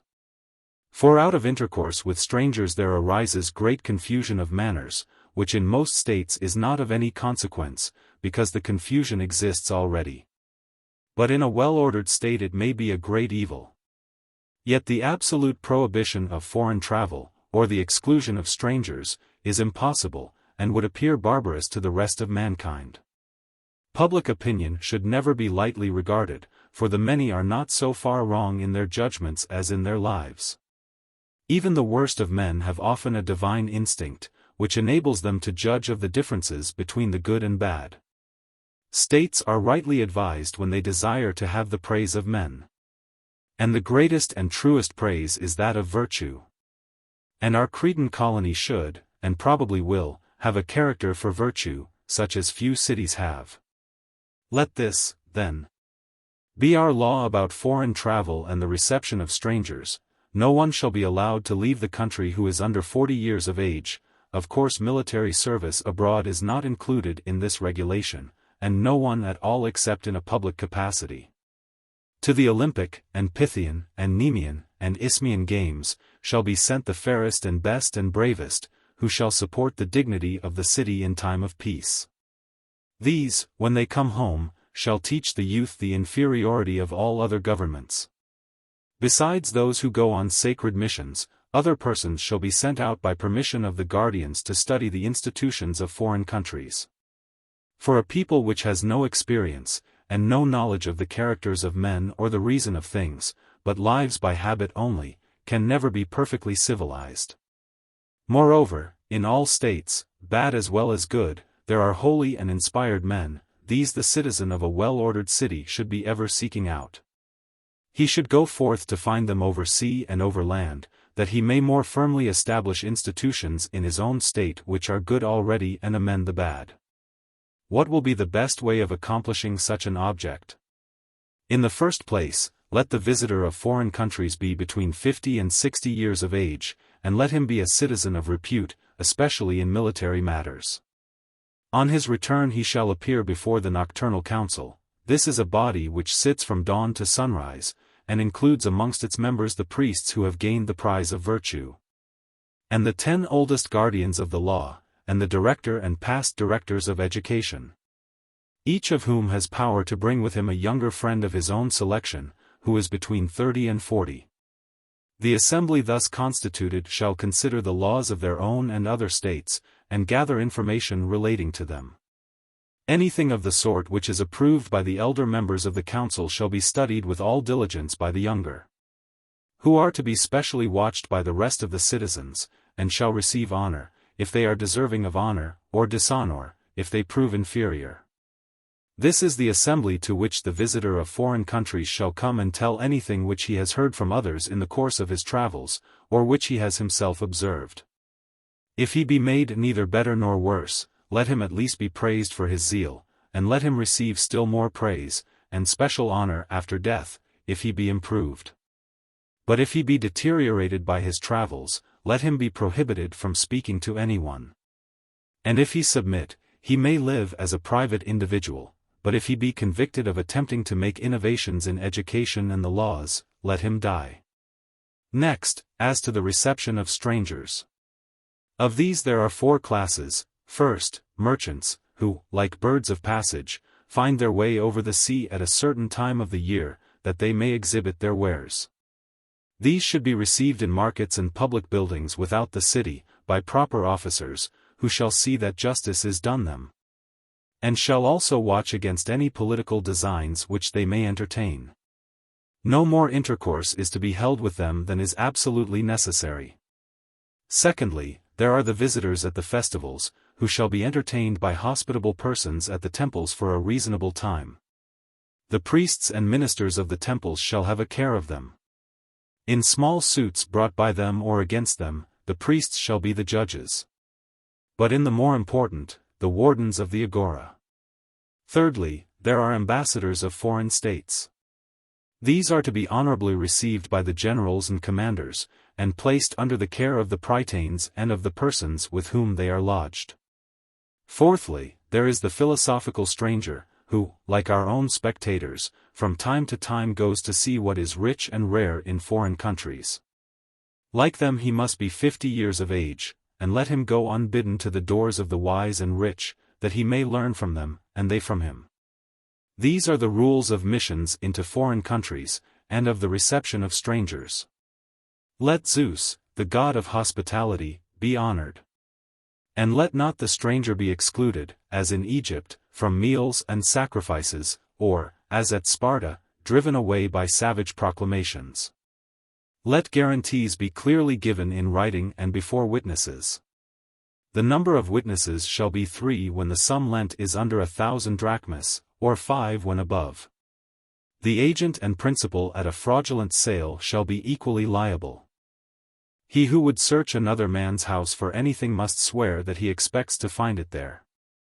And he shall enter naked, or having on a single garment and no girdle. The owner shall place at the disposal of the searcher all his goods, sealed as well as unsealed. If he refuse, he shall be liable in double the value of the property, if it shall prove to be in his possession. If the owner be absent, the searcher may counterseal the property which is under seal, and place watchers. If the owner remain absent more than 5 days, the searcher shall take the magistrates, and open the sealed property, and seal it up again in their presence. The recovery of goods disputed, except in the case of lands and houses, about which there can be no dispute in our state, is to be barred by time. The public and unimpeached use of anything for a year in the city, or for 5 years in the country, or the private possession and domestic use for 3 years in the city, or for 10 years in the country, is to give a right of ownership. But if the possessor have the property in a foreign country, there shall be no bar as to time. The proceedings of any trial are to be void, in which either the parties or the witnesses, whether bond or free, have been prevented by violence from attending, if a slave be prevented. The suit shall be invalid. Or if a freeman, he who is guilty of the violence shall be imprisoned for a year, and shall also be liable to an action for kidnapping. If one competitor forcibly prevents another from attending at the games, the other may be inscribed as victor in the temples, and the first, whether victor or not, shall be liable to an action for damages. The receiver of stolen goods shall undergo the same punishment as the thief. The receiver of an exile shall be punished with death. A man ought to have the same friends and enemies as his country. And he who makes war or peace for himself shall be put to death. And if a party in the state make war or peace, their leaders shall be indicted by the generals, and, if convicted, they shall be put to death. The ministers and officers of a country ought not to receive gifts, even as the reward of good deeds. He who disobeys shall die. With a view to taxation, a man should have his property in income valued, and the government may, at their discretion, levy the tax upon the annual return, or take a portion of the whole. The good man will offer moderate gifts to the gods. His land or hearth cannot be offered, because they are already consecrated to all gods. Gold and silver, which arouse envy, and ivory, which is taken from the dead body of an animal, are unsuitable offerings. Iron and brass are materials of war. Wood and stone of a single piece may be offered, also woven work which has not occupied one woman more than a month in making. White is a color which is acceptable to the gods. Figures of birds and similar offerings are the best of gifts, but they must be such as the painter can execute in a day. Next, concerning lawsuits. Judges, or rather arbiters, may be agreed upon by the plaintiff and defendant, and if no decision is obtained from them, their fellow tribesmen shall judge. At this stage there shall be an increase of the penalty. The defendant, if he be cast, shall pay a fifth more than the damages claimed. If he further persist, and appeal a second time, the case shall be heard before the select judges, and he shall pay, if defeated, the penalty and half as much again. And the pursuer, if on the first appeal he is defeated, shall pay 1/5 of the damages claimed by him, and if on the second, 1/2. Other matters relating to trials, such as the assignment of judges to courts, the times of sitting, the number of judges, the modes of pleading and procedure, as we have already said, may be determined by younger legislators. These are to be the rules of private courts. As regards public courts, many states have excellent modes of procedure which may serve for models. These, when duly tested by experience, should be ratified and made permanent by us. Let the judge be accomplished in the laws. He should possess writings about them, and make a study of them. For laws are the highest instrument of mental improvement, and derive their name from mind, pneumaomicron. They afford a measure of all censure and praise, whether in verse or prose, in conversation or in books. And are an antidote to the vain disputes of men and their equally vain acquiescence in each other's opinions. The just judge, who imbibes their spirit, makes the city in himself to stand upright. He establishes justice for the good, and cures the tempers of the bad, if they can be cured.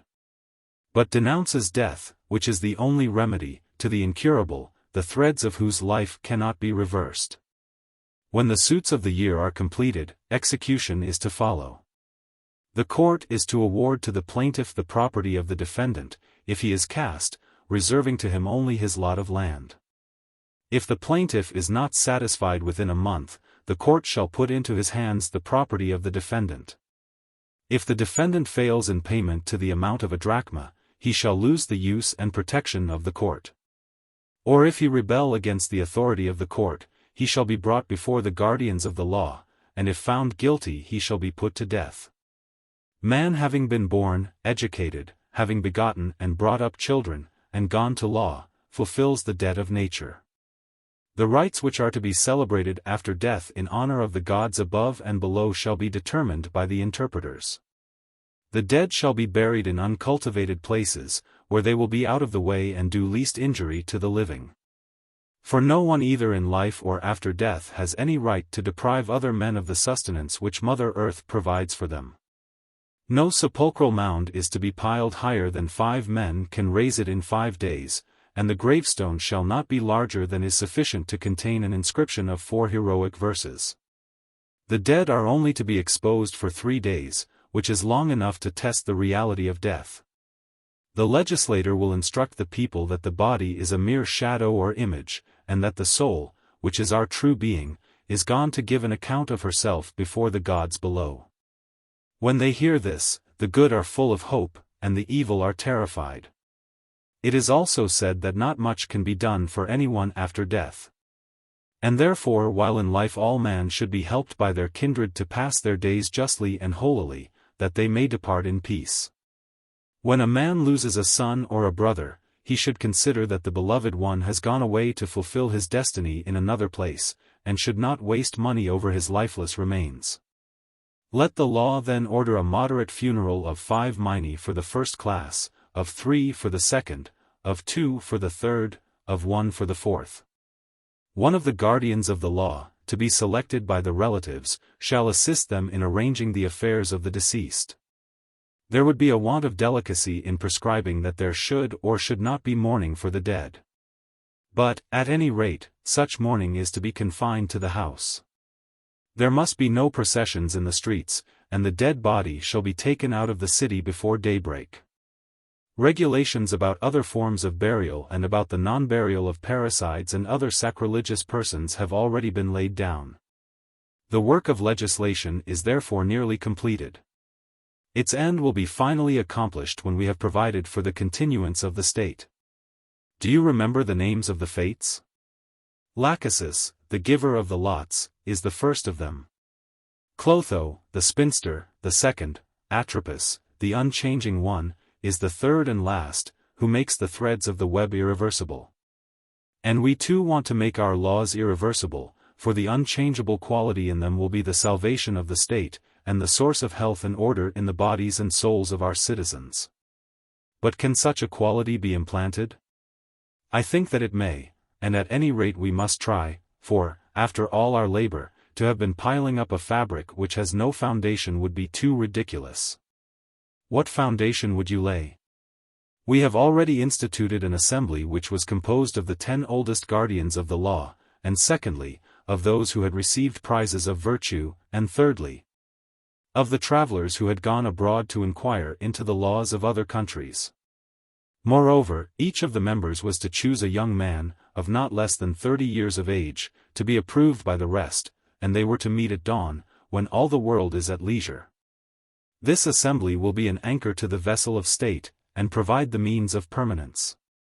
For the constitutions of states, like all other things, have their proper saviors, which are to them what the head and soul are to the living being. How do you mean? Mind in the soul, and sight and hearing in the head, or rather, the perfect union of mind and sense, may be justly called every man's salvation. Certainly. Yes, but of what nature is this union? In the case of a ship, for example, the senses of the sailors are added to the intelligence of the pilot, and the two together save the ship and the men in the ship. Again, the physician and the general have their objects, and the object of the one is health, of the other victory. States, too, have their objects, and the ruler must understand, first, their nature, and secondly, the means of attaining them, whether in laws or men. The state which is wanting in this knowledge cannot be expected to be wise when the time for action arrives. Now what class or institution is there in our state which has such a saving power? I suspect that you are referring to the nocturnal council. Yes, to that council which is to have all virtue, and which should aim directly at the mark. Very true. The inconsistency of legislation in most states is not surprising, when the variety of their objects is considered. One of them makes their rule of justice the government of a class. Another aims at wealth, another at freedom, or at freedom and power, and some who call themselves philosophers maintain that you should seek for all of them at once. But our object is unmistakably virtue, and virtue is of 4 kinds. Yes, and we said that mind is the chief and ruler of the 3 other kinds of virtue and of all else. True, Cleinias. And now, having already declared the object which is present to the mind of the pilot, the general, the physician, we will interrogate the mind of the statesman. Tell me, I say, as the physician and general have told us their object, what is the object of the statesman? Can you tell me? We cannot. Did we not say that there are 4 virtues, courage, wisdom, and 2 others, all of which are called by the common name of virtue, and are in a sense one? Certainly we did. The difficulty is, not in understanding the differences of the virtues, but in apprehending their unity. Why do we call virtue, which is a single thing, by the 2 names of wisdom and courage? The reason is that courage is concerned with fear, and is found both in children and in brutes, for the soul may be courageous without reason, but no soul was, or ever will be, wise without reason. That is true. I have explained to you the difference, and do you in return explain to me the unity. But first let us consider whether anyone who knows the name of a thing without the definition has any real knowledge of it. Is not such knowledge a disgrace to a man of sense, especially where great and glorious truths are concerned? And can any subject be more worthy of the attention of our legislators than the 4 virtues of which we are speaking, courage, temperance, justice, wisdom? Ought not the magistrates and officers of the state to instruct the citizens in the nature of virtue and vice, instead of leaving them to be taught by some chance poet or sophist. A city which is without instruction suffers the usual fate of cities in our day. What then shall we do? How shall we perfect the ideas of our guardians about virtue? How shall we give our state a head and eyes? Yes, but how do you apply the figure? The city will be the body or trunk. The best of our young men will mount into the head or acropolis and be our eyes. They will look about them, and inform the elders, who are the mind, and use the younger men as their instruments. Together they will save the state. Shall this be our constitution, or shall all be educated alike, and the special training be given up? That is impossible. Let us then endeavor to attain to some more exact idea of education. Did we not say that the true artist or guardian ought to have an eye, not only to the many, but to the one, and to order all things with a view to the one? Can there be any more philosophical speculation than how to reduce many things which are unlike to one idea? Perhaps not. Say rather, certainly not. And the rulers of our divine state ought to have an exact knowledge of the common principle in courage, temperance, justice, wisdom, which is called by the name of virtue. And unless we know whether virtue is one or many, we shall hardly know what virtue is. Shall we contrive some means of engrafting this knowledge on our state, or give the matter up? Anything rather than that.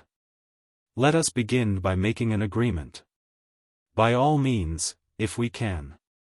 Well, are we not agreed that our guardians ought to know, not only how the good and the honorable are many, but also how they are one? Yes, certainly.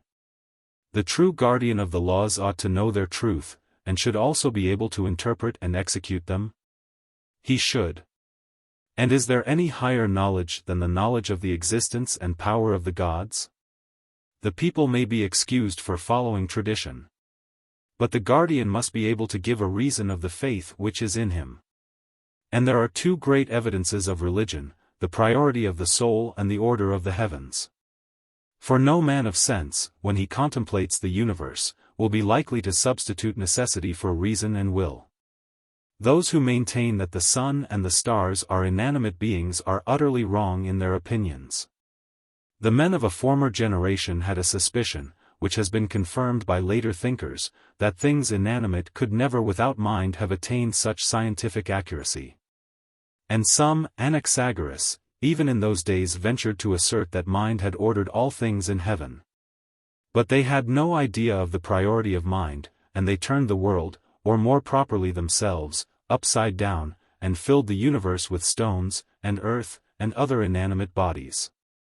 This led to great impiety, and the poets said many foolish things against the philosophers, whom they compared to yelping she-dogs, besides making other abusive remarks. No man can now truly worship the gods who does not believe that the soul is eternal, and prior to the body, and the ruler of all bodies, and does not perceive also that there is mind in the stars. Or who has not heard the connection of these things with music, and has not harmonized them with manners and laws, giving a reason of things which are matters of reason. He who is unable to acquire this knowledge, as well as the ordinary virtues of a citizen, can only be a servant, and not a ruler in the state. Let us then add another law to the effect that the nocturnal council shall be a guard set for the salvation of the state. Very good. To establish this will be our aim, and I hope that others besides myself will assist. Let us proceed along the road in which God seems to guide us. We cannot, Megillus and Cleinias, anticipate the details which will hereafter be needed, they must be supplied by experience. What do you mean? First of all, a register will have to be made of all those whose age, character, or education would qualify them to be guardians. The subjects which they are to learn, and the order in which they are to be learnt, are mysteries which cannot be explained beforehand, but not mysteries in any other sense. If that is the case, what is to be done? We must stake our all on a lucky throw, and I will share the risk by stating my views on education. And I would have you, Cleinias, who are the founder of the Magnesian state, and will obtain the greatest glory if you succeed, and will at least be praised for your courage, if you fail. Take especial heed of this matter. If we can only establish the nocturnal council, we will hand over the city to its keeping, none of the present company will hesitate about that. Our dream will then become a reality. And our citizens, if they are carefully chosen and well educated, will be saviors and guardians such as the world hitherto has never seen. The want of completeness in the laws becomes more apparent in the later books. There is less arrangement in them, and the transitions are more abrupt from one subject to another. Yet they contain several noble passages, such as the Prelude to the Discourse concerning the honor and dishonor of parents, 11:931.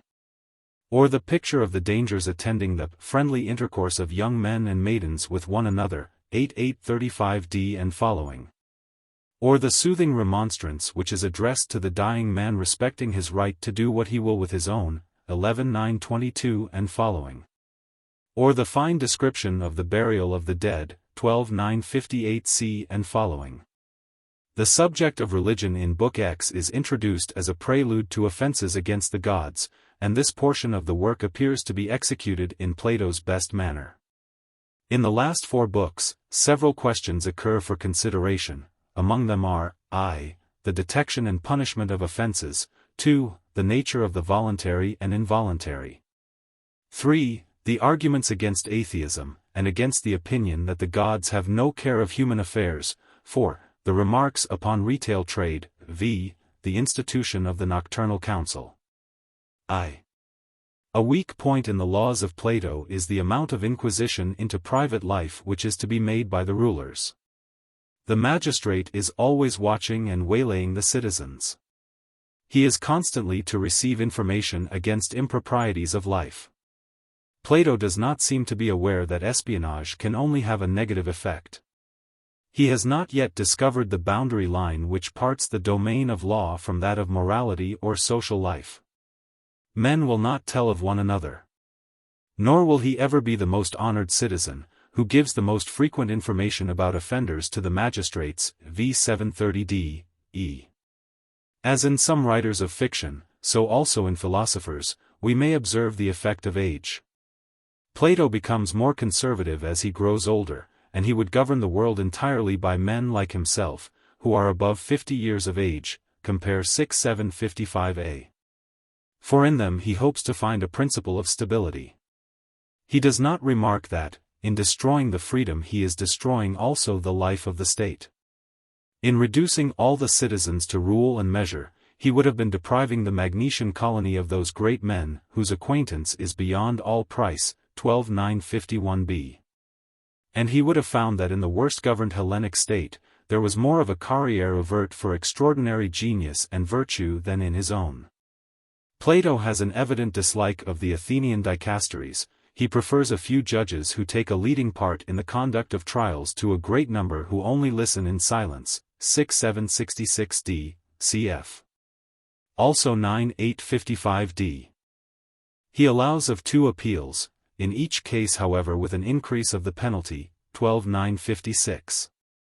Modern jurists would disapprove of the redress of injustice being purchased only at an increasing risk. Though indirectly the burden of legal expenses, which seems to have been little felt among the Athenians, has a similar effect. The love of litigation, which is a remnant of barbarism quite as much as a corruption of civilization, and was innate in the Athenian people, is diminished in the new state by the imposition of severe penalties, 11:938. If persevered in, it is to be punished with death. In the laws murder and homicide besides being crimes, are also pollutions. Regarded from this point of view, the estimate of such offenses is apt to depend on accidental circumstances, such as the shedding of blood, and not on the real guilt of the offender or the injury done to society. They are measured by the horror which they arouse in a barbarous age. For there is a superstition in law as well as in religion, and the feelings of a primitive age have a traditional hold on the mass of the people.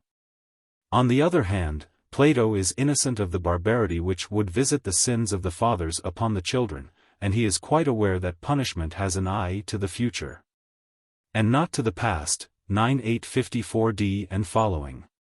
Compared with that of most European nations in the last century, his penal code, though sometimes capricious, is reasonable and humane.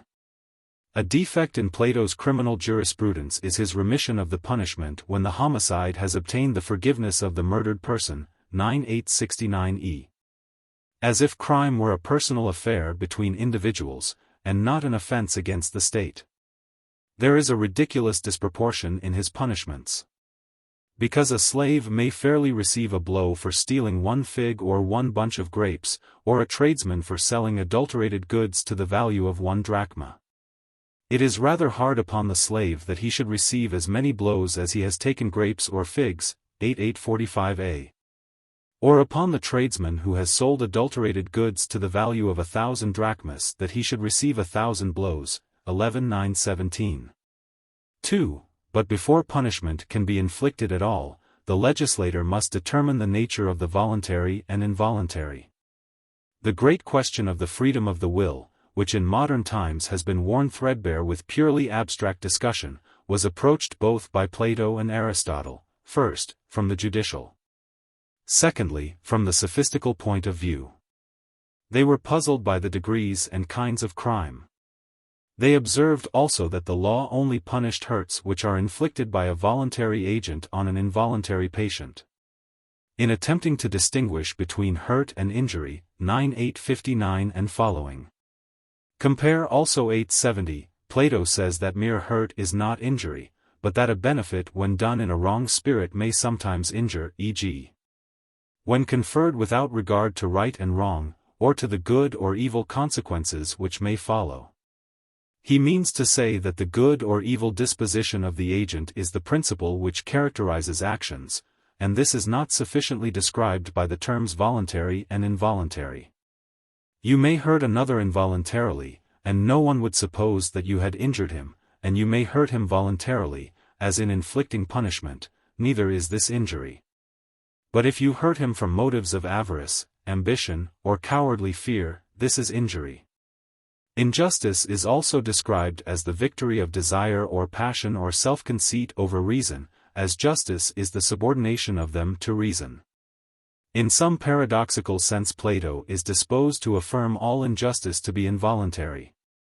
Because no man would do injustice who knew that it never paid and could calculate the consequences of what he was doing.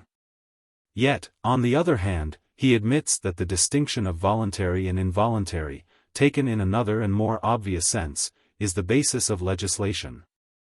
His conception of justice and injustice is complicated, 1. By the want of a distinction between justice and virtue, that is to say, between the quality which primarily regards others, and the quality in which self and others are equally regarded. 2. By the confusion of doing and suffering justice. 3. By the unwillingness to renounce the old Socratic paradox, that evil is involuntary. 3. The laws rest on a religious foundation. In this respect they bear the stamp of primitive legislation. They do not escape the almost inevitable consequence of making irreligion penal. If laws are based upon religion, the greatest offense against them must be irreligion. Hence the necessity for what in modern language, and according to a distinction which Plato would scarcely have understood, might be termed persecution. But the spirit of persecution in Plato, unlike that of modern religious bodies, arises out of the desire to enforce a true and simple form of religion, and is directed against the superstitions which tend to degrade mankind. Sir Thomas More, in his Utopia, is in favor of tolerating all except the intolerant, though he would not promote to high offices those who disbelieved in the immortality of the soul. Plato has not advanced quite so far as this in the path of toleration.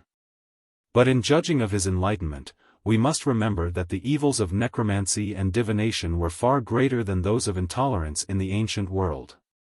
Human nature is always having recourse to the first, but only when organized into some form of priesthood falls into the other. Although in primitive as in later ages the institution of a priesthood may claim probably to be an advance on some form of religion which preceded, the laws would have rested on a sounder foundation, if Plato had ever distinctly realized to his mind the difference between crime and sin or vice. Of this, as of many other controversies, a clear definition might have been the end. But such a definition belongs to a later age of philosophy. The arguments which Plato uses for the being of a god have an extremely modern character. First, the consensus gentium. Secondly, the argument which has already been adduced in the Phaedrus, 245c, of the priority of the self-moved. The answer to those who say that God cares not, is, that he governs by general laws, and that he who takes care of the great will assuredly take care of the small. Plato did not feel, and has not attempted to consider, the difficulty of reconciling the special with the general providence of God. Yet he is on the road to a solution, when he regards the world as a whole, of which all the parts work together towards the final end. We are surprised to find that the skepticism, which we attribute to young men in our own day, existed then, compare Republic 7:538. That the Epicureanism expressed in the line of Horace, borrowed from Lucretius, Namque Deos didici securum agira evum, was already prevalent in the age of Plato. And that the terrors of another world were freely used in order to gain advantages over other men in this. The same objection which struck the psalmist, when I saw the prosperity of the wicked, Psalm 73 verse 3, is supposed to lie at the root of the better sort of unbelief. And the answer is substantially the same which the modern theologian would offer, that the ways of God in this world cannot be justified unless there be a future state of rewards and punishments. Yet this future state of rewards and punishments is in Plato's view not any addition of happiness or suffering imposed from without, but the permanence of good and evil in the soul. Here he is in advance of many modern theologians. The Greek, too, had his difficulty about the existence of evil, which in one solitary passage, remarkable for being inconsistent with his general system, Plato explains, after the Magian fashion. By a good and evil spirit, x 896e. Compare, Theaetetus, 176, Statesman, 269e. This passage is also remarkable for being at variance with the general optimism of the 10th book, not all things are ordered by God for the best, but some things by a good, others by an evil spirit. The 10th book of the Laws presents a picture of the state of belief among the Greeks singularly like that of the world in which we live. Plato is disposed to attribute the incredulity of his own age to several causes. First, to the bad effect of mythological tales, of which he retains his disapproval. But he has a weak side for antiquity, and is unwilling, as in the Republic, books 2 and 3, wholly to proscribe them, Laws x 886. Secondly, he remarks the self-conceit of a newly fledged generation of philosophers, who declare that the sun, moon, and stars are earth and stones only, and who also maintain that the gods are made by the laws of the state. Thirdly, he notes a confusion in the minds of men arising out of their misinterpretation of the appearances of the world around them. They do not always see the righteous rewarded and the wicked punished. So in modern times there are some whose infidelity has arisen from doubts about the inspiration of ancient writings. Others who have been made unbelievers by physical science, or again by the seemingly political character of religion. While there is a third class to whose minds the difficulty of justifying the ways of God to man has been the chief stumbling block. Plato is very much out of temper at the impiety of some of his contemporaries, x 888, yet he is determined to reason with the victims, as he regards them, of these illusions before he punishes them. His answer to the unbelievers is twofold: first, that the soul is prior to the body, x 891e. Secondly, that the ruler of the universe being perfect has made all things with a view to their perfection, x 903c, 904. The difficulties arising out of ancient sacred writings were far less serious in the age of Plato than in our own. We too have our popular Epicureanism, which would allow the world to go on as if there were no God. When the belief in him, whether of ancient or modern times, begins to fade away, men relegate him, either in theory or practice, into a distant heaven. They do not like expressly to deny God when it is more convenient to forget him, and so the theory of the Epicurean becomes the practice of mankind in general. Nor can we be said to be free from that which Plato justly considers to be the worst unbelief, of those who put superstition in the place of true religion. For the larger half of Christians continue to assert that the justice of God may be turned aside by gifts, and, if not by the odor of fat, and the sacrifice steaming to heaven, still by another kind of sacrifice placed upon the altar, by masses for the quick and dead, by dispensations, by building churches, by rites and ceremonies, by the same means which the heathen used, taking other names and shapes. And the indifference of Epicureanism and unbelief is in two ways the parent of superstition, partly because it permits, and also because it creates a necessity for its development in religious and enthusiastic temperaments. If men cannot have a rational belief, they will have an irrational.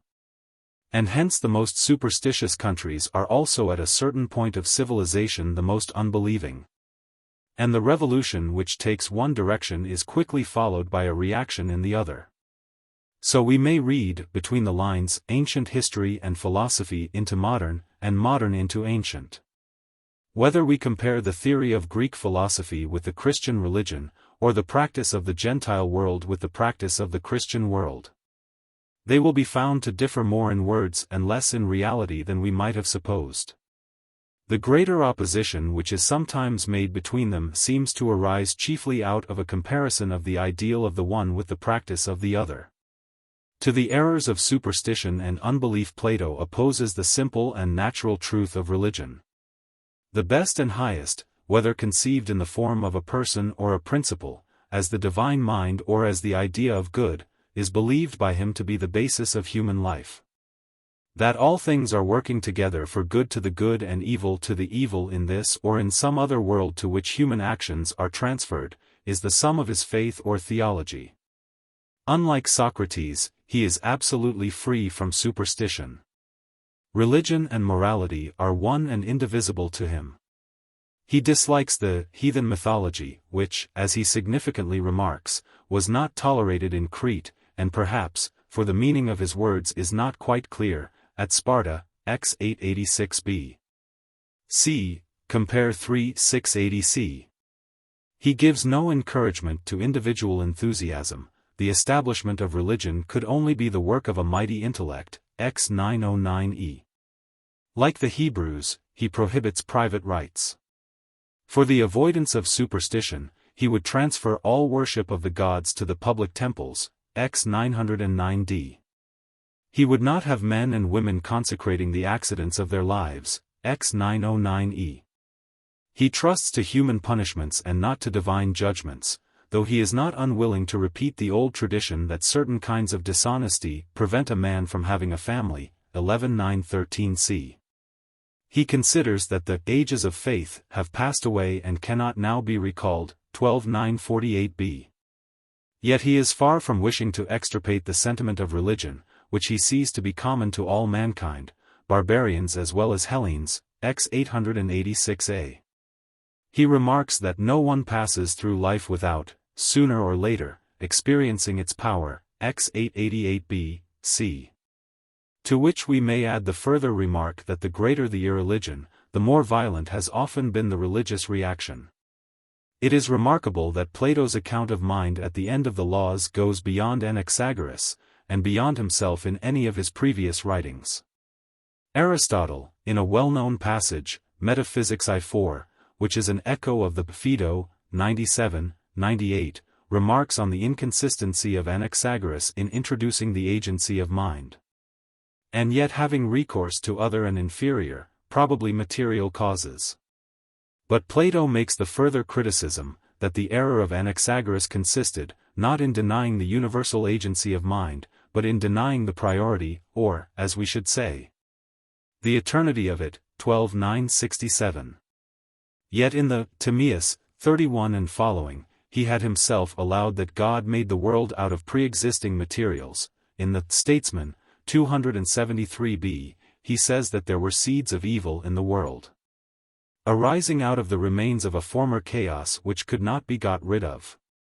And even in the 10th book of the Laws, 896e, he has admitted that there are two souls, a good and evil. In the Meno, the Phaedrus, and the Phaedo, he had spoken of the recovery of ideas from a former state of existence. But now he has attained to a clearer point of view. he has discarded these fancies. From meditating on the priority of the human soul to the body, he has learnt the nature of soul absolutely. The power of the best, of which he gave an intimation in the Phaedo, and in the Republic, now, as in the Philebus, takes the form of an intelligence or person. He no longer, like Anaxagoras, supposes mind to be introduced at a certain time into the world and to give order to a pre-existing chaos, but to be prior to the chaos, everlasting and ever-moving, and the source of order and intelligence in all things. This appears to be the last form of Plato's religious philosophy, which might almost be summed up in the words of Kant, the starry heaven above and the moral law within. Or rather, perhaps, the starry heaven above and mind prior to the world. For, the remarks about retail trade, about adulteration, and about mendicity, have a very modern character. Greek social life was more like our own than we are apt to suppose. There was the same division of ranks, the same aristocratic and democratic feeling, and, even in a democracy, the same preference for land and for agricultural pursuits. Plato may be claimed as the first free trader, when he prohibits the imposition of customs on imports and exports. Though he was clearly not aware of the importance of the principle which he enunciated, 847b, c. The discredit of retail trade he attributes to the rogueries of traders, and is inclined to believe that if a nobleman would keep a shop, which heaven forbid, retail trade might become honorable, 11:9-18. He has hardly lighted upon the true reason, which appears to be the essential distinction between buyers and sellers, the one class being necessarily in some degree dependent on the other. When he proposes to fix prices, which would allow a moderate gain, 11:9-20, and to regulate trade in several minute particulars, we must remember that this is by no means so absurd in a city consisting of 5,040 citizens, in which almost everyone would know and become known to everybody else, as in our own vast population. Among ourselves we are very far from allowing every man to charge what he pleases. Of many things the prices are fixed by law. Do we not often hear of wages being adjusted in proportion to the profits of employers? The objection to regulating them by law and thus avoiding the conflicts which continually arise between the buyers and sellers of labor is not so much the undesirableness as the impossibility of doing so. Wherever free competition is not reconcilable either with the order of society, or, as in the case of adulteration, with common honesty, the government may lawfully interfere. The only question is, whether the interference will be effectual, and whether the evil of interference may not be greater than the evil which is prevented by it. He would prohibit beggars, because in a well-ordered state no good man would be left to starve, 11:9-36b. This again is a prohibition which might have been easily enforced, for there is no difficulty in maintaining the poor when the population is small. In our own times the difficulty of pauperism is rendered far greater, 1. By the enormous numbers, 2. By the facility of locomotion, 3. By the increasing tenderness for human life and suffering. And the only way of meeting the difficulty seems to be by modern nations subdividing themselves into small bodies having local knowledge and acting together in the spirit of ancient communities. Compare Aristotle Politics 6:5. Sections 5, 11. v. Regarded as the framework of a polity, the laws are deemed by Plato to be a decline from the Republic, which is the dream of his earlier years, Laws v. 739. He nowhere imagines that he has reached a higher point of speculation. He is only descending to the level of human things, and he often returns to his original idea. For the guardians of the Republic, who were the elder citizens, and were all supposed to be philosophers, is now substituted a special body, who are to review and amend the laws, preserving the spirit of the legislator.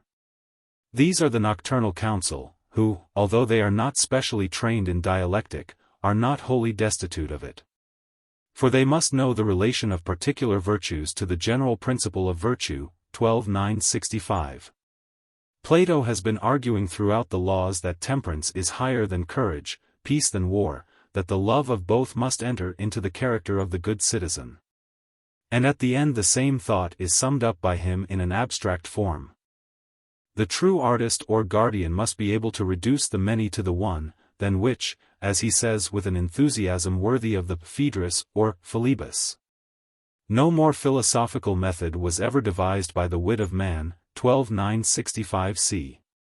But the sense of unity in difference can only be acquired by study. And Plato does not explain to us the nature of this study, which we may reasonably infer, though there is a remarkable omission of the word, to be akin to the dialectic of the Republic. The nocturnal council is to consist of the priests who have obtained the rewards of virtue, of the 10 eldest guardians of the law, and of the director and ex-directors of education. Each of whom is to select for approval a younger coadjutor. To this council the spectator, who is sent to visit foreign countries, has to make his report, 12 and following. It is not an administrative body, but an assembly of sages who are to make legislation their study. Plato is not altogether disinclined to changes in the law where experience shows them to be necessary. But he is also anxious that the original spirit of the constitution should never be lost sight of. The laws of Plato contain the latest phase of his philosophy, showing in many respects an advance, and in others a decline, in his views of life and the world.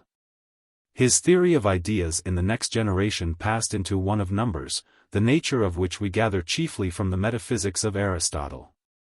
Of the speculative side of this theory there are no traces in the laws. But doubtless Plato found the practical value which he attributed to arithmetic greatly confirmed by the possibility of applying number and measure to the revolution of the heavens, and to the regulation of human life. In the return to a doctrine of numbers there is a retrogression rather than an advance, for the most barren logical abstraction is of a higher nature than number and figure. Philosophy fades away into the distance, in the laws it is confined to the members of the nocturnal council. The speculative truth which was the food of the guardians in the Republic, is for the majority of the citizens to be superseded by practical virtues. The law, which is the expression of mind written down, takes the place of the living word of the philosopher. Compare the contrast of Phaedrus, 275e, and Laws X 891a. Also the plays on the words nu omicron, delta iota alpha nu omicron mu. Laws 4714a, 12957c.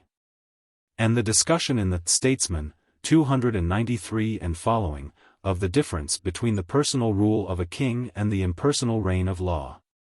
The state is based on virtue and religion rather than on knowledge, and virtue is no longer identified with knowledge, being of the commoner sort and spoken of in the sense generally understood. Yet there are many traces of advance as well as retrogression in the laws of Plato. The attempt to reconcile the ideal with actual life is an advance.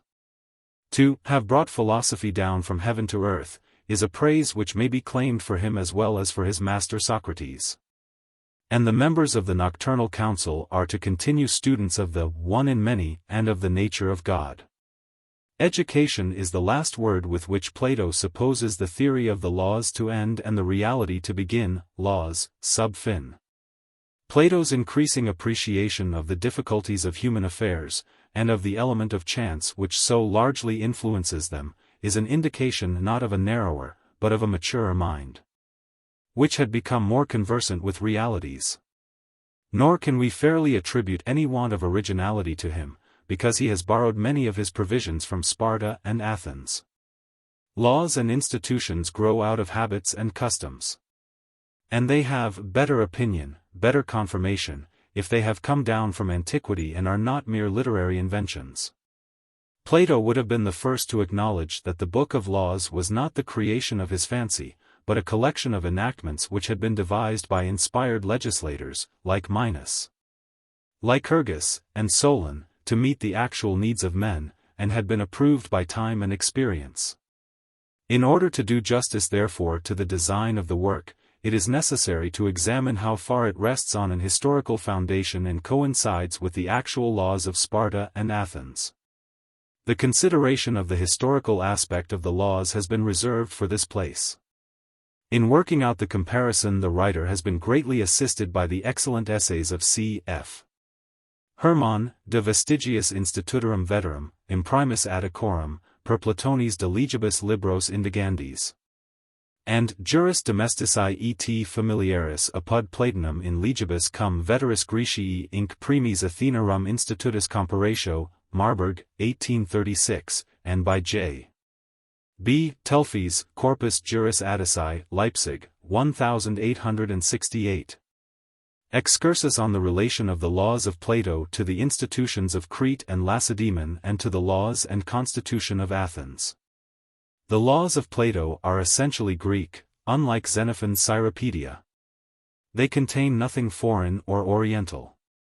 Their aim is to reconstruct the work of the great lawgivers of Hellas in a literary form. They partake both of an Athenian and a Spartan character. Some of them too are derived from Crete, and are appropriately transferred to a Cretan colony. But of Crete so little is known to us, that although, as Montesquieu, Esprit de Lois, 4-6, remarks, the laws of Crete are the original of those of Sparta and the laws of Plato the correction of these latter, there is only one point, viz.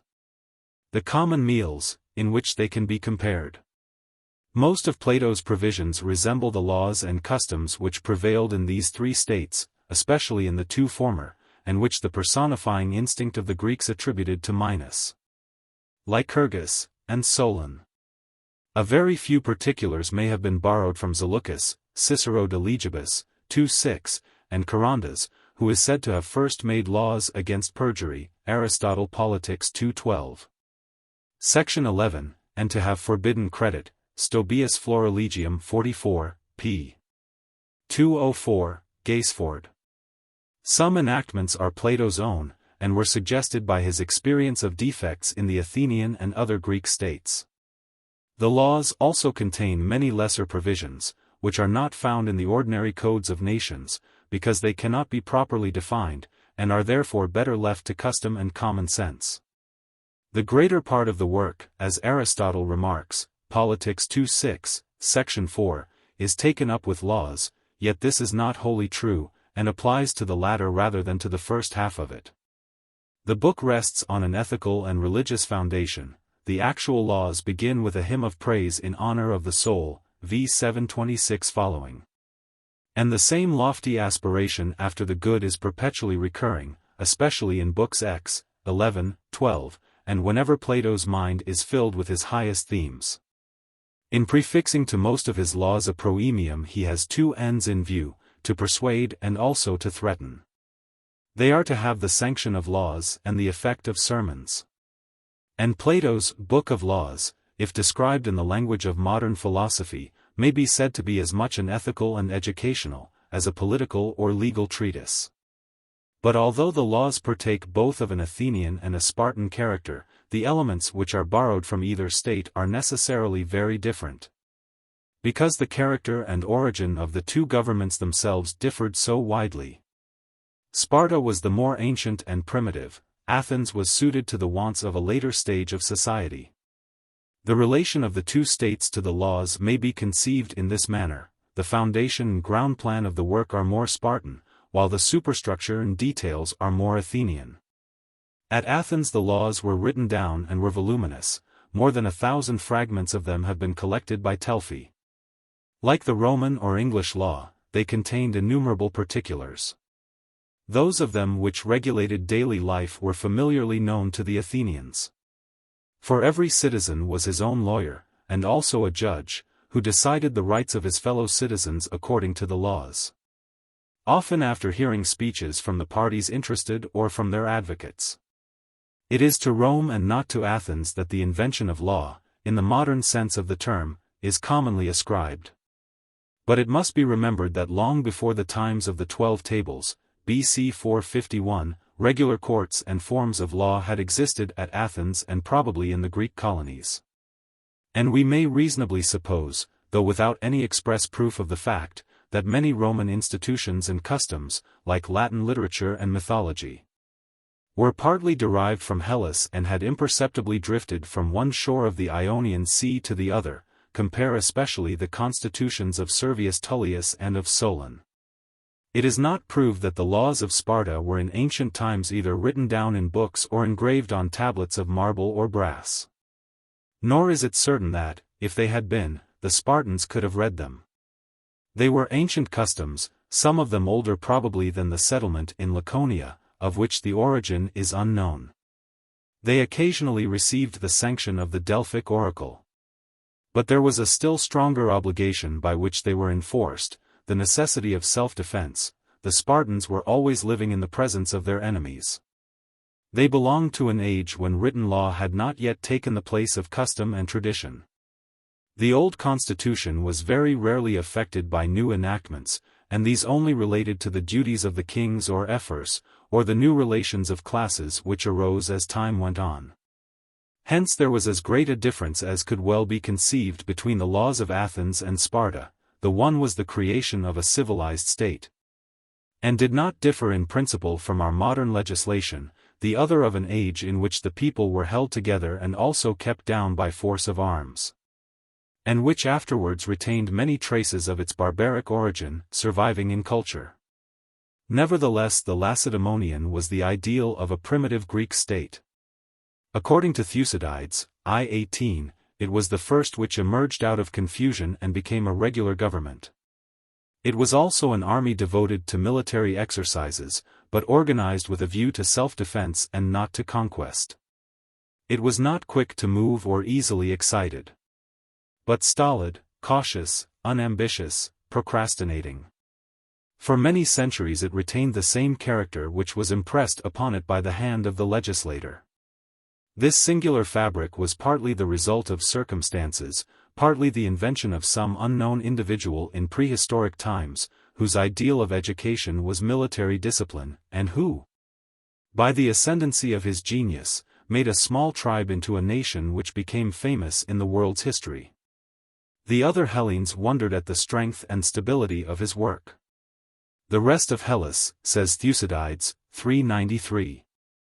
Compare 4108, undertook the colonization of Heraclea the more readily, having a feeling of security now that they saw the Lacedaemonians taking part in it. The Spartan state appears to us in the dawn of history as a vision of armed men, irresistible by any other power then existing in the world.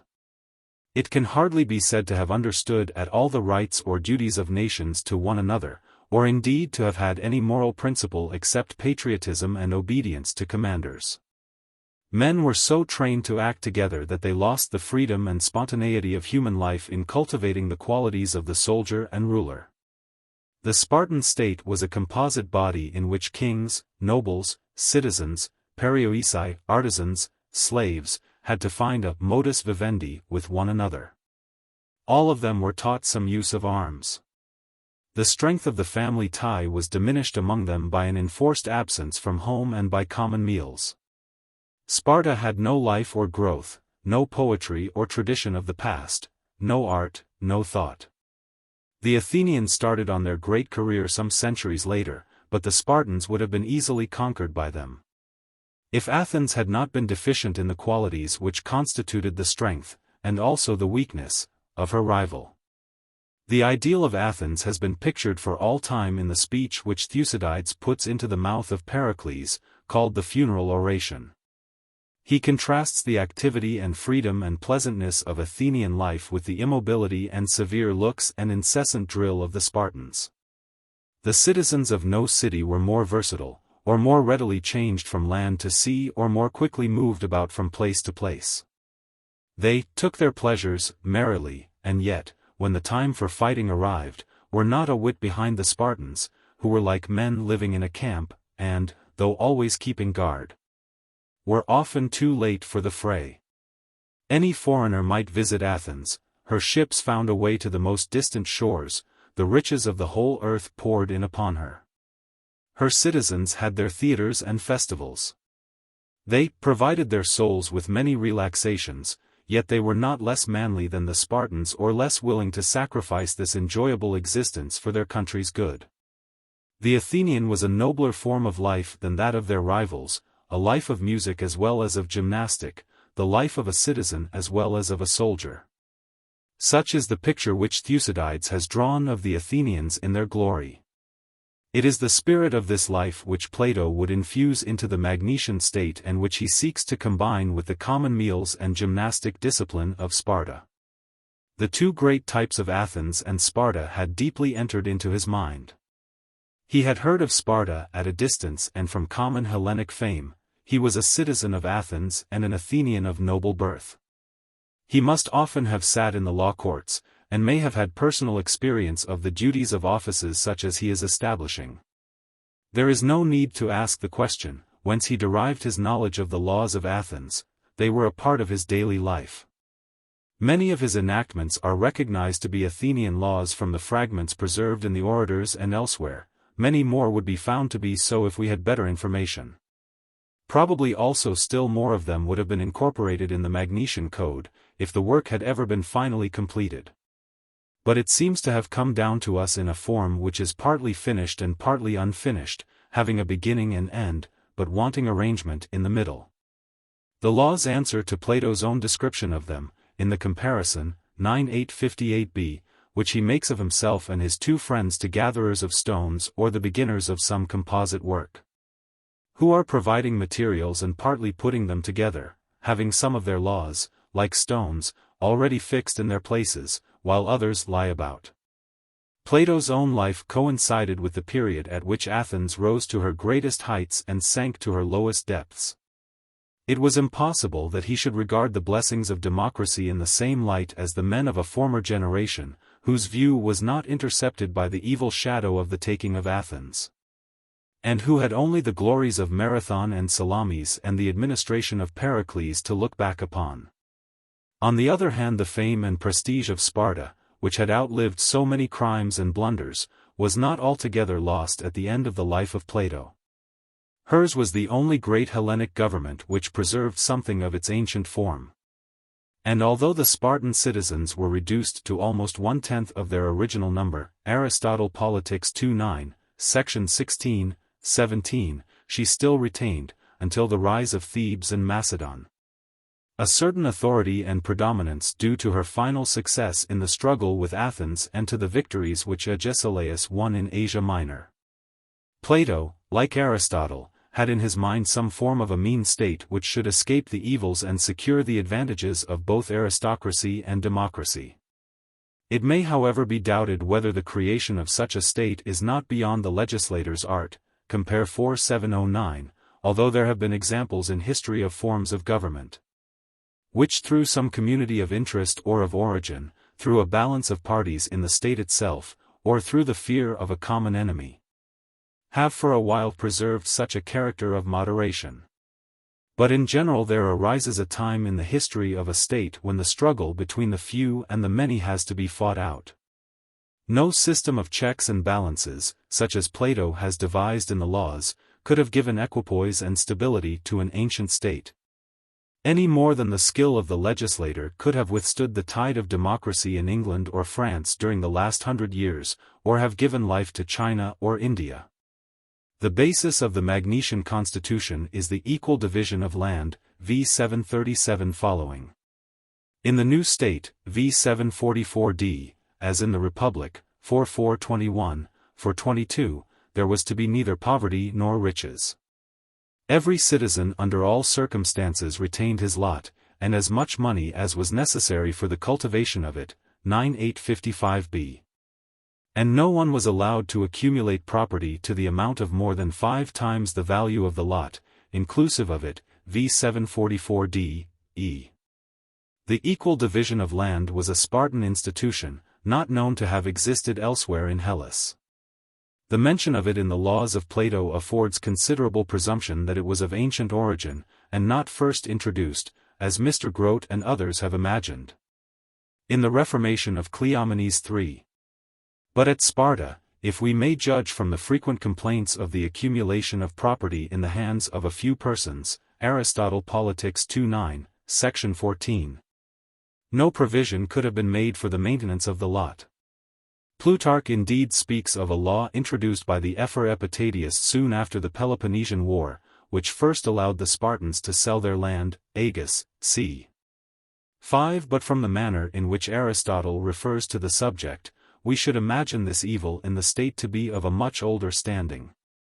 Like some other countries in which small proprietors have been numerous, the original equality passed into inequality, and, instead of a large middle class, there was probably at Sparta greater disproportion in the property of the citizens than in any other state of Hellas. Plato was aware of the danger, and has improved on the Spartan custom. The land, as at Sparta, must have been tilled by slaves, since other occupations were found for the citizens, 7806 e. 8835 e. Bodies of young men between the ages of 25 and 30 were engaged in making biennial peregrinations of the country. They and their officers are to be the magistrates, police, engineers, aediles, of the 12 districts into which the colony was divided, 6760 and following. Their way of life may be compared with that of the Spartan secret police or cryptia, a name which Plato freely applies to them, 6763b, without apparently any consciousness of the odium which has attached to the word in history. Another great institution which Plato borrowed from Sparta, or Crete, is the syssitia or common meals. These were established in both states, and in some respects were considered by Aristotle to be better managed in Crete than at Lacedaemon, Politics 2:10, section 7, 10. In the Laws, 8842b, the Cretan custom appears to be adopted, 363 that is to say, if we may interpret Plato by Aristotle. The cost of them was defrayed by the state and not by the individuals, Aristotle Politics 2:9, sections 31, 32.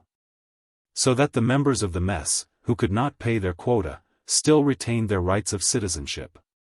But this explanation is hardly consistent with the Laws 12955d, e, where contributions to the syssitia from private estates are expressly mentioned. Plato goes further than the legislators of Sparta and Crete, and would extend the common meals to women as well as men. He desires to curb the disorders which existed among the female sex in both states, 6781, by the application to women of the same military discipline to which the men were already subject. It was an extension of the custom of syssitia from which the ancient legislators shrank, and which Plato himself believed to be very difficult of enforcement. Like Sparta, the new colony was not to be surrounded by walls. A state should learn to depend upon the bravery of its citizens only, 6778d, e, a fallacy or paradox. If it is not to be regarded as a poetical fancy, which is fairly enough ridiculed by Aristotle, Politics 7:11, section 8. Women, too, must be ready to assist in the defense of their country. They are not to rush to the temples and altars, but to arm themselves with shield and spear, 7794d. In the regulation of the syssitia, in at least one of his enactments respecting property, and in the attempt to correct the license of women, Plato shows that while he borrowed from the institutions of Sparta and favored the Spartan mode of life, he also sought to improve upon them. The enmity to the sea is another Spartan feature which is transferred by Plato to the Magnesian state, 4704 following. He did not reflect that a non-maritime power would always be at the mercy of one which had a command of the great highway. Their many island homes, the vast extent of coast which had to be protected by them, their struggles first of all with the Phoenicians and Carthaginians, and secondly with the Persian fleets, forced the Greeks, mostly against their will, to devote themselves to the sea. The islanders before the inhabitants of the continent, the maritime cities before the inland, the Corinthians and Athenians before the Spartans, were compelled to fit out ships. Last of all the Spartans, by the pressure of the Peloponnesian War, were driven to establish a naval force, which, after the Battle of Aegospotami, for more than a generation commanded the Aegean. Plato, like the Spartans, had a prejudice against a navy, because he regarded it as the nursery of democracy, 4704, 707. But he either never considered, or did not care to explain, how a city, set upon an island and distant not more than 10 miles from the sea, having a seaboard provided with excellent harbors, 4704, could have safely subsisted without one. Neither the Spartans nor the Magnesian colonists, 11919d, were permitted to engage in trade or commerce. In order to limit their dealings as far as possible to their own country, they had a separate coinage. The Magnesians were only allowed to use the common currency of Hellas when they traveled abroad, which they were forbidden to do unless they received permission from the government, v. 742, compare 12:949e and following. Like the Spartans, Plato was afraid of the evils which might be introduced into his state by intercourse with foreigners, 4704d. But he also shrinks from the utter exclusiveness of Sparta, 12:950b, and is not unwilling to allow visitors of a suitable age and rank to come from other states to his own, as he also allows citizens of his own state to go to foreign countries and bring back a report of them. Such international communication seemed to him both honorable and useful. We may now notice some points in which the commonwealth of the laws approximates to the Athenian model. These are much more numerous than the previous class of resemblances. We are better able to compare the laws of Plato with those of Athens, because a good deal more is known to us of Athens than of Sparta. The information which we possess about Athenian law, though comparatively fuller, is still fragmentary. The sources from which our knowledge is derived are chiefly the following: the orators, Antiphon, Andocides, Lysias, Isocrates, Demosthenes, Aeschines, Lycurgus, and others. Herodotus, Thucydides, Xenophon, Plato, Aristotle, as well as later writers, such as Cicero de Legibus, Plutarch, Aelian, Pausanias. Lexicographers, such as Harpocration, Pollux, Hesychius, Suidas, and the compiler of the Etymologicum Magnum, many of whom are of uncertain date, and to a great extent based upon one another. Their writings extend altogether over more than 800 years, from the 2nd to the 10th century. The Scholia on Aristophanes, Plato, Demosthenes. A few inscriptions. Our knowledge of a subject derived from such various sources and for the most part of uncertain date and origin, is necessarily precarious. No critic can separate the actual laws of Solon from those which passed under his name in later ages. Nor do the scholiasts and lexicographers attempt to distinguish how many of these laws were still in force at the time when they wrote, or when they fell into disuse and were to be found in books only. Nor can we hastily assume that enactments which occur in the laws of Plato were also a part of Athenian law, however probable this may appear. There are two classes of similarities between Plato's laws and those of Athens, I. Of institutions, 2. Of minor enactments. I. The constitution of the laws in its general character resembles much more nearly the Athenian constitution of Solon's time than that which succeeded it, or the extreme democracy which prevailed in Plato's own day, 3698 and following. It was a mean state which he hoped to create, equally unlike a Syracusan tyranny or the mob government of the Athenian assembly. There are various expedients by which he sought to impart to it the quality of moderation. 1. The whole people were to be educated. They could not be all trained in philosophy, but they were to acquire the simple elements of music, arithmetic, geometry, astronomy, 7809 and following. They were also to be subject to military discipline, rho chi omicron nu tau epsilon kappa alpha rho chi mu epsilon nu omicron iota, 12942 c. 2. The majority of them were, or had been at some time in their lives, magistrates, and had the experience which is given by office. 3. The persons who held the highest offices were to have a further education, not much inferior to that provided for the guardians in the Republic. Though the range of their studies is narrowed to the nature and divisions of virtue, here their philosophy comes to an end. 4. The entire number of the citizens, 5,040, rarely, if ever, assembled, except for purposes of elections. The whole people were divided into 4 classes, each having the right to be represented by the same number of members in the council. The result of such an arrangement would be, as in the constitution of Servius Tullius, to give a disproportionate share of power to the wealthier classes, who may be supposed to be always much fewer in number than the poorer. This tendency was qualified by the complicated system of selection by vote, previous to the final election by lot. of which the object seems to be to hand over to the wealthy few the power of selecting from the many poor, and vice versa. 5. The most important body in the state was the nocturnal council, which is borrowed from the Areopagus at Athens, as it existed, or was supposed to have existed, in the days before Ephialtes and the Eumenides of Aeschylus, when its power was undiminished. In some particulars Plato appears to have copied exactly the customs and procedure of the Areopagus. Both assemblies sat at night, Telphi.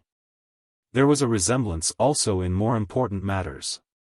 Like the Areopagus, the nocturnal council was partly composed of magistrates and other state officials, whose term of office had expired. 7. The constitution included several diverse and even opposing elements, such as the assembly and the nocturnal council. 8. There was much less exclusiveness than at Sparta. The citizens were to have an interest in the government of neighboring states, and to know what was going on in the rest of the world. All these were moderating influences. A striking similarity between Athens and the constitution of the Magnesian colony is the use of the lot in the election of judges and other magistrates, 756, 759, 768. That such a mode of election should have been resorted to in any civilized state, or that it should have been transferred by Plato to an ideal or imaginary one, is very singular to us. The most extreme democracy of modern times has never thought of leaving government wholly to chance. It was natural that Socrates should scoff at it, and ask, who would choose a pilot or carpenter or flute player by lot, Xenophon Memorabilia I2, section 9? Yet there were many considerations which made this mode of choice attractive both to the oligarch and to the democrat. 1. It seemed to recognize that one man was as good as another, and that all the members of the governing body, whether few or many, were on a perfect equality in every sense of the word. 2. To the pious mind it appeared to be a choice made, not by man, but by heaven, compare Laws 3:690c. 3. It afforded a protection against corruption and intrigue. It must also be remembered that, although elected by lot, the persons so elected were subject to a scrutiny before they entered on their office, and were therefore liable, after election, if disqualified, to be rejected, Laws 6756e. They were, moreover, liable to be called to account after the expiration of their office. In the election of councillors Plato introduces a further check: they are not to be chosen directly by lot from all the citizens, but from a select body previously elected by vote. In Plato's state at least, as we may infer from his silence on this point, judges and magistrates performed their duties without pay, which was a guarantee both of their disinterestedness and of their belonging probably to the higher class of citizens, compare Aristotle Politics v. 8, section 15 following. Hence we are not surprised that the use of the lot prevailed, not only in the election of the Athenian council, but also in many oligarchies, and even in Plato's colony. The evil consequences of the lot are to a great extent avoided, if the magistrates so elected do not, like the dicasts at Athens, receive pay from the state. Another parallel is that of the popular assembly, which at Athens was omnipotent, but in the laws has only a faded and secondary existence. In Plato it was chiefly an elective body, having apparently no judicial and little political power entrusted to it. At Athens it was the mainspring of the democracy. It had the decision of war or peace, of life and death. The acts of generals or statesmen were authorized or condemned by it. No office or person was above its control. Plato was far from allowing such a despotic power to exist in his model community, and therefore he minimizes the importance of the assembly and narrows its functions. He probably never asked himself a question, which naturally occurs to the modern reader: where was to be the central authority in this new community? And by what supreme power would the differences of inferior powers be decided? At the same time he magnifies and brings into prominence the nocturnal council, which is in many respects a reflection of the Areopagus, but does not make it the governing body of the state. Between the judicial system of the laws and that of Athens there was very great similarity, and a difference almost equally great. Plato not unfrequently adopts the details when he rejects the principle.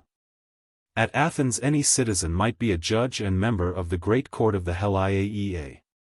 This was ordinarily subdivided into a number of inferior courts, but an occasion is recorded on which the whole body, in number 6,000, met in a single court, Andocides, De Mysteriis, section 17. Plato significantly remarks that a few judges, if they are good, are better than a great number, 766d. He also, at least in capital cases, confines the plaintiff and defendant to a single speech each, instead of allowing two apiece, as was the common practice at Athens, 9:855. On the other hand, in all private suits he gives two appeals, from the arbiters to the courts of the tribes, and from the courts of the tribes to the final or supreme court, 12:956. There was nothing answering to this at Athens. The three courts were appointed in the following manner: the arbiters were to be agreed upon by the parties to the cause. The judges of the tribes to be elected by lot. The highest tribunal to be chosen at the end of each year by the great officers of state out of their own number, they were to serve for a year, to undergo a scrutiny, and, unlike the Athenian judges, to vote openly, 767, 768. Plato does not dwell upon methods of procedure, these are the lesser matters which he leaves to the younger legislators, 12:956. In cases of murder and some other capital offences, the cause was to be tried by a special tribunal, 9:855, as was the custom at Athens. Military offences, too, as at Athens, were decided by the soldiers. Public causes in the laws, as sometimes at Athens, were voted upon by the whole people, because, as Plato remarks, they are all equally concerned in them, 768. They were to be previously investigated by three of the principal magistrates. He believes also that in private suits all should take part. For he who has no share in the administration of justice is apt to imagine that he has no share in the state at all. The wardens of the country, 761, like the 40 at Athens, also exercised judicial power in small matters, as well as the wardens of the agora and city, 764. The Department of Justice is better organized in Plato than in an ordinary Greek state, proceeding more by regular methods, and being more restricted to distinct duties. The executive of Plato's laws, like the Athenian, was different from that of a modern civilized state. The difference chiefly consists in this, that whereas among ourselves there are certain persons or classes of persons set apart for the execution of the duties of government, in ancient Greece, as in all other communities in the earlier stages of their development, they were not equally distinguished from the rest of the citizens. The machinery of government was never so well organized as in the best modern states. The judicial department was not so completely separated from the legislative, nor the executive from the judicial, nor the people at large from the professional soldier, lawyer, or priest. To Aristotle, Politics 6c. 8, it was a question requiring serious consideration, who should execute a sentence. There was probably no body of police to whom were entrusted the lives and properties of the citizens in any Hellenic state. Hence it might be reasonably expected that every man should be the watchman of every other, and in turn be watched by him. The ancients do not seem to have remembered the homely adage that, what is every man's business is no man's business, or always to have thought of applying the principle of a division of labor to the administration of law and to government. Every Athenian was at some time or on some occasion in his life a magistrate, judge, advocate, soldier, sailor, policeman. He had not necessarily any private business. A good deal of his time was taken up with the duties of office and other public occupations. So, too, in Plato's laws. A citizen was to interfere in a quarrel, if older than the combatants, or to defend the outraged party, if his junior, 9:880. He was especially bound to come to the rescue of a parent who was ill-treated by his children, 9:881. He was also required to prosecute the murderer of a kinsman, 9:866. In certain cases he was allowed to arrest an offender, 11:914. He might even use violence to an abusive person, 11:935. Any citizen who was not less than 30 years of age at times exercised a magisterial authority, to be enforced even by blows. 11:9-17 c. Both in the Magnesian state and at Athens many thousand persons must have shared in the highest duties of government, if a section only of the council, consisting of 30 or of 50 persons, as in the laws, or at Athens after the days of Cleisthenes, held office for a month, or for 35 days only. It was almost as if, in our own country, the ministry or the houses of parliament were to change every month. The average ability of the Athenian and Magnesian councillors could not have been very high, considering there were so many of them. And yet they were entrusted with the performance of the most important executive duties. In these respects the constitution of the laws resembles Athens far more than Sparta.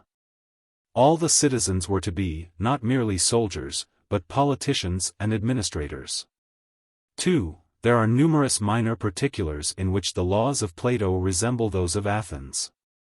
These are less interesting than the preceding, but they show even more strikingly how closely in the composition of his work Plato has followed the laws and customs of his own country. Evidence. A. At Athens a child was not allowed to give evidence, Telfy, 684. Plato has a similar law, a child shall be allowed to give evidence only in cases of murder. 11:937 b. At Athens an unwilling witness might be summoned, but he was not required to appear if he was ready to declare on oath that he knew nothing about the matter in question, Telfy, 695. So in the laws 11:936 c. Athenian law enacted that when more than half the witnesses in a case had been convicted of perjury, there was to be a new trial, nu delta iota kappa omicron kappa rho sigma iota, Telfy, 779, 780. There is a similar provision in the laws 11:937. d. False witness was punished at Athens by tau iota mu alpha and a fine, Telfy, 1106. Plato, 11:937, is at once more lenient and more severe. If a man be twice convicted of false witness, he shall not be required, and if thrice, he shall not be allowed to bear witness. And if he dare to witness after he has been convicted 3 times, he shall be punished with death. Murder. A. Willful murder was punished in Athenian law by death, perpetual exile, and confiscation of property, Telfy, 1124. Plato, too, has the alternative of death or exile, 9871d, but he does not confiscate the murderer's property, 9855a. b. The parricide was not allowed to escape by going into exile at Athens, Telfy, 1125, nor, apparently, in the laws, 9869. c. A homicide, if forgiven by his victim before death, received no punishment either at Athens, Telfy, 1136, or in the Magnesian state, 9869d. In both, Telfy, 1009, laws 9872a, b, the contriver of a murder is punished as severely as the doer. And persons accused of the crime are forbidden to enter temples or the agora until they have been tried, Telfy, 829, laws 9871, 874. d. At Athens slaves who killed their masters and were caught red-handed, were not to be put to death by the relations of the murdered man, but to be handed over to the magistrates, Telfy, 1133. So in the laws, 9872, the slave who is guilty of willful murder has a public execution, but if the murder is committed in anger, it is punished by the kinsman of the victim, 9868b, c. Involuntary homicide. A. The guilty person, according to the Athenian law, had to go into exile, and might not return, until the family of the man slain were conciliated. Then he must be purified, Telfy, 1134. If he is caught before he has obtained forgiveness, he may be put to death, 1136. These enactments reappear in the laws, 9865, 866. b. The curious provision of Plato, that a stranger who has been banished for involuntary homicide and is subsequently wrecked upon the coast, must take up his abode on the seashore. Wetting his feet in the sea, and watching for an opportunity of sailing, 9866d, recalls the procedure of the Judicium Fredium at Athens, according to which an involuntary homicide, who, having gone into exile, is accused of a willful murder, was tried at Phreato for this offense in a boat by magistrates on the shore. c. A still more singular law, occurring both in the Athenian and Magnesian code, enacts that a stone or other inanimate object which kills a man is to be tried, and cast over the border, Telfy, 590. 591, Laws 9873e and following. Justifiable or excusable homicide. Plato and Athenian law agree in making homicide justifiable or excusable in the following cases: 1. At the games, Telfy, 1137, Laws 9865a, b. 2. In war, Telfy, 1137, Laws 9869c, 3. If the person slain was found doing violence to a free woman, Telfy, 1169, Laws 9874, 4. If a doctor's patient dies, Telfy, 1138, Laws 9865. 5. In the case of a robber, Telfy, 1150, Laws 9874, 6. In self-defense, Telfy, 1132, Laws 9869. Impiety.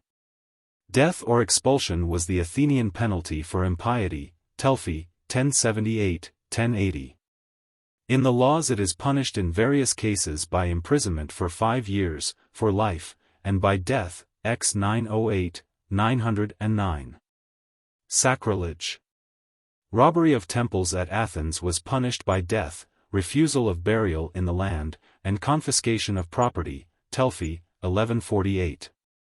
In the laws, 9854, 855, the citizen who is guilty of such a crime is to perish ingloriously and be cast beyond the borders of the land, but his property is not confiscated. Sorcery. The sorcerer at Athens was to be executed, Telfy, 1156. Compare Laws 11933, where it is enacted that the physician who poisons and the professional sorcerer shall be punished with death.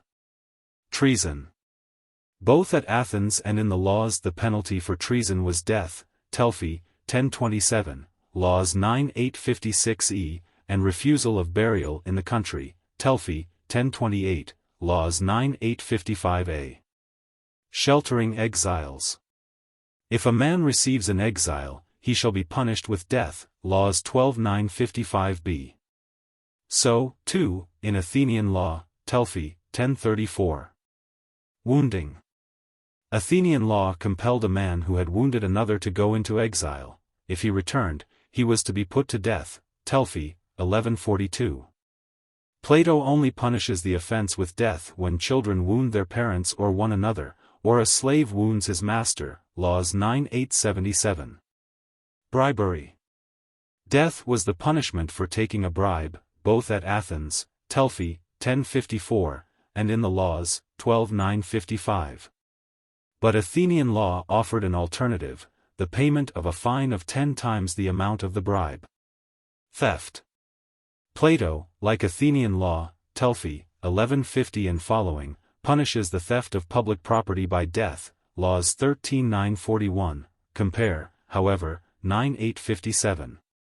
The theft of private property in both involves a fine of double the value of the stolen goods, Telfy, 1575, Laws 9857. Suicide.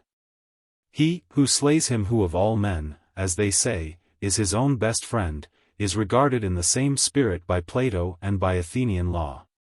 Plato, Laws 9873, would have him buried ingloriously on the borders of the 12 portions of the land, in such places as are uncultivated and nameless.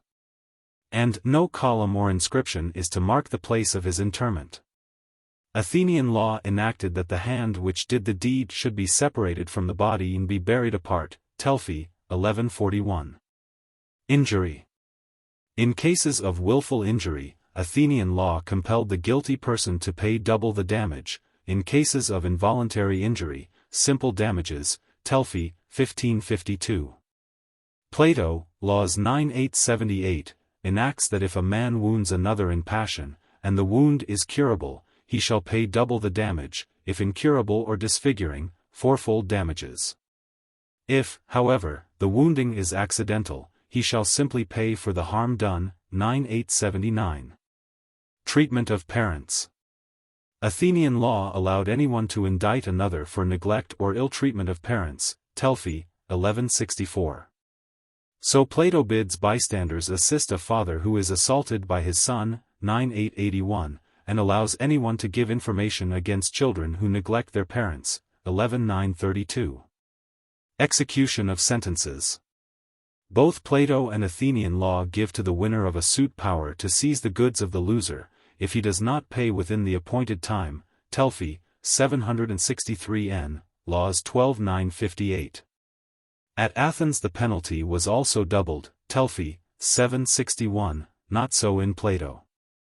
Plato however punishes contempt of court by death. 12-958, which at Athens seems only to have been visited with a further fine. Telfy, 768. Property. A. Both at Athens and in the laws a man who has disputed property in his possession must give the name of the person from whom he received it. Telfy, 1458, Laws 11-915 c. d.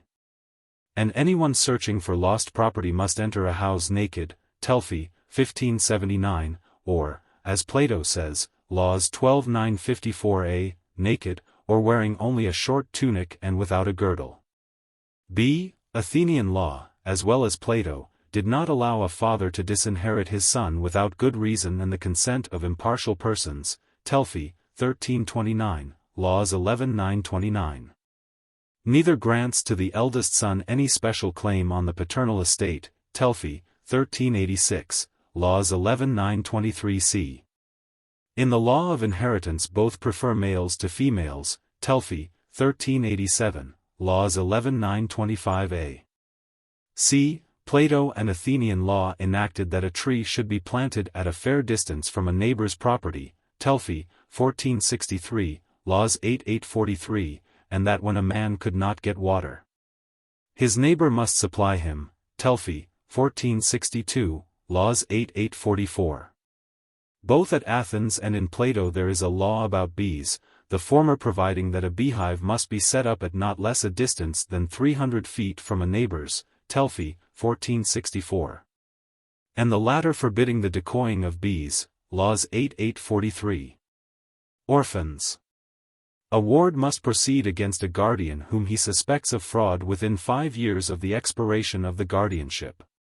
This provision is common to Plato, Laws 11-928 c, and to Athenian law, Telfy, 1584. Further, the latter enacted that the nearest male relation should marry or provide a husband for an heiress. Telfy, 1046, a point in which Plato follows it closely. Laws 11-925 and following. Contracts. Plato's law, 11-920d, that, when a man makes an agreement which he does not fulfill, unless the agreement be of a nature which the law or a vote of the assembly does not allow, or which he has made under the influence of some unjust compulsion, or which he is prevented from fulfilling against his will by some unexpected chance, the other party may go to law with him. According to Pollux, quoted in Telfy's note on 1492, prevailed also at Athens. Trade regulations.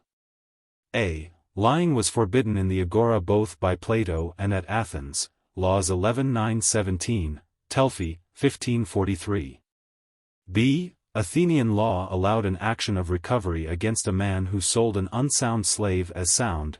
Telfy, 1499. Plato's enactment is more explicit. He allows only an unskilled person, i.e., one who is not a trainer or physician, to take proceedings in such a case. 11-916. C. Plato diverges from Athenian practice in the disapproval of credit, and does not even allow the supply of goods on the deposit of a percentage of their value. Telfy, 1495, 1496. He enacts that, when goods are exchanged by buying and selling, a man shall deliver them and receive the price of them at a fixed place in the agora, and have done with the matter. 11-915d.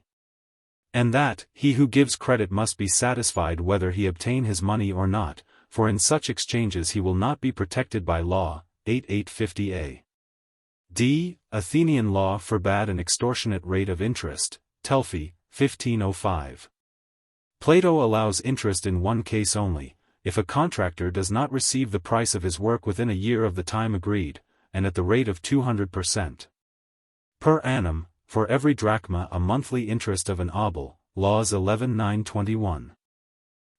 Both at Athens and in the laws sales were to be registered. Telfy, 1496, Laws 11:914c, as well as births. Telfy, 1324, Laws 6:785. Sumptuary laws. Extravagance at weddings. Telfy, 1357, 1359, Laws 6:774, and at funerals. Laws 12:959, Telfy, note on 1443, was forbidden at Athens and also in the Magnesian state. There remains the subject of family life, which in Plato's laws partakes both of an Athenian and Spartan character. Under this head may conveniently be included the condition of women and of slaves. To family life may be added citizenship. As at Sparta, marriages are to be contracted for the good of the state. 6773e. And they may be dissolved on the same ground, where there is a failure of issue. 6784b, the interest of the state requiring that every one of the 5040 lots should have an heir. Divorces are likewise permitted by Plato where there is an incompatibility of temper. 11929e, as at Athens by mutual consent. The duty of having children is also enforced by a still higher motive, expressed by Plato in the noble words, "A man should cling to immortality and leave behind him children's children to be the servants of God in his place." 6774a. Compare 4721c. Again, as at Athens, the father is allowed to put away his undutiful son, but only with the consent of impartial persons. 11929, Telfy, 1329. And the only suit which may be brought by a son against a father is for imbecility. 11929. The class of elder and younger men and women are still to regard one another, as in the Republic, as standing in the relation of parents and children. This is a trait of Spartan character rather than of Athenian. A peculiar sanctity and tenderness was to be shown towards the aged.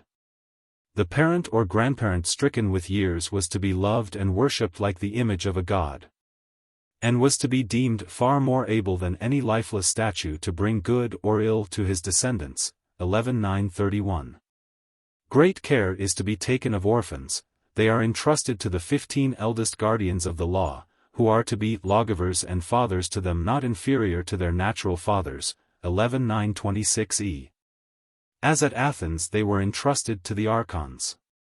Plato wishes to make the misfortune of orphanhood as little sad to them as possible. Plato, seeing the disorder into which half the human race had fallen at Athens and Sparta, is minded to frame for them a new rule of life.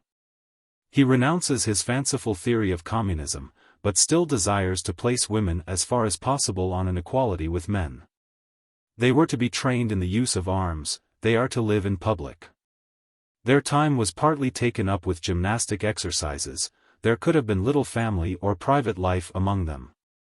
Their lot was to be neither like that of Spartan women, who were made hard and common by excessive practice of gymnastic and the want of all other education, nor yet like that of Athenian women, who, at least among the upper classes, retired into a sort of oriental seclusion, but something better than either. They were to be the perfect mothers of perfect children, yet not wholly taken up with the duties of motherhood, which were to be made easy to them as far as possible. 7789. Compare Republic v. 460, but able to share in the perils of war and to be the companions of their husbands. Here, more than anywhere else, the spirit of the laws reverts to the Republic. In speaking of them as the companions of their husbands we must remember that it is an Athenian and not a Spartan way of life which they are invited to share, a life of gaiety and brightness. Not of austerity and abstinence, which often by a reaction degenerated into license and grossness. In Plato's age the subject of slavery greatly interested the minds of thoughtful men. 6776, and how best to manage this troublesome piece of goods, exercised his own mind a good deal. He admits that they have often been found better than brethren or sons in the hour of danger, 776d. And are capable of rendering important public services by informing against offenders, for this they are to be rewarded. And the master who puts a slave to death for the sake of concealing some crime which he has committed, is held guilty of murder, 9872c. But they are not always treated with equal consideration. The punishments inflicted on them bear no proportion to their crimes. They are to be addressed only in the language of command. Their masters are not to jest with them, lest they should increase the hardship of their lot, 6778a. Some privileges were granted to them by Athenian law of which there is no mention in Plato. They were allowed to purchase their freedom from their master, and if they despaired of being liberated by him they could demand to be sold, on the chance of falling into better hands. But there is no suggestion in the laws that a slave who tried to escape should be branded with the words, kappa alpha tau chi epsilon mu epsilon, phi epsilon gamma omega, or that evidence should be extracted from him by torture. That the whole household was to be executed if the master was murdered and the perpetrator remained undetected, all these were provisions of Athenian law.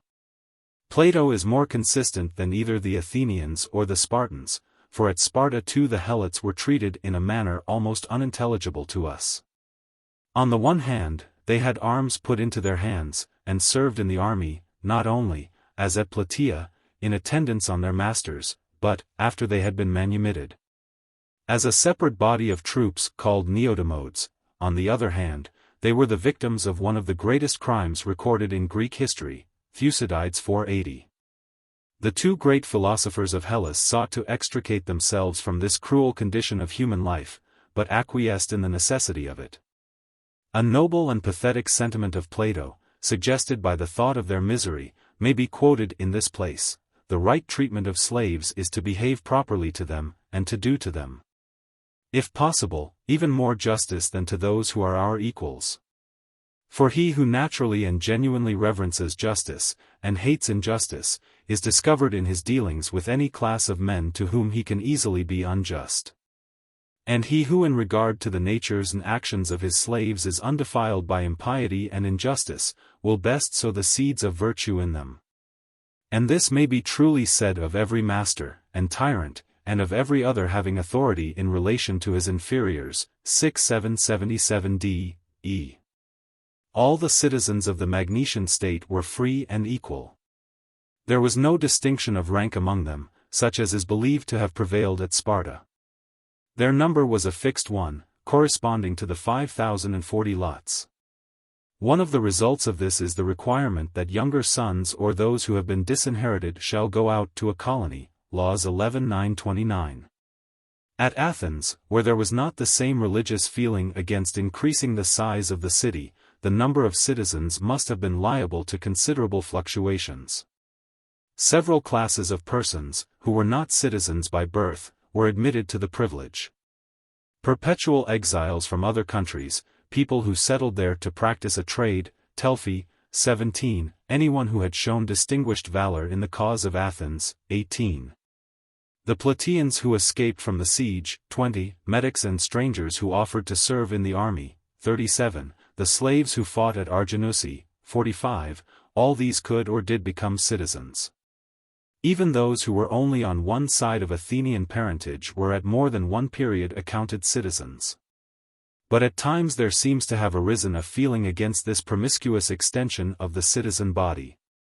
An expression of which is to be found in the law of Pericles, mu nu omicron upsilon theta eta nu alpha omicron upsilon epsilon nu alpha iota tau omicron kappa delta upsilon omicron nu theta eta nu alpha omega nu gamma epsilon gamma omicron nu tau alpha, Plutarch, Pericles, 37. And at no time did the adopted citizen enjoy the full rights of citizenship, e.g. he might not be elected archon or to the office of priest, Telphi, 19, 20, although this prohibition did not extend to his children, if born of a citizen wife. Plato never thinks of making the metic, much less the slave, a citizen. His treatment of the former class is at once more gentle and more severe than that which prevailed at Athens. He imposes upon them no tax but good behavior, 8,850, whereas at Athens they were required to pay 12 drachmae per annum, and to have a patron. On the other hand, he only allows them to reside in the Magnesian state on condition of following a trade. They were required to depart when their property exceeded that of the third class, and in any case after a residence of 20 years. Unless they could show that they had conferred some great benefit on the state. This privileged position reflects that of the sigma omicron tau epsilon lambda epsilon at Athens, who were excused from the mu epsilon tau omicron kappa iota omicron nu. It is Plato's greatest concession to the metic, as the bestowal of freedom is his greatest concession to the slave. Lastly, there is a more general point of view under which the laws of Plato may be considered, the principles of jurisprudence which are contained in them. These are not formally announced, but are scattered up and down, to be observed by the reflective reader for himself. Some of them are only the common principles which all courts of justice have gathered from experience, others are peculiar and characteristic. That judges should sit at fixed times and hear causes in a regular order, 12,956, that evidence should be laid before them, that false witnesses should be disallowed, 11,937. And corruption punished, 12,955 c, that defendants should be heard before they are convicted. These are the rules, not only of the Hellenic courts, but of courts of law in all ages and countries. But there are also points which are peculiar, and in which ancient jurisprudence differs considerably from modern. Some of them are of great importance. It could not be said at Athens, nor was it ever contemplated by Plato, that all men, including metics and slaves, should be equal in the eye of the law. There was some law for the slave, but not much. No adequate protection was given him against the cruelty of his master. It was a singular privilege granted, both by the Athenian and Magnesian law, to a murdered man, that he might, before he died, pardon his murderer, in which case no legal steps were afterwards to be taken against him, 9869d.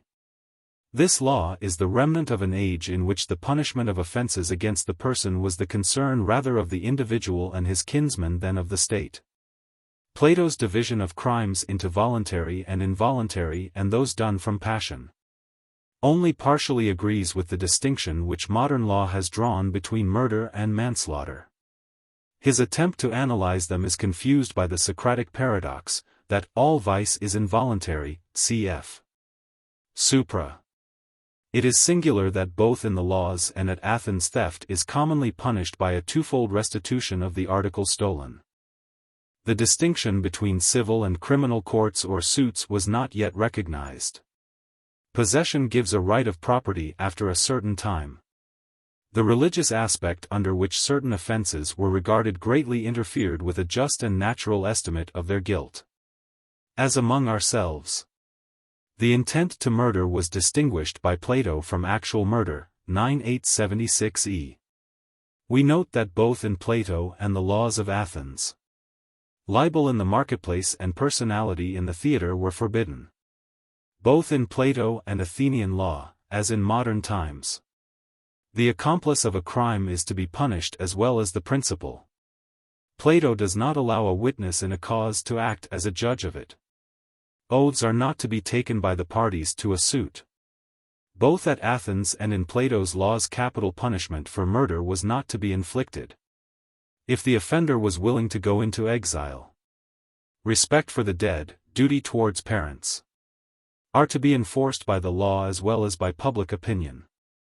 Plato proclaims the noble sentiment that the object of all punishment is the improvement of the offender, 9854d. Finally, he repeats twice over, as with the voice of a prophet, that the crimes of the fathers are not to be visited upon the children, 9855a, 856c. In this respect he is nobly distinguished from the Oriental, and indeed from the spirit of Athenian law, compare Telfy, 1012, delta epsilon kappa alpha alpha tau omicron kappa alpha tau omicron kappa tau omicron tau omega nu tau mu omicron upsilon epsilon nu alpha iota. As the Hebrew in the age of Ezekiel, c. 18, is from the Jewish people of former ages. Of all Plato's provisions, the object is to bring the practice of the law more into harmony with reason and philosophy. To secure impartiality, and while acknowledging that every citizen has a right to share in the administration of justice, to counteract the tendency of the courts to become mere popular assemblies. Thus we have arrived at the end of the writings of Plato, and at the last stage of philosophy which was really his. For in what followed, which we chiefly gather from the uncertain intimations of Aristotle, the spirit of the master no longer survived. The doctrine of ideas passed into one of numbers. Instead of advancing from the abstract to the concrete, the theories of Plato were taken out of their context, and either asserted or refuted with a provoking literalism. The Socratic or Platonic element in his teaching was absorbed into the Pythagorean or Megarian. His poetry was converted into mysticism. His unsubstantial visions were assailed secundum artem by the rules of logic. His political speculations lost their interest when the freedom of Hellas had passed away. Of all his writings, the laws were the furthest removed from the traditions of the Platonic school in the next generation. Both his political and his metaphysical philosophy are for the most part misinterpreted by Aristotle. The best of him, his love of truth, and his contemplation of all time and all existence, was soonest lost.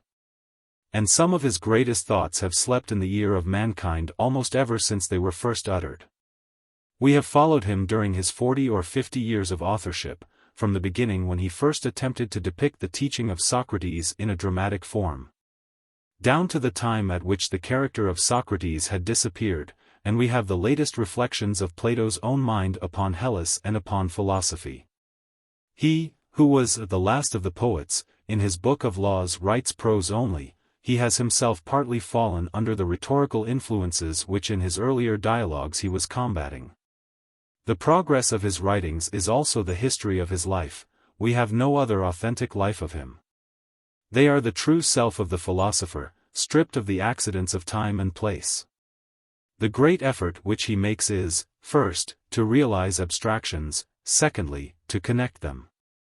In the attempt to realize them, he was carried into a transcendental region in which he isolated them from experience, and we pass out of the range of science into poetry or fiction. The fancies of mythology for a time cast a veil over the gulf which divides phenomena from onta, Meno, Phaedrus, Symposium, Phaedo. In his return to earth, Plato meets with a difficulty which has long ceased to be a difficulty to us. He cannot understand how these obstinate, unmanageable ideas, residing alone in their heaven of abstraction, can be either combined with one another, or adapted to phenomena. Parmenides, Philebus. Sophist. That which is the most familiar process of our own minds, to him appeared to be the crowning achievement of the dialectical art. The difficulty which in his own generation threatened to be the destruction of philosophy, he has rendered unmeaning and ridiculous. For by his conquests in the world of mind our thoughts are widened, and he has furnished us with new dialectical instruments which are of greater compass and power. We have endeavored to see him as he truly was, a great original genius struggling with unequal conditions of knowledge. Not prepared with a system nor evolving in a series of dialogues ideas which he had long conceived, but contradictory, inquiring as he goes along, following the argument. First from one point of view and then from another, and therefore arriving at opposite conclusions, hovering around the light, and sometimes dazzled with excess of light. But always moving in the same element of ideal truth. We have seen him also in his decline, when the wings of his imagination have begun to droop, but his experience of life remains.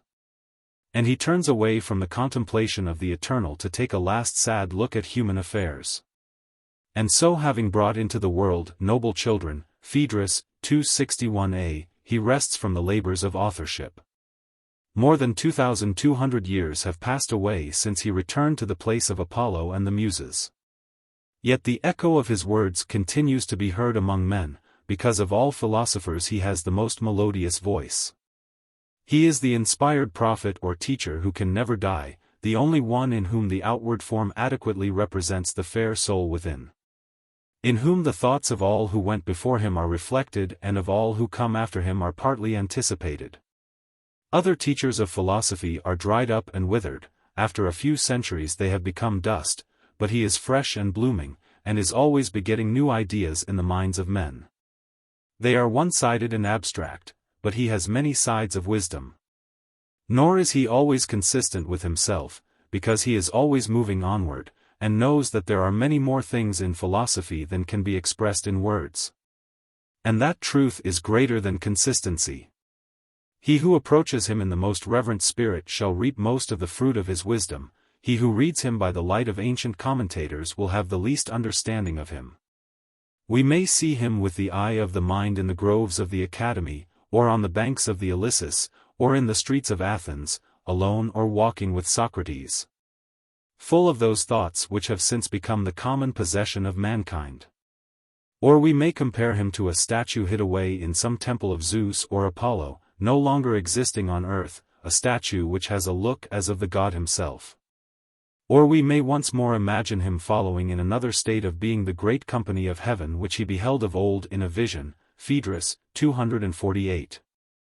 So, partly trifling, but with a certain degree of seriousness, Symposium 197e, we linger around the memory of a world which has passed away, Phaedrus, 250c. Laws. Persons of the dialogue.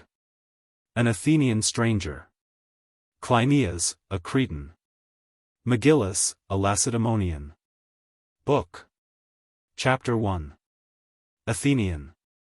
Tell me, strangers, is a god or some man supposed to be the author of your laws? Cleinias. A god, stranger. In very truth a god. Among us Cretans he is said to have been Zeus, but in Lacedaemon, whence our friend here comes, I believe they would say that Apollo is their lawgiver, would they not, Megillus? Megillus. Certainly. Athenian. And do you, Cleinias, believe, as Homer tells, that every 9th year Minos went to converse with his Olympian sire, and was inspired by him to make laws for your cities? Cleinias. Yes, that is our tradition, and there was Rhadamanthus, a brother of his, with whose name you are familiar. He is reputed to have been the justest of men, and we Cretans are of opinion that he earned this reputation from his righteous administration of justice when he was alive. Athenian. Yes, and a noble reputation it was, worthy of a son of Zeus. As you and Megillus have been trained in these institutions, I dare say that you will not be unwilling to give an account of your government and laws. On our way we can pass the time pleasantly in talking about them, for I am told that the distance from Knossos to the cave and temple of Zeus is considerable.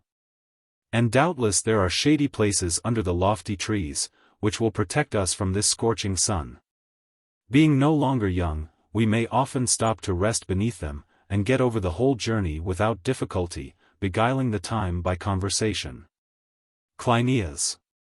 Yes, stranger, and if we proceed onward we shall come to groves of cypresses, which are of rare height and beauty, and there are green meadows, in which we may repose and converse. Athenian. Very good. Cleinias. Very good, indeed, and still better when we see them. Let us move on cheerily. Athenian. I am willing, and first, I want to know why the law has ordained that you shall have common meals and gymnastic exercises, and wear arms. Cleinias. I think, stranger, that the aim of our institutions is easily intelligible to anyone. Look at the character of our country. Crete is not like Thessaly, a large plain. And for this reason they have horsemen in Thessaly, and we have runners. The inequality of the ground in our country is more adapted to locomotion on foot. But then, if you have runners you must have light arms. No one can carry a heavy weight when running, and bows and arrows are convenient because they are light. Now all these regulations have been made with a view to war, and the legislator appears to me to have looked to this in all his arrangements. The common meals, if I am not mistaken, were instituted by him for a similar reason. Because he saw that while they are in the field the citizens are by the nature of the case compelled to take their meals together for the sake of mutual protection. He seems to me to have thought the world foolish in not understanding that all men are always at war with one another. And if in war there ought to be common meals and certain persons regularly appointed under others to protect an army, they should be continued in peace. For what men in general term peace would be said by him to be only a name. In reality every city is in a natural state of war with every other, not indeed proclaimed by heralds, but everlasting. And if you look closely, you will find that this was the intention of the Cretan legislator. All institutions, private as well as public, were arranged by him with a view to war.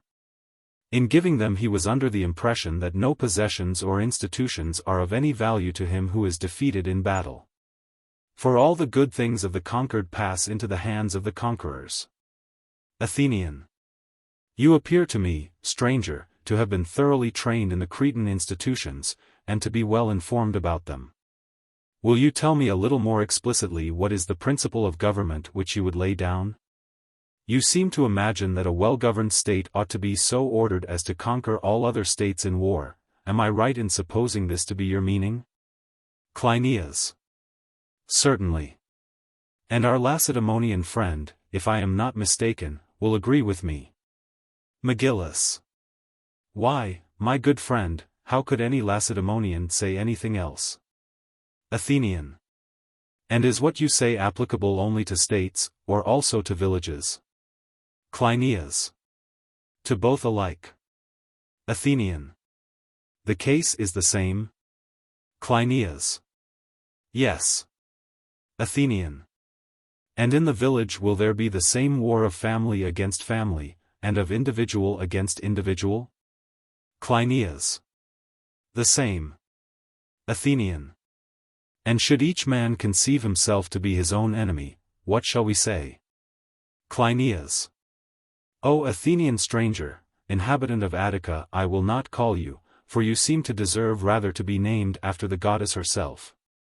Because you go back to first principles, you have thrown a light upon the argument, and will now be better able to understand what I was just saying, that all men are publicly one another's enemies.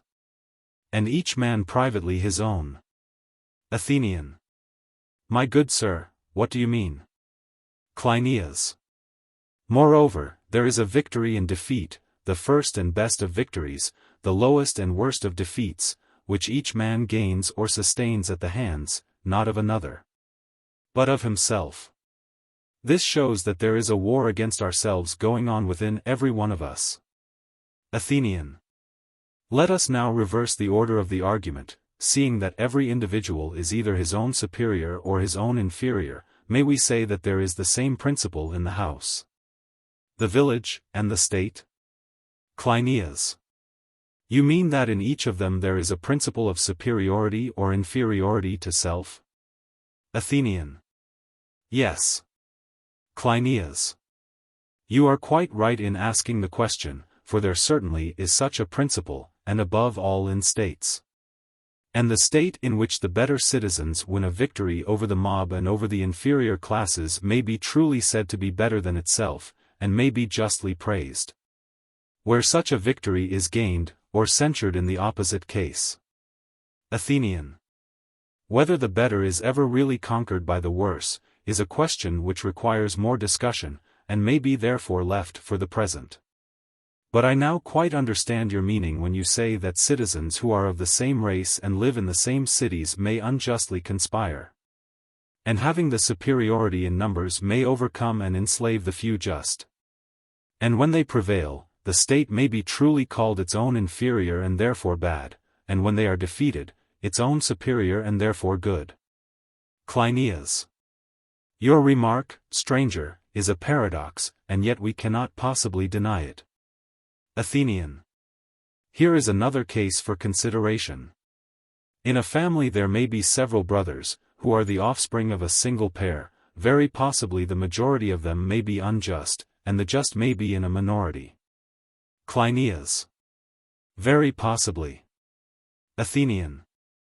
And you and I ought not to raise a question of words as to whether this family and household are rightly said to be superior when they conquer, and inferior when they are conquered.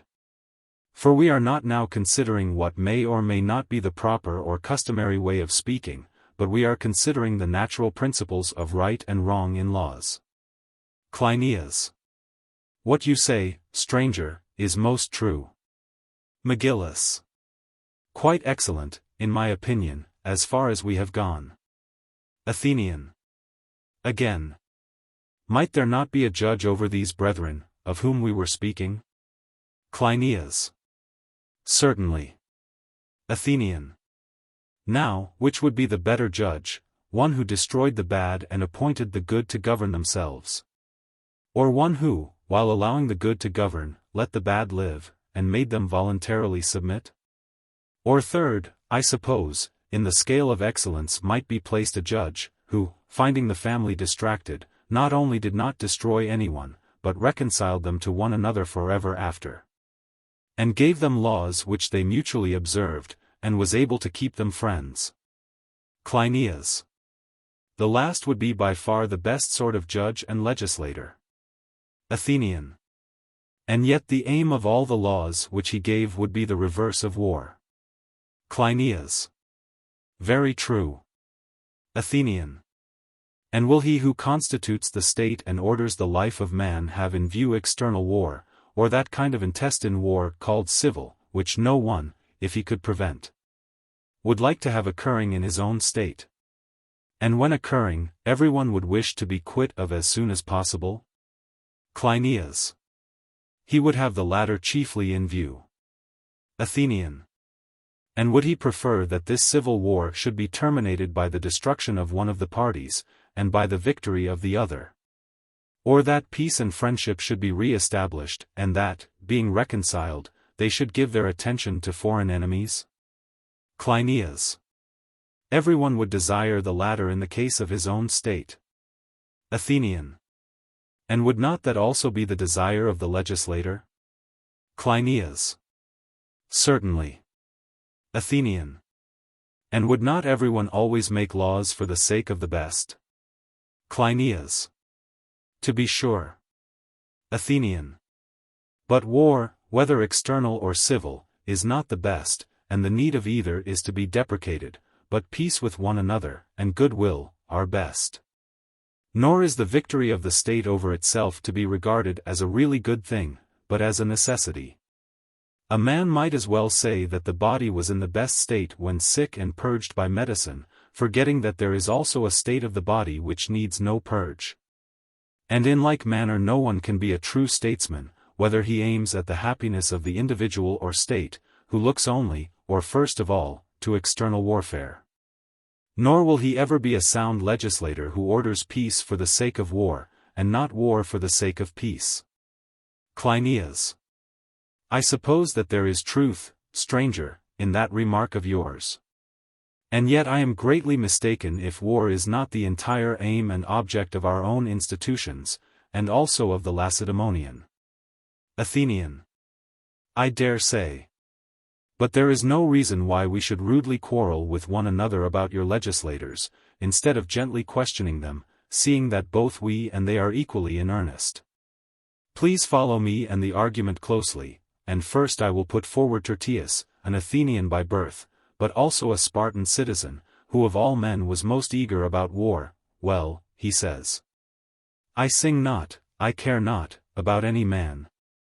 Even if he were the richest of men, and possessed every good, and then he gives a whole list of them, if he be not at all times a brave warrior. I imagine that you, too, must have heard his poems. Our Lacedaemonian friend has probably heard more than enough of them. Megillus. Very true. Cleinias. And they have found their way from Lacedaemon to Crete. Athenian. Come now and let us all join in asking this question of Tertius. O most divine poet, we will say to him. The excellent praise which you have bestowed on those who excel in war sufficiently proves that you are wise and good, and I and Megillus and Cleinias of Gnosis do, as I believe, entirely agree with you. But we should like to be quite sure that we are speaking of the same men. Tell us, then, do you agree with us in thinking that there are two kinds of war, or what would you say? A far inferior man to Tertius would have no difficulty in replying quite truly, that war is of two kinds, one which is universally called civil war, and is, as we were just now saying, of all wars the worst. The other, as we should all admit, in which we fall out with other nations who are of a different race, is a far milder form of warfare. Cleinias. Certainly, far milder. Athenian. Well, now, when you praise and blame war in this high-flown strain, whom are you praising or blaming, and to which kind of war are you referring? I suppose that you must mean foreign war, if I am to judge from expressions of yours in which you say that you abominate those who refuse to look upon fields of blood, and will not draw near and strike at their enemies. And we shall naturally go on to say to him, you, Tertius, as it seems, praise those who distinguish themselves in external and foreign war, and he must admit this. Cleinias. Evidently. Athenian. They are good, but we say that there are still better men whose virtue is displayed in the greatest of all battles. And we too have a poet whom we summon as a witness, Theognis, citizen of Megara in Sicily. Cernus, he says, he who is faithful in a civil broil is worth his weight in gold and silver. And such an one is far better, as we affirm, than the other in a more difficult kind of war, much in the same degree as justice and temperance and wisdom, when united with courage, are better than courage only. For a man cannot be faithful and good in civil strife without having all virtue. But in the war of which Tertius speaks, many a mercenary soldier will take his stand and be ready to die at his post, and yet they are generally and almost without exception insolent, unjust, violent men, and the most senseless of human beings. You will ask what the conclusion is, and what I am seeking to prove. I maintain that the divine legislator of Crete, like any other who is worthy of consideration, will always and above all things in making laws have regard to the greatest virtue, which, according to Theognis, is loyalty in the hour of danger, and may be truly called perfect justice. Whereas, that virtue which Tertius highly praises is well enough, and was praised by the poet at the right time, yet in place and dignity may be said to be only fourth-rate. 364. Cleinias. Stranger, we are degrading our inspired lawgiver to a rank which is far beneath him. Athenian. Nay, I think that we degrade not him but ourselves, if we imagine that Lycurgus and Minos laid down laws both in Lacedaemon and Crete mainly with a view to war. Cleinias. What ought we to say then? Athenian. What truth and what justice require of us, if I am not mistaken, when speaking in behalf of divine excellence. 365. That the legislator when making his laws had in view not a part only, and this the lowest part of virtue, but all virtue, and that he devised classes of laws answering to the kinds of virtue. Not in the way in which modern inventors of laws make the classes, for they only investigate and offer laws whenever a want is felt, and one man has a class of laws about allotments and heiresses, another about assaults, others about 10,000 other such matters. But we maintain that the right way of examining into laws is to proceed as we have now done, and I admired the spirit of your exposition. For you were quite right in beginning with virtue, and saying that this was the aim of the giver of the law. But I thought that you went wrong when you added that all his legislation had a view only to a part, and the least part of virtue, and this called forth my subsequent remarks. Will you allow me then to explain how I should have liked to have heard you expound the matter? Cleinias. By all means. Athenian. You ought to have said, stranger, the Cretan laws are with reason famous among the Hellenes, for they fulfill the object of laws, which is to make those who use them happy. And they confer every sort of good. Now goods are of two kinds, there are human and there are divine goods, and the human hang upon the divine. And the state which attains the greater, at the same time acquires the less, or, not having the greater, has neither. Of the lesser goods the first is health, the second beauty, the third strength, including swiftness in running and bodily agility generally, and the fourth is wealth, not the blind god, Plato, but one who is keen of sight, if only he has wisdom for his companion. For wisdom is chief and leader of the divine class of goods, and next follows temperance, and from the union of these two with courage springs justice, and fourth in the scale of virtue is courage. All these naturally take precedence of the other goods, and this is the order in which the legislator must place them. And after them he will enjoin the rest of his ordinances on the citizens with a view to these, the human looking to the divine, and the divine looking to their leader mind.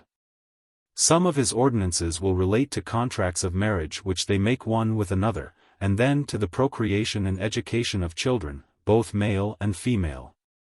The duty of the lawgiver will be to take charge of his citizens, in youth and age, and at every time of life, and to give them punishments and rewards.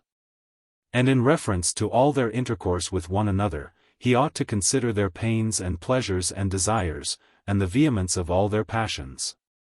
He should keep a watch over them, and blame and praise them rightly by the mouth of the laws themselves. Also with regard to anger and terror, and the other perturbations of the soul, which arise out of misfortune, and the deliverances from them which prosperity brings.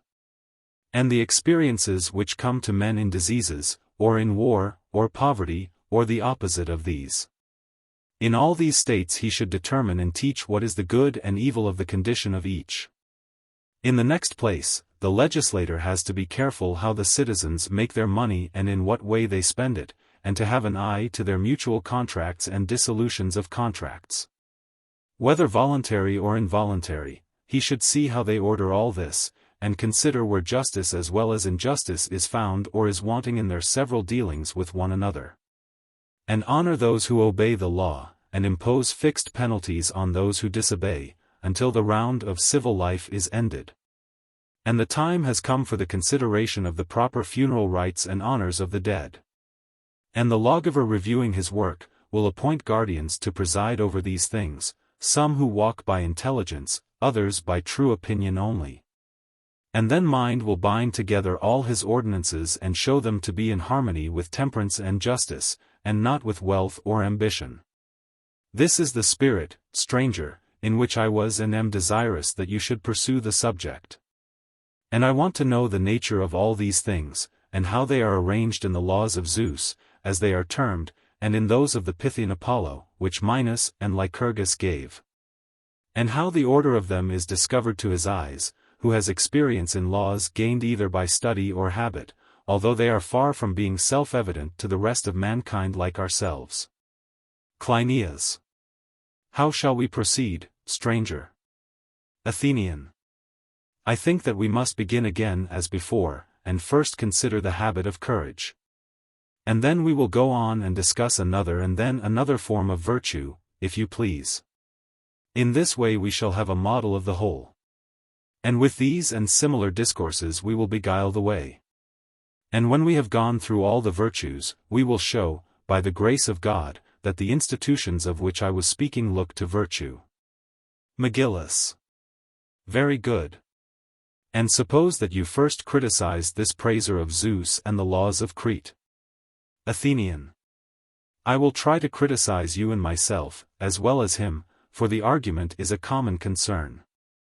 Tell me, were not first the Syssitia, and secondly the Gymnasia, invented by your legislator with a view to war?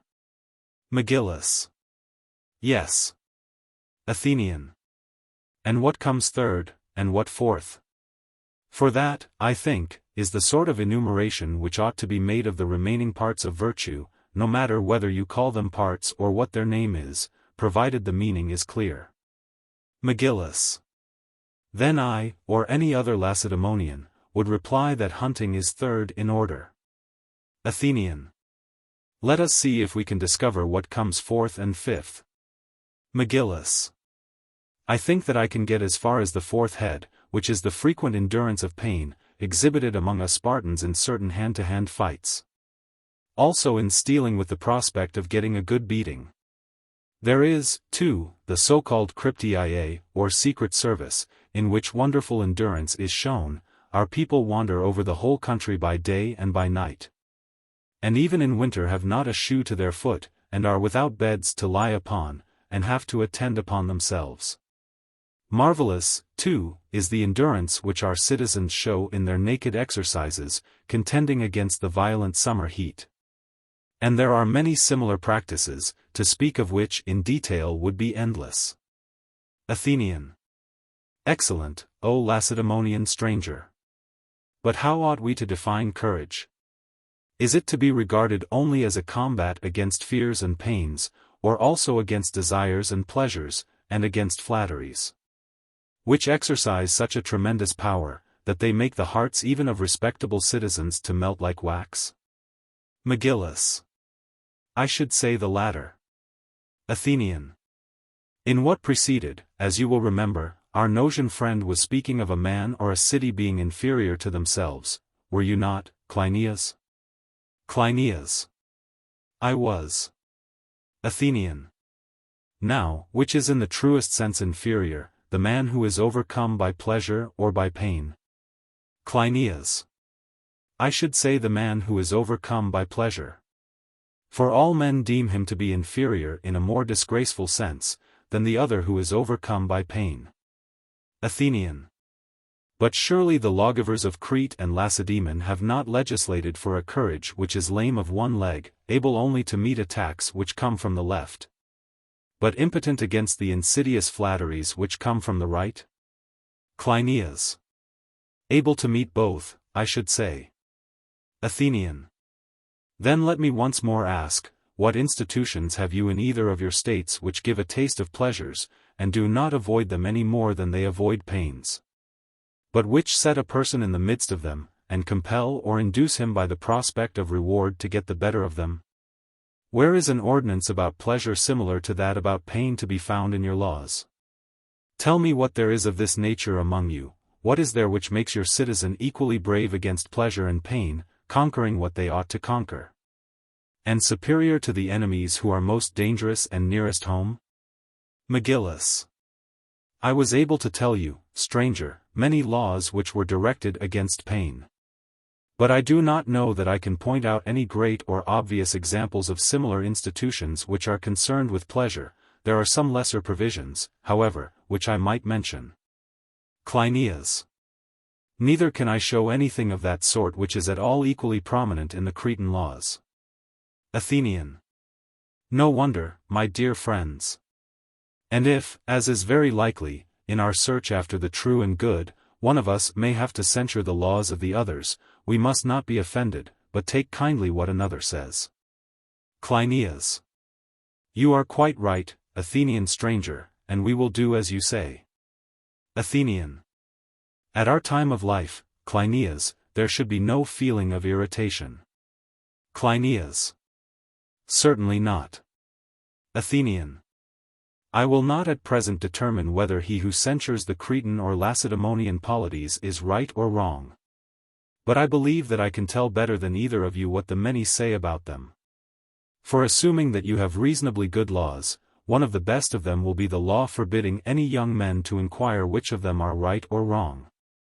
But with one mouth and one voice they must all agree that the laws are all good, for they came from God, and anyone who says the contrary is not to be listened to. But an old man who remarks any defect in your laws may communicate his observation to a ruler or to an equal in years when no young man is present. Cleinias. Exactly so, stranger. And like a diviner, although not there at the time, you seem to me quite to have hit the meaning of the legislator, and to say what is most true. Athenian. As there are no young men present, and the legislator has given old men free license, there will be no impropriety in our discussing these very matters now that we are alone. Cleinias. True. And therefore you may be as free as you like in your censure of our laws, for there is no discredit in knowing what is wrong. He who receives what is said in a generous and friendly spirit will be all the better for it. Athenian. Very good. However, I am not going to say anything against your laws until to the best of my ability I have examined them, but I am going to raise doubts about them. For you are the only people known to us, whether Greek or barbarian, whom the legislator commanded to eschew all great pleasures and amusements and never to touch them. Whereas in the matter of pains or fears which we have just been discussing, he thought that they who from infancy had always avoided pains and fears and sorrows, when they were compelled to face them, would run away from those who were hardened in them, and would become their subjects. Now the legislator ought to have considered that this was equally true of pleasure. He should have said to himself, that if our citizens are from their youth upward unacquainted with the greatest pleasures, and unused to endure amid the temptations of pleasure, and are not disciplined to refrain from all things evil, the sweet feeling of pleasure will overcome them just as fear would overcome the former class. And in another, and even a worse manner, they will be the slaves of those who are able to endure amid pleasures, and have had the opportunity of enjoying them, they being often the worst of mankind. One half of their souls will be a slave, the other half free, and they will not be worthy to be called in the true sense men and freemen. Tell me whether you assent to my words? Cleinias. On first hearing, what you say appears to be the truth, but to be hasty in coming to a conclusion about such important matters would be very childish and simple. Athenian. Suppose, Cleinias and Megillus, that we consider the virtue which follows next of those which we intended to discuss, for after courage comes temperance. What institutions shall we find relating to temperance, either in Crete or Lacedaemon, which, like your military institutions, differ from those of any ordinary state? Megillus. That is not an easy question to answer, still I should say that the common meals and gymnastic exercises have been excellently devised for the promotion both of temperance and courage. Athenian. There seems to be a difficulty, stranger, with regard to states, in making words and facts coincide so that there can be no dispute about them. As in the human body, the regimen which does good in one way does harm in another, and we can hardly say that any one course of treatment is adapted to a particular constitution.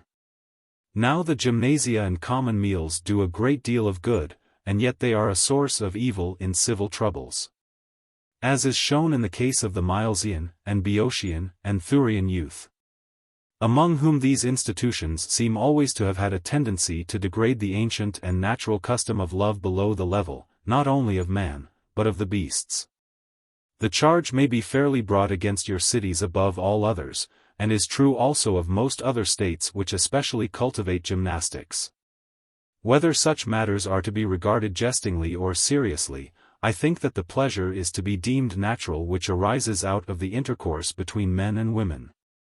But that the intercourse of men with men, or of women with women, is contrary to nature, and that the bold attempt was originally due to unbridled lust.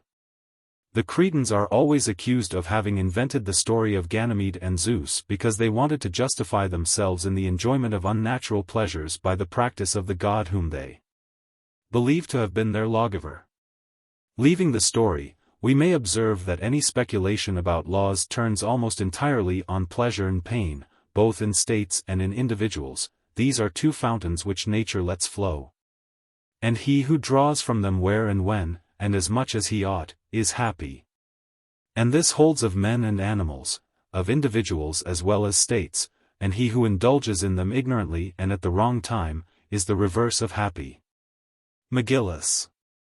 I admit, stranger, that your words are well spoken, and I hardly know what to say in answer to you, but still I think that the Spartan lawgiver was quite right in forbidding pleasure. Of the Cretan laws, I shall leave the defense to my Nosian friend. But the laws of Sparta, in as far as they relate to pleasure, appear to me to be the best in the world. For that which leads mankind in general into the wildest pleasure and license, and every other folly, the law has clean driven out. And neither in the country nor in towns which are under the control of Sparta, will you find revelries and the many incitements of every kind of pleasure which accompany them. And anyone who meets a drunken and disorderly person, will immediately have him most severely punished, and will not let him off on any pretense, not even at the time of a Dionysiac festival. Although I have remarked that this may happen at your performances, on the cart, as they are called, and among our Tarentine colonists I have seen the whole city drunk at a Dionysiac festival. But nothing of the sort happens among us. Athenian.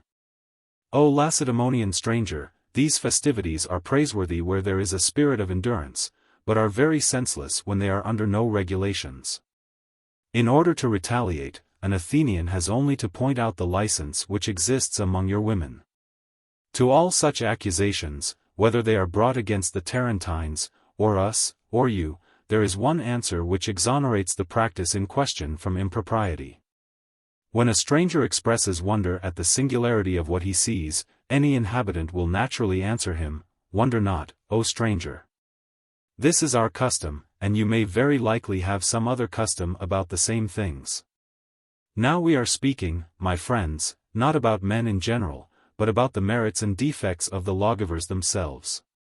Let us then discourse a little more at length about intoxication, which is a very important subject, and will seriously task the discrimination of the legislator. I am not speaking of drinking, or not drinking, wine at all, but of intoxication. Are we to follow the custom of the Scythians, and Persians, and Carthaginians, and Celts, and Iberians, and Thracians, who are all warlike nations, or that of your countrymen, for they, as you say, altogether abstain? But the Scythians and Thracians, both men and women, drink unmixed wine, which they pour on their garments, and this they think a happy and glorious institution. The Persians, again, are much given to other practices of luxury which you reject, but they have more moderation in them than the Thracians and Scythians. Megillus. O best of men, we have only to take arms into our hands, and we send all these nations flying before us. Athenian. Nay, my good friend, do not say that. There have been, as there always will be, flights and pursuits of which no account can be given. And therefore we cannot say that victory or defeat in battle affords more than a doubtful proof of the goodness or badness of institutions. For when the greater states conquer and enslave the lesser, as the Syracusans have done the Locrians, who appear to be the best governed people in their part of the world, or as the Athenians have done the Scenes, and there are 10,000 other instances of the same sort of thing, all this is not to the point. Let us endeavor rather to form a conclusion about each institution in itself and say nothing, at present, of victories and defeats. Let us only say that such and such a custom is honorable, and another not. And first permit me to tell you how good and bad are to be estimated in reference to these very matters. Megillus. How do you mean? Athenian. All those who are ready at a moment's notice to praise or censure any practice which is matter of discussion, seem to me to proceed in a wrong way.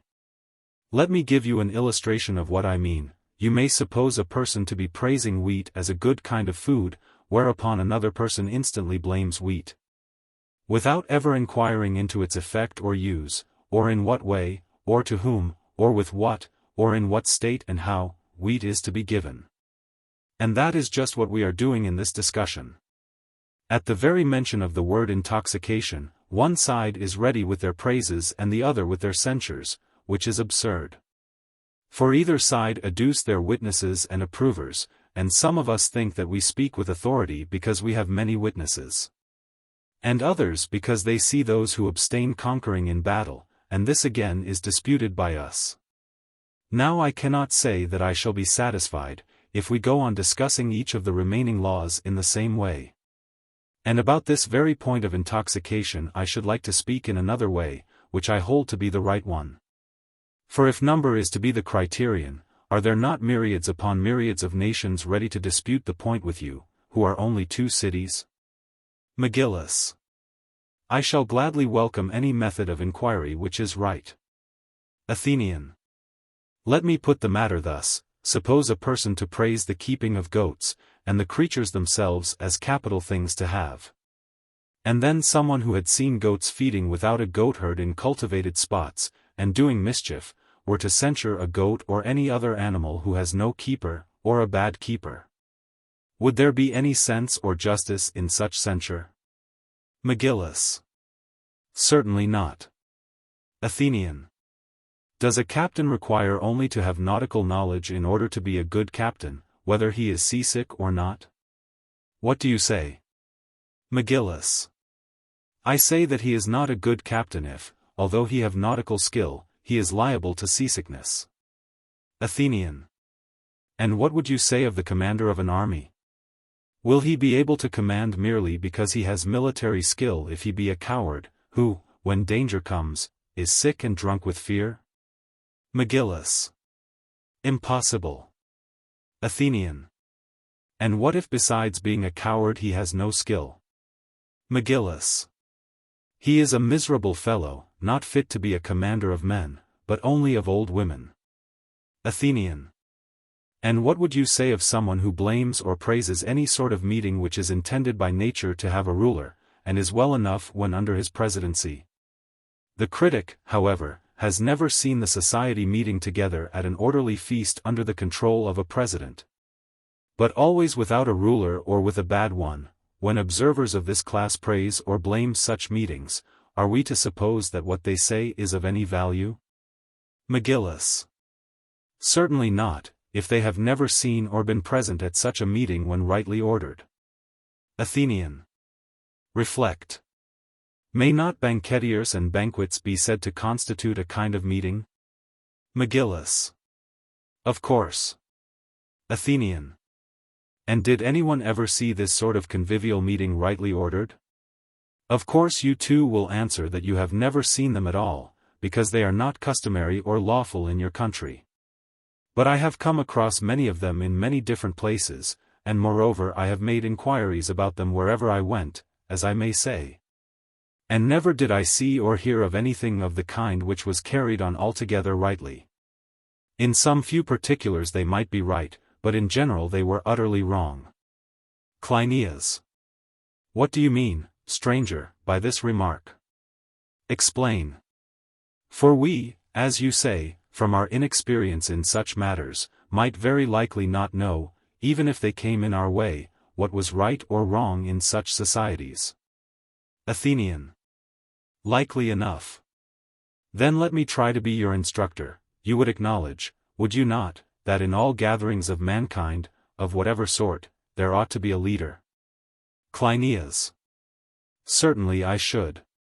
Athenian.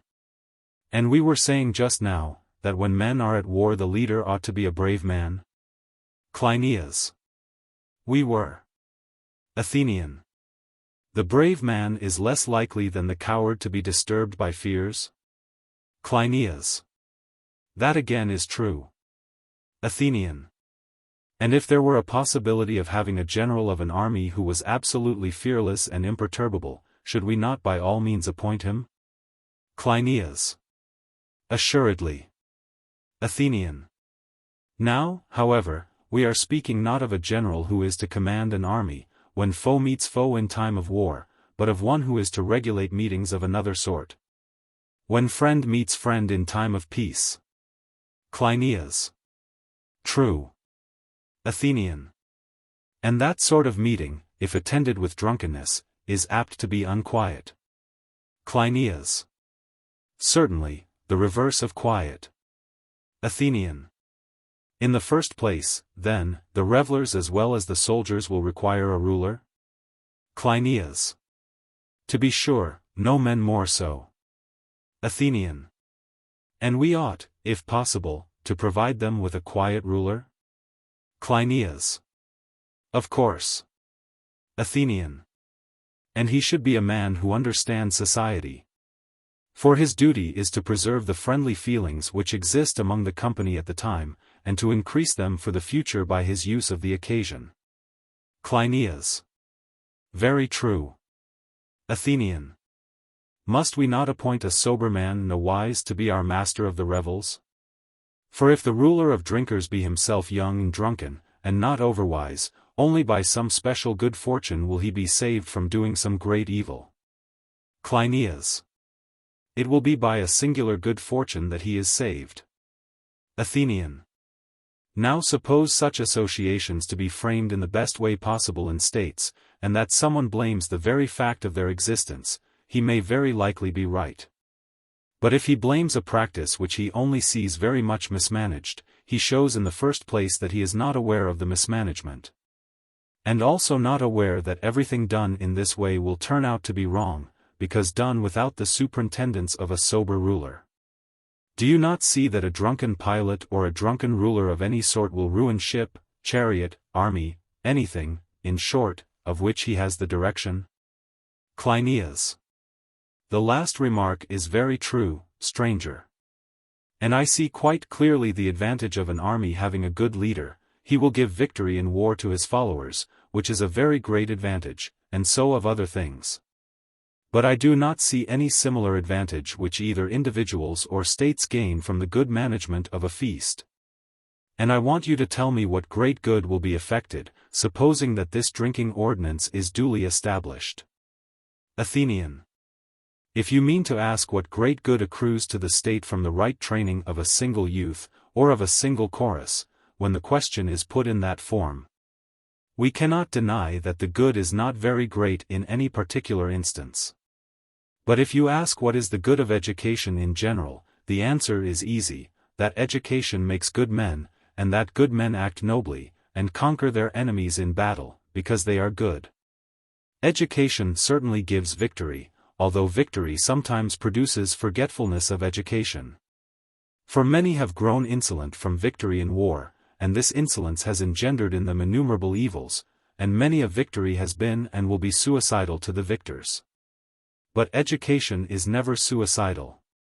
Cleinias. You seem to imply, my friend, that convivial meetings, when rightly ordered, are an important element of education.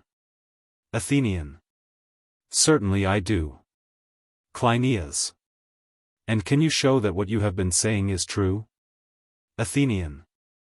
To be absolutely sure of the truth of matters concerning which there are many opinions, is an attribute of the gods not given to man, stranger. But I shall be very happy to tell you what I think, especially as we are now proposing to enter on a discussion concerning laws and constitutions. Cleinias.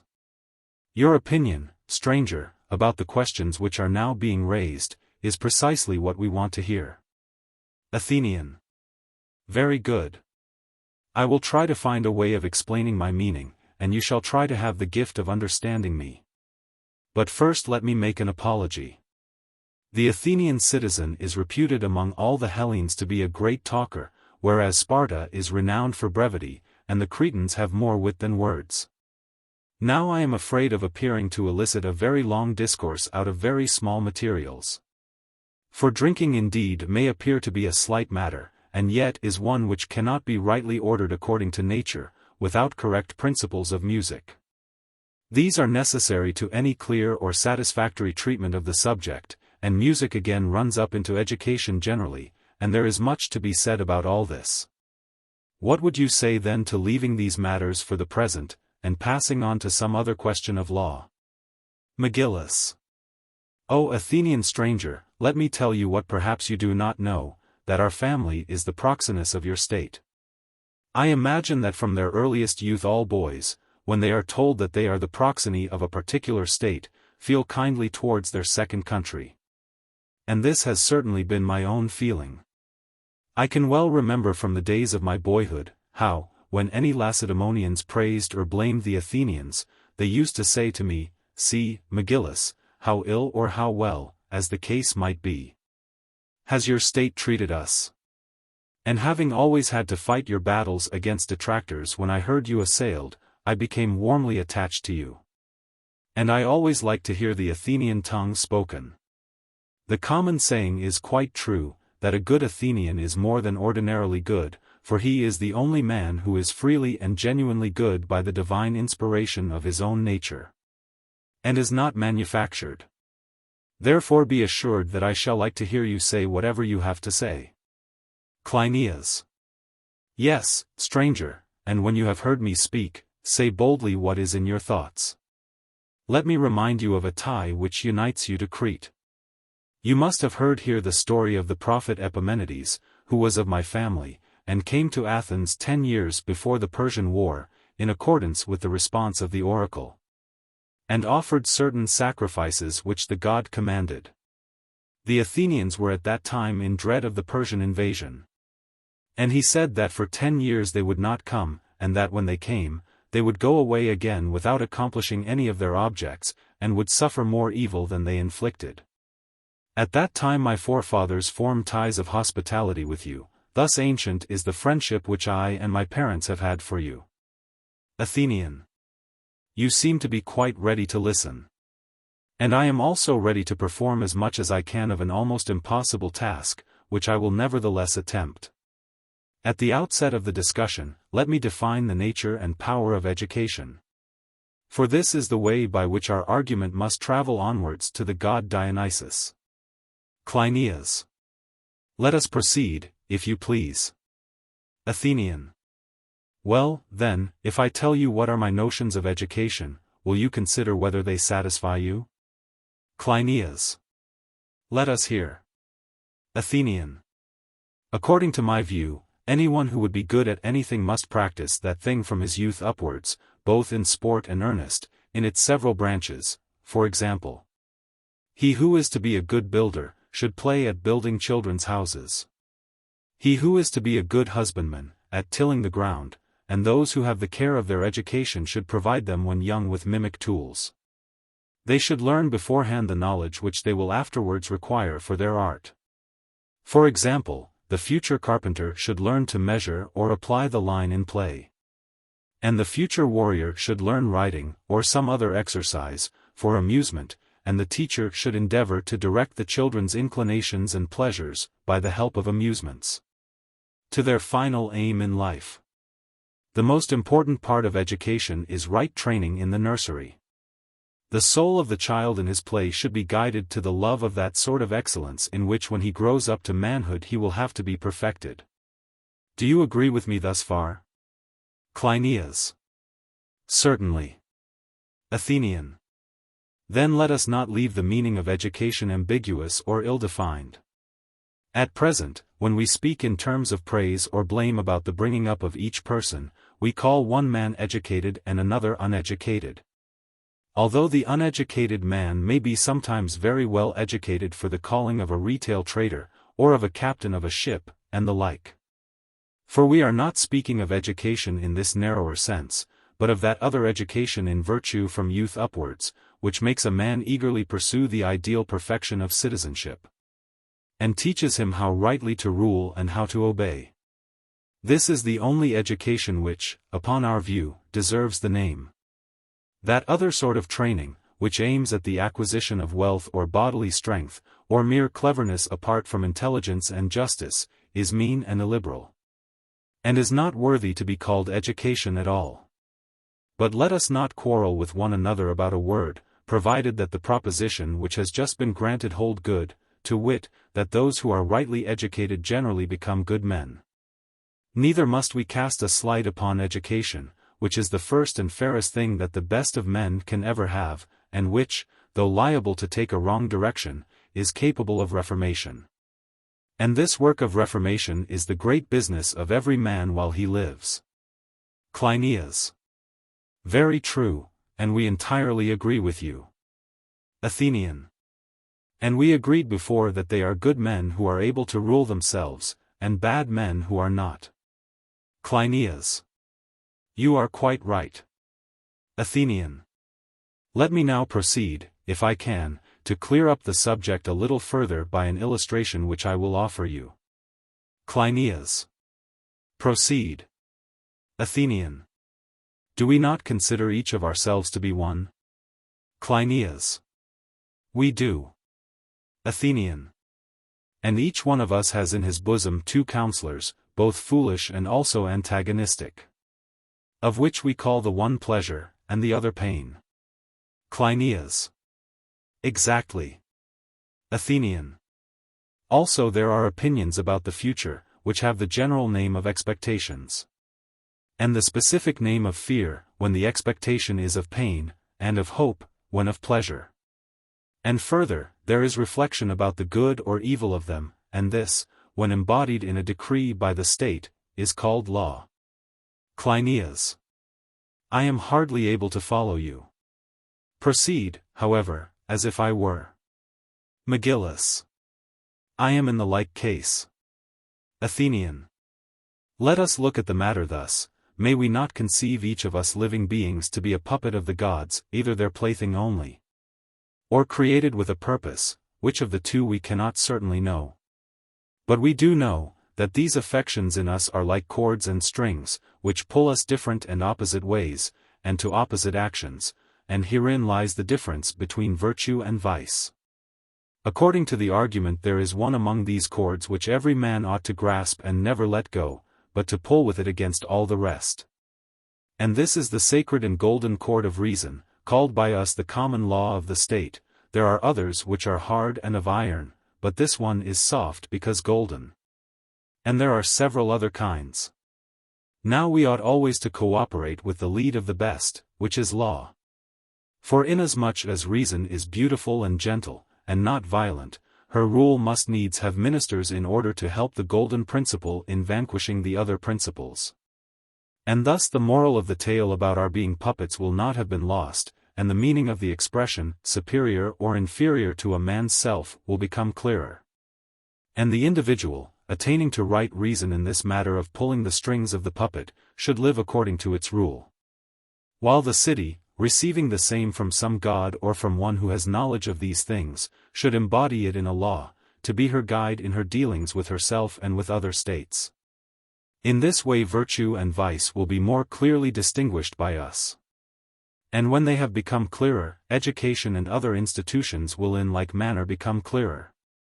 And in particular that question of convivial entertainment, which may seem, perhaps, to have been a very trifling matter, and to have taken a great many more words than were necessary. Cleinias. Perhaps, however, the theme may turn out not to be unworthy of the length of discourse. Athenian. Very good.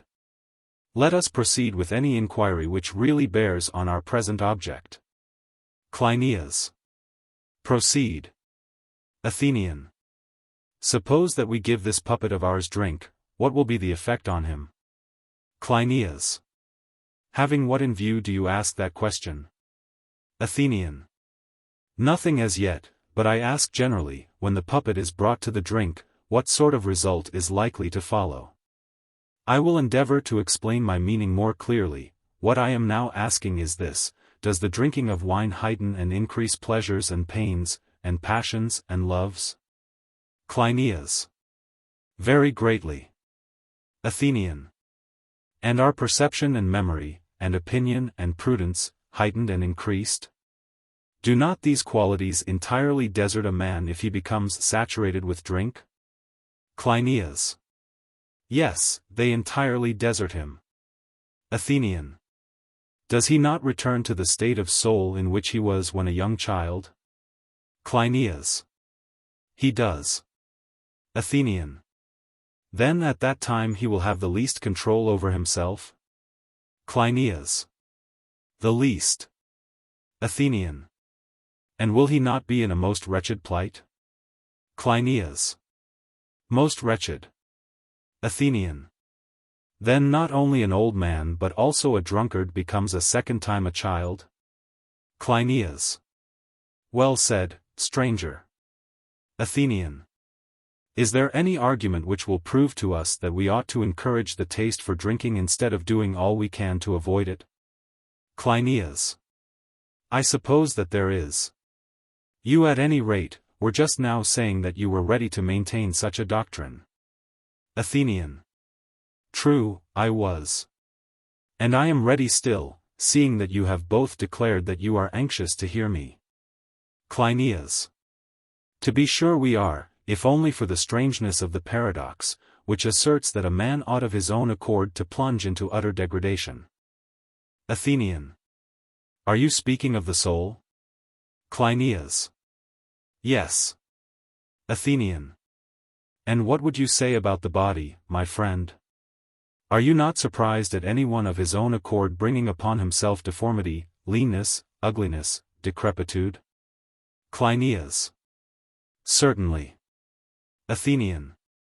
Yet when a man goes of his own accord to a doctor's shop, and takes medicine, is he not aware that soon, and for many days afterwards, he will be in a state of body which he would die rather than accept as the permanent condition of his life? Are not those who train in gymnasia, at first beginning reduced to a state of weakness? Cleinias. Yes, all that is well known. Athenian. Also that they go of their own accord for the sake of the subsequent benefit? Cleinias. Very good. Athenian. And we may conceive this to be true in the same way of other practices?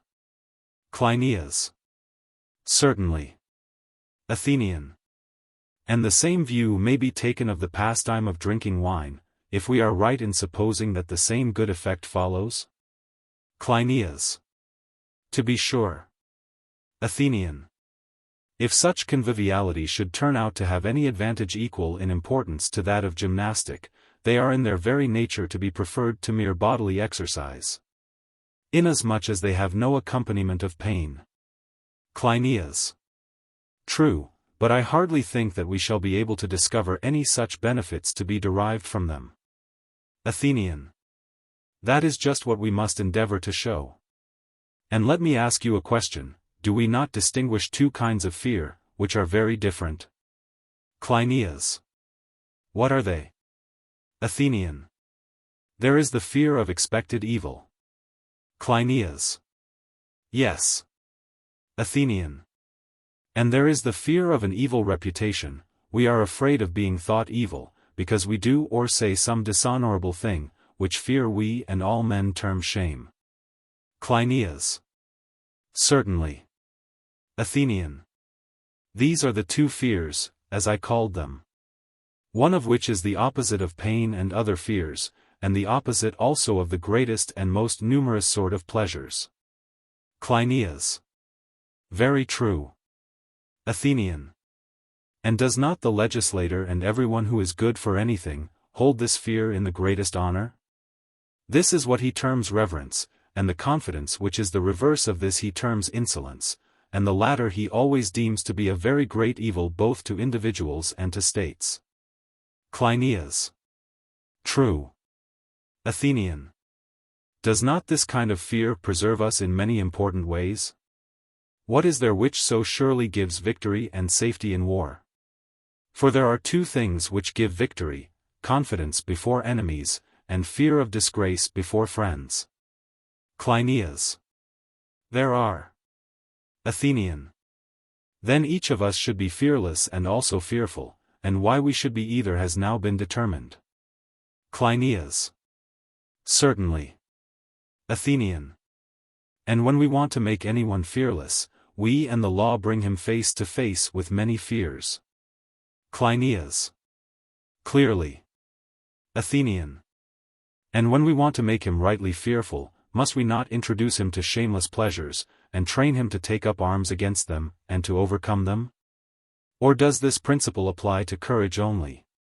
And must he who would be perfect in valor fight against and overcome his own natural character, since if he be unpracticed and inexperienced in such conflicts, he will not be half the man which he might have been, and are we to suppose, that with temperance it is otherwise? And that he who has never fought with the shameless and unrighteous temptations of his pleasures and lusts, and conquered them, in earnest and in play, by word, deed, and act, will still be perfectly temperate? Cleinias. A most unlikely supposition. Athenian.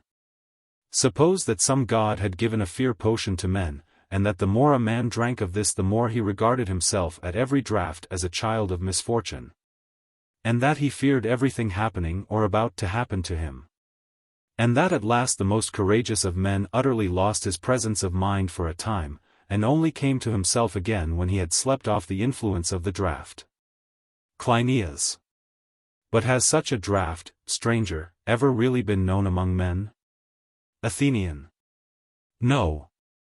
But, if there had been, might not such a draught have been of use to the legislator as a test of courage?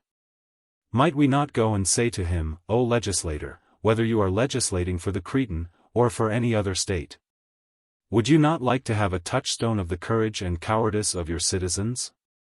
Cleinias. I should, will be the answer of everyone. Athenian. And you would rather have a touchstone in which there is no risk and no great danger than the reverse? Cleinias. In that proposition everyone may safely agree. Athenian. And in order to make use of the draught, you would lead them amid these imaginary terrors, and prove them, when the affection of fear was working upon them, and compel them to be fearless, exhorting and admonishing them, and also honoring them, but dishonoring anyone who will not be persuaded by you to be in all respects such as you command him. And if he underwent the trial well and manfully, you would let him go unscathed, but if ill, you would inflict a punishment upon him? Or would you abstain from using the potion altogether, although you have no reason for abstaining?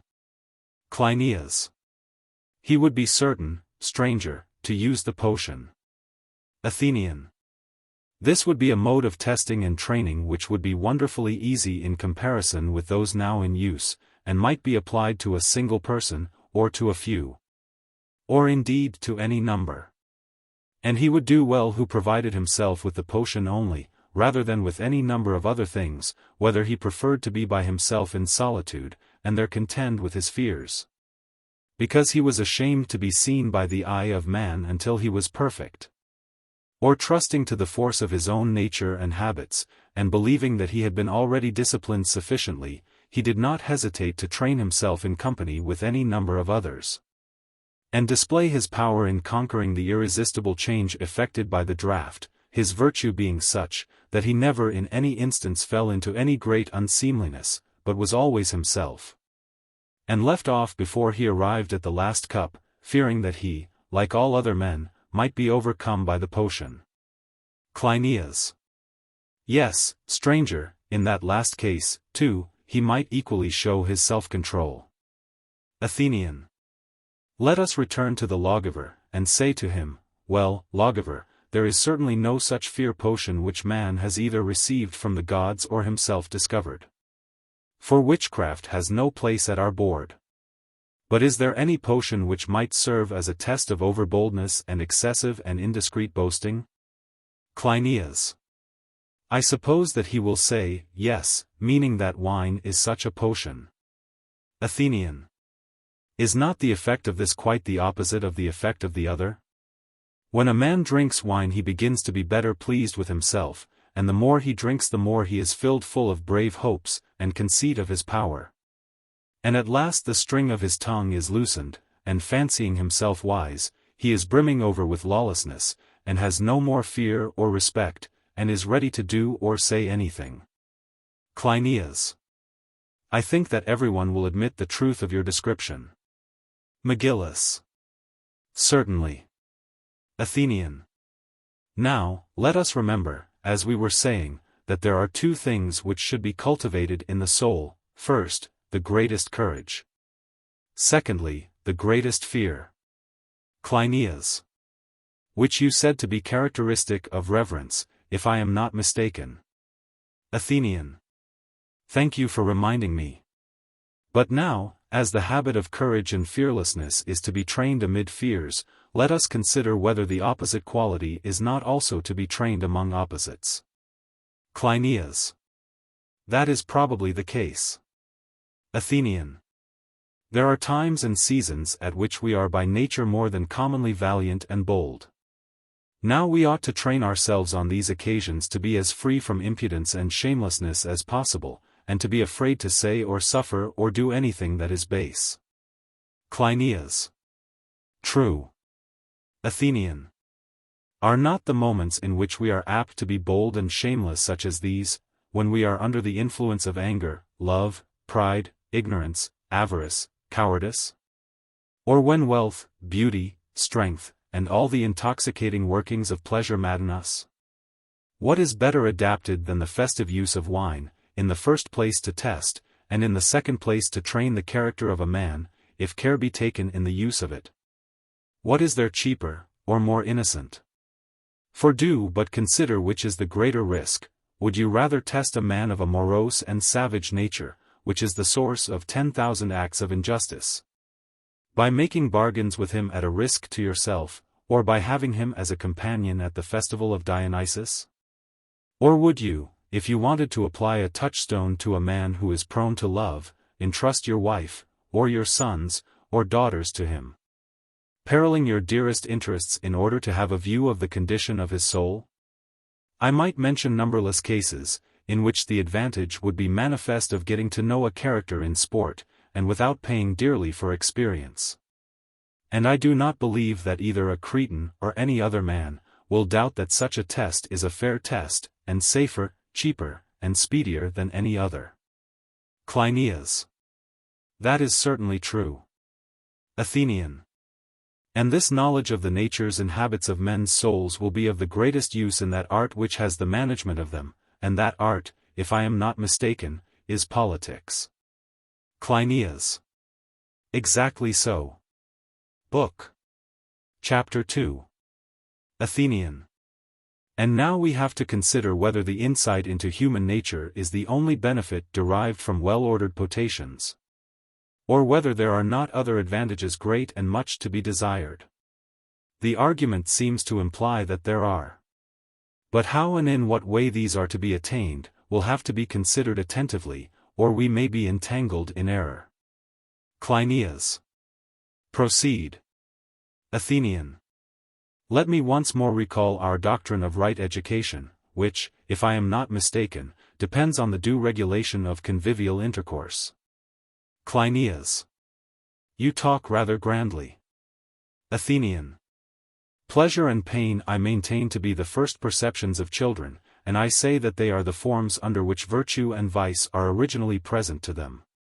As to wisdom and true and fixed opinions, happy is the man who acquires them, even when declining in years. And we may say that he who possesses them, and the blessings which are contained in them, is a perfect man. Now I mean by education that training which is given by suitable habits to the first instincts of virtue in children. When pleasure, and friendship, and pain, and hatred, are rightly implanted in souls not yet capable of understanding the nature of them, and who find them, after they have attained reason, to be in harmony with her. This harmony of the soul, taken as a whole, is virtue. But the particular training in respect of pleasure and pain, which leads you always to hate what you ought to hate, and love what you ought to love from the beginning of life to the end, may be separated off. And, in my view, will be rightly called education. Cleinias. I think, stranger, that you are quite right in all that you have said and are saying about education. Athenian. I am glad to hear that you agree with me. For, indeed, the discipline of pleasure and pain which, when rightly ordered, is a principle of education, has been often relaxed and corrupted in human life. And the gods, pitying the toils which our race is born to undergo, have appointed holy festivals, wherein men alternate rest with labor. And have given them the Muses and Apollo, the leader of the Muses, and Dionysus, to be companions in their revels, that they may improve their education by taking part in the festivals of the gods. And with their help. I should like to know whether a common saying is in our opinion true to nature or not. For men say that the young of all creatures cannot be quiet in their bodies or in their voices. They are always wanting to move and cry out, some leaping and skipping, and overflowing with sportiveness and delight at something, others uttering all sorts of cries. But, whereas the animals have no perception of order or disorder in their movements, that is, of rhythm or harmony, as they are called, to us, the gods, who, as we say, have been appointed to be our companions in the dance, have given the pleasurable sense of harmony and rhythm. And so they stir us into life, and we follow them, joining hands together in dances and songs, and these they call choruses, which is a term naturally expressive of cheerfulness. 366. Shall we begin, then, with the acknowledgement that education is first given through Apollo and the Muses? What do you say? Cleinias. I assent. Athenian. And the uneducated is he who has not been trained in the chorus, and the educated is he who has been well trained? Cleinias. Certainly. Athenian. And the chorus is made up of two parts, dance and song? Cleinias. True. Athenian. Then he who is well educated will be able to sing and dance well? Cleinias. I suppose that he will. Athenian. Let us see, what are we saying? Cleinias. What? Athenian. He sings well and dances well. Now must we add that he sings what is good and dances what is good? Cleinias. Let us make the addition. Athenian. We will suppose that he knows the good to be good, and the bad to be bad, and makes use of them accordingly, which now is the better trained in dancing and music, he who is able to move his body and to use his voice in what is understood to be the right manner, but has no delight in good or hatred of evil. Or he who is incorrect in gesture and voice, but is right in his sense of pleasure and pain, and welcomes what is good, and is offended at what is evil. Cleinias. There is a great difference, stranger, in the two kinds of education. Athenian. If we three know what is good in song and dance, then we truly know also who is educated and who is uneducated. But if not, then we certainly shall not know wherein lies the safeguard of education, and whether there is any or not. Cleinias. True. Athenian. Let us follow the scent like hounds, and go in pursuit of beauty of figure, and melody, and song, and dance. If these escape us, there will be no use in talking about true education, whether Hellenic or barbarian. Cleinias. Yes. Athenian. And what is beauty of figure, or beautiful melody? When a manly soul is in trouble, and when a cowardly soul is in similar case, are they likely to use the same figures and gestures, or to give utterance to the same sounds? Cleinias. How can they, when the very colors of their faces differ? Athenian. Good, my friend. I may observe, however, in passing, that in music there certainly are figures and there are melodies, and music is concerned with harmony and rhythm. So that you may speak of a melody or figure having good rhythm or good harmony, the term is correct enough. But to speak metaphorically of a melody or figure having a good color, as the masters of choruses do, is not allowable. Although you can speak of the melodies or figures of the brave and the coward, praising the one and censuring the other.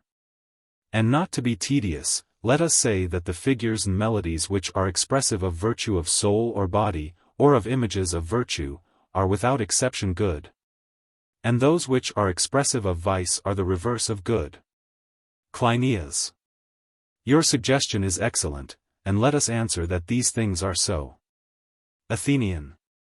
Once more, are all of us equally delighted with every sort of dance? Cleinias. Far otherwise. Athenian. What, then, leads us astray? Are beautiful things not the same to us all, or are they the same in themselves, but not in our opinion of them?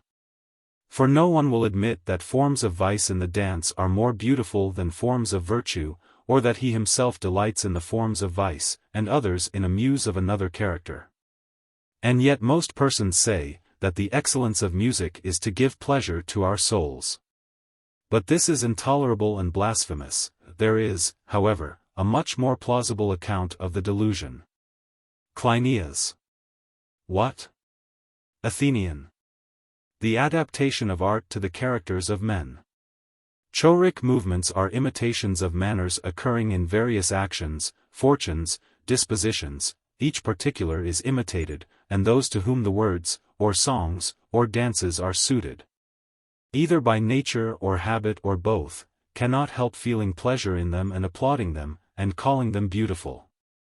But those whose natures, or ways, or habits are unsuited to them, cannot delight in them or applaud them, and they call them base. There are others, again, whose natures are right and their habits wrong, or whose habits are right and their natures wrong, and they praise one thing, but are pleased at another.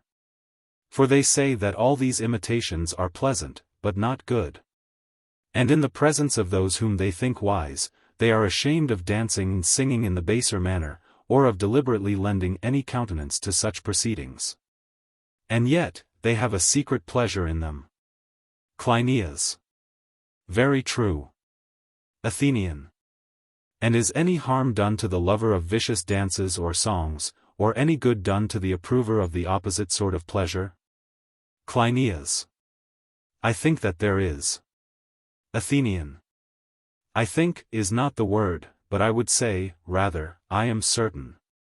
For must they not have the same effect as when a man associates with bad characters, whom he likes and approves rather than dislikes, and only censures playfully because he has a suspicion of his own badness? In that case, he who takes pleasure in them will surely become like those in whom he takes pleasure, even though he be ashamed to praise them.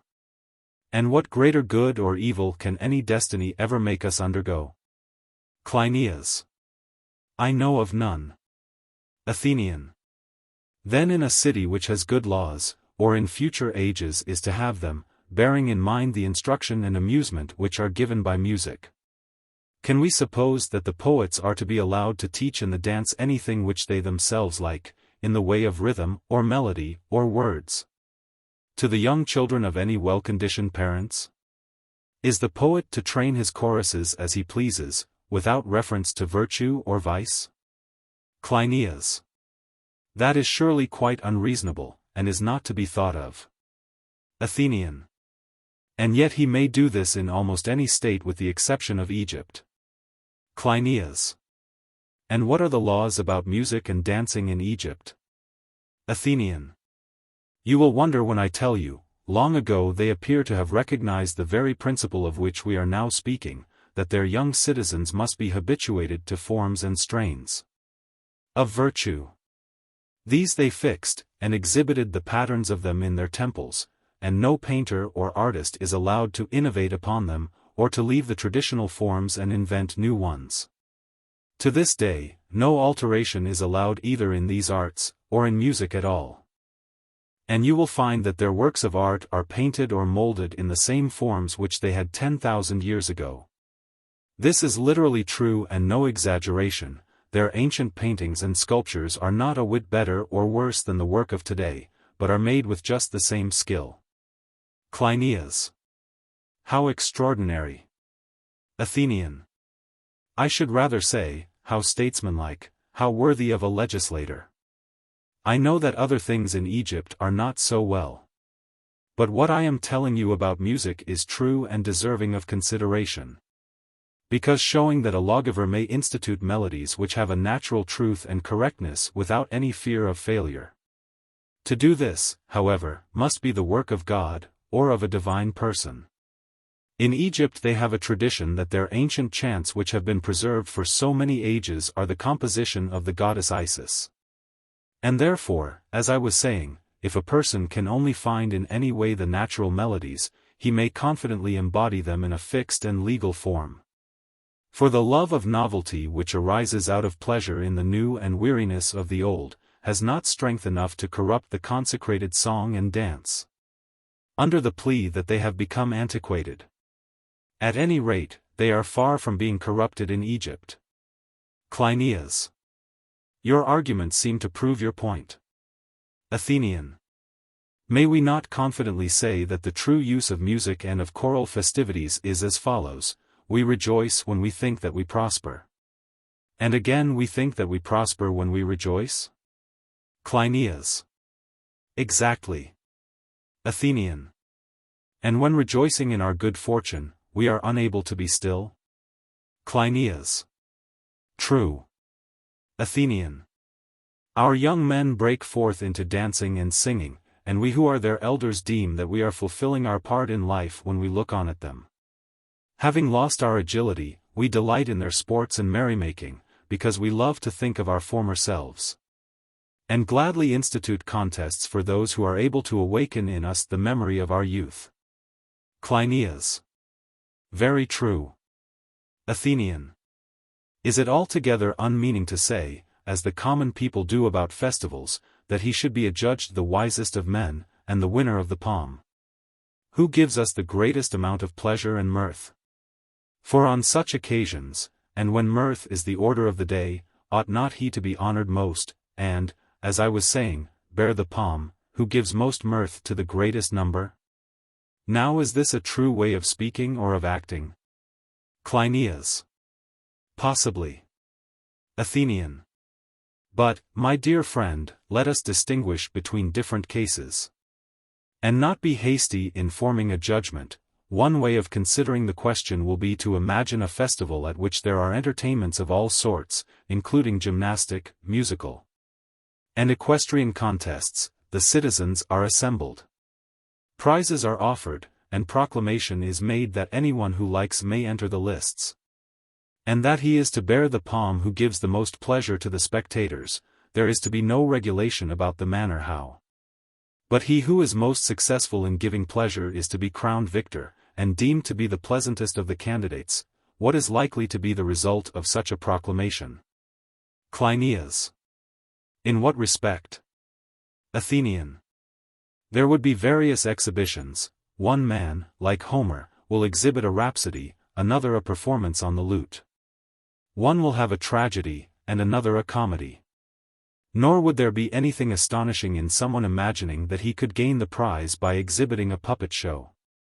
Suppose these competitors to meet, and not these only, but innumerable others as well, can you tell me who ought to be the victor? Cleinias. I do not see how anyone can answer you, or pretend to know, unless he has heard with his own ears the several competitors. The question is absurd. Athenian. Well, then, if neither of you can answer, shall I answer this question which you deem so absurd? Cleinias. By all means. Athenian. If very small children are to determine the question, they will decide for the puppet show. Cleinias. Of course. Athenian. The older children will be advocates of comedy. Educated women, and young men, and people in general, will favor tragedy. Cleinias. Very likely. Athenian.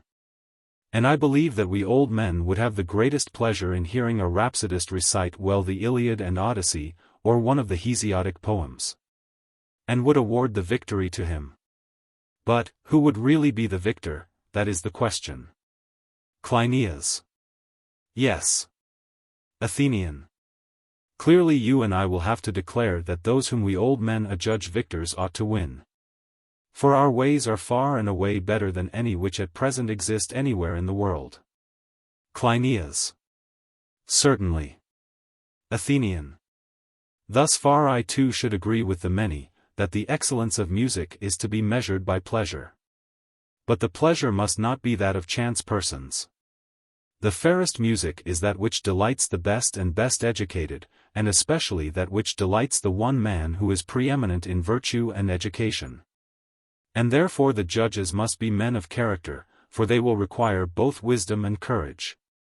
The true judge must not draw his inspiration from the theatre, nor ought he to be unnerved by the clamor of the many in his own incapacity. Nor again, knowing the truth, ought he through cowardice and unmanliness carelessly to deliver a lying judgment, with the very same lips which have just appealed to the gods before he judged. He is sitting not as the disciple of the theatre, but, in his proper place, as their instructor, and he ought to be the enemy of all pandering to the pleasure of the spectators. The ancient and common custom of Hellas, which still prevails in Italy and Sicily, did certainly leave the judgment to the body of spectators, who determined the victor by show of hands. But this custom has been the destruction of the poets. For they are now in the habit of composing with a view to please the bad taste of their judges, and the result is that the spectators instruct themselves. And also it has been the ruin of the theatre. They ought to be having characters put before them better than their own, and so receiving a higher pleasure, but now by their own act the opposite result follows. What inference is to be drawn from all this? Shall I tell you? Cleinias. What? Athenian. The inference at which we arrive for the third or fourth time is, that education is the constraining and directing of youth towards that right reason, which the law affirms. And which the experience of the eldest and best has agreed to be truly right. In order, then, that the soul of the child may not be habituated to feel joy and sorrow in a manner at variance with the law, and those who obey the law, but may rather follow the law and rejoice and sorrow at the same things as the aged, in order, I say, to produce this effect, chants appear to have been invented, which really enchant, and are designed to implant that harmony of which we speak.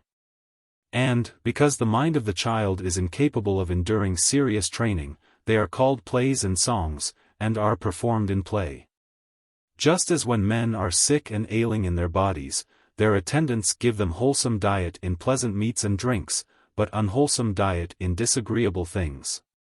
In order that they may learn, as they ought, to like the one, and to dislike the other.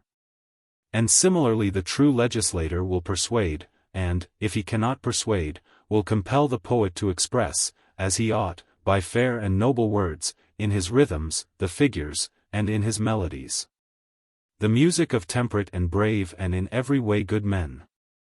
Cleinias. But do you really imagine, stranger, that this is the way in which poets generally compose in states at the present day? As far as I can observe, except among us and among the Lacedaemonians, there are no regulations like those of which you speak. In other places novelties are always being introduced in dancing and in music, generally not under the authority of any law, but at the instigation of lawless pleasures. And these pleasures are so far from being the same, as you describe the Egyptian to be, or having the same principles, that they are never the same. Athenian. Most true, Cleinias. And I dare say that I may have expressed myself obscurely, and so led you to imagine that I was speaking of some really existing state of things. Whereas I was only saying what regulations I would like to have about music. And hence there occurred a misapprehension on your part. For when evils are far gone and irremediable, the task of censuring them is never pleasant, although at times necessary. But as we do not really differ, will you let me ask you whether you consider such institutions to be more prevalent among the Cretans and Lacedaemonians than among the other Hellenes? Cleinias. Certainly they are. Athenian. And if they were extended to the other Hellenes, would it be an improvement on the present state of things? Cleinias. A very great improvement, if the customs which prevail among them were such as prevail among us and the Lacedaemonians, and such as you were just now saying ought to prevail. Athenian. Let us see whether we understand one another. Are not the principles of education and music which prevail among you as follows? You compel your poets to say that the good man, if he be temperate and just, is fortunate and happy. And this whether he be great and strong or small and weak, and whether he be rich or poor. And, on the other hand, if he have a wealth passing that of Cinyras or Midas, and be unjust, he is wretched and lives in misery. As the poet says, and with truth, I sing not, I care not about him who accomplishes all noble things, not having justice. Let him who draws near and stretches out his hand against his enemies be a just man. But if he be unjust, I would not have him look calmly upon bloody death, nor surpass in swiftness the Thracian Boreas, and let no other thing that is called good ever be his. For the goods of which the many speak are not really good. First in the catalogue is placed health, beauty next, wealth third. And then innumerable others, as for example to have a keen eye or a quick ear, and in general to have all the senses perfect, or, again, to be a tyrant and do as you like. And the final consummation of happiness is to have acquired all these things, and when you have acquired them to become at once immortal. But you and I say, that while to the just and holy all these things are the best of possessions, to the unjust they are all, including even health, the greatest of evils.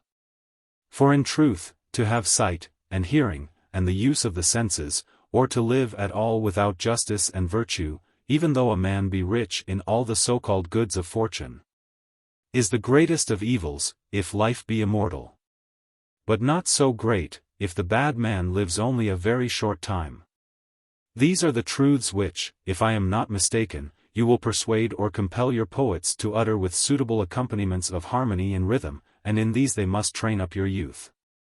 Am I not right? For I plainly declare that evils as they are termed are goods to the unjust, and only evils to the just, and that goods are truly good to the good, but evil to the evil. Let me ask again, are you and I agreed about this? Cleinias. I think that we partly agree and partly do not. Athenian. When a man has health and wealth and a tyranny which lasts, and when he is preeminent in strength and courage, and has the gift of immortality, and none of the so-called evils which counterbalance these goods, but only the injustice and insolence of his own nature, of such an one you are, I suspect, unwilling to believe that he is miserable rather than happy. Cleinias. That is quite true. Athenian. Once more, suppose that he be valiant and strong, and handsome and rich, and does throughout his whole life whatever he likes, still, if he be unrighteous and insolent, would not both of you agree that he will of necessity live basely? You will surely grant so much? Cleinias. Certainly.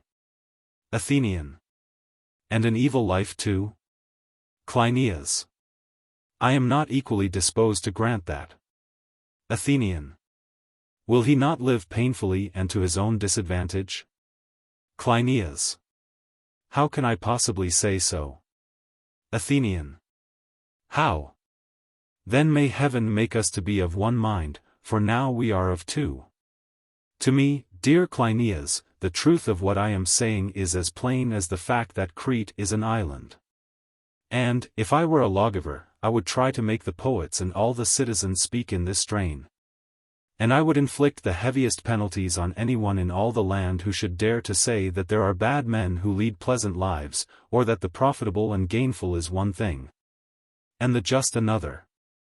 And there are many other matters about which I should make my citizens speak in a manner different from the Cretans and Lacedaemonians of this age, and I may say, indeed, from the world in general. For tell me, my good friends, by Zeus and Apollo, tell me, if I were to ask these same gods who were your legislators, is not the most just life also the pleasantest? Or are there two lives, one of which is the justest and the other the pleasantest, and they were to reply that there are two? And thereupon I proceeded to ask, that would be the right way of pursuing the inquiry, which are the happier, those who lead the justest, or those who lead the pleasantest life? And they replied, those who lead the pleasantest. That would be a very strange answer, which I should not like to put into the mouth of the gods. The words will come with more propriety from the lips of fathers and legislators, and therefore I will repeat my former questions to one of them. And suppose him to say again that he who leads the pleasantest life is the happiest. And to that I rejoin, O my father, did you not wish me to live as happily as possible? And yet you also never ceased telling me that I should live as justly as possible. Now, here the giver of the rule, whether he be legislator or father, will be in a dilemma, and will in vain endeavor to be consistent with himself. But if he were to declare that the justest life is also the happiest, everyone hearing him would inquire, if I am not mistaken, what is that good and noble principle in life which the law approves? And which is superior to pleasure? For what good can the just man have which is separated from pleasure? Shall we say that glory and fame, coming from gods and men, though good and noble, are nevertheless unpleasant, and infamy pleasant? Certainly not, sweet legislator. Or shall we say that the not doing of wrong and there being no wrong done is good and honorable, although there is no pleasure in it, and that the doing wrong is pleasant, but evil and base? Cleinias. Impossible. Athenian. The view which identifies the pleasant and the just and the good and the noble has an excellent moral and religious tendency. And the opposite view is most at variance with the designs of the legislator, and is, in his opinion, infamous. For no one, if he can help, will be persuaded to do that which gives him more pain than pleasure. But as distant prospects are apt to make us dizzy, especially in childhood, the legislator will try to purge away the darkness and exhibit the truth. He will persuade the citizens, in some way or other, by customs and praises and words, that just and unjust are shadows only, and that injustice, which seems opposed to justice, when contemplated by the unjust and evil man, appears pleasant and the just most unpleasant. But that from the just man's point of view, the very opposite is the appearance of both of them. Cleinias. True. Athenian. And which may be supposed to be the truer judgment, that of the inferior or of the better soul? Cleinias. Surely, that of the better soul. Athenian. Then the unjust life must not only be more base and depraved, but also more unpleasant than the just and holy life? Cleinias. That seems to be implied in the present argument. Athenian. And even supposing this were otherwise, and not as the argument has proven, still the lawgiver, who is worth anything, if he ever ventures to tell a lie to the young for their good, could not invent a more useful lie than this, or one which will have a better effect in making them do what is right, not on compulsion but voluntarily. Cleinias. Truth, stranger, is a noble thing and a lasting, but a thing of which men are hard to be persuaded. Athenian. And yet the story of the Sidonian Cadmus, which is so improbable, has been readily believed, and also innumerable other tales. Cleinias. What is that story? Athenian. The story of armed men springing up after the sowing of teeth, which the legislator may take as a proof that he can persuade the minds of the young of anything. So that he has only to reflect and find out what belief will be of the greatest public advantage. And then use all his efforts to make the whole community utter one and the same word in their songs and tales and discourses all their life long. But if you do not agree with me, there is no reason why you should not argue on the other side. Cleinias. I do not see that any argument can fairly be raised by either of us against what you are now saying. Athenian. The next suggestion which I have to offer is, that all our three choruses shall sing to the young and tender souls of children, reciting in their strains all the noble thoughts of which we have already spoken, or are about to speak.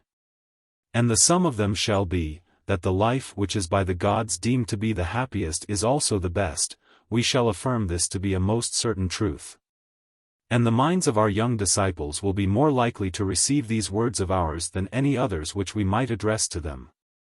Cleinias. I assent to what you say. Athenian. First will enter in their natural order the sacred choir composed of children, which is to sing lustily the heaven-taught lay to the whole city.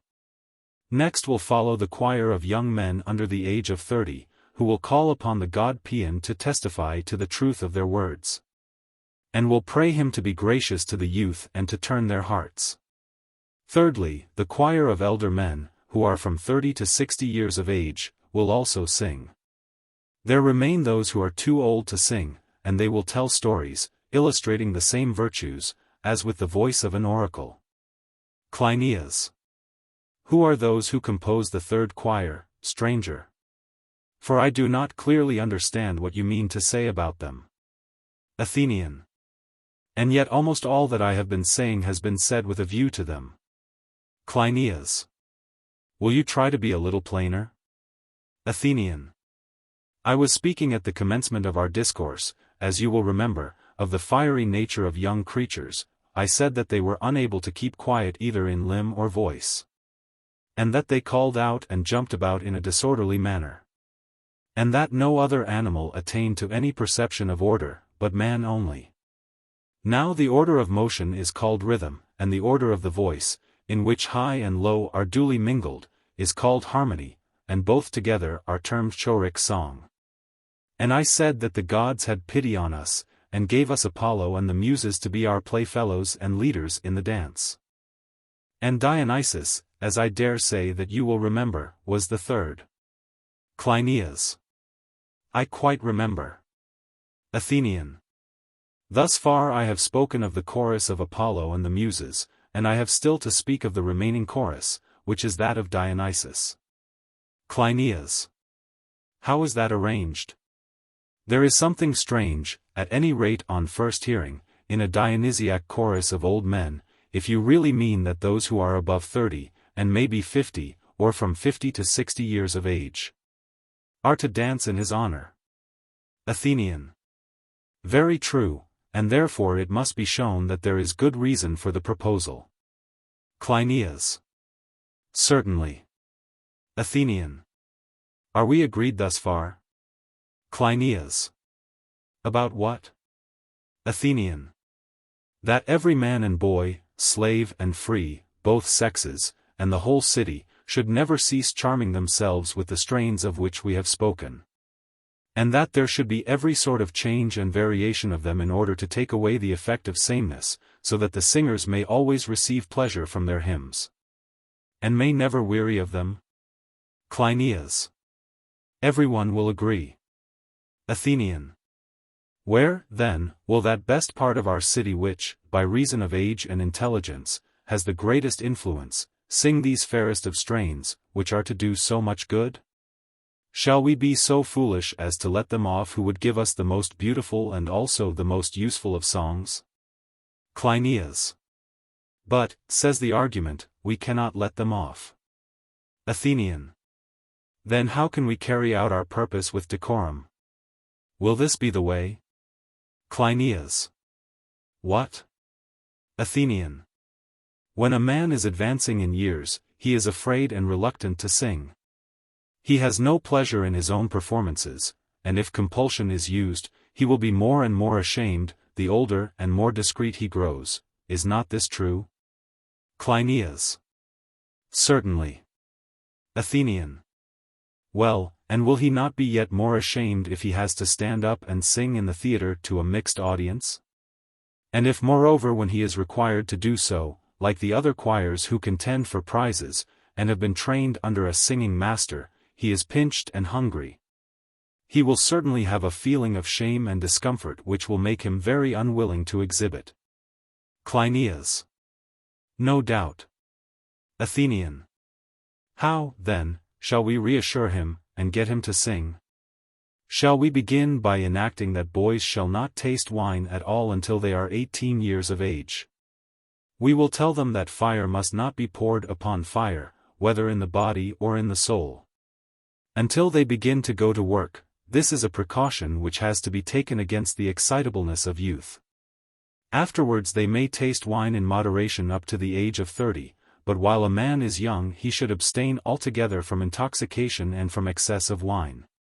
When, at length, he has reached 40 years, after dinner at a public mess, he may invite not only the other gods, but Dionysus above all, to the mystery and festivity of the elder men, making use of the wine which he has given men to lighten the sourness of old age, that in age we may renew our youth, and forget our sorrows, and also in order that the nature of the soul, like iron melted in the fire, may become softer and so more impressible.